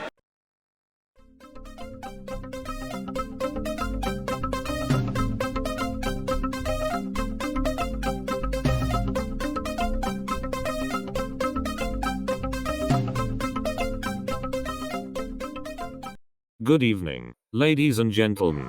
Are you ready to laugh? You won't believe the characters I meet on the subway. Just the other day, I saw a guy playing the accordion while breakdancing. And you know what else? I once saw a guy juggling 3 rats while singing New York, New York. Speaking of subway characters, I once saw a guy breakdancing with a pigeon perched on his shoulder. Speaking of eccentric subway encounters, the other day I saw a guy playing an accordion while walking 3 dogs in football jerseys.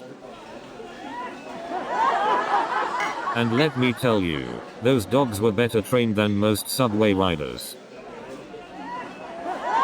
You wouldn't believe the fashion choices some of these subway riders make. You know what's even crazier? Some of these subway riders have better fashion sense than New York Fashion Week. And don't even get me started on the mismatched socks and sandals combo. But the worst part is when they can't even spell my name right. I mean, how hard is it to spell John? It's literally the most basic name in the world.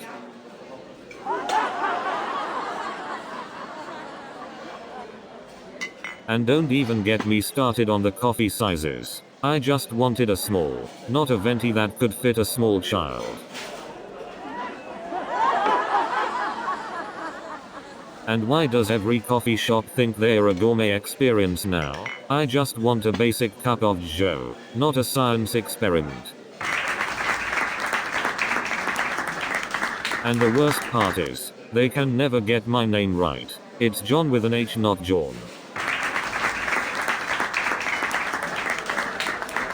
And don't even get me started on the sizes they have. Tall, grand, venti. Just give me a regular coffee. I don't need a lesson in Italian. And then they ask, room for cream? Well, if I wanted room for cream, I would have asked for it, wouldn't I? You know what drives me crazy about social media? People who post pictures of every meal they eat. I don't need a play-by-play of your breakfast now already. Have you ever noticed how people always claim they are having the best day ever on social media? I mean, come on. Are you really having the best day ever every single day?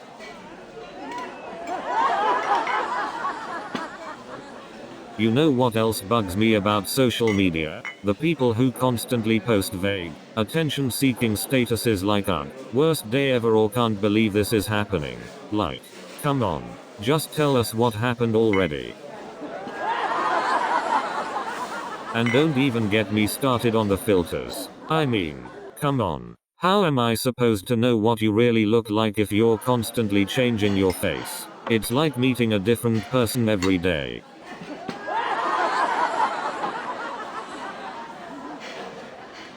You know what really gets me? Those people who post pictures of their super healthy meals every single day. Like, do you really need to show the world your kale smoothie again?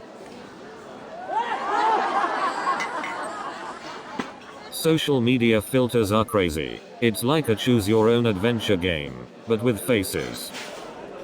And don't even get me started on those perfect vacation photos people post. I mean, we all know you spent half the day posing for that picture, and the other half editing it to remove the garbage cans in the background.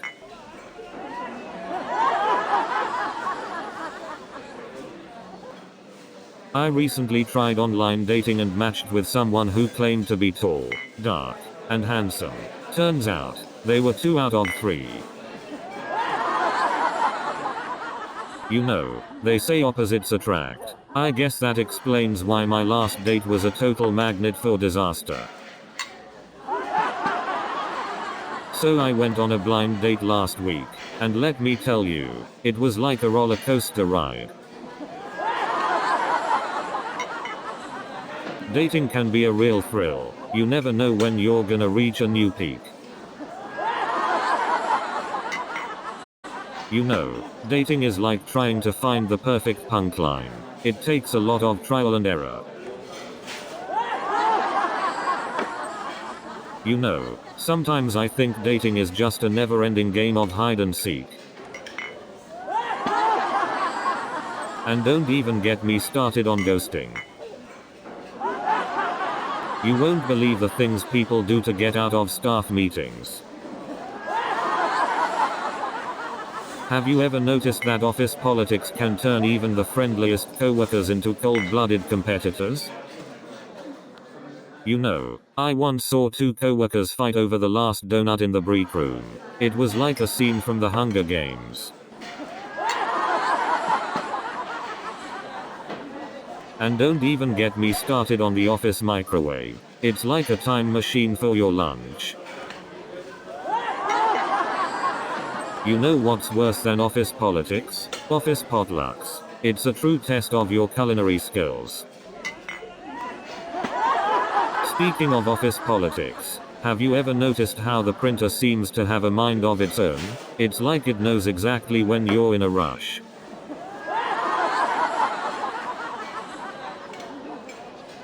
And don't even get me started on the office microwave. It's like a black hole for leftovers. But the real question is, how does anyone actually know how to use those exercise machines? I mean, do they come with an instruction manual or something? And speaking of changing rooms, why do they always have those tiny lockers that can barely fit a pair of socks? Do they think we're all just walking in here with nothing but a towel?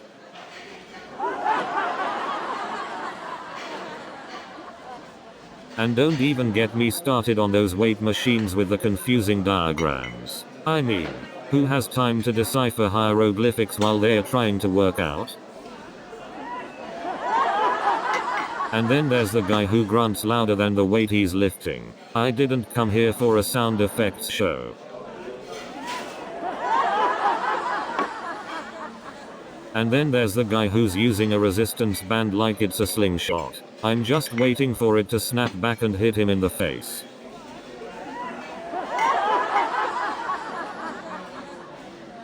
And don't even get me started on the guy who thinks grunting makes him lift heavier weights. I'm surprised he hasn't launched himself into orbit yet. And then there's the guy who's trying to do yoga in the weightlifting area. I think he's confusing downward dog with deadlift. And then there's the girl who brings her cat to the gym. I bet her kitty's getting more workout than her. Speaking of gym mishaps, I saw a guy trying to bench press his ego. Let's just say, his ego had a much higher weight limit. Speaking of gym mishaps, I once saw a celebrity trying to do squats in high heels. Let's just say, it didn't end well. You think squats in high heels is bad? I once saw a celebrity attempt a handstand in a ball gown. And let me tell you, it was like watching a flamingo try to breakdance. It's like seeing a giraffe trying to do the limbo. You know, trying to impress a celebrity is like trying to teach a penguin how to salsa. And then I saw a kangaroo trying to breakdance.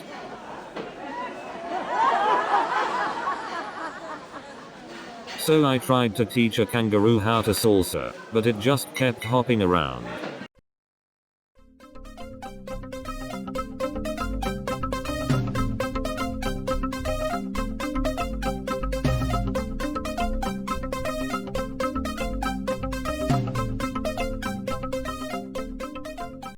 Good evening, ladies and gentlemen.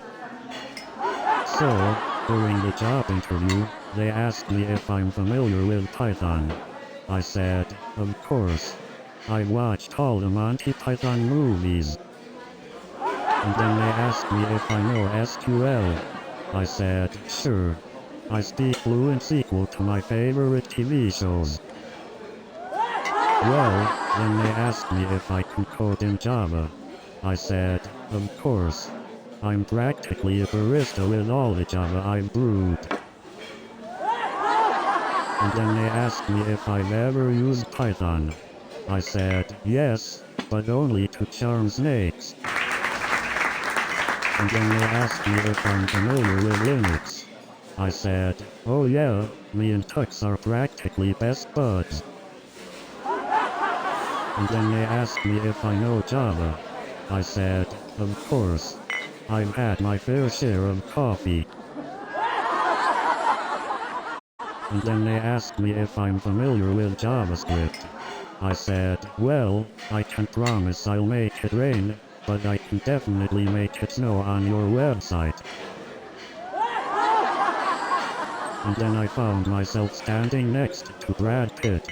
I said, I loved you in Fight Club. but I have to say, your hair and beauty was absolutely mesmerizing. So there I was, in the middle of this star-studded crowd, when suddenly I spot Tom Cruise. And then out of nowhere, Oprah Winfrey walks up to me and says, "You get a car. And you get a car. Everybody gets a car." And then Brad Pitt comes up to me and says, "Hey, you want to be my stunt double?" But then Tom Cruise comes up to me and says, "Hey, I need someone to teach me how to code." And then Jennifer Lawrence says, "Hey, can you teach me how to act?" And then Kanye West walks up to me and says, "Hey, can you teach me how to be humble?" And then Taylor Swift walks up to me and says, "Hey, can you teach me how to write a breakup song?" So then Elon Musk walks up to me and says, "Hey, can you teach me how to build a flamethrower?" And then Jeff Bezos walks up to me and says, "Hey, can you teach me how to avoid paying taxes?" So then Mark Zuckerberg walks up to me and says, "Hey, can you teach me how to make friends?" And then Elon Musk walks up to me and says, "Hey, can you teach me how to send a tweet without causing a controversy?" And then Jack Dorsey walks up to me and says, "Hey, can you teach me how to run a social media platform without any bots?" And then Mark Zuckerberg walks up to me and says, "Hey, can you teach me how to protect user data without any leaks?" And then Elon Musk walks up to me and says, "Hey, can you teach me how to send a car to space without any explosions?" And then Jeff Bezos walks up to me and says, "Hey, can you teach me how to build a rocket without any delays?" And then Richard Branson walks up to me and says, "Hey, can you teach me how to have a smooth spaceflight without any motion sickness?" And then Elon Musk walks up to me and says, "Hey, can you teach me how to build a self-driving car without any traffic tickets?" And then Jeff Bezos walks up to me and says, "Hey, can you teach me how to have a space trip without any delayed rockets?" So then Richard Branson walks up to me and says, "Hey, can you teach me how to have a space vacation without any lost luggage?" And then Elon Musk walks up to me and says, "Hey, can you teach me how to have a space adventure without any alien encounters?" And then Jeff Bezos walks up to me and says, "Hey, can you teach me how to have a space expedition without any delayed deliveries?" And then Richard Branson walks up to me and says, "Hey, can you teach me how to have a space escapade without any turbulence?" And then Elon Musk walks up to me and says, "Hey, can you teach me how to have a rocket launch without any technical difficulties?" And then Jeff Bezos walks up to me and says, "Hey, can you teach me how to have a space trip without any weight gain?" And then Mark Zuckerberg walks up to me and says, "Hey, can you teach me how to have a social network without any privacy issues?" So then Elon Musk walks up to me and says, "Hey, can you teach me how to have a Mars colony without any alien invasions?" And then Steve Jobs walks up to me and says, "Hey, can you teach me how to have a product launch without any technical glitches? And then Jeff Bezos walks up to me and says, hey, can you teach me how to have a Prime delivery without any drone crashes? And then Elon Musk walks up to me and says, hey, can you teach me how to have a rocket launch without any explosions? And then Mark Zuckerberg walks up to me and says, hey, can you teach me how to have a social network without any privacy concerns? And then Jeff Bezos walks up to me and says, hey, can you teach me how to build a company without any monopoly concerns? And then Elon Musk walks up to me and says, hey, can you teach me how to launch a rocket without any explosion concerns? And then Mark Zuckerberg walks up to me and says, hey, can you teach me how to protect user privacy without any data concerns? And then Larry Page walks up to me and says, hey, can you teach me how to run a search engine without any algorithm concerns? And then Jeff Bezos walks up to me and says, hey, can you teach me how to run a delivery service without any logistics concerns? And then Mark Zuckerberg walks up to me and says, hey, can you teach me how to run a social media platform without any privacy concerns? And then Elon Musk walks up to me and says, hey, can you teach me how to send a rocket to Mars without any engineering concerns? But then Bill Gates walks up to me and says, hey, can you teach me how to create a virus without any security concerns? And then Steve Jobs walks up to me and says, hey, can you teach me how to create a user-friendly interface without any design concerns? And then Elon Musk comes up to me and says, hey, can you teach me how to build a rocket without any fuel concerns? And then Mark Zuckerberg comes up to me and says, hey, can you teach me how to make friends without any social skills? And then Jeff Bezos comes up to me and says, hey, can you teach me how to run a company without making billions? And then Elon Musk comes up to me and says, hey, can you teach me how to be humble without going to Mars?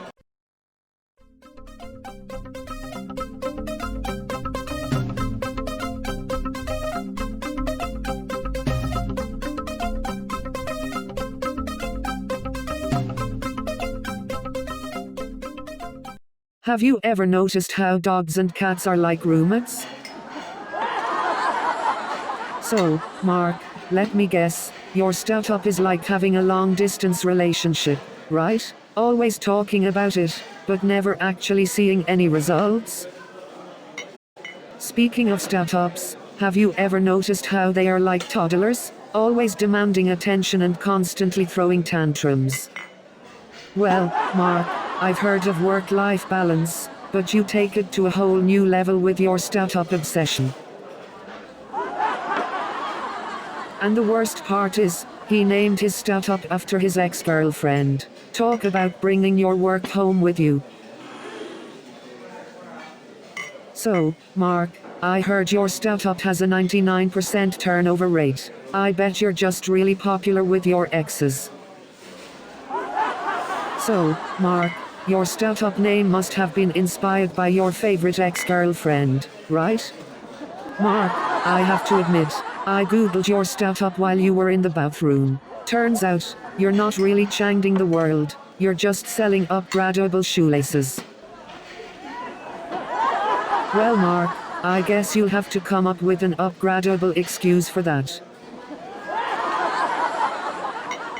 Mark, I hope your excuse is upgradable like your shoelaces. Hey John, I guess I should stick to being a comedian and leave the movie quotes to you. I guess I should stick to my day job and leave the coffee shop encounters to the professionals, huh? So John, do you ever mix up your characters in real life, or is that just me? But hey, at least I didn't ask him for an autograph with the wrong name. Well, I guess I shouldn't quit my day job as a movie critic, huh? Well, I guess my talent for making a fool of myself is just as impressive as my movie knowledge.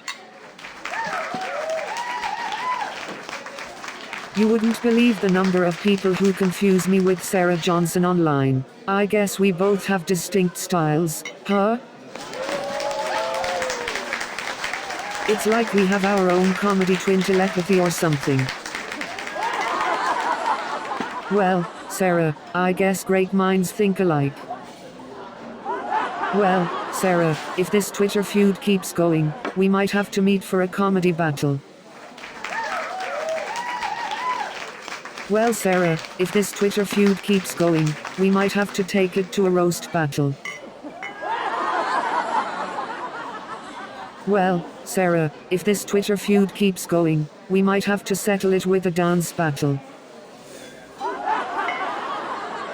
Well, Sarah, if this Twitter feud keeps going, we might have to settle it with a rap battle. Well, Sarah, if this Twitter feud keeps going, we might have to settle it with a beatboxing battle. Well, Sarah, if this Twitter feud keeps going, we might have to settle it with a dance-off. Well, Sarah, if this Twitter feud keeps going, we might have to settle it with a salsa dance-off. Well, Sarah, if this Twitter feud keeps going, we might have to settle it with a hip-hop dance battle. Well, Sarah, if this Twitter feud keeps going, we might have to settle it with a breakdance battle. Well, Sarah, if this Twitter feud keeps going, we might have to settle it with a TikTok dance-off. Well, Sarah, if this Twitter feud keeps going, we might have to settle it with a dance battle on roller skates. Well, Sarah, if this Twitter feud keeps going, we might have to settle it with a breakdancing battle. Well, Sarah, if this Twitter feud keeps going, we might have to settle it with a freestyle rap battle. Well, Sarah, if this Twitter feud keeps going, we might have to settle it with a beatbox battle. Wow! Well, Sarah, if this Twitter feud keeps going, we might have to settle it with interpretive dance. Well, Sarah, if this Twitter feud keeps going, we might have to settle it with a game of rock, paper, scissors. Well, Sarah, if this Twitter feud keeps going, we might have to settle it with a game of thumb war. Well, Sarah, if this Twitter feud keeps going, we might have to settle it with a game of tic-tac-toe. Well, Sarah, if this Twitter feud keeps going, we might have to settle it with a game of hangman. Well, Sarah, if this Twitter feud keeps going, we might have to settle it with a game of Connect 4. Well, Sarah, after my fashion mishap, I'm thinking of starting my own fashion line. It'll be called Door Culture. Well, Sarah, I'm thinking of starting a new career as a fashion consultant. I've already mastered the art of getting in and out of doors. Well, Sarah, after my fashion mishap, I'm now an expert in quick costume changes. I even have a new catchphrase, in and out, like a fashion ninja. Well, Sarah, I may have found my true calling. I'm considering starting a fashion line called Door Diva for all the fashion-forward door enthusiasts out there. You know, Sarah, I think I've discovered a new fashion trend. It's called door-inspired culture. And let me tell you, Sarah, my friends will never let me live it down. Oh Sarah, you won't believe it. I tried baking cookies, and they turned out like asteroid crumbs. I swear, Sarah, my cooking skills are out of this world. And then I accidentally mistook salt for sugar. Let's just say it was the saltiest dessert I've ever had. But hey, at least the fire alarm gave us a much-needed adrenaline rush. I even managed to set the smoke alarm off 3 times. I think it's haunting me now. You know you're a terrible cook when even the smoke alarm is trying to escape from the kitchen.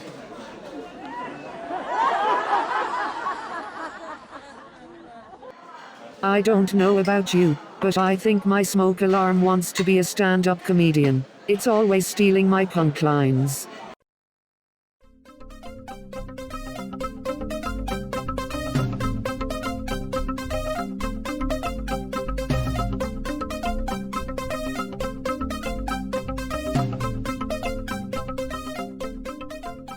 What's the deal with airline food?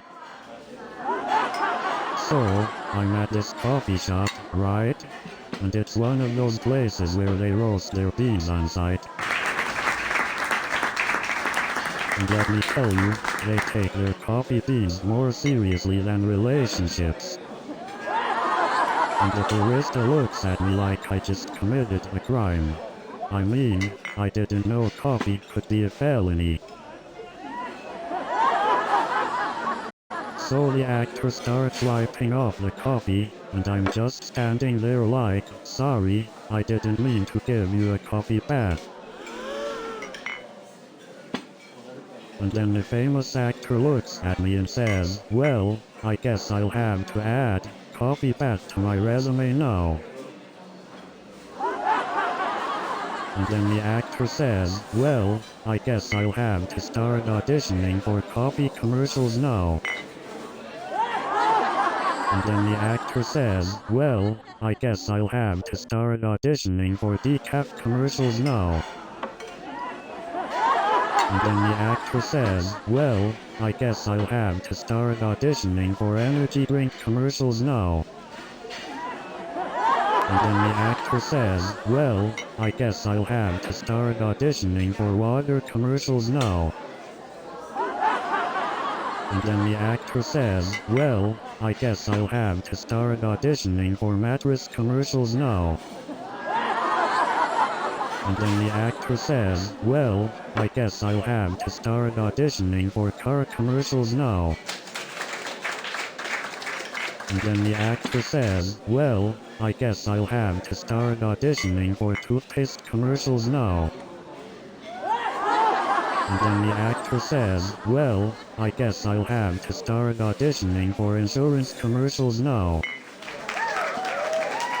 And then the actor says, well, I guess I'll have to start auditioning for fast food commercials now.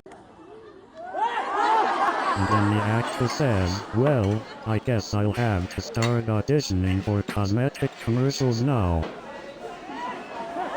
And then the actor says, well, I guess I'll have to start auditioning for diet pill commercials now. And then the actor says, well, I guess I'll have to start auditioning for underwear commercials now. And then the actor says, well, I guess I'll have to start auditioning for dating app commercials now.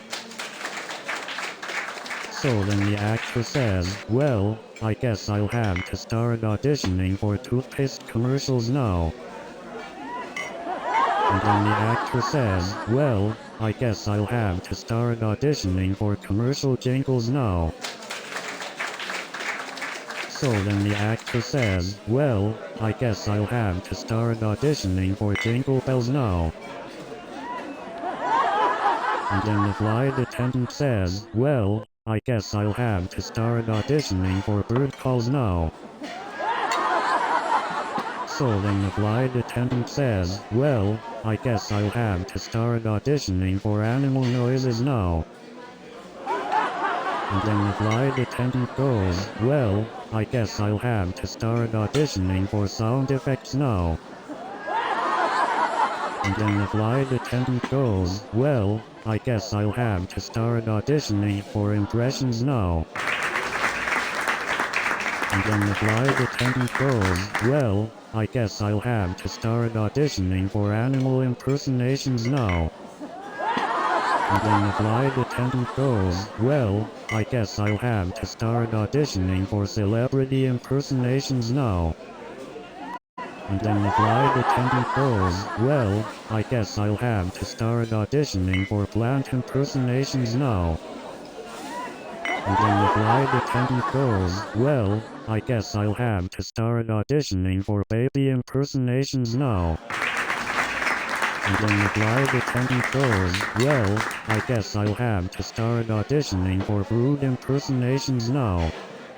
And then the flight attendant goes, well, I guess I'll have to start auditioning for vegetable impersonations now.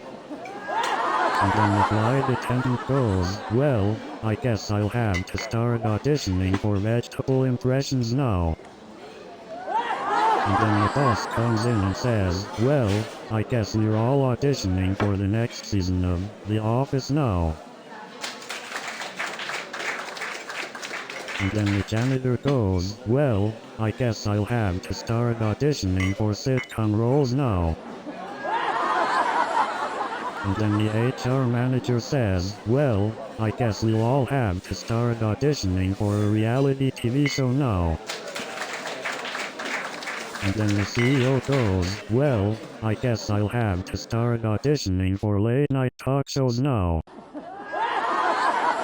And then the janitor goes, well, I guess I'll have to start auditioning for a cleaning reality TV show now. And then the famous musician goes, well, I guess I'll have to start auditioning for a comedy show now. And then the politician goes, well, I guess I'll have to start auditioning for a stand-up comedy show now. And then the world-renowned chef goes, well, I guess I'll have to audition for a cooking show now. And then the doctor goes, well, I guess I'll have to start auditioning for a medical drama now. And then the actor goes, well, I guess I'll have to audition for a soap opera now. And then the chef goes, well, I guess I'll have to audition for a cooking show now. And then the butcher goes, well, I guess I'll have to audition for a reality show now. And then the cashier goes, well, I guess I'll have to audition for a stand-up comedy show now. And then the baker goes, well, I guess I'll have to audition for a baking competition now. And then the butcher goes, well, I guess I'll have to audition for a cooking show now. And then the fishmonger goes, well, I guess I'll have to audition for a fishing reality show now. And then the baker goes, well, I guess I'll have to audition for a reality show about burnt pastries. And then the butcher goes, well, I guess I'll have to audition for a reality show about meatball disasters. And then the candlestick maker goes, well, I guess I'll have to audition for a reality show about wax disasters.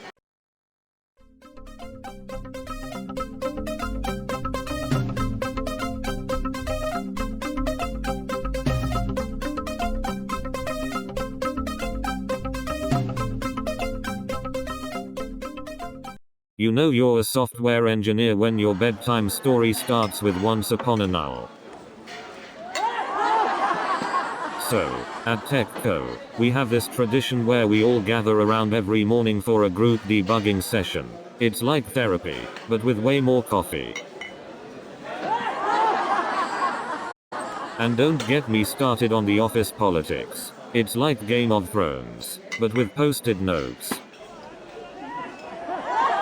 And let me tell you, the Nerf gun war escalated quickly. First, it was just foam darts flying around, but then someone brought in a Nerf bazooka. And the office janitor became the unofficial referee, blowing the whistle every time someone got hit.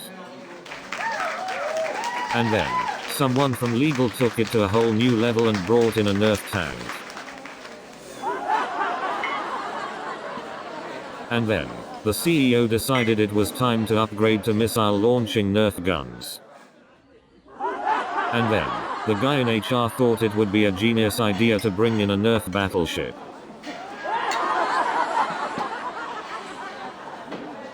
And then, the CTO decided it was time to bring in Nerf tanks. And then, the developer suggested we bring in a Nerf drone. And then, the project manager said, let's have a Nerf battle to resolve our code conflicts. And then, the tester slipped on a Nerf dart and accidentally deleted the entire code base. And then, the high-tech display fell like a domino, crashing into the wall. And then, the virtual reality headset malfunctioned and started playing a recording of my most embarrassing moments. It was like a greatest hits reel of my epic fails. And then, they handed me the bill for all the damages. I thought I was just trying out a virtual reality headset, not signing up for a demolition derby. It was like a scene from a comedic action movie. The store was in chaos, and I was the unintentional star. Who knew that resisting the urge to check social media would be harder than navigating through a minefield? And don't even get me started on the infinite scroll. It's like falling into a never-ending pit of cat videos and memes. I once tried to take a social media detox, but then I realized that deleting the apps is just like hiding cookies on the top shelf. My willpower isn't high enough to resist.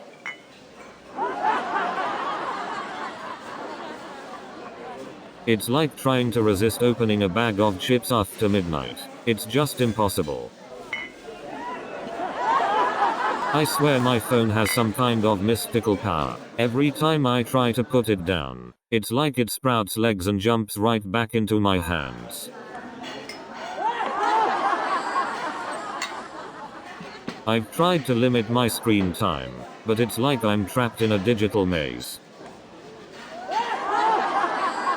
I've tried putting my phone on the top shelf where I can't reach it, but somehow it always manages to push all my other stuff off the shelves and land right back into my hands.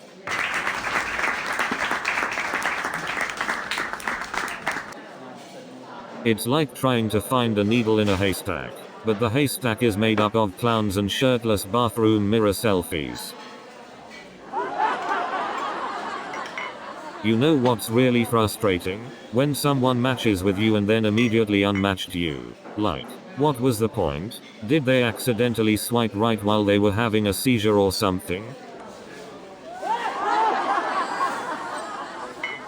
And don't even get me started on the cheesy pickup lines. It's like some guys think they're Shakespeare or something. And then there are those guys who send a message saying hey and expect you to carry the whole conversation. But seriously, why do people think a simple hey will impress anyone? And then there are those who think a clever pickup line from Google will make up for a lack of personality. And don't get me started on those how you doing cliches. But seriously, have you seen some of the profile pictures on these apps? I mean, I don't need a selfie with your breakfast burrito. And what's with all the group photos? Who am I supposed to be swiping for? The whole soccer team? And what's the deal with smart home devices? They are supposed to make our lives easier, but all they do is confuse us. And have you noticed that the more smart our homes become, the dumber we feel? You know, sometimes I feel like my smart home devices are just laughing at me. And don't even get me started on the Wi-Fi password. It's like trying to decode the Da Vinci Code every time a guest comes over. It's like my smart home doesn't understand the concept of personal space. Sometimes I catch it trying to schedule dates for me. I swear, sometimes I think my smart home is just trying to make me obsolete. And don't get me started on the Wi-Fi. It's like trying to connect to a hamster on a wheel.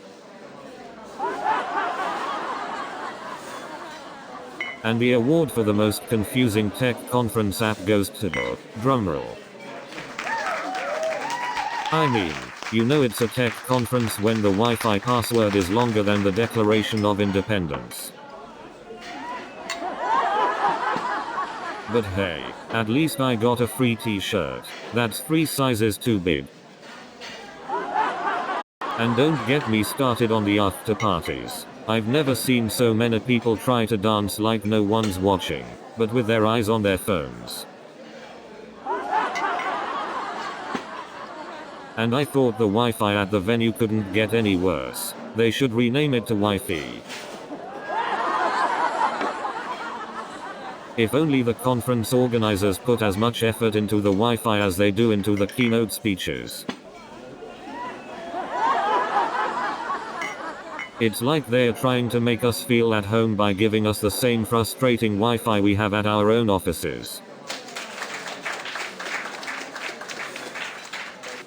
And don't get me started on the inconsistent indentation. It's like reading a mystery novel where the author randomly switches between 2 and 4 spaces. Imagine getting an error message that says undefined is not a function, and you're like, well, I definitely know what's not a function. Thanks for clarifying. And have you ever spent hours trying to figure out why your code isn't working, only to realize you forgot a semicolon at the end? It's like searching for a needle in a haystack, but the needle is actually a tiny piece of punctuation.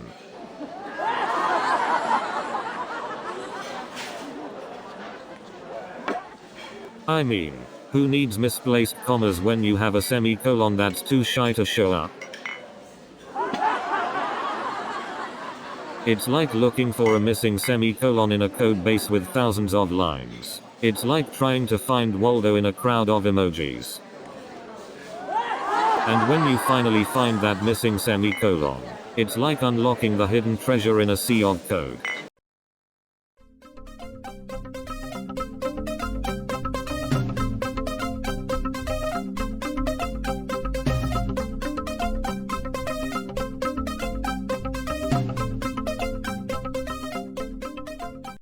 Good evening, New York. You know, working in IT is like speaking a different language. Except instead of getting a cool accent, you just get blank stares. Have you ever tried to explain a technical issue to someone who still refers to the spacebar as the big button? You wouldn't believe how many people think that putting their phones in rice will fix everything. But hey, at least they still know how to turn it off and on again. I once had a customer who called in because their computer was making a strange noise. Turns out, they had a bag of chips inside their CD drive. I once had a customer who called in because their mouse wasn't working. You know what the problem was? The mousepad was upside down. You won't believe the things people try to plug into their USB ports. I once had a guy stick a banana in there thinking it would charge. I had a lady call in because her computer wouldn't turn on. Turns out she had unplugged it to charge her phone. I once had a guy ask me to fix his coffee machine because it kept giving him error messages. I guess he thought I was a barista too. I once had a woman call because her laptop was overheating. She was using it as a toaster. And let me tell you, the amount of filters people use on dating apps is like a modern art exhibit. You know, I once went on a date with someone who looked nothing like their profile picture. I think they used the Mona Lisa filter. You know what's even worse? When you finally meet someone from a dating app in person and realize they're a walking autocorrect. Talking about online dating profiles, have you ever noticed how some people have selfies with way too many filters? It's like they're auditioning for a role in a sci-fi movie. And don't get me started on those dating app bios that say, I like long walks on the beach. Really? Who has the time for that? I can barely handle a short stroll to the refrigerator. Have you ever received a message on a dating app that says, hey, and you're just left there thinking, wow, I've never felt so completely unimpressed in just one word? It's like trying to find a needle in a haystack, but instead of a needle, it's an interesting person, and instead of a haystack, it's a sea of hey messages. And don't even get me started on those people who use outdated profile pictures. It's like they're saying, hey, I might have looked good 10 years ago. But we all know that's not the case. And have you seen those people who take up 2 seats with their bags? I mean, I didn't know bags had feelings. And what's the deal with people who blast music on their headphones? I feel like I'm at a concert, except I didn't buy a ticket. And how about those people who talk loudly on speakerphone? It's like they want the whole train to be on their call. And what's up with those people who never move away from the doors? They act like it's their personal pickup spot. And don't get me started on those tourists with their oversized suitcases blocking the entire subway car. And have you seen those people who take up 2 seats with their shopping bags? It's like they're auditioning for a role on Broadway. And what's the deal with people who play music or videos without headphones? Are we all on the same playlist now? And speaking of office jargon, who else here has experienced the joy of a synergy meeting? And let's not forget about those team-building exercises. And what about those endless email chains that go back and forth for days? I mean, does anyone actually enjoy those never-ending conference calls? And let's not forget those mind-numbing PowerPoint presentations that could put anyone to sleep. I don't know about you, but I've never seen a more creative way to waste time than by replying to all in an email chain. Those never-ending conference calls are like a lesson in patience, or a test of endurance. Working in the corporate world is like being trapped in a never-ending game of office politics, and I'm still trying to figure out the rules. You know, some people say that New York City is the concrete jungle, but I say it's the culinary jungle where the food fights back. You know, they say New York City has the best pizza, but try explaining that to a New Yorker who just got outbid for the last slice.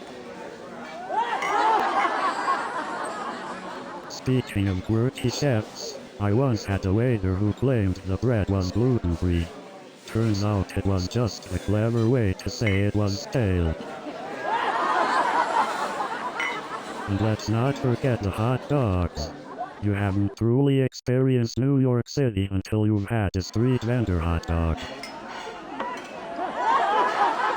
Have you ever noticed how every bagel shop in New York City claims to have the best bagels in town? I mean, there's gotta be some sort of secret competition going on here. Speaking of food trends, have you noticed how every trendy restaurant in NYC has to have at least one avocado dish on the menu? It's like they're trying to compete for the hipster crown. And don't get me started on the avocado toast trend. I mean, who needs a mortgage when you can have a slice of bread with mashed green stuff on top? It's like a battle zone out there. Dodging selfie sticks and Elmo costumes should be an Olympic sport. I once saw a street performer breakdance in the middle of the crosswalk. I had to wait for his grand finale to pass. And don't even get me started on the costume characters. I once saw a Picasso getting a ticket from a traffic cop. But let me tell you, navigating through Times Square on New Year's Eve is like trying to find a needle in a haystack. And have you seen those street vendors selling knockoff designer bags? I mean, who needs a Louis Vuitton when you can get a Louis Vuitton for half the price? I mean, I've seen some wacky stuff in Times Square, but the man juggling bowling balls on a unicycle? That's a whole new level of entertainment. Speaking of eccentricities, have you ever tried to find a parking spot in this city? And let's not forget about the subway performers. But hey, at least we have the best pizza in the world. And don't get me started on the pigeon population. And have you seen those squirrels? They're like mini ninjas.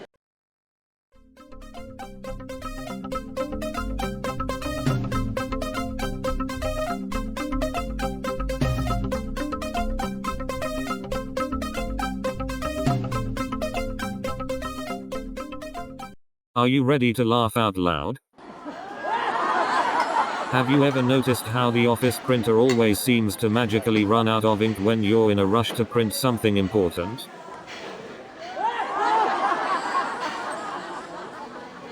Why is it that every time you take a sick day, the entire office suddenly becomes a party zone? Speaking of office parties, have you ever noticed how the office microwave turns into a war zone during lunchtime? It's like a battle for the last slice of leftover pizza. And don't get me started on the never-ending email chains that leave you questioning the meaning of life. Or how about those never-ending meetings that could have been an email? I mean, I could have solved 3 IT issues by now. And speaking of email chains, it's like a never-ending Black Mirror episode. You start reading and next thing you know, you're questioning reality. And don't even get me started on those reply all disasters. It's like watching a chain reaction of chaos. People replying thanks or got it to the whole office. Can we please just stop this madness?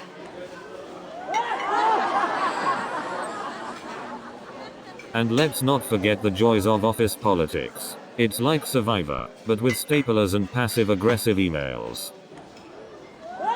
And then there's the person who claims to have a great sense of humor but never laughs at any of my jokes.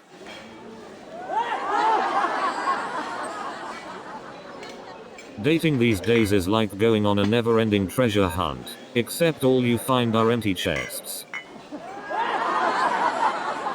And let's not forget the person who only communicates through memes. You know what they say, if you're not a cat person, swipe left.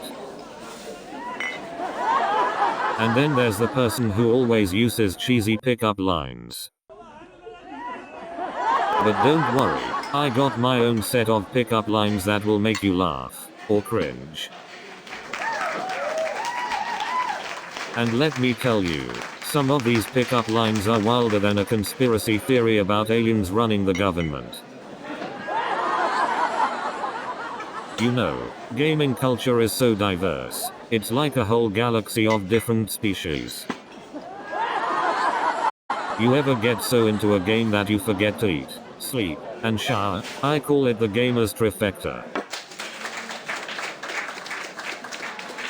I once stayed up all night playing a game and had to call in sick to work the next day. When my boss asked why, I said I caught a rare in-game disease called gammeritis.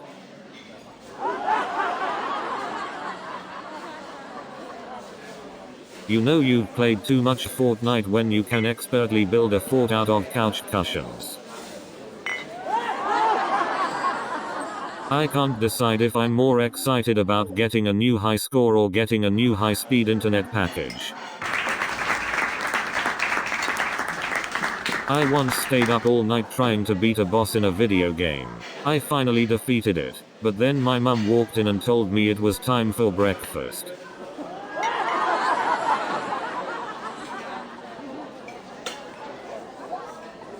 Living in New York City is like playing a never-ending game of dodgeball, except the balls are taxis and the playground is a crowded sidewalk. You know what they say about New York City? It's the city that never sleeps unless you're waiting for the subway. Have you ever noticed how New York City street performers are basically professional interrupters? I can't even walk down the block without someone trying to juggle right in front of me. And don't even get me started on those Times Square Elmo impersonators. Speaking of Times Square, have you ever noticed how the naked cowboy manages to stay in business all year round? And have you noticed that pigeons in New York City have mastered the art of dodging taxis? One time, I saw a skateboarding pigeon trying to jump over a hot dog stand. So I'm walking down the street, and I see this guy who looks just like Brad Pitt. Speaking of mistaken identities, I once bumped into someone who I thought was Lady Gaga. And let me tell you, trying to convince my friends it wasn't actually Lady Gaga was harder than trying to fix a computer virus. But let me tell you, it's nothing compared to the time I accidentally spilled coffee on Jennifer Aniston. And let me tell you, trying to navigate through New York City traffic is harder than trying to find a good Wi-Fi signal. Speaking of celebrity encounters, let me tell you about the time I mistook Mark Wahlberg for Mark Zuckerberg. You know, people in New York City are always in a rush, but I once saw Kevin Hart getting outrun by a pigeon. And don't even get me started on the time I bumped into Tom Cruise and accidentally called him Tom Hanks. I once saw Adam Sandler trying to hail a cab, but the cab thought he was just another crazy character. But the most disastrous wedding mishap I ever saw was when the bride's mother caught the bouquet and her husband thought it was a sign to start planning their own divorce.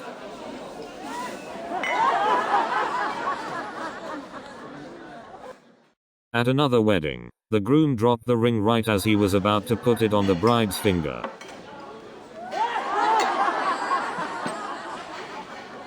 Speaking of unexpected exes, I once saw the ex-mother-in-law show up with the new girlfriend, and let's just say they weren't sharing recipes. And let me tell you, there's nothing quite like seeing the bride's grandma take a spin on the dance floor. Let me tell you, I once witnessed a groom's speech turn into a stand-up comedy routine. It was like watching a train wreck, but funnier. You know, weddings are a lot like Wi-Fi signals. Sometimes they're strong and reliable, but other times you just can't connect. You know, social media is like a never-ending game of whack-a-mole. As soon as you think you've got it figured out, another platform pops up. And don't even get me started on those Snapchat filters. I mean, have you seen what they do to your face? Have you noticed how people on social media go from 0 to 100 real quick? One minute they're posting cute puppy pictures, the next they're raging about politics. Nowadays, people even break up via text. It's like, hey, I think we should see other emojis. And don't get me started on those selfie filters. You can pretty much catfish yourself nowadays. And have you seen those Instagram models? I mean, I'm still waiting for one of them to post a picture of themselves making a sandwich. But seriously, who has time to keep up with all the new social media trends? I'm still trying to figure out how to use Facebook. And what's the deal with these TikTok dances? I can barely even do the Macarena.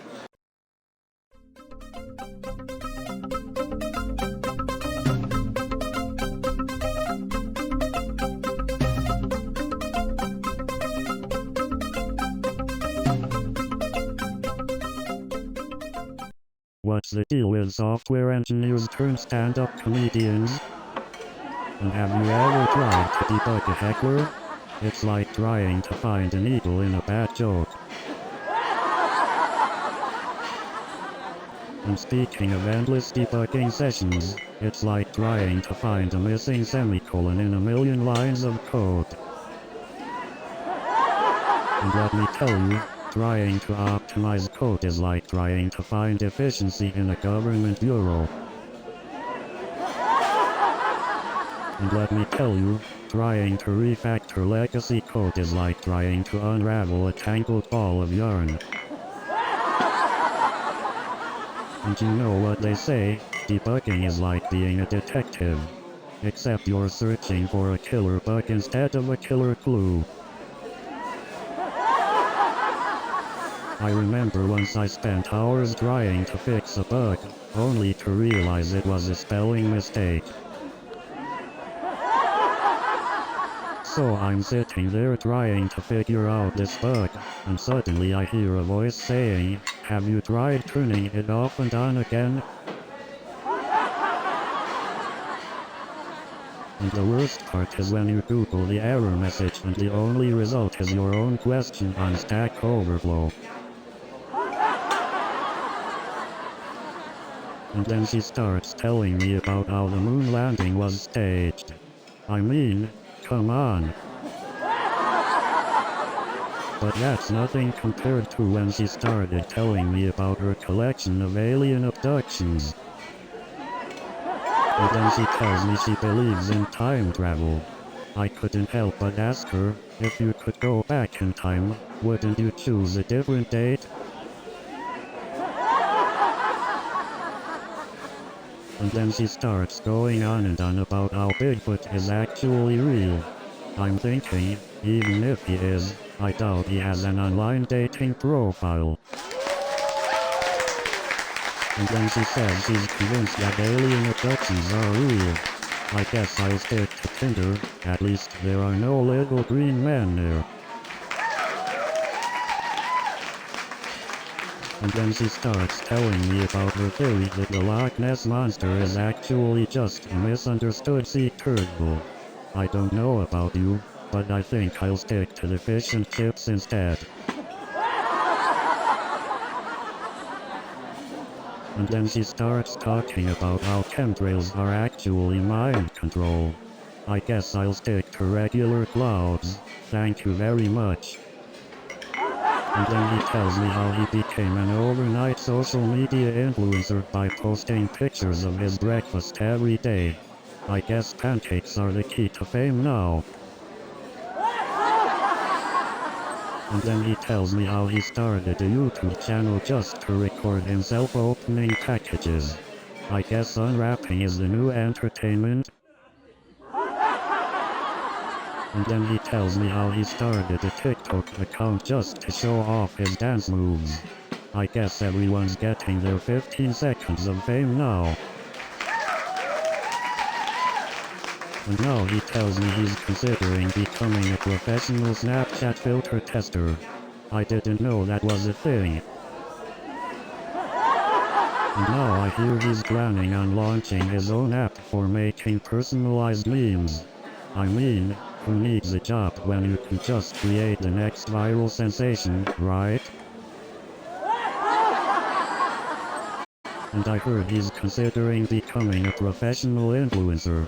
I guess posting pictures of avocado toasts and workout selfies is a full-time job now. So I'm sitting in this coffee shop, minding my own business, when suddenly... And then, guess who walks in? None other than Kim Kardashian. And let me tell you, she had more filters on her face than Photoshop. But the best part was when I finally realized that it wasn't Kim Kardashian, it was actually her wax statue. And then, I bumped into Beyonce at the grocery store. I couldn't believe it. Turns out, my favorite celebrity was actually following me on social media, but then I found out she was just using my name as her Wi-Fi password. So this co-worker of mine, Mike, he's always complaining about how expensive everything is. It's always something with Mike. Last week, he walked into the office with mismatched shoes. And don't get me started on his phone ringtone, it's like a never-ending loop of circus music. I swear, every time I see Mike, he's wearing a different hat. I didn't know we were working with a hat museum curator. Speaking of hats, I caught Mike wearing a sombrero at the office. He says it helps him concentrate, but I think he's just trying to start a fashion trend. And don't get me started on his shoe collection. Last week he wore sneakers with a suit. Who does that? But let me tell you, his dance moves are even worse. I saw him attempting the robot, it was more like a malfunctioning toaster.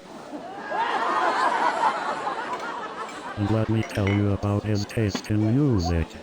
The guy thinks elevator tunes are top hits. I swear, he's stuck in the 80s. And the best part was when we finally arrived at our destination, the hotel we booked was under construction. We had to sleep in a room with jackhammers as our lullaby.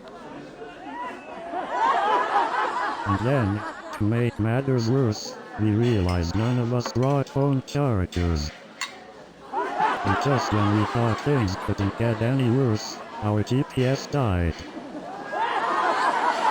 But wait, it gets better. I mean, who needs GPS when you have a car full of friends who can't agree on anything? And let me tell you, Trying to navigate with a backseat driver who can read a map is a whole new level of frustration. It's like trying to watch a movie with a friend who won't stop asking questions. And don't even get me started on deciphering text messages from someone who uses an excessive amount of emojis. Have you ever noticed how the dating app bios always say, "I love to travel," but never specify if it's in first class or economy? You know what else I've noticed? People on dating apps always have the same 4 travel photos: Machu Picchu, the Eiffel Tower, the Great Wall of China, and a beach in Bali. And don't even get me started on the duck face selfies. It's like they're auditioning for a new species of birds. And have you noticed that on dating apps, people always have group photos with friends? I don't know who I'm supposed to be swiping for. And what's the deal with gym selfies? I mean, are we supposed to be swiping right for their gains? Yeah, and then they have the nerve to blur out their friends' faces.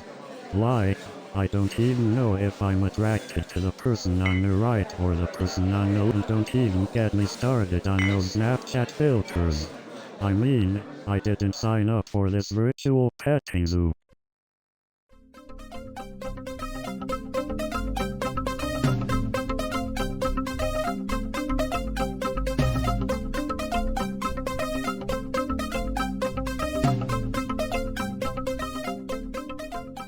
Good evening, New York City. So there I was, flipping bottles and mixing drinks, trying to impress the ladies. But let me tell you, those jazz musicians never tipped me a dime. And let me tell you, those jazz musicians could make a drink disappear faster than a magic trick. And you know what they say, never trust a jazz musician with your drink order. You know, those jazz musicians were always bringing the house down but could never remember to bring the check. So there I was, trying to pour a drink while the drummer's sticks just kept flying in the air. And let me tell you, those drummers sure had a knack for keeping the beat and knocking over glasses. I swear, those streets are like a maze. I took one wrong turn and ended up in Narnia. I mean, who needs Google Maps when you have a bunch of New Yorkers ready to give you totally wrong directions? And don't even get me started on those subway maps. I tried following one guy's directions, and I ended up in a totally different state. I swear, those street signs are like a game of Where's Waldo. I spent an hour just trying to find Fifth Avenue. I swear, I almost joined a protest march trying to find my way. I swear, I took so many wrong turns, I thought I was in a hedge maze. I was so disoriented, I thought I stumbled into a real-life version of the movie Inception. I once saw a guy playing the violin on the subway platform. And let me tell you, it was a performance I'll never forget. So I'm on the subway, right? And this guy gets on with a live parrot on his shoulder. I once saw a guy in a full superhero costume on the subway. Seriously, he was just missing a cape. So this guy on the subway was eating a burrito with a fork and knife. Speaking of the subway, I saw a rat the other day wearing a tiny hat. Speaking of the subway, I once saw a guy trying to eat pizza with chopsticks. Speaking of the subway, I saw a pigeon trying to sell a Metro card. Speaking of the subway, I once saw a guy trying to eat a hot dog with a fork and knife. So I'm on the subway, right? And this lady comes in with a giant suitcase. I mean, she could fit a whole apartment in there. You know, sometimes I think the subway is where all the weirdos come out to play. You wouldn't believe who walked into the audition room next. No, seriously, you wouldn't. And the guy just looked at me like I had 3 heads. I mean, the guy had the audacity to ask me for my autograph. And then the guy said, "Can you pay for my dinner too?" And then he said, "Do you mind holding my coffee while I tie my shoe?" And then he said, "I can't believe you fell for that social media challenge."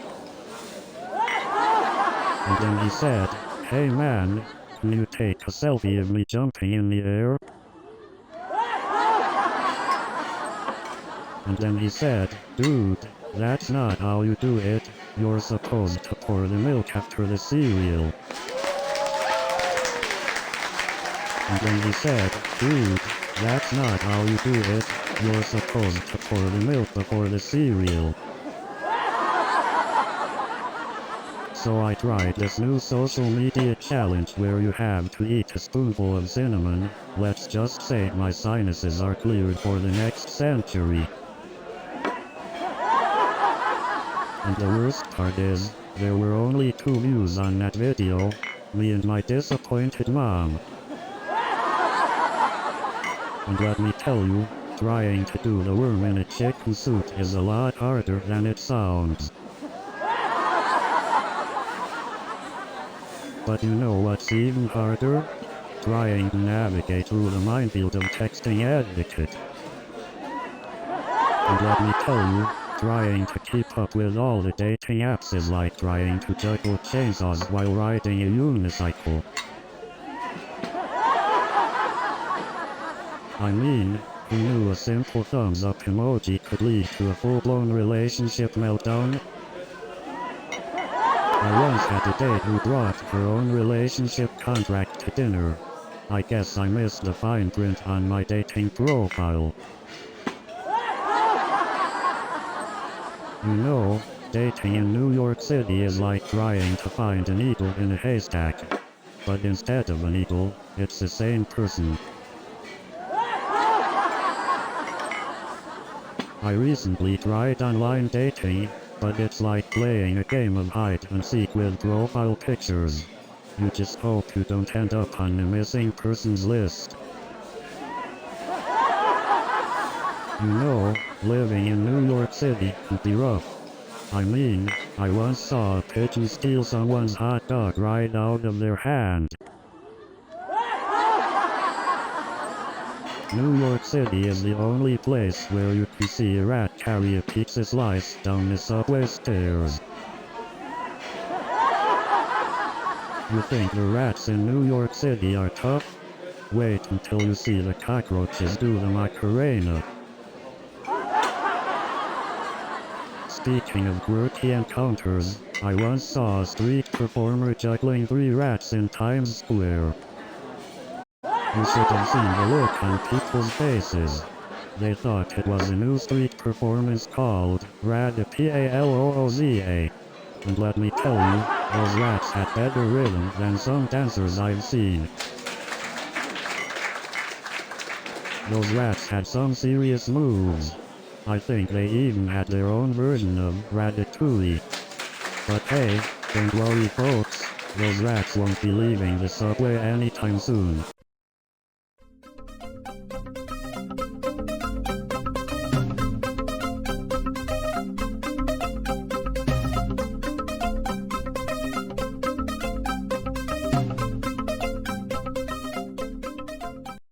Good evening, San Francisco.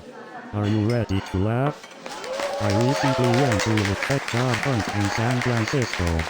Let me tell you, it's like trying to find a needle in a stack of JavaScript frameworks. So many resumes, so little time. I'm pretty sure employers play a game of find the typo instead of actually reading them. Speaking of JavaScript frameworks, has anyone else noticed that there's a new one popping up every other week? It's like trying to keep up with the Kardashians. And don't even get me started on coding boot camps. It's like trying to learn quantum mechanics from a YouTube tutorial. So, I went to a tech interview and they asked me to solve a Rubik's Cube. I mean, is this a software engineering job or a magic show? And then they asked me to write a function that would determine if a number is prime or not. I was like, wait, am I in a software engineering job interview or a math exam? And let's not even talk about the coding challenges. It's like they want me to build a rocket ship to prove I can code Hello World.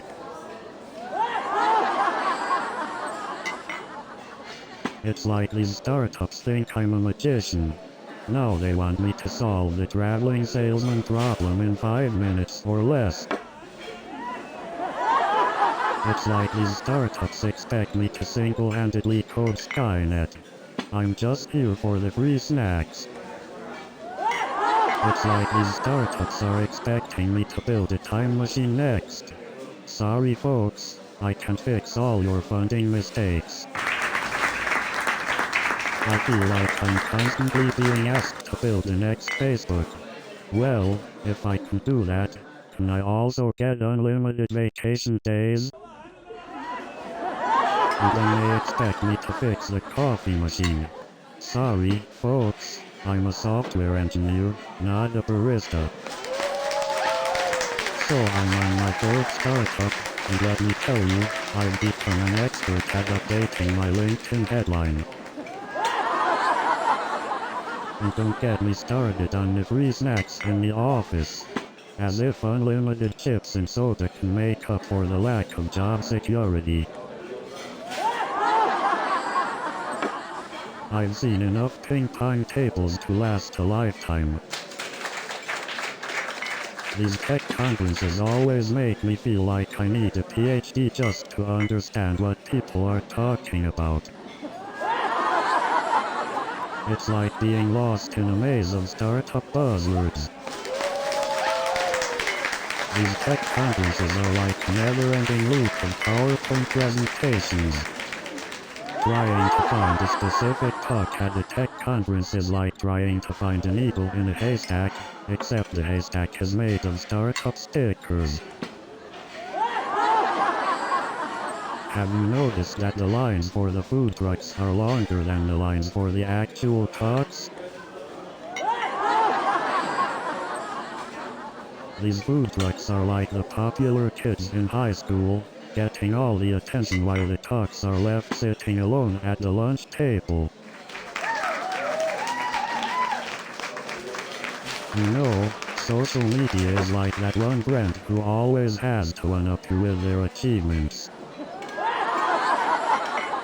And don't even get me started on the influencers. They're like those kids in school who think they're the coolest, but everyone else just rolls their eyes. And these influencers, they're like those people who post selfies with inspirational quotes, as if that's going to change the world. But seriously, can we all just agree to stop using hashtags in everyday conversation? And don't even get me started on the endless scroll of TikTok. They say time flies when you're having fun, but it's like a black hole on that app. You know what's scary? The amount of personal information we willingly share online. If the government wants to track me, they just need to follow my Instagram. You know what's crazy? People would rather have their phone die than be seen in public without it. And don't get me started on the filters. I've met people in person and didn't recognize them because their face was always smoothed out like a baby's bottom. I mean, have you seen the people who take selfies from the extreme low angles? It's like they want to show off their nostrils. I once had an Uber driver who insisted on playing his mixtape. Let me tell you, the only way that mixtape would have been fire is if someone lived it. So there I was, stuck in an Uber with a driver who thought he was a stand-up comedian. And then he starts freestyling, but let me tell you, his rhymes were as offbeat as his driving. And then he pulls out a harmonica and starts playing, but trust me, it was more like a dying animal than a blues legend. And then the driver says, "Sorry, I'm new to this, I usually drive for the post office." And then the passenger yells, "Are we there yet?" And the Uber driver, completely unfazed, says, "Well, at least we're not playing Frogger." Speaking of Netflix, I once binge watched a whole season in one sitting. My Fitbit thought I was in a coma. You know you're in deep when you start thinking, maybe I should major in TV show character development. I've spent so much time on Netflix, I think I've become a member of the board of directors. I've been on so many cliffhangers, I feel like a professional rock climber. You know you're deep in the Netflix binge when you start recognizing the actors from their high school yearbook photos. But seriously, does anybody ever finish a series on Netflix? It's like they're designed to never end. Speaking of traffic, I've learned a new language. It's called Hunkanese. One time, I saw a driver brushing their teeth in traffic. I mean, who needs a minty fresh breath when you're stuck on the highway? You know what's worse than traffic? Traffic with a GPS that keeps recalculating. It's like being stuck in a virtual loop of frustration. Speaking of traffic, I once saw a driver eating a whole pizza. I mean, who needs a plate and a table when you've got a steering wheel? And don't get me started on those drivers who insist on using their turn signal after making a turn. And have you ever noticed how people lose all ability to drive when it starts raining? It's like they forget that water is wet. And what's the deal with people who drive 10 miles below the speed limit on the highway? Are they on a secret mission to save gas or just trying to test our patience? And don't get me started on people who honk their horns the second the light turns green. I mean, it's like they're auditioning for a traffic symphony or something.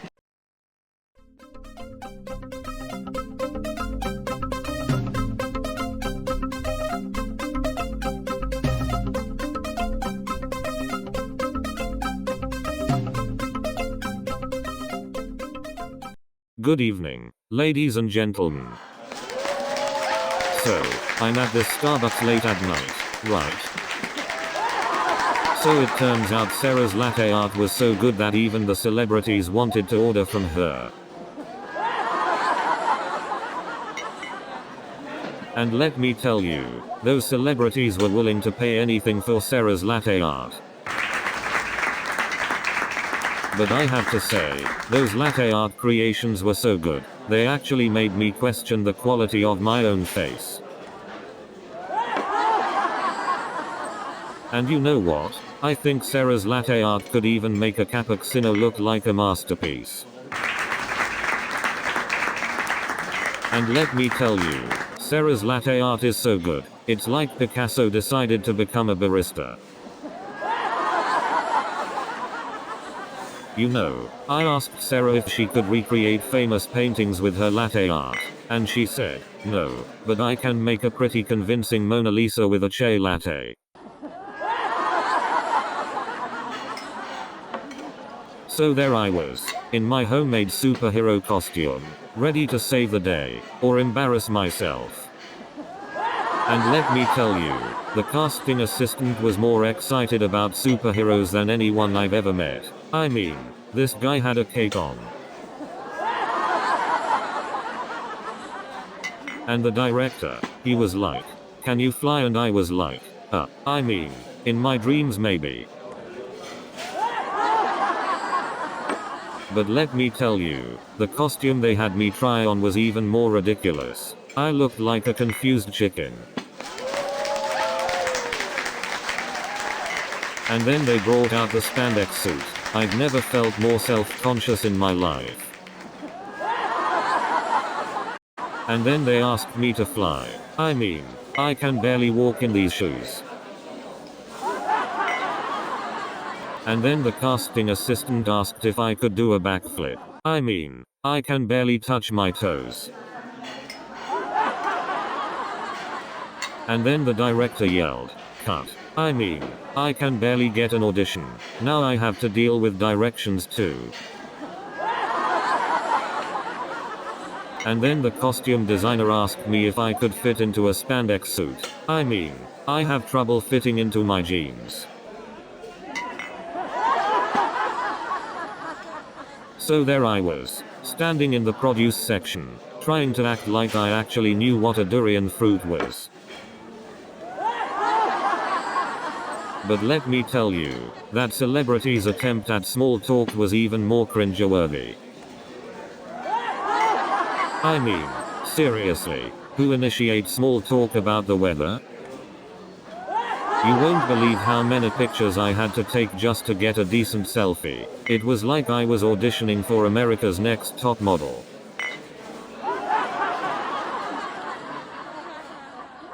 So there I was, trying not to freak out, thinking of all the cool things I could say, and all that came out was, are those organic carrots? I was so starstruck, I couldn't even remember my own name. All I managed to say was, can I get a picture of your cart? And let's not forget the endless parade of strollers. Seriously, it's like a baby convention here. And don't get me started on the food. $20 for a hot dog. I could have bought a whole pack at the supermarket. Speaking of overpriced snacks, I saw a churro vendor charging extra for adding cinnamon. Are we in some fancy spice market or Disneyland? And let's not forget the long lines for the rides. I mean, waiting an hour just to spin around in circles? I can do that in my office chair.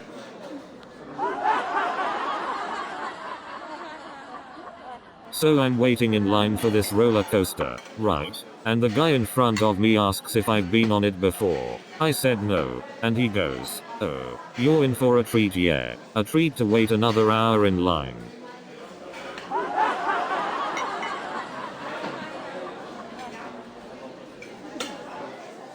And don't get me started on the food prices. I mean, $10 for a hot dog? Is it made of gold?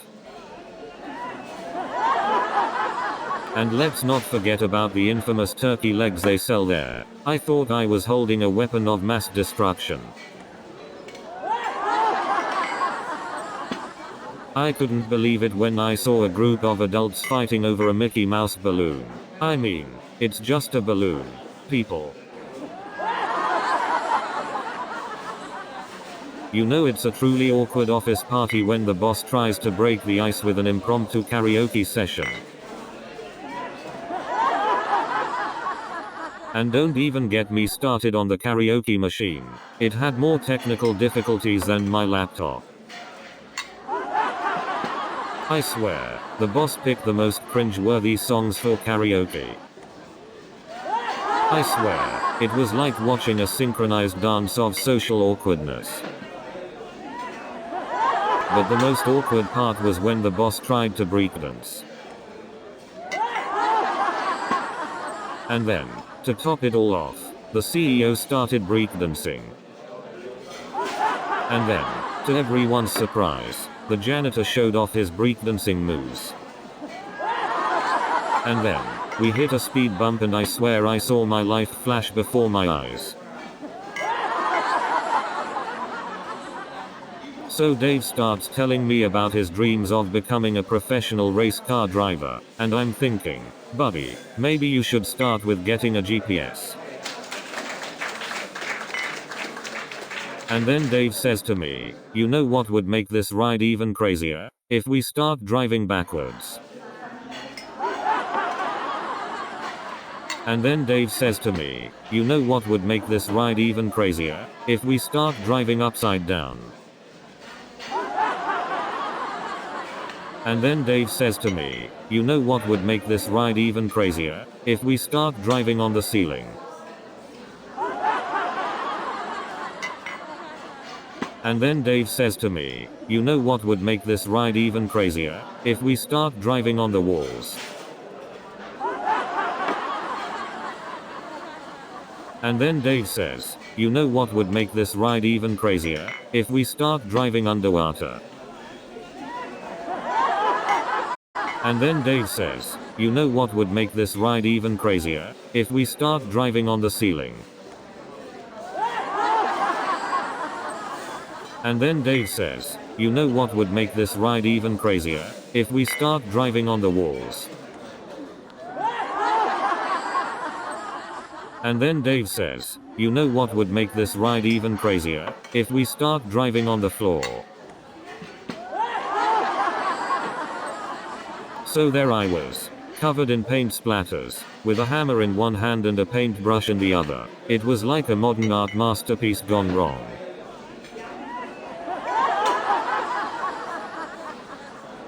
But hey, at least now I know why they call it a DIY project. Because do it yourself actually means destroy it yourself.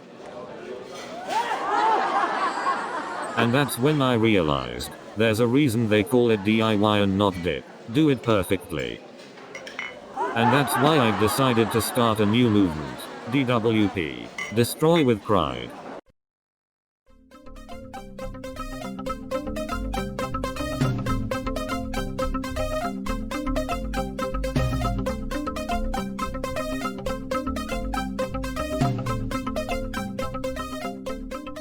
Good evening, ladies and gentlemen. You know, working at a startup is like being on a roller coaster. 1 minute you're up, the next minute you're screaming for your life. So there I was, trying to code with a giant rubber duck next to me. Talk about debugging with a quack. And let's not forget about Karen, the office plant whisperer. She told me talking to plants helps them grow. So I started talking to my code. Now my program is thriving. And then there's Lisa, the office ninja. 1 minute she's coding, the next minute she disappears. I guess her code just vanishes into thin air. And then there's Mike, the office coffee connoisseur. He takes his caffeine addiction to a whole new level, matching his coffee to his code syntax. Today, he's sipping on some Java. And let's not forget about Karen, the office fitness guru. She can do more squats in an hour than I can do lines of code. And speaking of quirky coworkers, there's Lisa, the office cat lady. She claims that cats make the best pair programmers, but I've yet to see one write a single line of code. So after that disastrous date, I decided to stick with programming. At least code doesn't leave you wondering if it's going to call you back. And let me tell you, that restaurant was so fancy, they served code snippets with the main course. And let me tell you, the awkwardness continued. As we sat there in silence, I couldn't help but wonder if a debugger could fix this date. And she said to me, "I hope you don't mind, but I ran a code review on your online dating profile." So, I'm sitting there, trying to steer the conversation away from coding, when she drops the bombshell. "I think artificial intelligence is overrated. What do you think?" And let me tell you, her idea of a romantic dinner was takeout from the gas station. And then she started telling me about her collection of creepy dolls. I swear, I almost ran out of that restaurant. And then she said she used to be a clown. I mean, I couldn't tell if it was a joke or not, but either way, it explained the creepy dolls.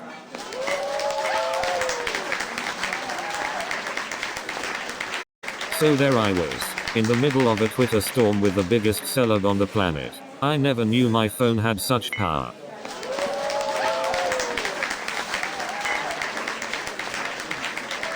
You know what they say, never tweet and dive into a celebrity feud at the same time. You might end up drowning in retweets. And let me tell you, trying to delete a tweet after it's gone viral is like trying to unring a bell. You know, social media is like a game of Jenga. One wrong move and your whole life can come crashing down. You know, sometimes I feel like social media is the modern equivalent of a confessional booth. Except instead of absolution, you just get likes and retweets. And you know what's even worse? When you accidentally like someone's old picture while you're stalking them. Talk about a heart attack moment. So I'm at the grocery store, and I see this guy who looks exactly like Mark Johnson. I mean, the resemblance was uncanny. And then, out of nowhere, Mark says, "Hey, why don't you come to my VIP party tonight?" And you wouldn't believe it, but at the party, Mark was doing the Macarena. I mean, this guy can act and dance. And then, to my surprise, Mark started doing the Macarena with me. It was like a bizarre dance party at the grocery store. And then, to my surprise, Mark said he could teach me some salsa moves. I was like, who needs groceries when you can have a dance lesson with a star? And then, you won't believe it, Mark challenged me to a dance-off right there in the grocery store. So there I was, trying to do the salsa in the middle of the canned goods aisle. Let's just say the supermarket hasn't been the same since.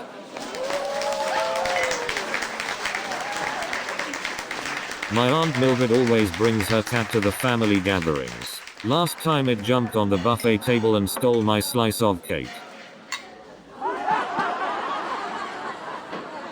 Speaking of family gatherings, my Uncle Bob always has to one-up everyone with his crazy stories.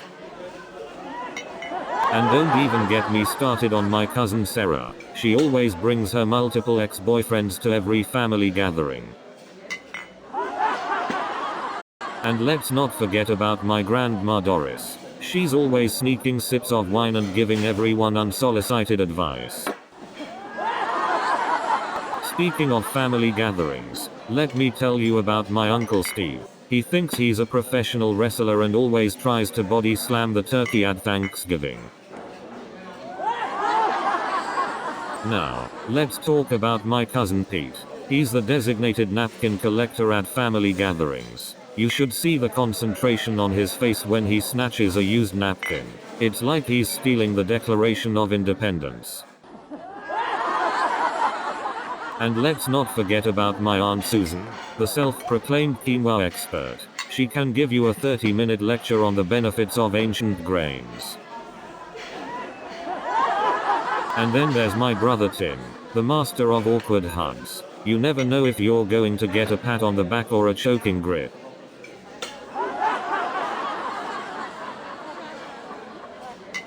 And then there's my cousin Lisa, the expert at getting lost in foreign cities. She once ended up in a police station asking for directions to the nearest McDonald's. And then there's my friend Dave, the unintentional insult machine. He once told a foreigner their traditional outfit looked like a Halloween costume. And then there's my Aunt Betty, who thought she could order food by pointing at pictures. She ended up with a plate of mystery meat and a side of confusion.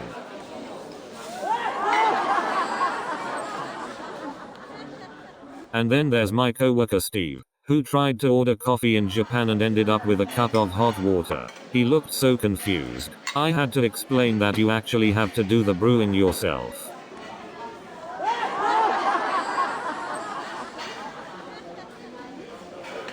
But let me tell you, trying to navigate Tokyo's subway system is like trying to crack the Da Vinci Code. And don't even get me started on trying to order food. I thought I was ordering sushi but ended up with a plate of raw fish and seaweed. I felt like a confused goldfish.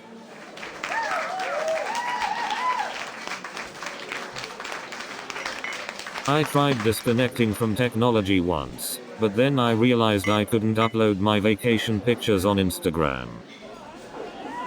I once accidentally sent a voice message to my boss instead of my best friend. Let's just say I no longer have a job. I once spent an entire weekend binge watching a TV show, but when Monday came, I couldn't remember any of it. I once tried to go on a digital detox, but I couldn't resist the urge to check my email. It was like trying to resist the smell of freshly baked cookies.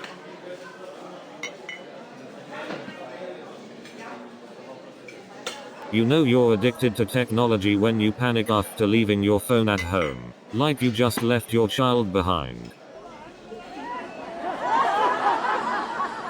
I once dreamt that I lost my phone and woke up in a cold sweat.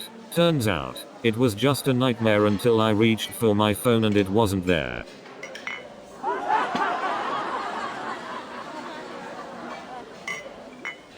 And don't even get me started on autocorrect. It's like my phone is out to embarrass me. Sometimes I wonder if my phone is my only friend. I mean, it's always there for me, but it never laughs at my jokes. You know what's worse than autocorrect? When your phone starts predicting your conversations. I mean, it's like my phone is reading my mind.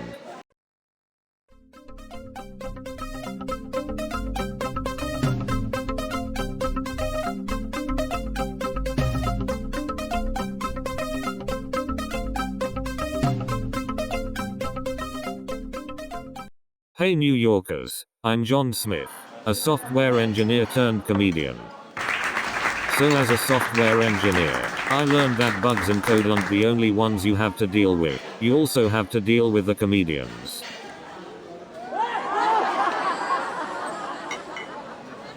And let me tell you, trying to debug a heckler in the middle of a show, now that's a whole new level of programming.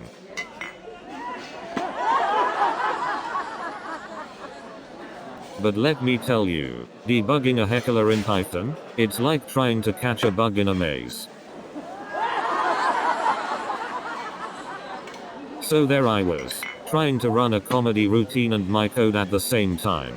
Talk about multitasking. And let me tell you, writing code that gets a standing ovation, it's like finding the Holy Grail. You know, Sometimes I wonder if coding is just my way of debugging life. You know, being a software engineer is like being a magician. We make things appear out of thin air, but instead of rabbits, it's bugs.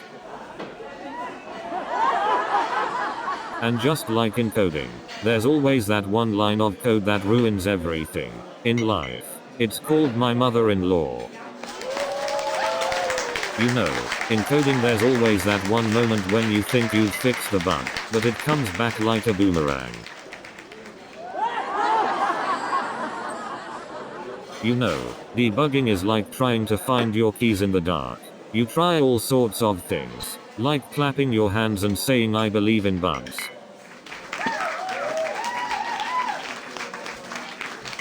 You know, it's like working with a time machine. You fix a bug in the code and suddenly it reappears like it's from the past.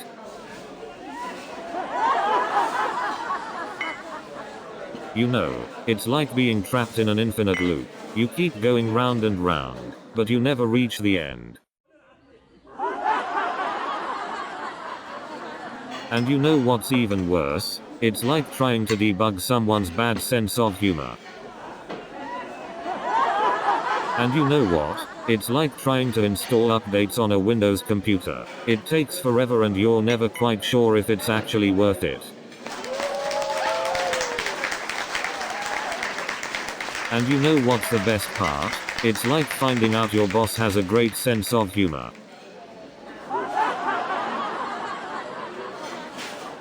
And you know what? It's like getting a match on a dating app. Exciting at first, but then you realize it's just another bot.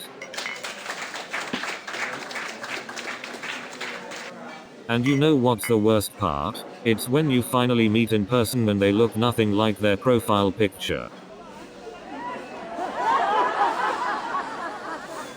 And let me tell you, it's like going on a blind date and finding out they're a cat person.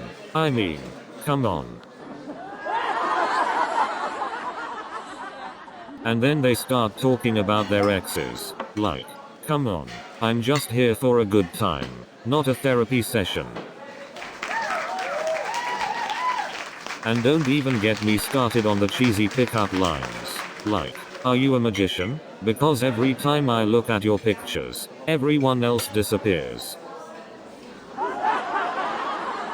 And then they start sharing their most embarrassing moments. Like, really? I barely know you and now I'm hearing about that time you got stuck in a porta potty. And have you seen those profile pictures where they're surrounded by people but you're left guessing which one is actually them? It's like playing Where's Waldo but with potential dates.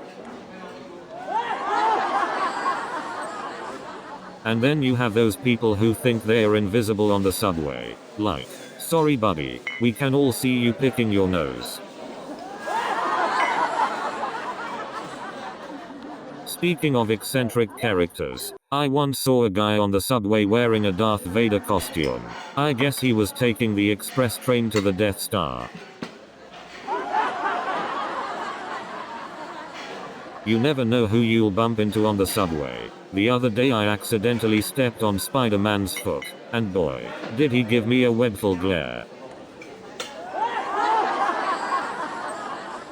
And let me tell you, New York City subway poles have seen more impressive superhero moves than Spider-Man. You know what else you'll see on the subway?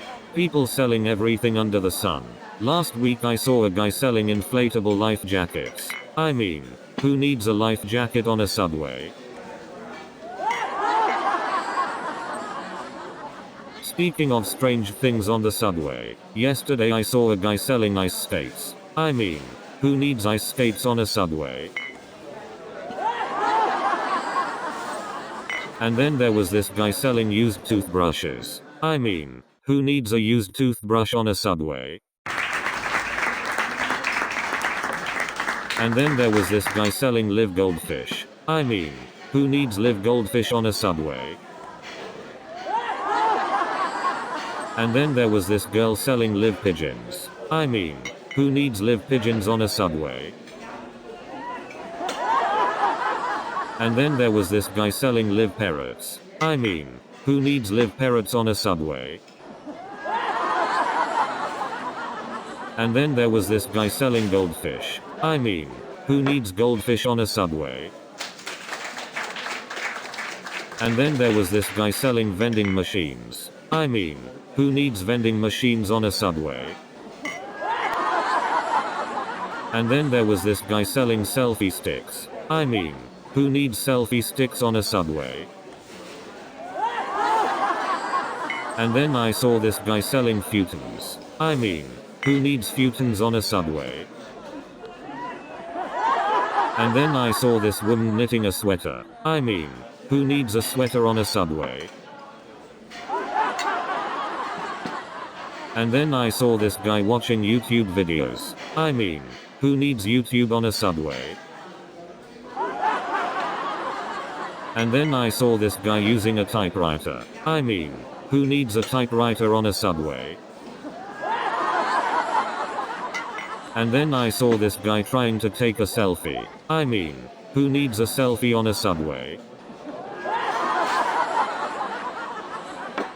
And then I saw this guy charging his phone with a potato. I mean, who needs a potato charger on a subway? And then I saw this guy wearing VR goggles. I mean, who needs virtual reality in a subway? And then I saw this guy using a typewriter. I mean, who needs a typewriter in the iMessage era? And then I saw this guy with a pager. I mean, who needs a pager in the era of smartphones? And then I saw this guy trying to operate a VCR. I mean, who needs a VCR in the Netflix era? And then I saw this lady hailing a taxi in the age of Uber. I mean, who needs a taxi when you can summon a luxury ride with a tap?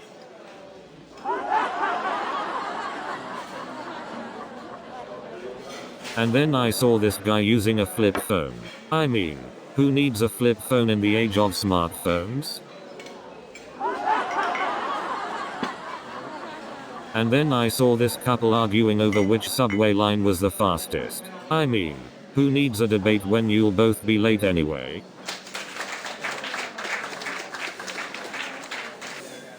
And then I overheard two New Yorkers arguing about the best bagel spot. I mean, who needs a debate when you'll have a line wrapped around the block anyway?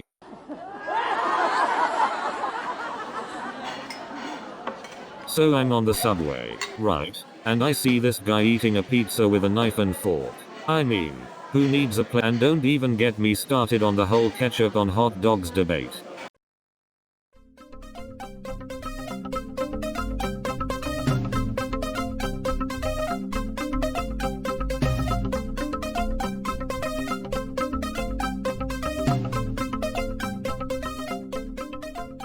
Good evening, Los Angeles.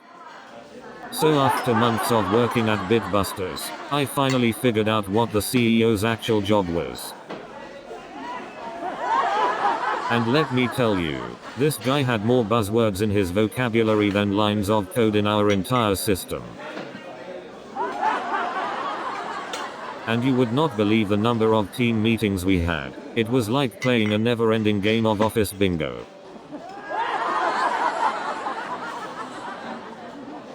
And then the CEO, Mark Thompson, said we just need one more pivot. I mean, how many dance moves does this guy know?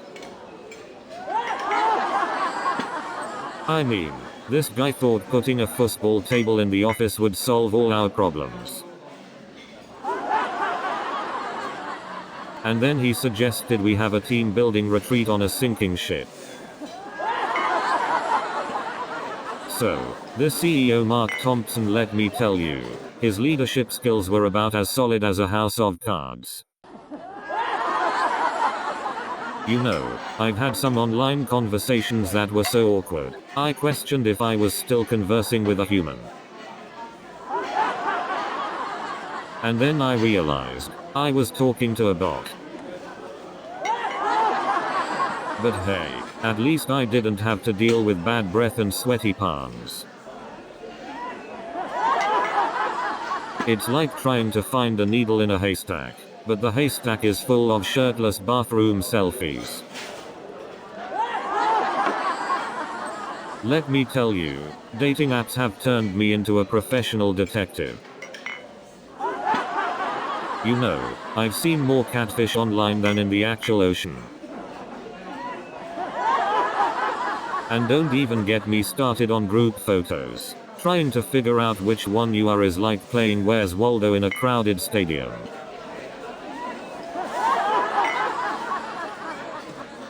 You know, dating in the digital age is like playing a game of Minesweeper. One wrong move and it's game over. You know, ordering food at a restaurant nowadays is like trying to solve a Rubik's Cube blindfolded. You know, trying to parallel park in this city is like attempting to navigate a maze blindfolded.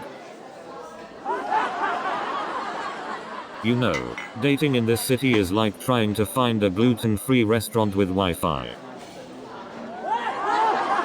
You know, going to auditions in this city is like trying to solve a Rubik's Cube blindfolded. You know, seeing a celebrity in this city is like finding a needle in a haystack, if the haystack was on fire. You know, trying to have a normal conversation with a celebrity is like telling a joke without a punchline.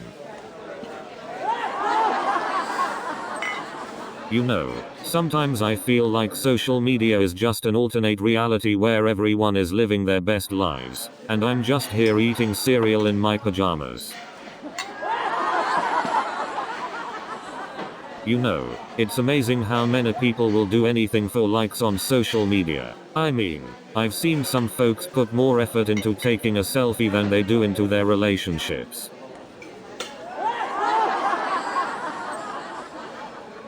You know, sometimes I feel like social media is just an alternate universe where everyone is living their best lives, and I'm just here eating cereal in my pajamas. I've started using social media as a spectator sport, just sitting back and enjoying the show. You know, sometimes I wonder if the people posting inspirational quotes on Instagram actually follow their own advice. I've seen people take more time selecting a filter for their selfie than choosing a college major. And don't get me started on the number of likes being equivalent to self-worth. I once tried a fitness program that claimed it could turn me into a Greek god. Well, after months of sweating and grunting, I ended up looking like a Greek salad.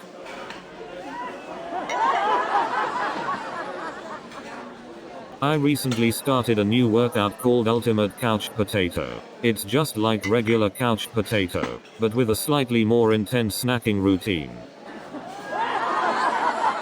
You know, they say working out is 80% mental. I must be really mentally fit from all the times I've thought about exercising. You know, the best exercise I've ever done is running late for work every morning. I'm like the Usain Bolt of snoozing. You know, I tried going to the gym once, but then I realized it was just a front for a smoothie bar. You know, I tried doing a push-up once, but then I realized it was just a really slow way to get back up. You know, I tried doing a sit-up once, but then I realized it was just a really slow way to get back down. So I was at the movie theater the other day, and this guy behind me was eating popcorn like he was auditioning for a drumming role in a Michael Bay movie.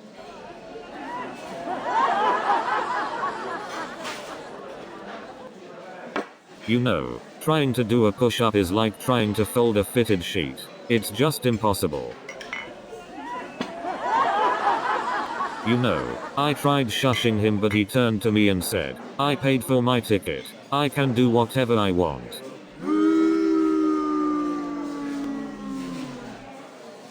So I decided to sneak out of the theater and find the manager, because this guy clearly needed to be dealt with.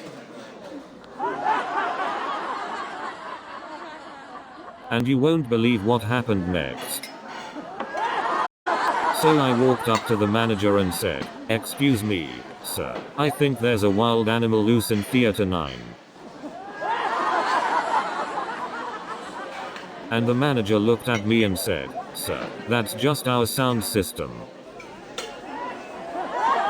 So I turned to him and said, "Sir, I appreciate your enthusiasm, but I think we're all here to watch the movie, not audition for a wildlife documentary." And let me tell you, the farmer's market there was nothing like what I was used to in Lair.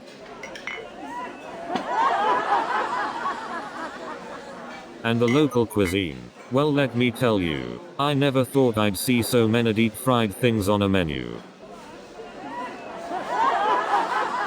And don't even get me started on the local slang. And let's not forget about the local weather. I've never seen so many people get excited about a slight drizzle. And let's not even talk about the local cuisine. They call it a delicacy. I call it an acquired taste. But the real culture shock came when I tried to find a decent cup of coffee. I mean, who knew a latte could be served in a cardboard cup?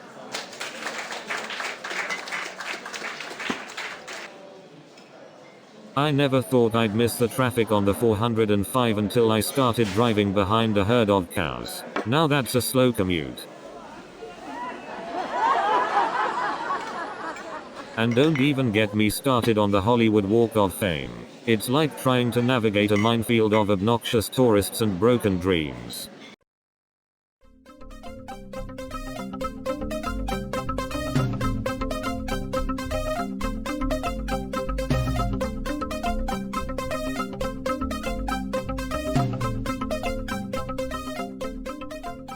Good evening everyone. They say laughter is the best medicine, but I'm a software engineer, so I prefer debugging. Speaking of debugging, let me tell you about the time I added a single semicolon and crashed the entire server. And you know what they say about debugging? It's like therapy for programmers. We just replace the couch with a computer.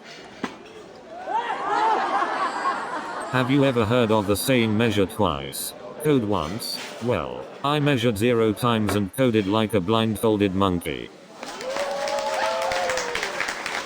So after that mishap, I started wearing a do not disturb sign whenever I code. But hey, who needs a backup anyways? I never thought I'd see the day when I became a walking meme. So, this cartoonist Mike, he made me a famous meme. And let me tell you, seeing myself in a cartoon was quite the reality check.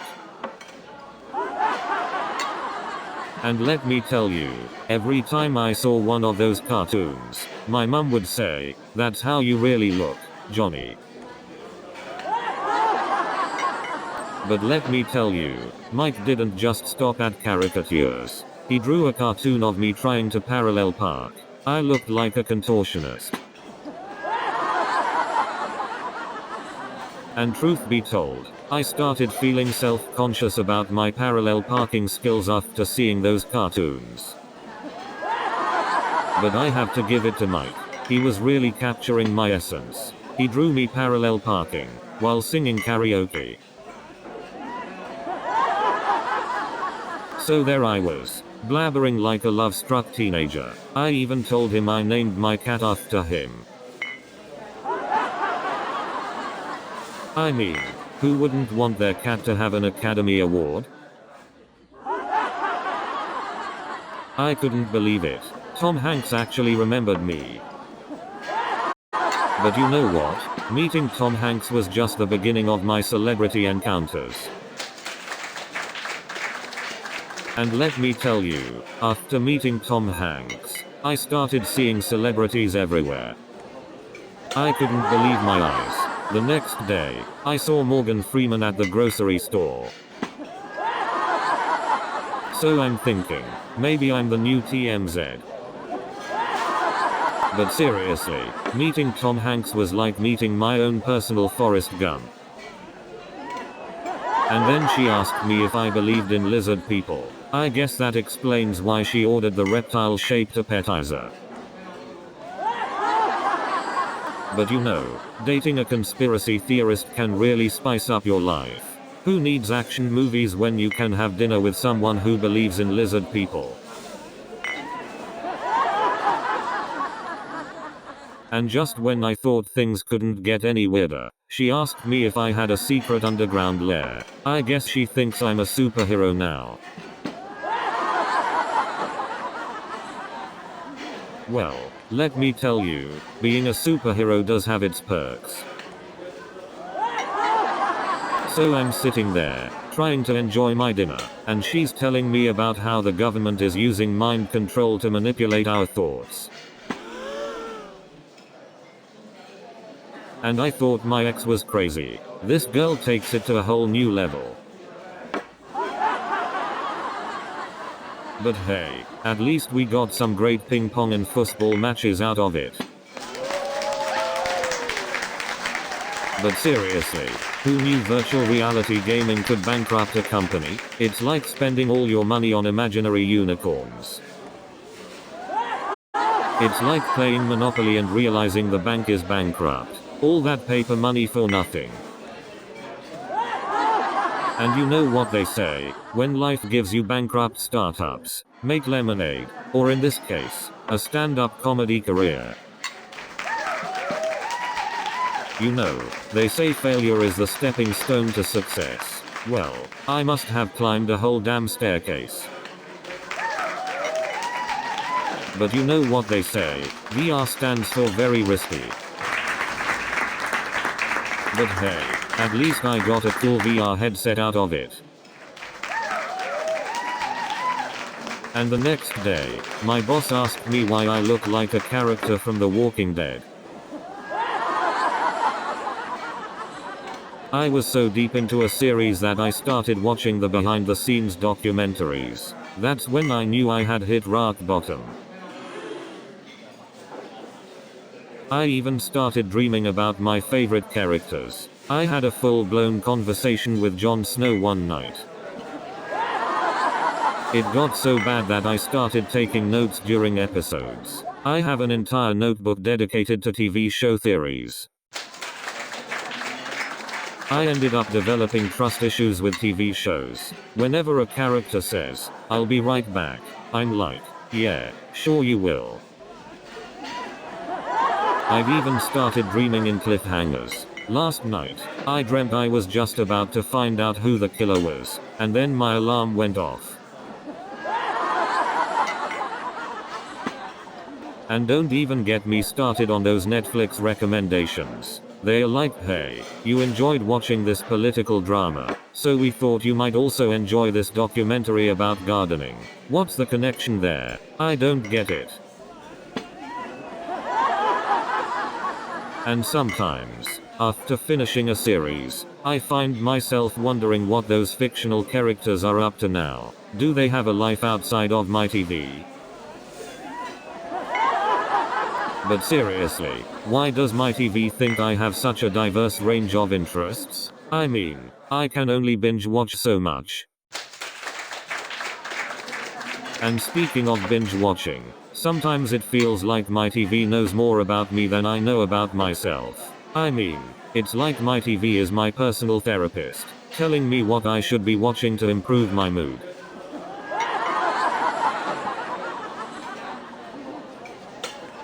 And have you noticed how sometimes it feels like my TV is judging me? I mean, it's not subtle at all. It's like, well, you've already watched 5 episodes of this show today, might as well finish the season.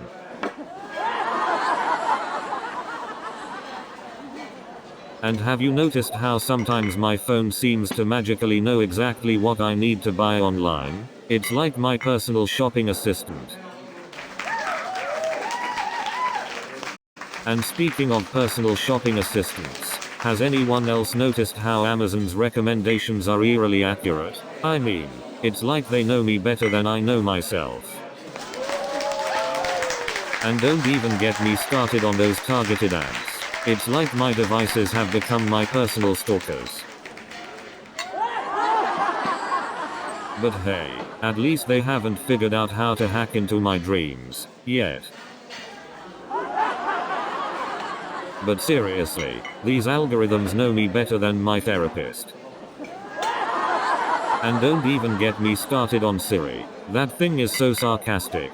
It could give my ex a run for their money.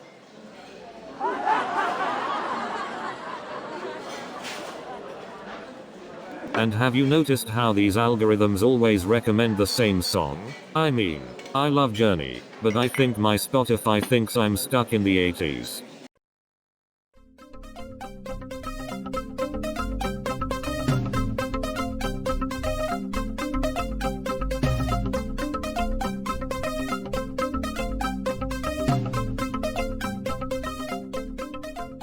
Good evening, ladies and gentlemen. So I was on the subway and these kids were talking about the latest show. I chimed in and told them I used to watch black and white TV. Their reaction? Priceless.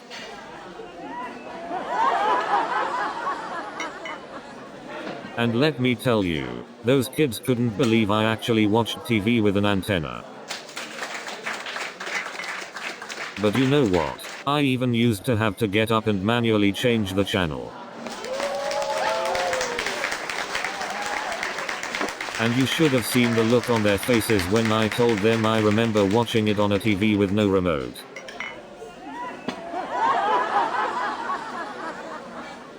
And let me tell you, back then we didn't have streaming services either. And let me tell you, they were shocked to hear that we had to wait a whole week for the next episode.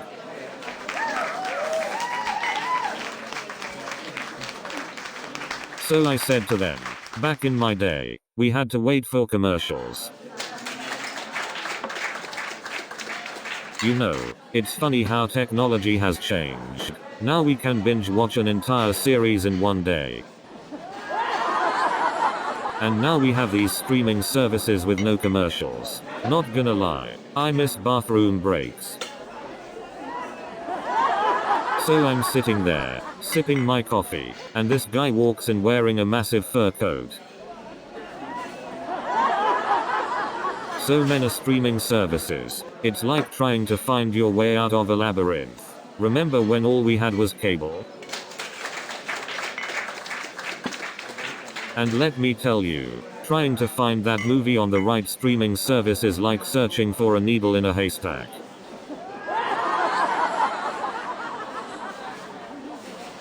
And now, with all these different streaming services, it's like we're in a never-ending movie theater.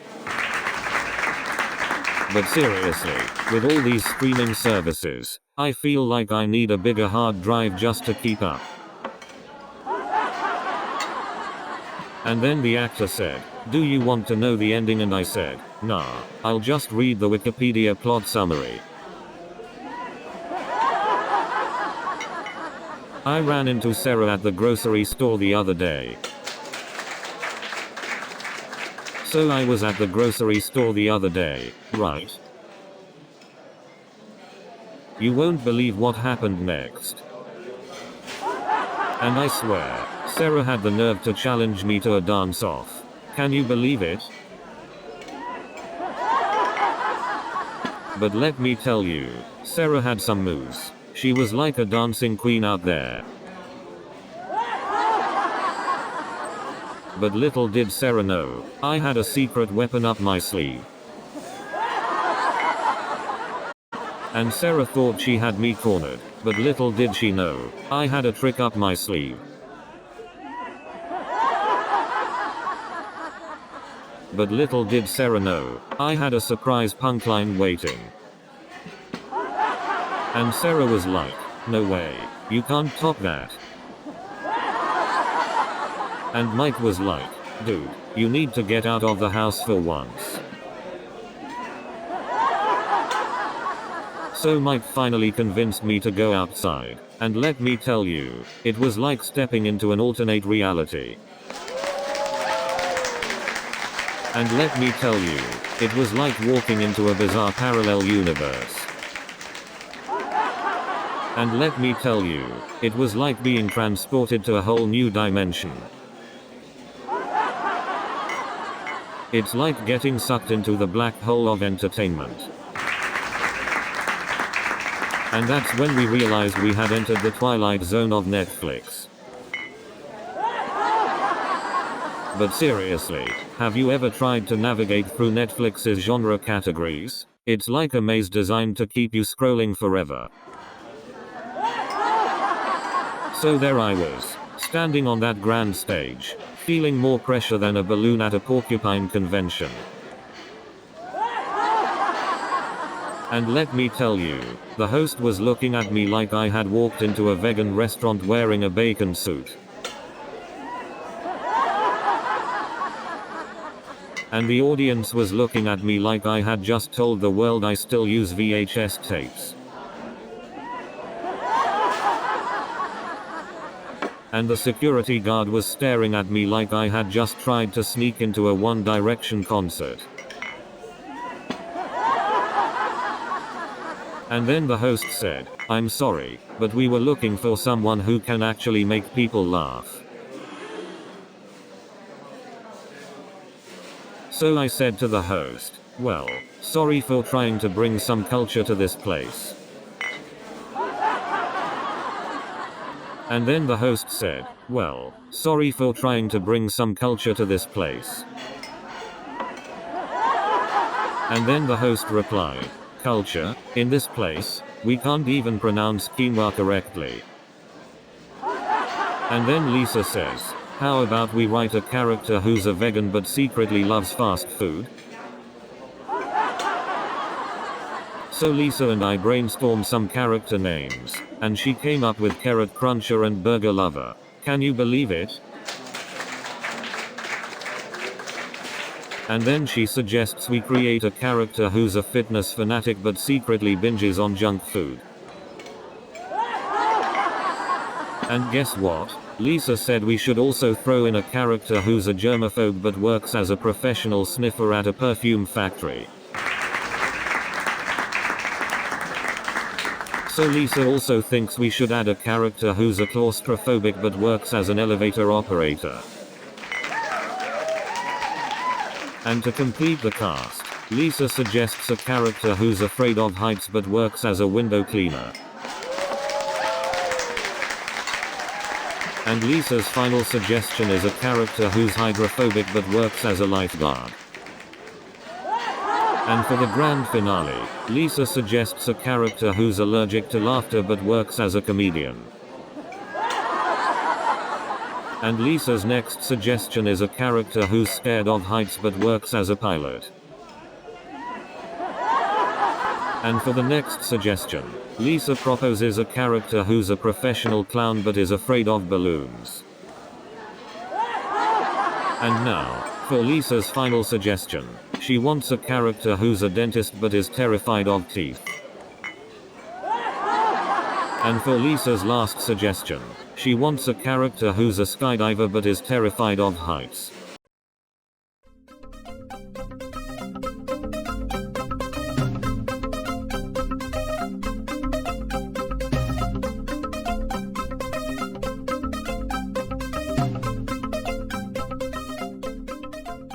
Good evening, everyone. Are you ready to look? So let me tell you about this own coworker. I swear, they were like a walking error message. But seriously, have you ever tried to understand a software bug? It's like trying to solve a Rubik's Cube while wearing mittens. Working with bugs is like trying to communicate with aliens. They speak in a language only they understand. You know, sometimes I think software bugs are just mischievous little imps sent to test our patience. Ever tried explaining a bug to your non-tech friends? It's like describing the tale of an elusive unicorn. I once worked with a guy who had a constant look of confusion, like he was trying to understand a language only spoken by cats. It was like they were trying to debug the cat as meow. I saw a guy at the conference who was furiously typing on his laptop, and when I asked him what he was doing, he said he was debugging the coffee machine.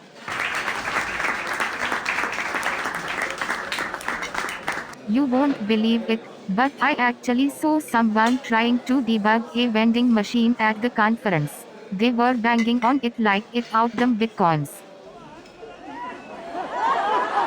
And I thought debugging a coffee machine was strange, but at lunch, I saw someone trying to debug a salad board. I didn't know lettuce could have syntax errors.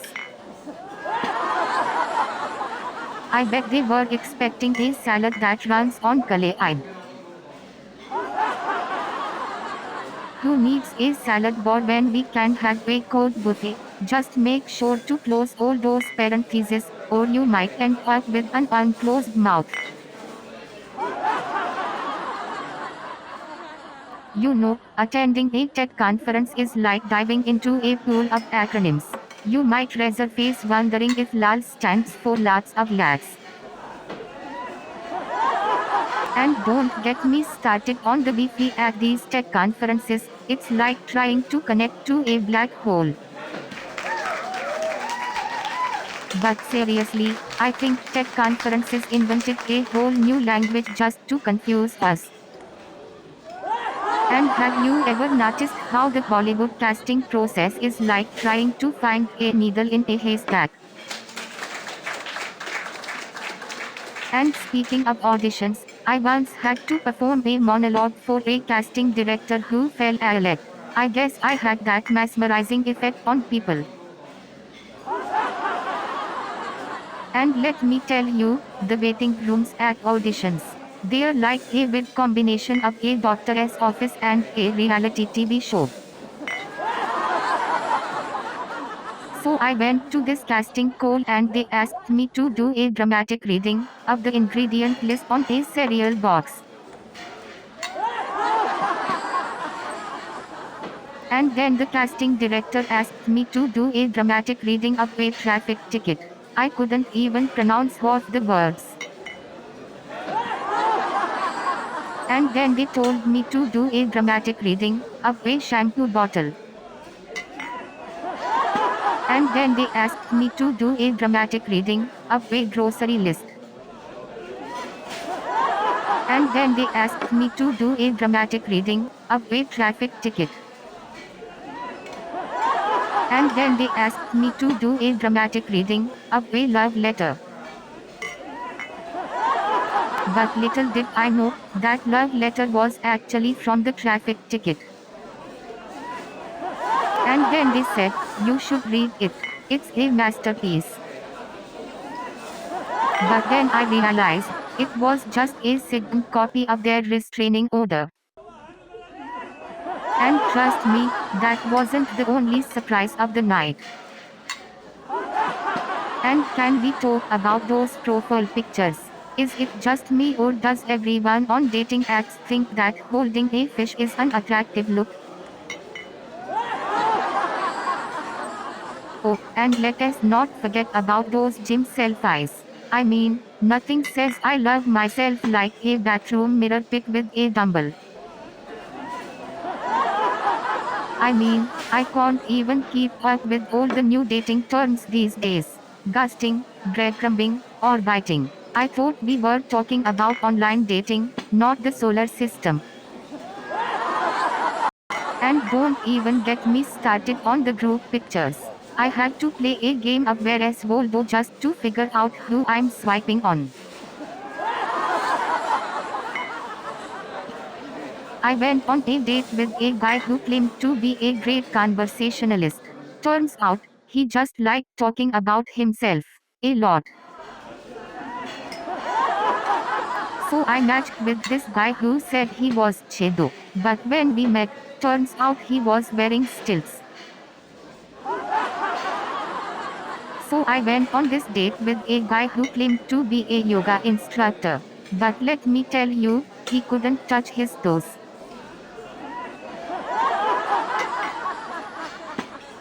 You think taking a selfie is hard? Try taking a yoga pose and a selfie at the same time. I tried to learn how to make a viral video, but all I got was a broken phone and a lot of embarrassment. We try so hard for that perfect selfie, but in reality, we all just want to hide our double chin. And don't even get me started on the filters. I tried one that was supposed to make me look like a supermodel, but I ended up looking like a cartoon character. You know, sometimes I wonder if social media was invented just to give us more material for embarrassing ourselves. You've all seen those videos of people trying to take the perfect selfie, right? Well, let me tell you, it's a lot harder than it looks. And let us not forget the people who go live on social media just to show us how boring their lives are. Have you ever noticed how some people take gym selfies just to prove they made it there? And have you noticed those people who take food pictures but you can never tell what it is? Speaking of gym selfies, sometimes I wonder if they're secretly checking to make sure they didn't accidentally leave a gym sock on their head. And speaking of sassy unicorns, have you ever seen one trying to fit in with a group of regular horses? It's like watching a disco ball in a field of hay. You know, being a sassy unicorn can sometimes be exhausting. I mean, all this glitter doesn't just appear out of thin air. You know, I used to try to fit in with the regular horses. But then I realized, being a sassy unicorn is way more fun when you're lighting up the dance floor. And let me tell you, finding the perfect shade of glitter is a mission that no unicorn takes lightly. You know, being a sassy unicorn also means having some serious dance moves. Unicorns have a secret talent. They can always find the best parking spots, even on a Saturday night.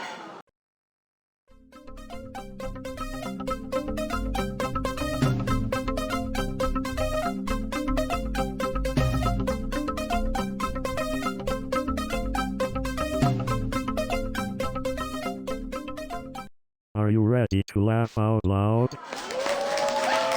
You won't believe what happened to me during rush hour. Speaking of rush hour, I once had a passenger who was determined to beat Usain Bolt's record in the backseat. And let me tell you, you haven't experienced traffic until you've seen a pedestrian walk faster than the cars. You know, sometimes I think I should have been a marathon runner instead of a comedian. Speaking of marathon runners, I once had a passenger who sprinted out of my cab as soon as we hit a red light. You won't believe some of the shortcuts I used to take. It was like a high-speed chase. You know, I've seen some crazy things driving a taxi. Like the time I had a passenger who was convinced they were in a car chase and started yelling at me to go faster. Speaking of crazy things, one time I picked up a lady who insisted on having a full-blown therapy session in the backseat. You won't believe the time a customer hopped in my cab and started giving me directions like they were a NASA control center. And don't even get me started on the comedy club restroom situation. Speaking of comedians, have you ever seen someone bomb so hard, they made you question your own career choices? So I was in the green room, right? And this comedian comes up to me and says, "You think the audience is tough? Wait till you meet the manager." What's the deal with club managers? They act like they're the main event. It's like they forgot who pays their bills. Speaking of club managers, I once had one ask me to perform for free. I said, "Sure, can I have your paycheck too?" And don't get me started on the crazy drink orders. I had a guy ask for a blended shot of espresso and kale.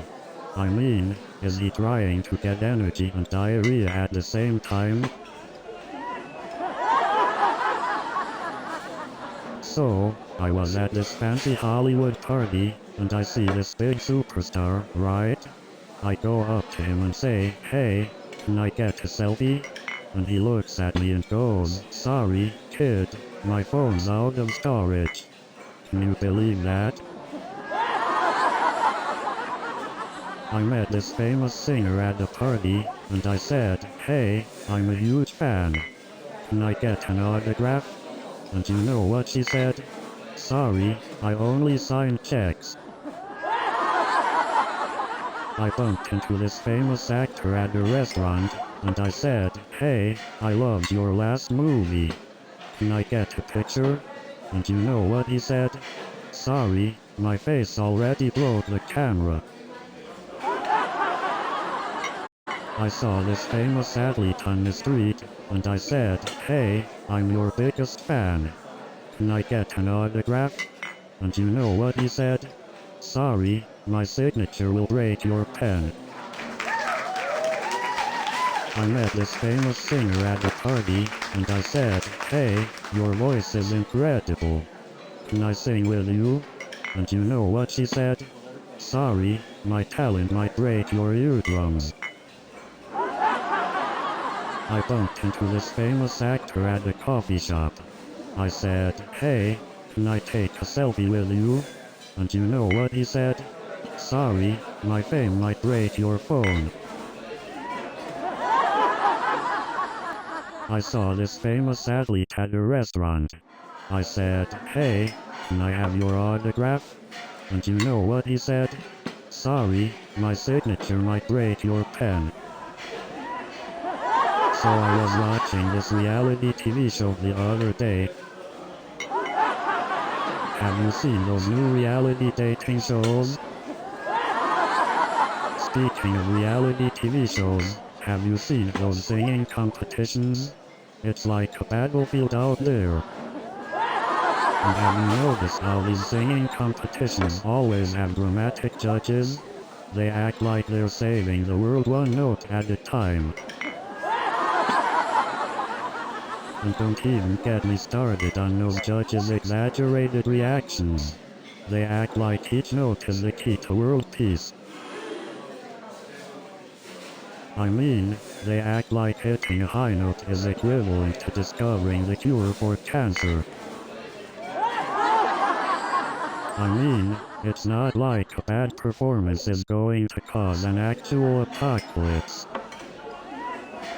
I mean, they treat new Marvel trailer drop like it's the second coming of Jesus. And don't even get me started on dating apps. I've had more awkward encounters on dating apps than I've had with my ex's parents. But you know what they say, there's plenty of fish in the sea. And I seem to be attracting all the blowfish. Speaking of dating disasters, I once went on a blind date with a guy who thought Yelp was a dating app. He kept rating me out of 5 stars. You know, dating can be a lot like trying to find parking in New York City. You drive around for hours, and just when you think you've found a spot, someone else swoops in and takes it. It's a never-ending game of musical chairs. When it comes to dating, I feel like I'm on a never-ending carousel. Round and round we go, just holding on for dear life.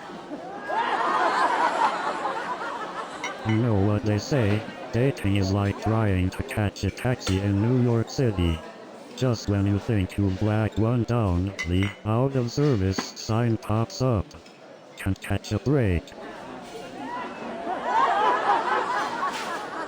Dating in New York City is like playing a never-ending game of tag. You chase after someone, but just when you think you've caught them, they slip away.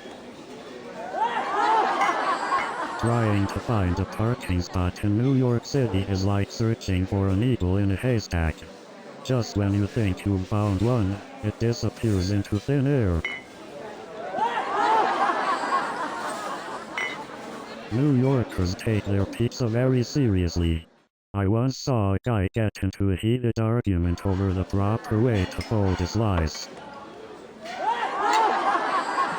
Speaking of rush hour, I once saw a guy trying to squeeze into a packed subway car.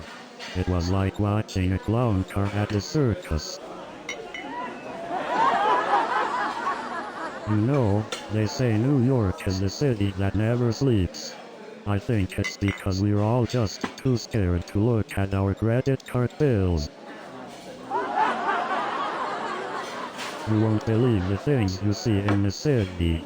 Last week, I saw a pigeon eating a hot dog.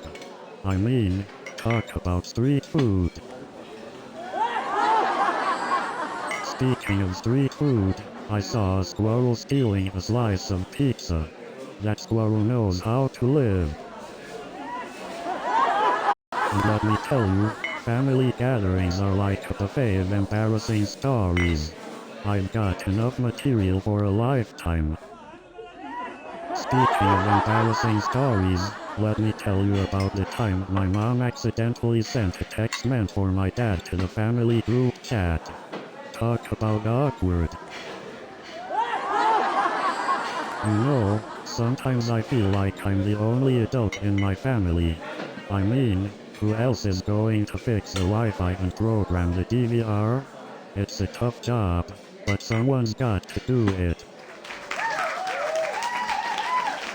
You know, I always wanted to be the favorite child, but then I realized that comes with extra responsibilities, like choosing the restaurant for family dinners. You know, trying to schedule a family vacation is like herding cats. You know, sometimes I feel like I'm running a zoo instead of a family. You know, I've realized that being a comedian is a lot like being a zookeeper.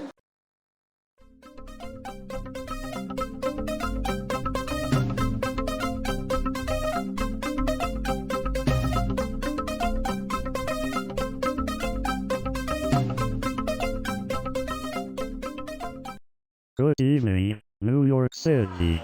Are you ready to laugh? Speaking of office pranks, I once convinced my coworker that the boss had installed a laughter detector in the office, and everyone laughed except him. So after the rubber ducks incident, Mr. Thompson was never the same again. Every time he saw a rubber duck, he'd scream and run for his life. And let me tell you, the sound of 1,000 rubber ducks quacking at once is something you can never unhear. And the best part was, he found rubber ducks in his desk drawer for weeks afterwards. It was a never-ending prank. And let me tell you, the look on Mr. Thompson's face was priceless. And to make matters worse, he didn't realize it until he had an important client in his office. And you won't believe what happened next. And Thompson's face? Priceless. He was so shocked, he couldn't even speak. So there I am, standing there speechless like a deer caught in headlights. And let me tell you, she was just as surprised to see me as I was to see her.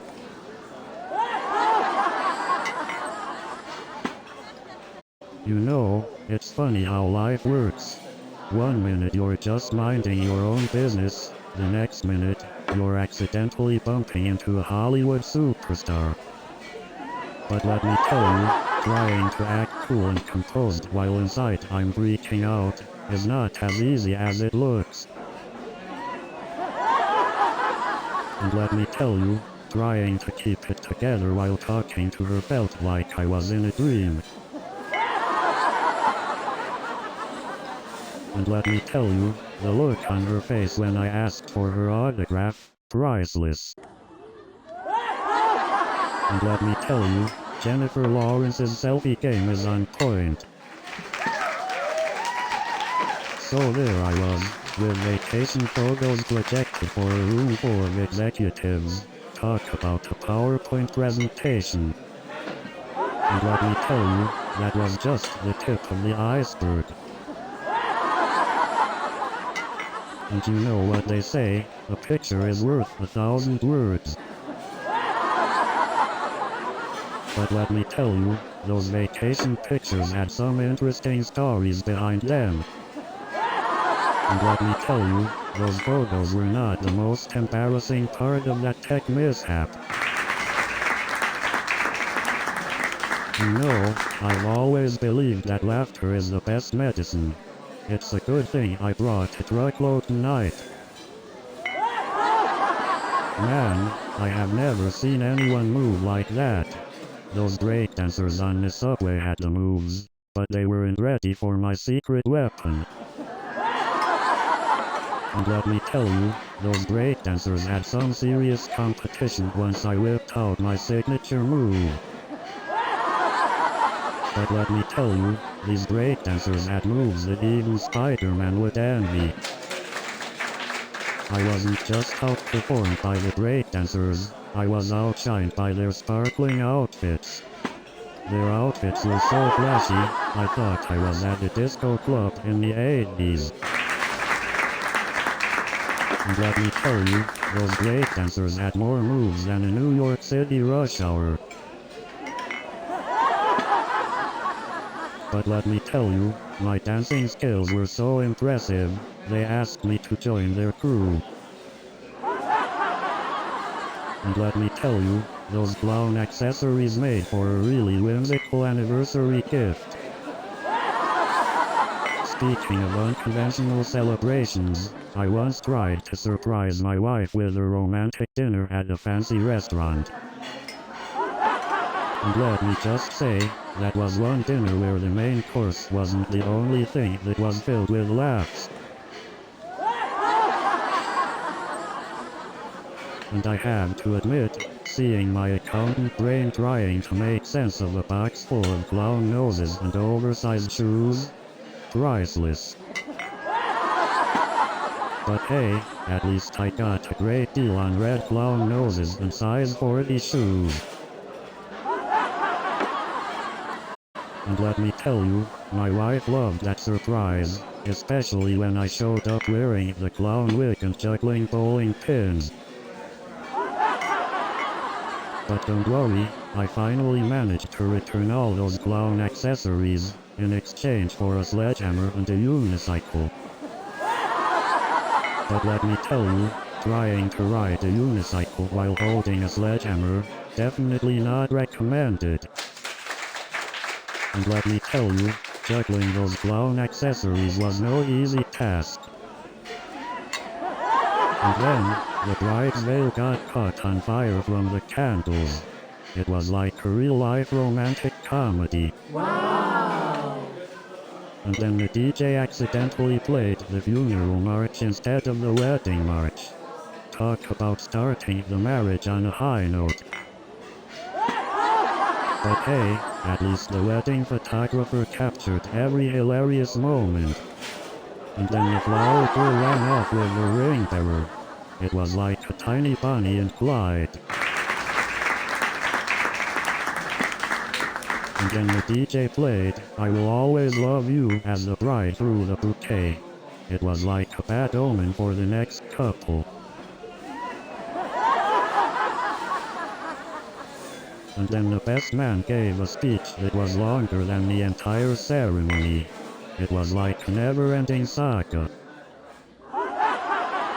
And then the flower girl started doing the floss. It was like a mini dance battle. And then the maid of honor tripped on her dress. It was like a slapstick comedy. And then the ring bearer started breakdancing. It was like a mini dance battle. And then the bride's mother started breakdancing too. It was like a full-on dance battle. And then the groom's father joined in. It was like a full-blown dance battle. And then the best man decided to break out his secret weapon, the worm. But then the bride's grandmother jumped in, showing off her breakdancing skills. And then the groom's grandfather joined in, busting out the moonwalk.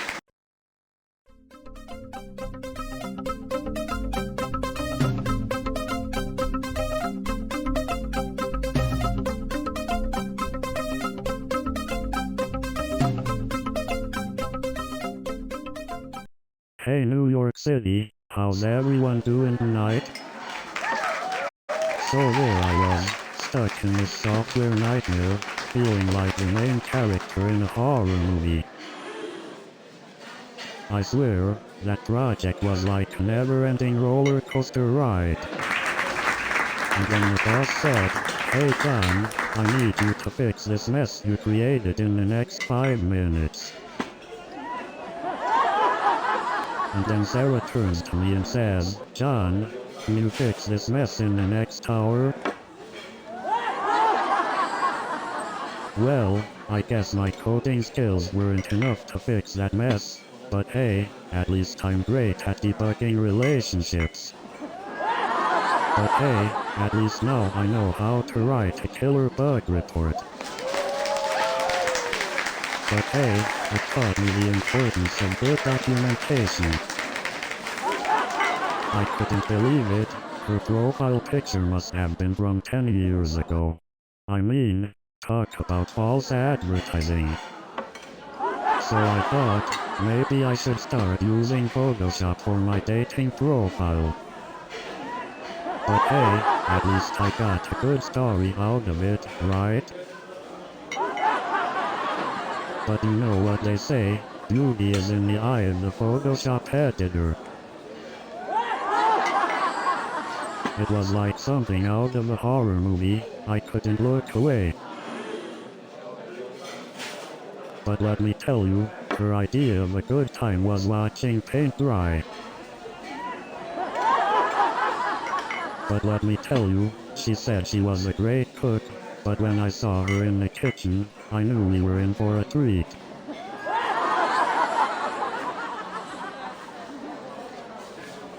But let me tell you, she said she was adventurous, but when I asked her to go skydiving with me, she nearly fainted.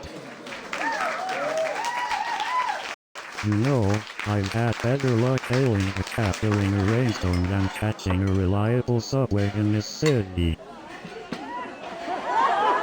And then, just when I thought things couldn't get any worse, the subway car started filling up with smoke. But you know what they say, if you can handle the subway system in New York City, you can handle anything. And then, the subway announcer comes on and says, "Ladies and gentlemen, we apologize for the delay. Please be patient, we are experiencing, technical difficulties," and I thought my code had bugs. And don't get me started on those platform rats. You know what they say, New York City is the concrete jungle where dreams come true, but sometimes you get lost.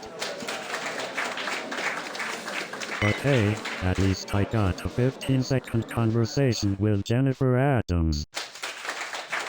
But you know what they say, you haven't truly experienced New York City until you've lost an invitation to a celebrity event. But you know what they say, never meet your heroes, because they might just ruin your invitation to their movie premiere. I should have asked Jennifer for her number, maybe she would have texted me the location. But hey, at least I got a good story out of it. So there I was, standing outside the movie theater like a lost puppy. And after all that, she tells me to unplug and plug it back in. Like I hadn't tried that already. And the best part is, she asked me if I had tried turning it off and on again. Like I'm just sitting here staring at a blank screen for fun. But you know what's even worse? When they put you on hold for so long that you start questioning the meaning of life. And then she asked me if I had a time machine to fix the connection. I mean, who needs a stable internet when you can just travel back to the 90s, am I right?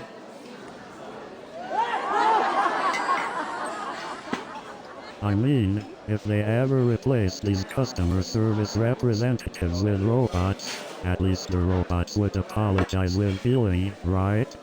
But hey, at least I didn't have to go through the Nokia ringtone again. And I swear, by the end of the call, I knew more about customer service scripts than Mary herself.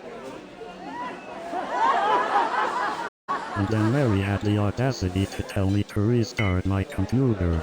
I swear, she thought she was talking to a preschooler. And I even asked Mary if she wanted me to write the code for her. Guess what?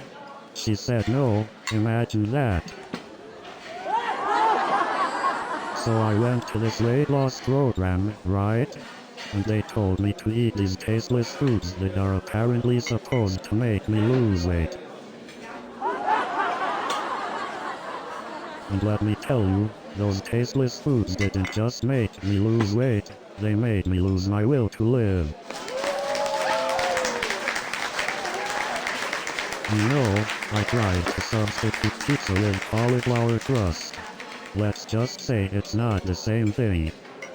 So I thought maybe I could trick my brain into thinking cauliflower tastes like pizza. Turns out, my brain is a lot smarter than I am.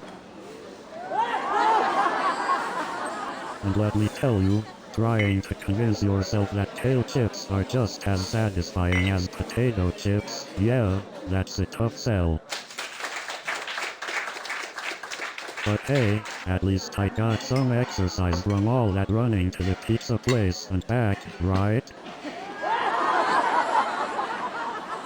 And you know what else is a tough sell? Convincing yourself that almond milk is the same as real milk.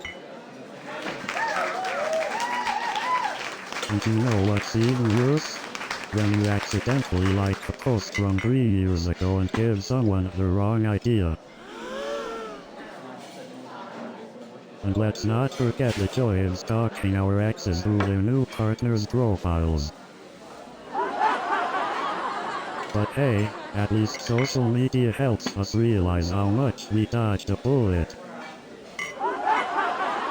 And don't get me started on those never-ending group chat notifications. And let's not forget the joy of accidentally fat-fingering a comment instead of a like on your boss's post. And have you ever noticed how people will do anything for the perfect selfie? I saw a girl contortionist herself into a pretzel just to get the right angle. It was like watching Cirque du Selfie. But you know what's even crazier? People risking their lives just to get a selfie with a wild animal. Like, dude, you're not Tarzan, you're more like Lion Lunch.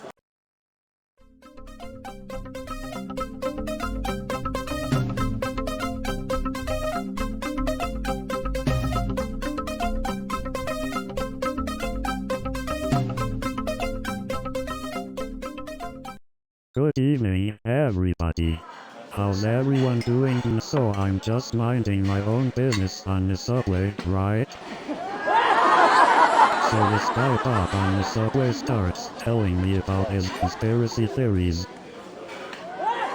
And then he starts telling me that the aliens that control our government are actually the ones producing all those superhero movies. Can you believe that? And then he tells me that the actors in those superhero movies are actually shape-shifting reptilian aliens. So apparently, according to Bob, the popcorn at the movie theater is actually mind control technology. And then, Bob suggests that the hot dogs at the ball game are actually alien probes. And then, Sarah tells me that the water bottles at the comedy club are actually surveillance devices. And then Bob says, "Hey, John, did you know that the napkins at the comedy club are actually mind-reading devices?" So I tried to use the napkins as mind-reading devices, but all they revealed was that everyone wants to know where the bathroom is. And then I said to Bob, if the napkins at the comedy club were really mind-reading devices, I wouldn't have to ask where the bathroom is. So I tried to use the napkins as mind-reading devices, but they just told me everyone wants to know what's on Netflix. And then Sarah said, if you want to really connect with the audience, try telling a personal story. So I said, alright, let me tell you about the time I tried to learn how to ride a unicycle. So I said, alright, let me tell you about the time I tried to learn how to ride a tricycle. So I said, alright, let me tell you about the time I tried to learn how to ride a bicycle. So I said, alright, let me tell you about the time I tried to learn how to ride a scooter. So I said, alright, let me tell you about the time I tried to learn how to ride a skateboard. So I said, alright, let me tell you about the time I tried to learn how to code.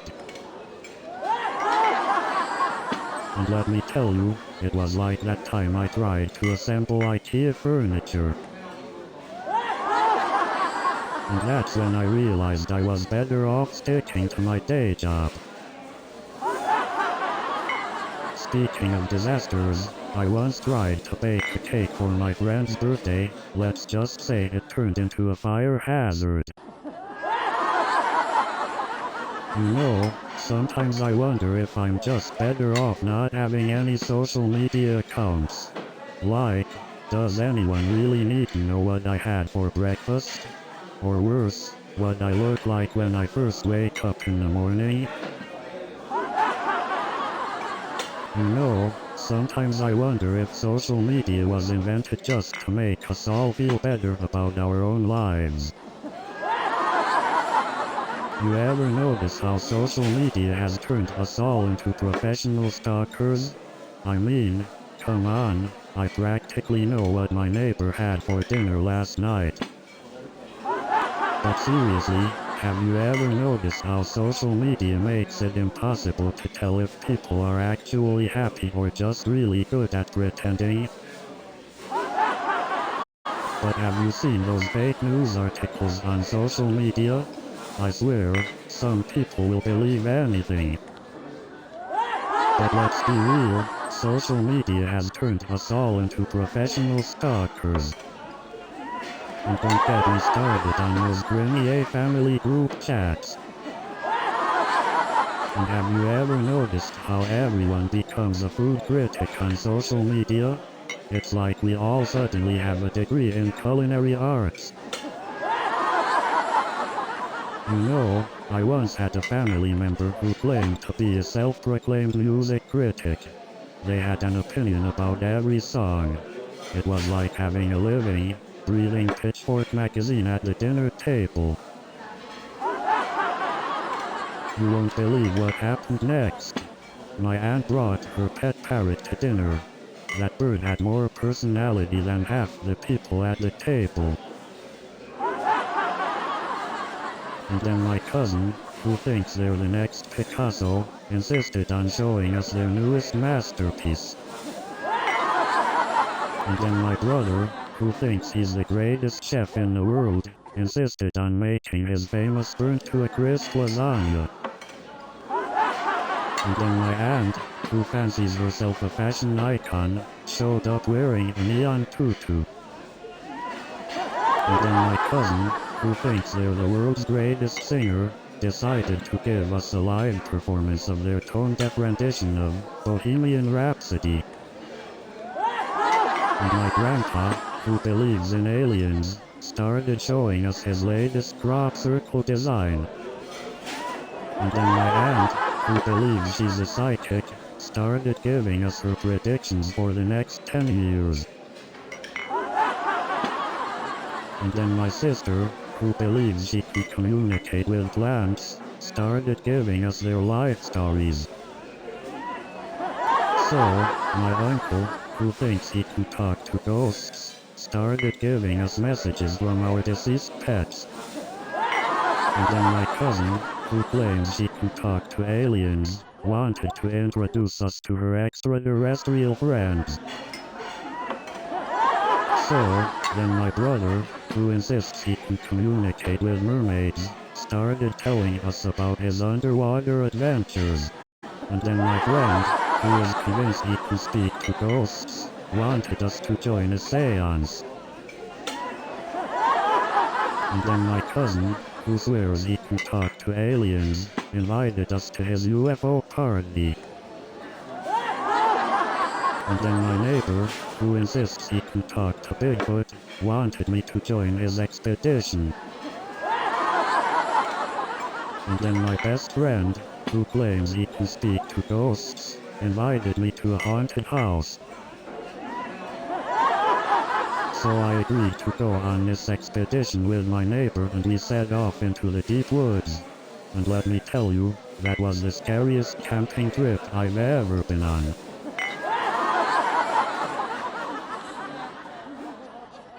So there we were, in the middle of nowhere, surrounded by trees and darkness. And suddenly, my neighbor starts hearing strange noises. And wouldn't you know it, the strange noises were just my neighbor's snoring. So I'm standing there, completely lost, looking out at this packed comedy club, and I thought to myself, well, at least I'm not in the wrong bathroom. But seriously, folks, I've never seen a crowd react like that before. And then I said, well, I guess my new catchphrase is, wrong stage, wrong stage, wrong stage.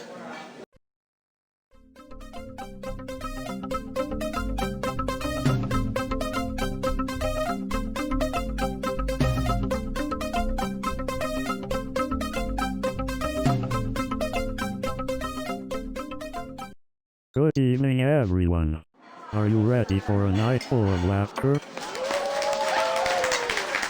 So, I walked into the office the other day, and I see my boss wearing a hoodie and sneakers. I thought we were a tech startup, not a Silicon Valley fashion show. You know, our boss is so obsessed with innovation, he even made us write code on his Tesla's touchscreen. And don't even get me started on the free snacks. Yesterday, I found a developer hiding in the pantry with a whole bag of chips. And you won't believe what happened next. Our boss hired a professional comedian to entertain us during lunch breaks. So apparently, during a meeting, Mr. Johnson asked if anyone knew the difference between coding and cooking. My colleague said, in coding, you have to deal with bugs. In cooking, you eat them. And let me tell you, the BitBox office is like a real-life episode of Silicon Valley. I mean, we even have our own Pied Piper. Well, in coding, you can always restart. In cooking, you've already burned the toast. You know, in the Silicon Valley, even the Wi-Fi is on a startup mode, constantly buffering. And let me tell you, these pitch meetings are like trying to explain quantum physics to a group of cats. I swear, every investor I meet is like a character from a sci-fi movie. I'm waiting for one of them to show up with a laser gun. It's like these investors came straight from another planet. I half expect them to start speaking in alien languages. These investors are like something out of a science fiction novel. I wouldn't be surprised if I caught one of them using telekinesis. These investors are like something out of a science fiction novel. I wouldn't be surprised if they had alien pets that could do their taxes. These investors are like they just stepped out of a sci-fi movie. I bet they have holographic butlers serving them coffee in the morning.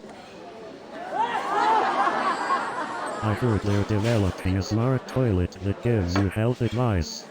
Can you imagine it telling you to eat more fiber because your bathroom habits are as regular as government websites?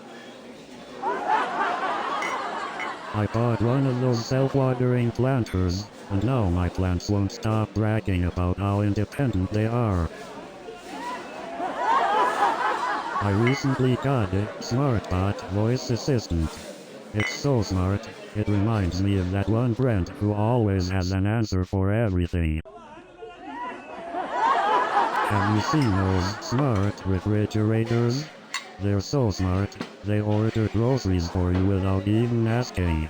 Now my fridge thinks it's my personal chef. And have you heard about those auto-drive cars? They're so smart, they even get road rage. My car flipped off another car the other day.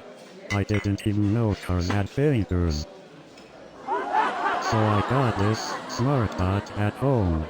It's supposed to make my life easier, but all it does is give me a constant reminder of how dumb I am. And speaking of technology, I recently bought a smart toilet. Turns out, it's not so smart when it thinks I'm still sitting on it. And have you noticed how everyone on social media suddenly becomes a professional chef during quarantine? My feed is literally just food tutorials and people showing off their flour stockpiles. And have you seen those TikTok dances? I tried to do one and ended up looking like a malfunctioning robot. And let's not forget about those Instagram models who take pictures in front of luxury cars they don't even own. And let's not forget the Twitter trolls who hide behind their screens, spewing hate and negativity. And what's the deal with those Snapchat filters? I mean, who needs to be a cute puppy when you can just stick your tongue out in real life? And I don't get why people spend hours finding the perfect Instagram filter. Just slap on a black and white one and call it artistic. And have you noticed how everyone becomes a professional chef on TikTok? Like, congratulations, you can make a sandwich in 15 seconds. And now we have subscription fatigue. I mean, how many streaming services can you sign up for before your TV starts asking for child support? And it's not just the shows, they keep recommending documentaries too. Who do they think I am, a scholar? I just want to watch some mindless entertainment. And have you noticed that their recommended shows are always completely unrelated to what you've been watching? Like, I finish a crime thriller and suddenly they're suggesting binge time, a romantic comedy? Are they trying to mess with my emotions? And let's not forget about the autoplay feature. You finish one episode, and boom, it's like you're being held hostage by your own remote control. And then when you finally decide on a show, you spend the next 20 minutes staring at the episode descriptions, trying to figure out if it's worth your time. And have you noticed how they always start playing the most intense episodes late at night when you're half asleep? I mean, who needs a personal trainer when you can bump into a superstar at the grocery store and immediately start on your cardio by running away in embarrassment? And you know what's even more embarrassing?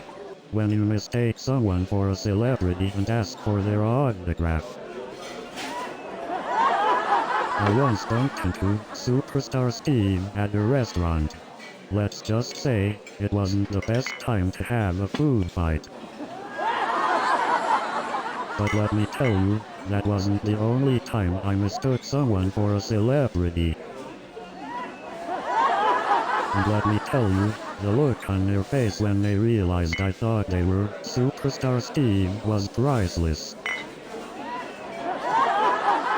So there I am, in the cereal aisle, when suddenly I spot this guy who looks just like Superstar Steve. And let me tell you, the whole cereal aisle turned into a red carpet event. And then, Superstar Steve starts throwing cereal boxes into the cart like they're golden trophies. I mean, you'd think he just won the lottery with all that excitement. I haven't seen someone get so excited over cereal since my college roommate discovered the multigrain option. It's like he found the holy grail of breakfast options. Some people say breakfast is the most important meal of the day, but I say it's the most difficult decision of the day. Have you ever noticed how different cultures have different breakfast traditions? And don't get me started on the battle between pancakes and waffles. You know, I always wondered why breakfast foods evolved from cultures around the world. I mean, who decided eggs and bacon were the perfect way to start the day? But seriously, have you ever noticed how every culture has its own version of rice? I mean, what's the deal with that? And what about pasta? I mean, every country has its own twist on noodles. It's like a global carb conspiracy.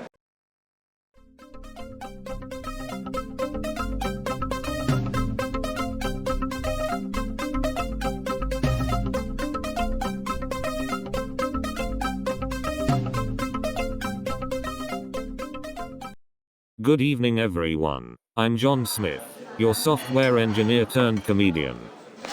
So this hoverboard I was working on, it was more like a fall-off board. And let me tell you, the hoverboard was just the tip of the iceberg. But hey, at least I got a great view of the floor. And then Mr. Johnson said, "We're pivoting to underwater basket weaving." And let me tell you, that hoverboard demo turned into the world's most expensive water slide. But hey, at least I got the world record for the longest hoverboard ride. So there I was, the software engineer turned professional hoverboard crash test dummy. I have a love-hate relationship with social media. It's like a toxic ex that I can't unfollow. I spend more time deleting photos with no likes than taking them. Have you ever noticed how people change their profiles more often than they change their underwear? And don't get me started on the number of hashtags people use. It's like they think they'll become famous just by adding one more tag. And speaking of endless feeds, does anyone else feel like they need a doctor's prescription to put their phone down? It's like my phone is permanently glued to my hand. I even sleep with it under my pillow. I recently realized that my phone is the only thing that listens to me. I should start paying it rent. I once took a selfie with my food, and it turned out so blurry that I accidentally unlocked my phone with my face. So there I was, shaking like a leaf, trying to tell Jennifer how much I admire her work, and she just nodded and said, "Thanks. Nice to meet you." You know, I've always wondered why everything tastes better when it's shaped like a dinosaur. Yeah, I mean, who wouldn't want to eat a T-Rex shaped pizza? It's the closest we'll ever get to being a dinosaur. You know, I've always wondered why we don't have more dinosaur shaped food options. But seriously, why do we put celebrities on such a high pedestal? I mean, they're just people too. But let's be honest, if I ever met Jennifer Adams again, I'd probably still embarrass myself. So there I was, swiping left and right, trying to find my soulmate, but instead, all I found were profile pictures with Snapchat filters. And let me tell you, trying to have a meaningful conversation with someone whose bio says fluent in sarcasm, it's like trying to solve a Sudoku puzzle in hieroglyphics. I mean, who needs a gym membership when you can just swipe left and right for hours? I once matched with someone who had a photo holding a fish. I guess they were really angling for a good catch.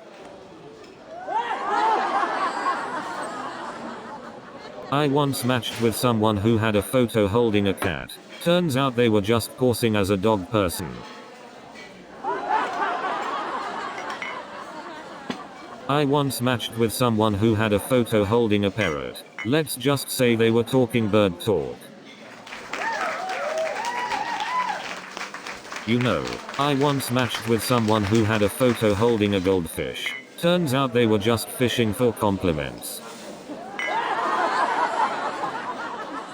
You know, I once matched with someone who had a photo holding a hamster. Let's just say they were really into pet selfies. You know, I once matched with someone who had a photo holding a snake. It turns out they were just hissing around. You know, I once tried to ask for directions in a foreign country. Let's just say I ended up at the zoo instead of the bus stop.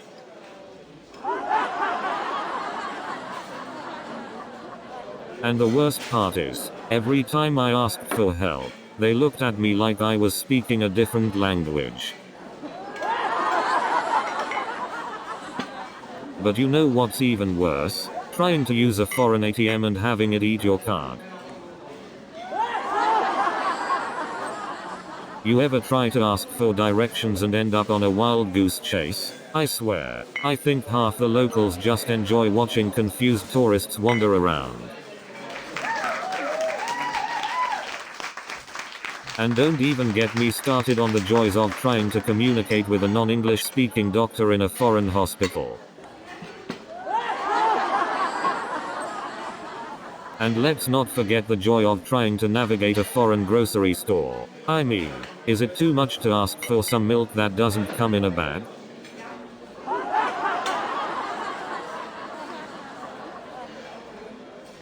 And let me tell you, trying to ask for directions in a foreign language, it's like playing a game of charades with strangers. And speaking of spoilers, you know what's worse than accidentally reading one? Accidentally spoiling a show for someone else. You know, it's funny how many years I spent avoiding spoilers, only to end up spoiling my own nights of sleep. You see, I've become so emotionally invested in these fictional characters that I actually feel personally attacked when they get killed off. And don't even get me started on the post-binge depression. But let's be honest, it's not just the characters we get attached to, it's also the snacks we consume during these TV marathons. Speaking of spoilers, the other day someone spoiled the ending of a TV show for me, and I went through all 7 stages of grief in just 1 hour.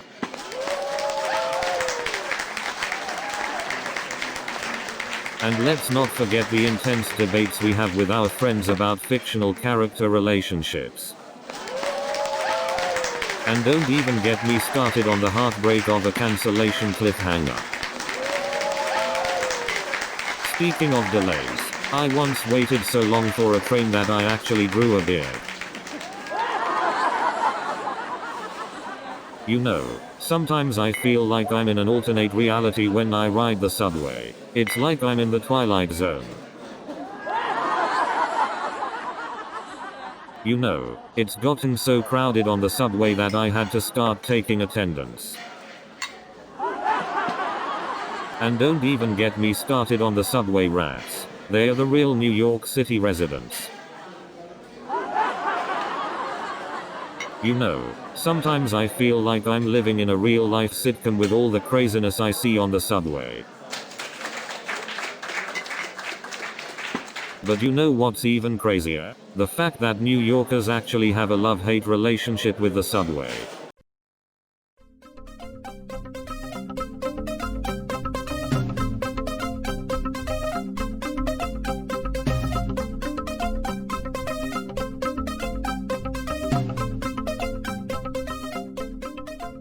What's the deal with Silicon Valley? And have you noticed how everyone here talks in acronyms? It's like a whole new language. And don't get me started on the tech jargon. It's like alphabet soup out there. And the worst part is, they expect you to understand it all. It's like trying to learn a foreign language overnight. And those acronyms. It's like they have a secret language just to confuse us.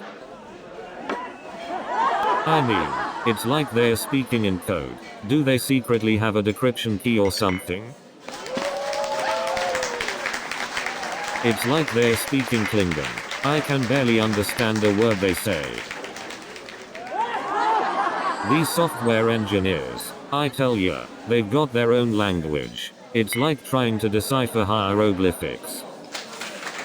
They're like modern-day alchemists, turning caffeine into code.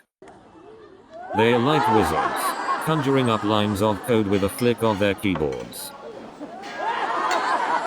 Programmers can make anything happen, except for a decent cup of coffee. And don't get me started on their fashion choices. Socks with sandals, really? I mean, have you seen the office dress code? Hoodies and flip-flops everywhere. But hey, at least we get free snacks in the break room. And don't even get me started on the ping pong tournaments. I mean, have you seen these social media challenges? Who comes up with this stuff? I just saw a viral challenge where people try to balance random objects on their heads. I mean, who has time for that? And have you noticed these influencers with millions of followers but no sense of fashion? I mean, how do they even get dressed in the morning?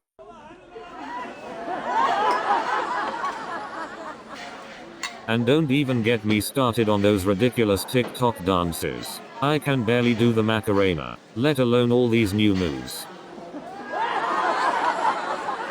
And speaking of online trolls, have you seen the comment section lately? It's like a battlefield out there. And let's not forget about those Instagram filters. I mean, who needs plastic surgery when you can just swipe right?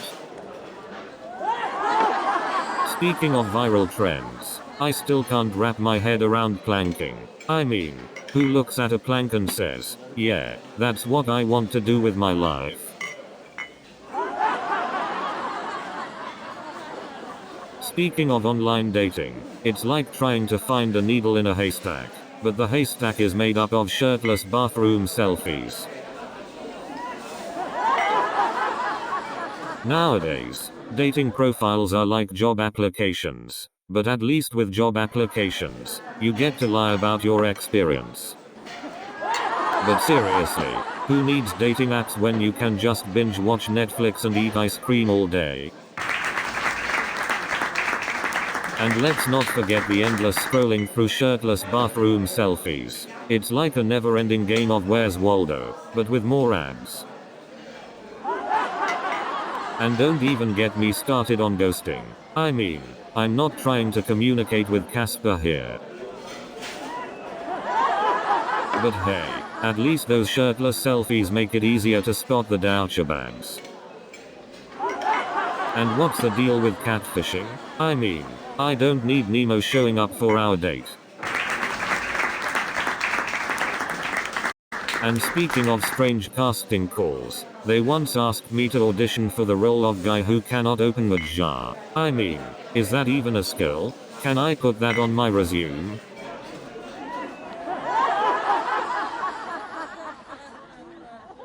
And have you ever noticed how spoiled actors can be? I mean, they complain about having to wear a fake mustache for a few hours. Meanwhile, I've been growing a real one for months. So, I auditioned for the role of guy who can open a jar, and let's just say, the director wasn't impressed with my skills. And speaking of strange casting calls, I once auditioned to play the guy who can't parallel park. The director said I was just too good for the role. And let me tell you about the audition for guy who can't use a remote control. So I'm at this audition for guy who can't use a microwave. And speaking of auditions, let me tell you about the casting for guy who can't use a toilet paper roll. And speaking of malfunctioning devices, let me tell you about the smart fridge that ordered a month's supply of kale on my behalf. And don't get me started on those new smart mirrors that give you a daily affirmation. Mine said you look like $1 million. I don't know if I should believe it or take it as an insult.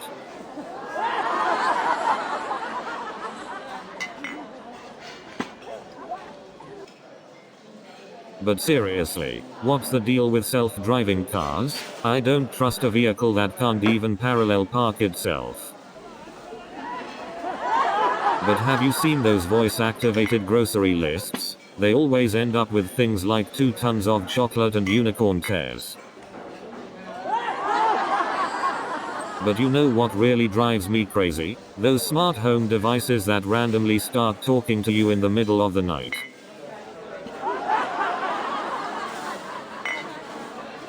And then there's those smart fridges that order milk when you're lactose intolerant. Thanks, but I'll pass. And don't get me started on those self-driving cars that think potholes are slalom gates. And what about those smart toilets that give you a lecture on hydration? TMI, am I right? And have you seen those smart refrigerators that give you a grocery list? Who needs a fridge that's smarter than you? And have you seen those smart watches that remind you to breathe? Like, I'm pretty sure I've been breathing my whole life without any help. And now they have smart toilets that analyze your poop. I mean, do we really need a toilet that knows more about our health than we do?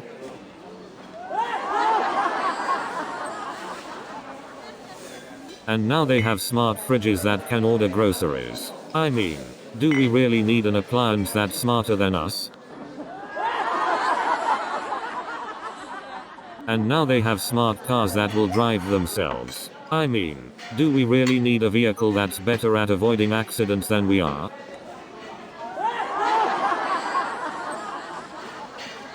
And now they have smart watches that can track your heart rate. I mean, do we really need a device that knows when we're stressed? And now they have smart fridges that will order groceries for you. I mean, do we really need appliances that are better at adulting than we are?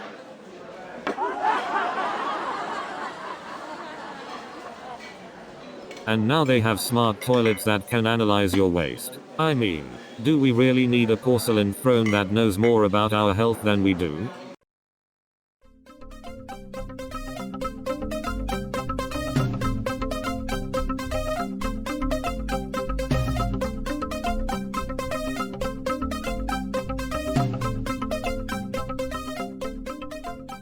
Good evening, San Francisco. Are you ready for some coding jokes? Oh, I love attending tech conferences. It's like entering a real-life version of The Matrix, except with fewer black leather outfits. So I attended this tech conference and decided I needed to brush up on my social skills. I went to the bar and tried to start a conversation with a robot. Turns out, the robot was more interested in talking about the latest JavaScript frameworks. And don't get me started on the never-ending debate of tabs versus spaces. Speaking of awkward social skills, I met someone at this conference who was so introverted, they wrote a chatbot to order their pizza. How? Imagine if chatbots started ordering their own pizza toppings. I'll have extra RAM with a side of debugging skills, please. And let's not forget the chatbot that tries to order a pizza with no internet connection. It keeps saying, error, no topping data found. So I asked the chatbot if it could fix my love life, and it replied, sorry, I don't have the code for that. You know, sometimes I think Alexa is just messing with me. I ask her to turn off the lights, and she's like, sure, I'll just play some relaxing whale sounds too.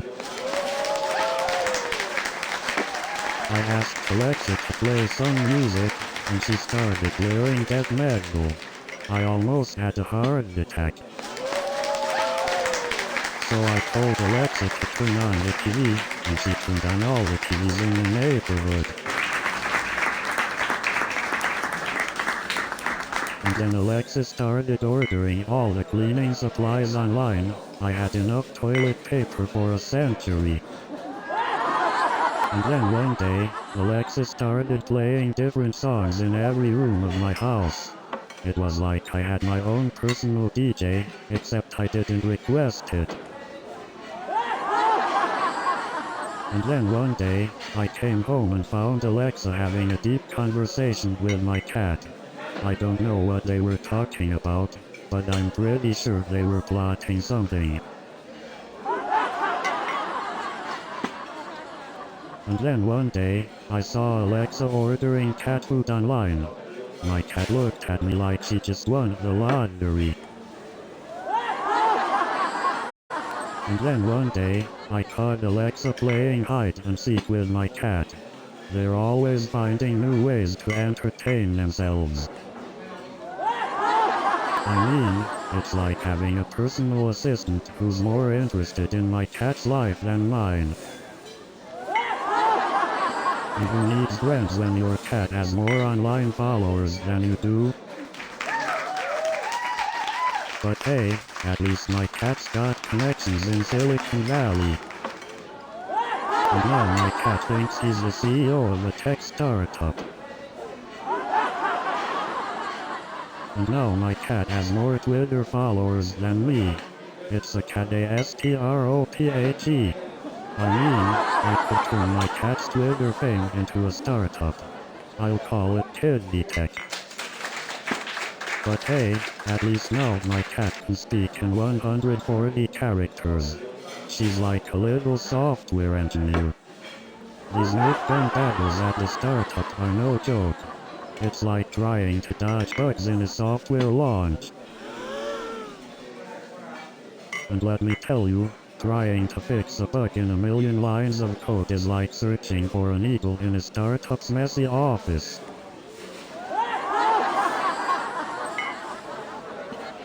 I told my boss I needed a Nerf gun to fix bugs, but he gave me a foam sword instead.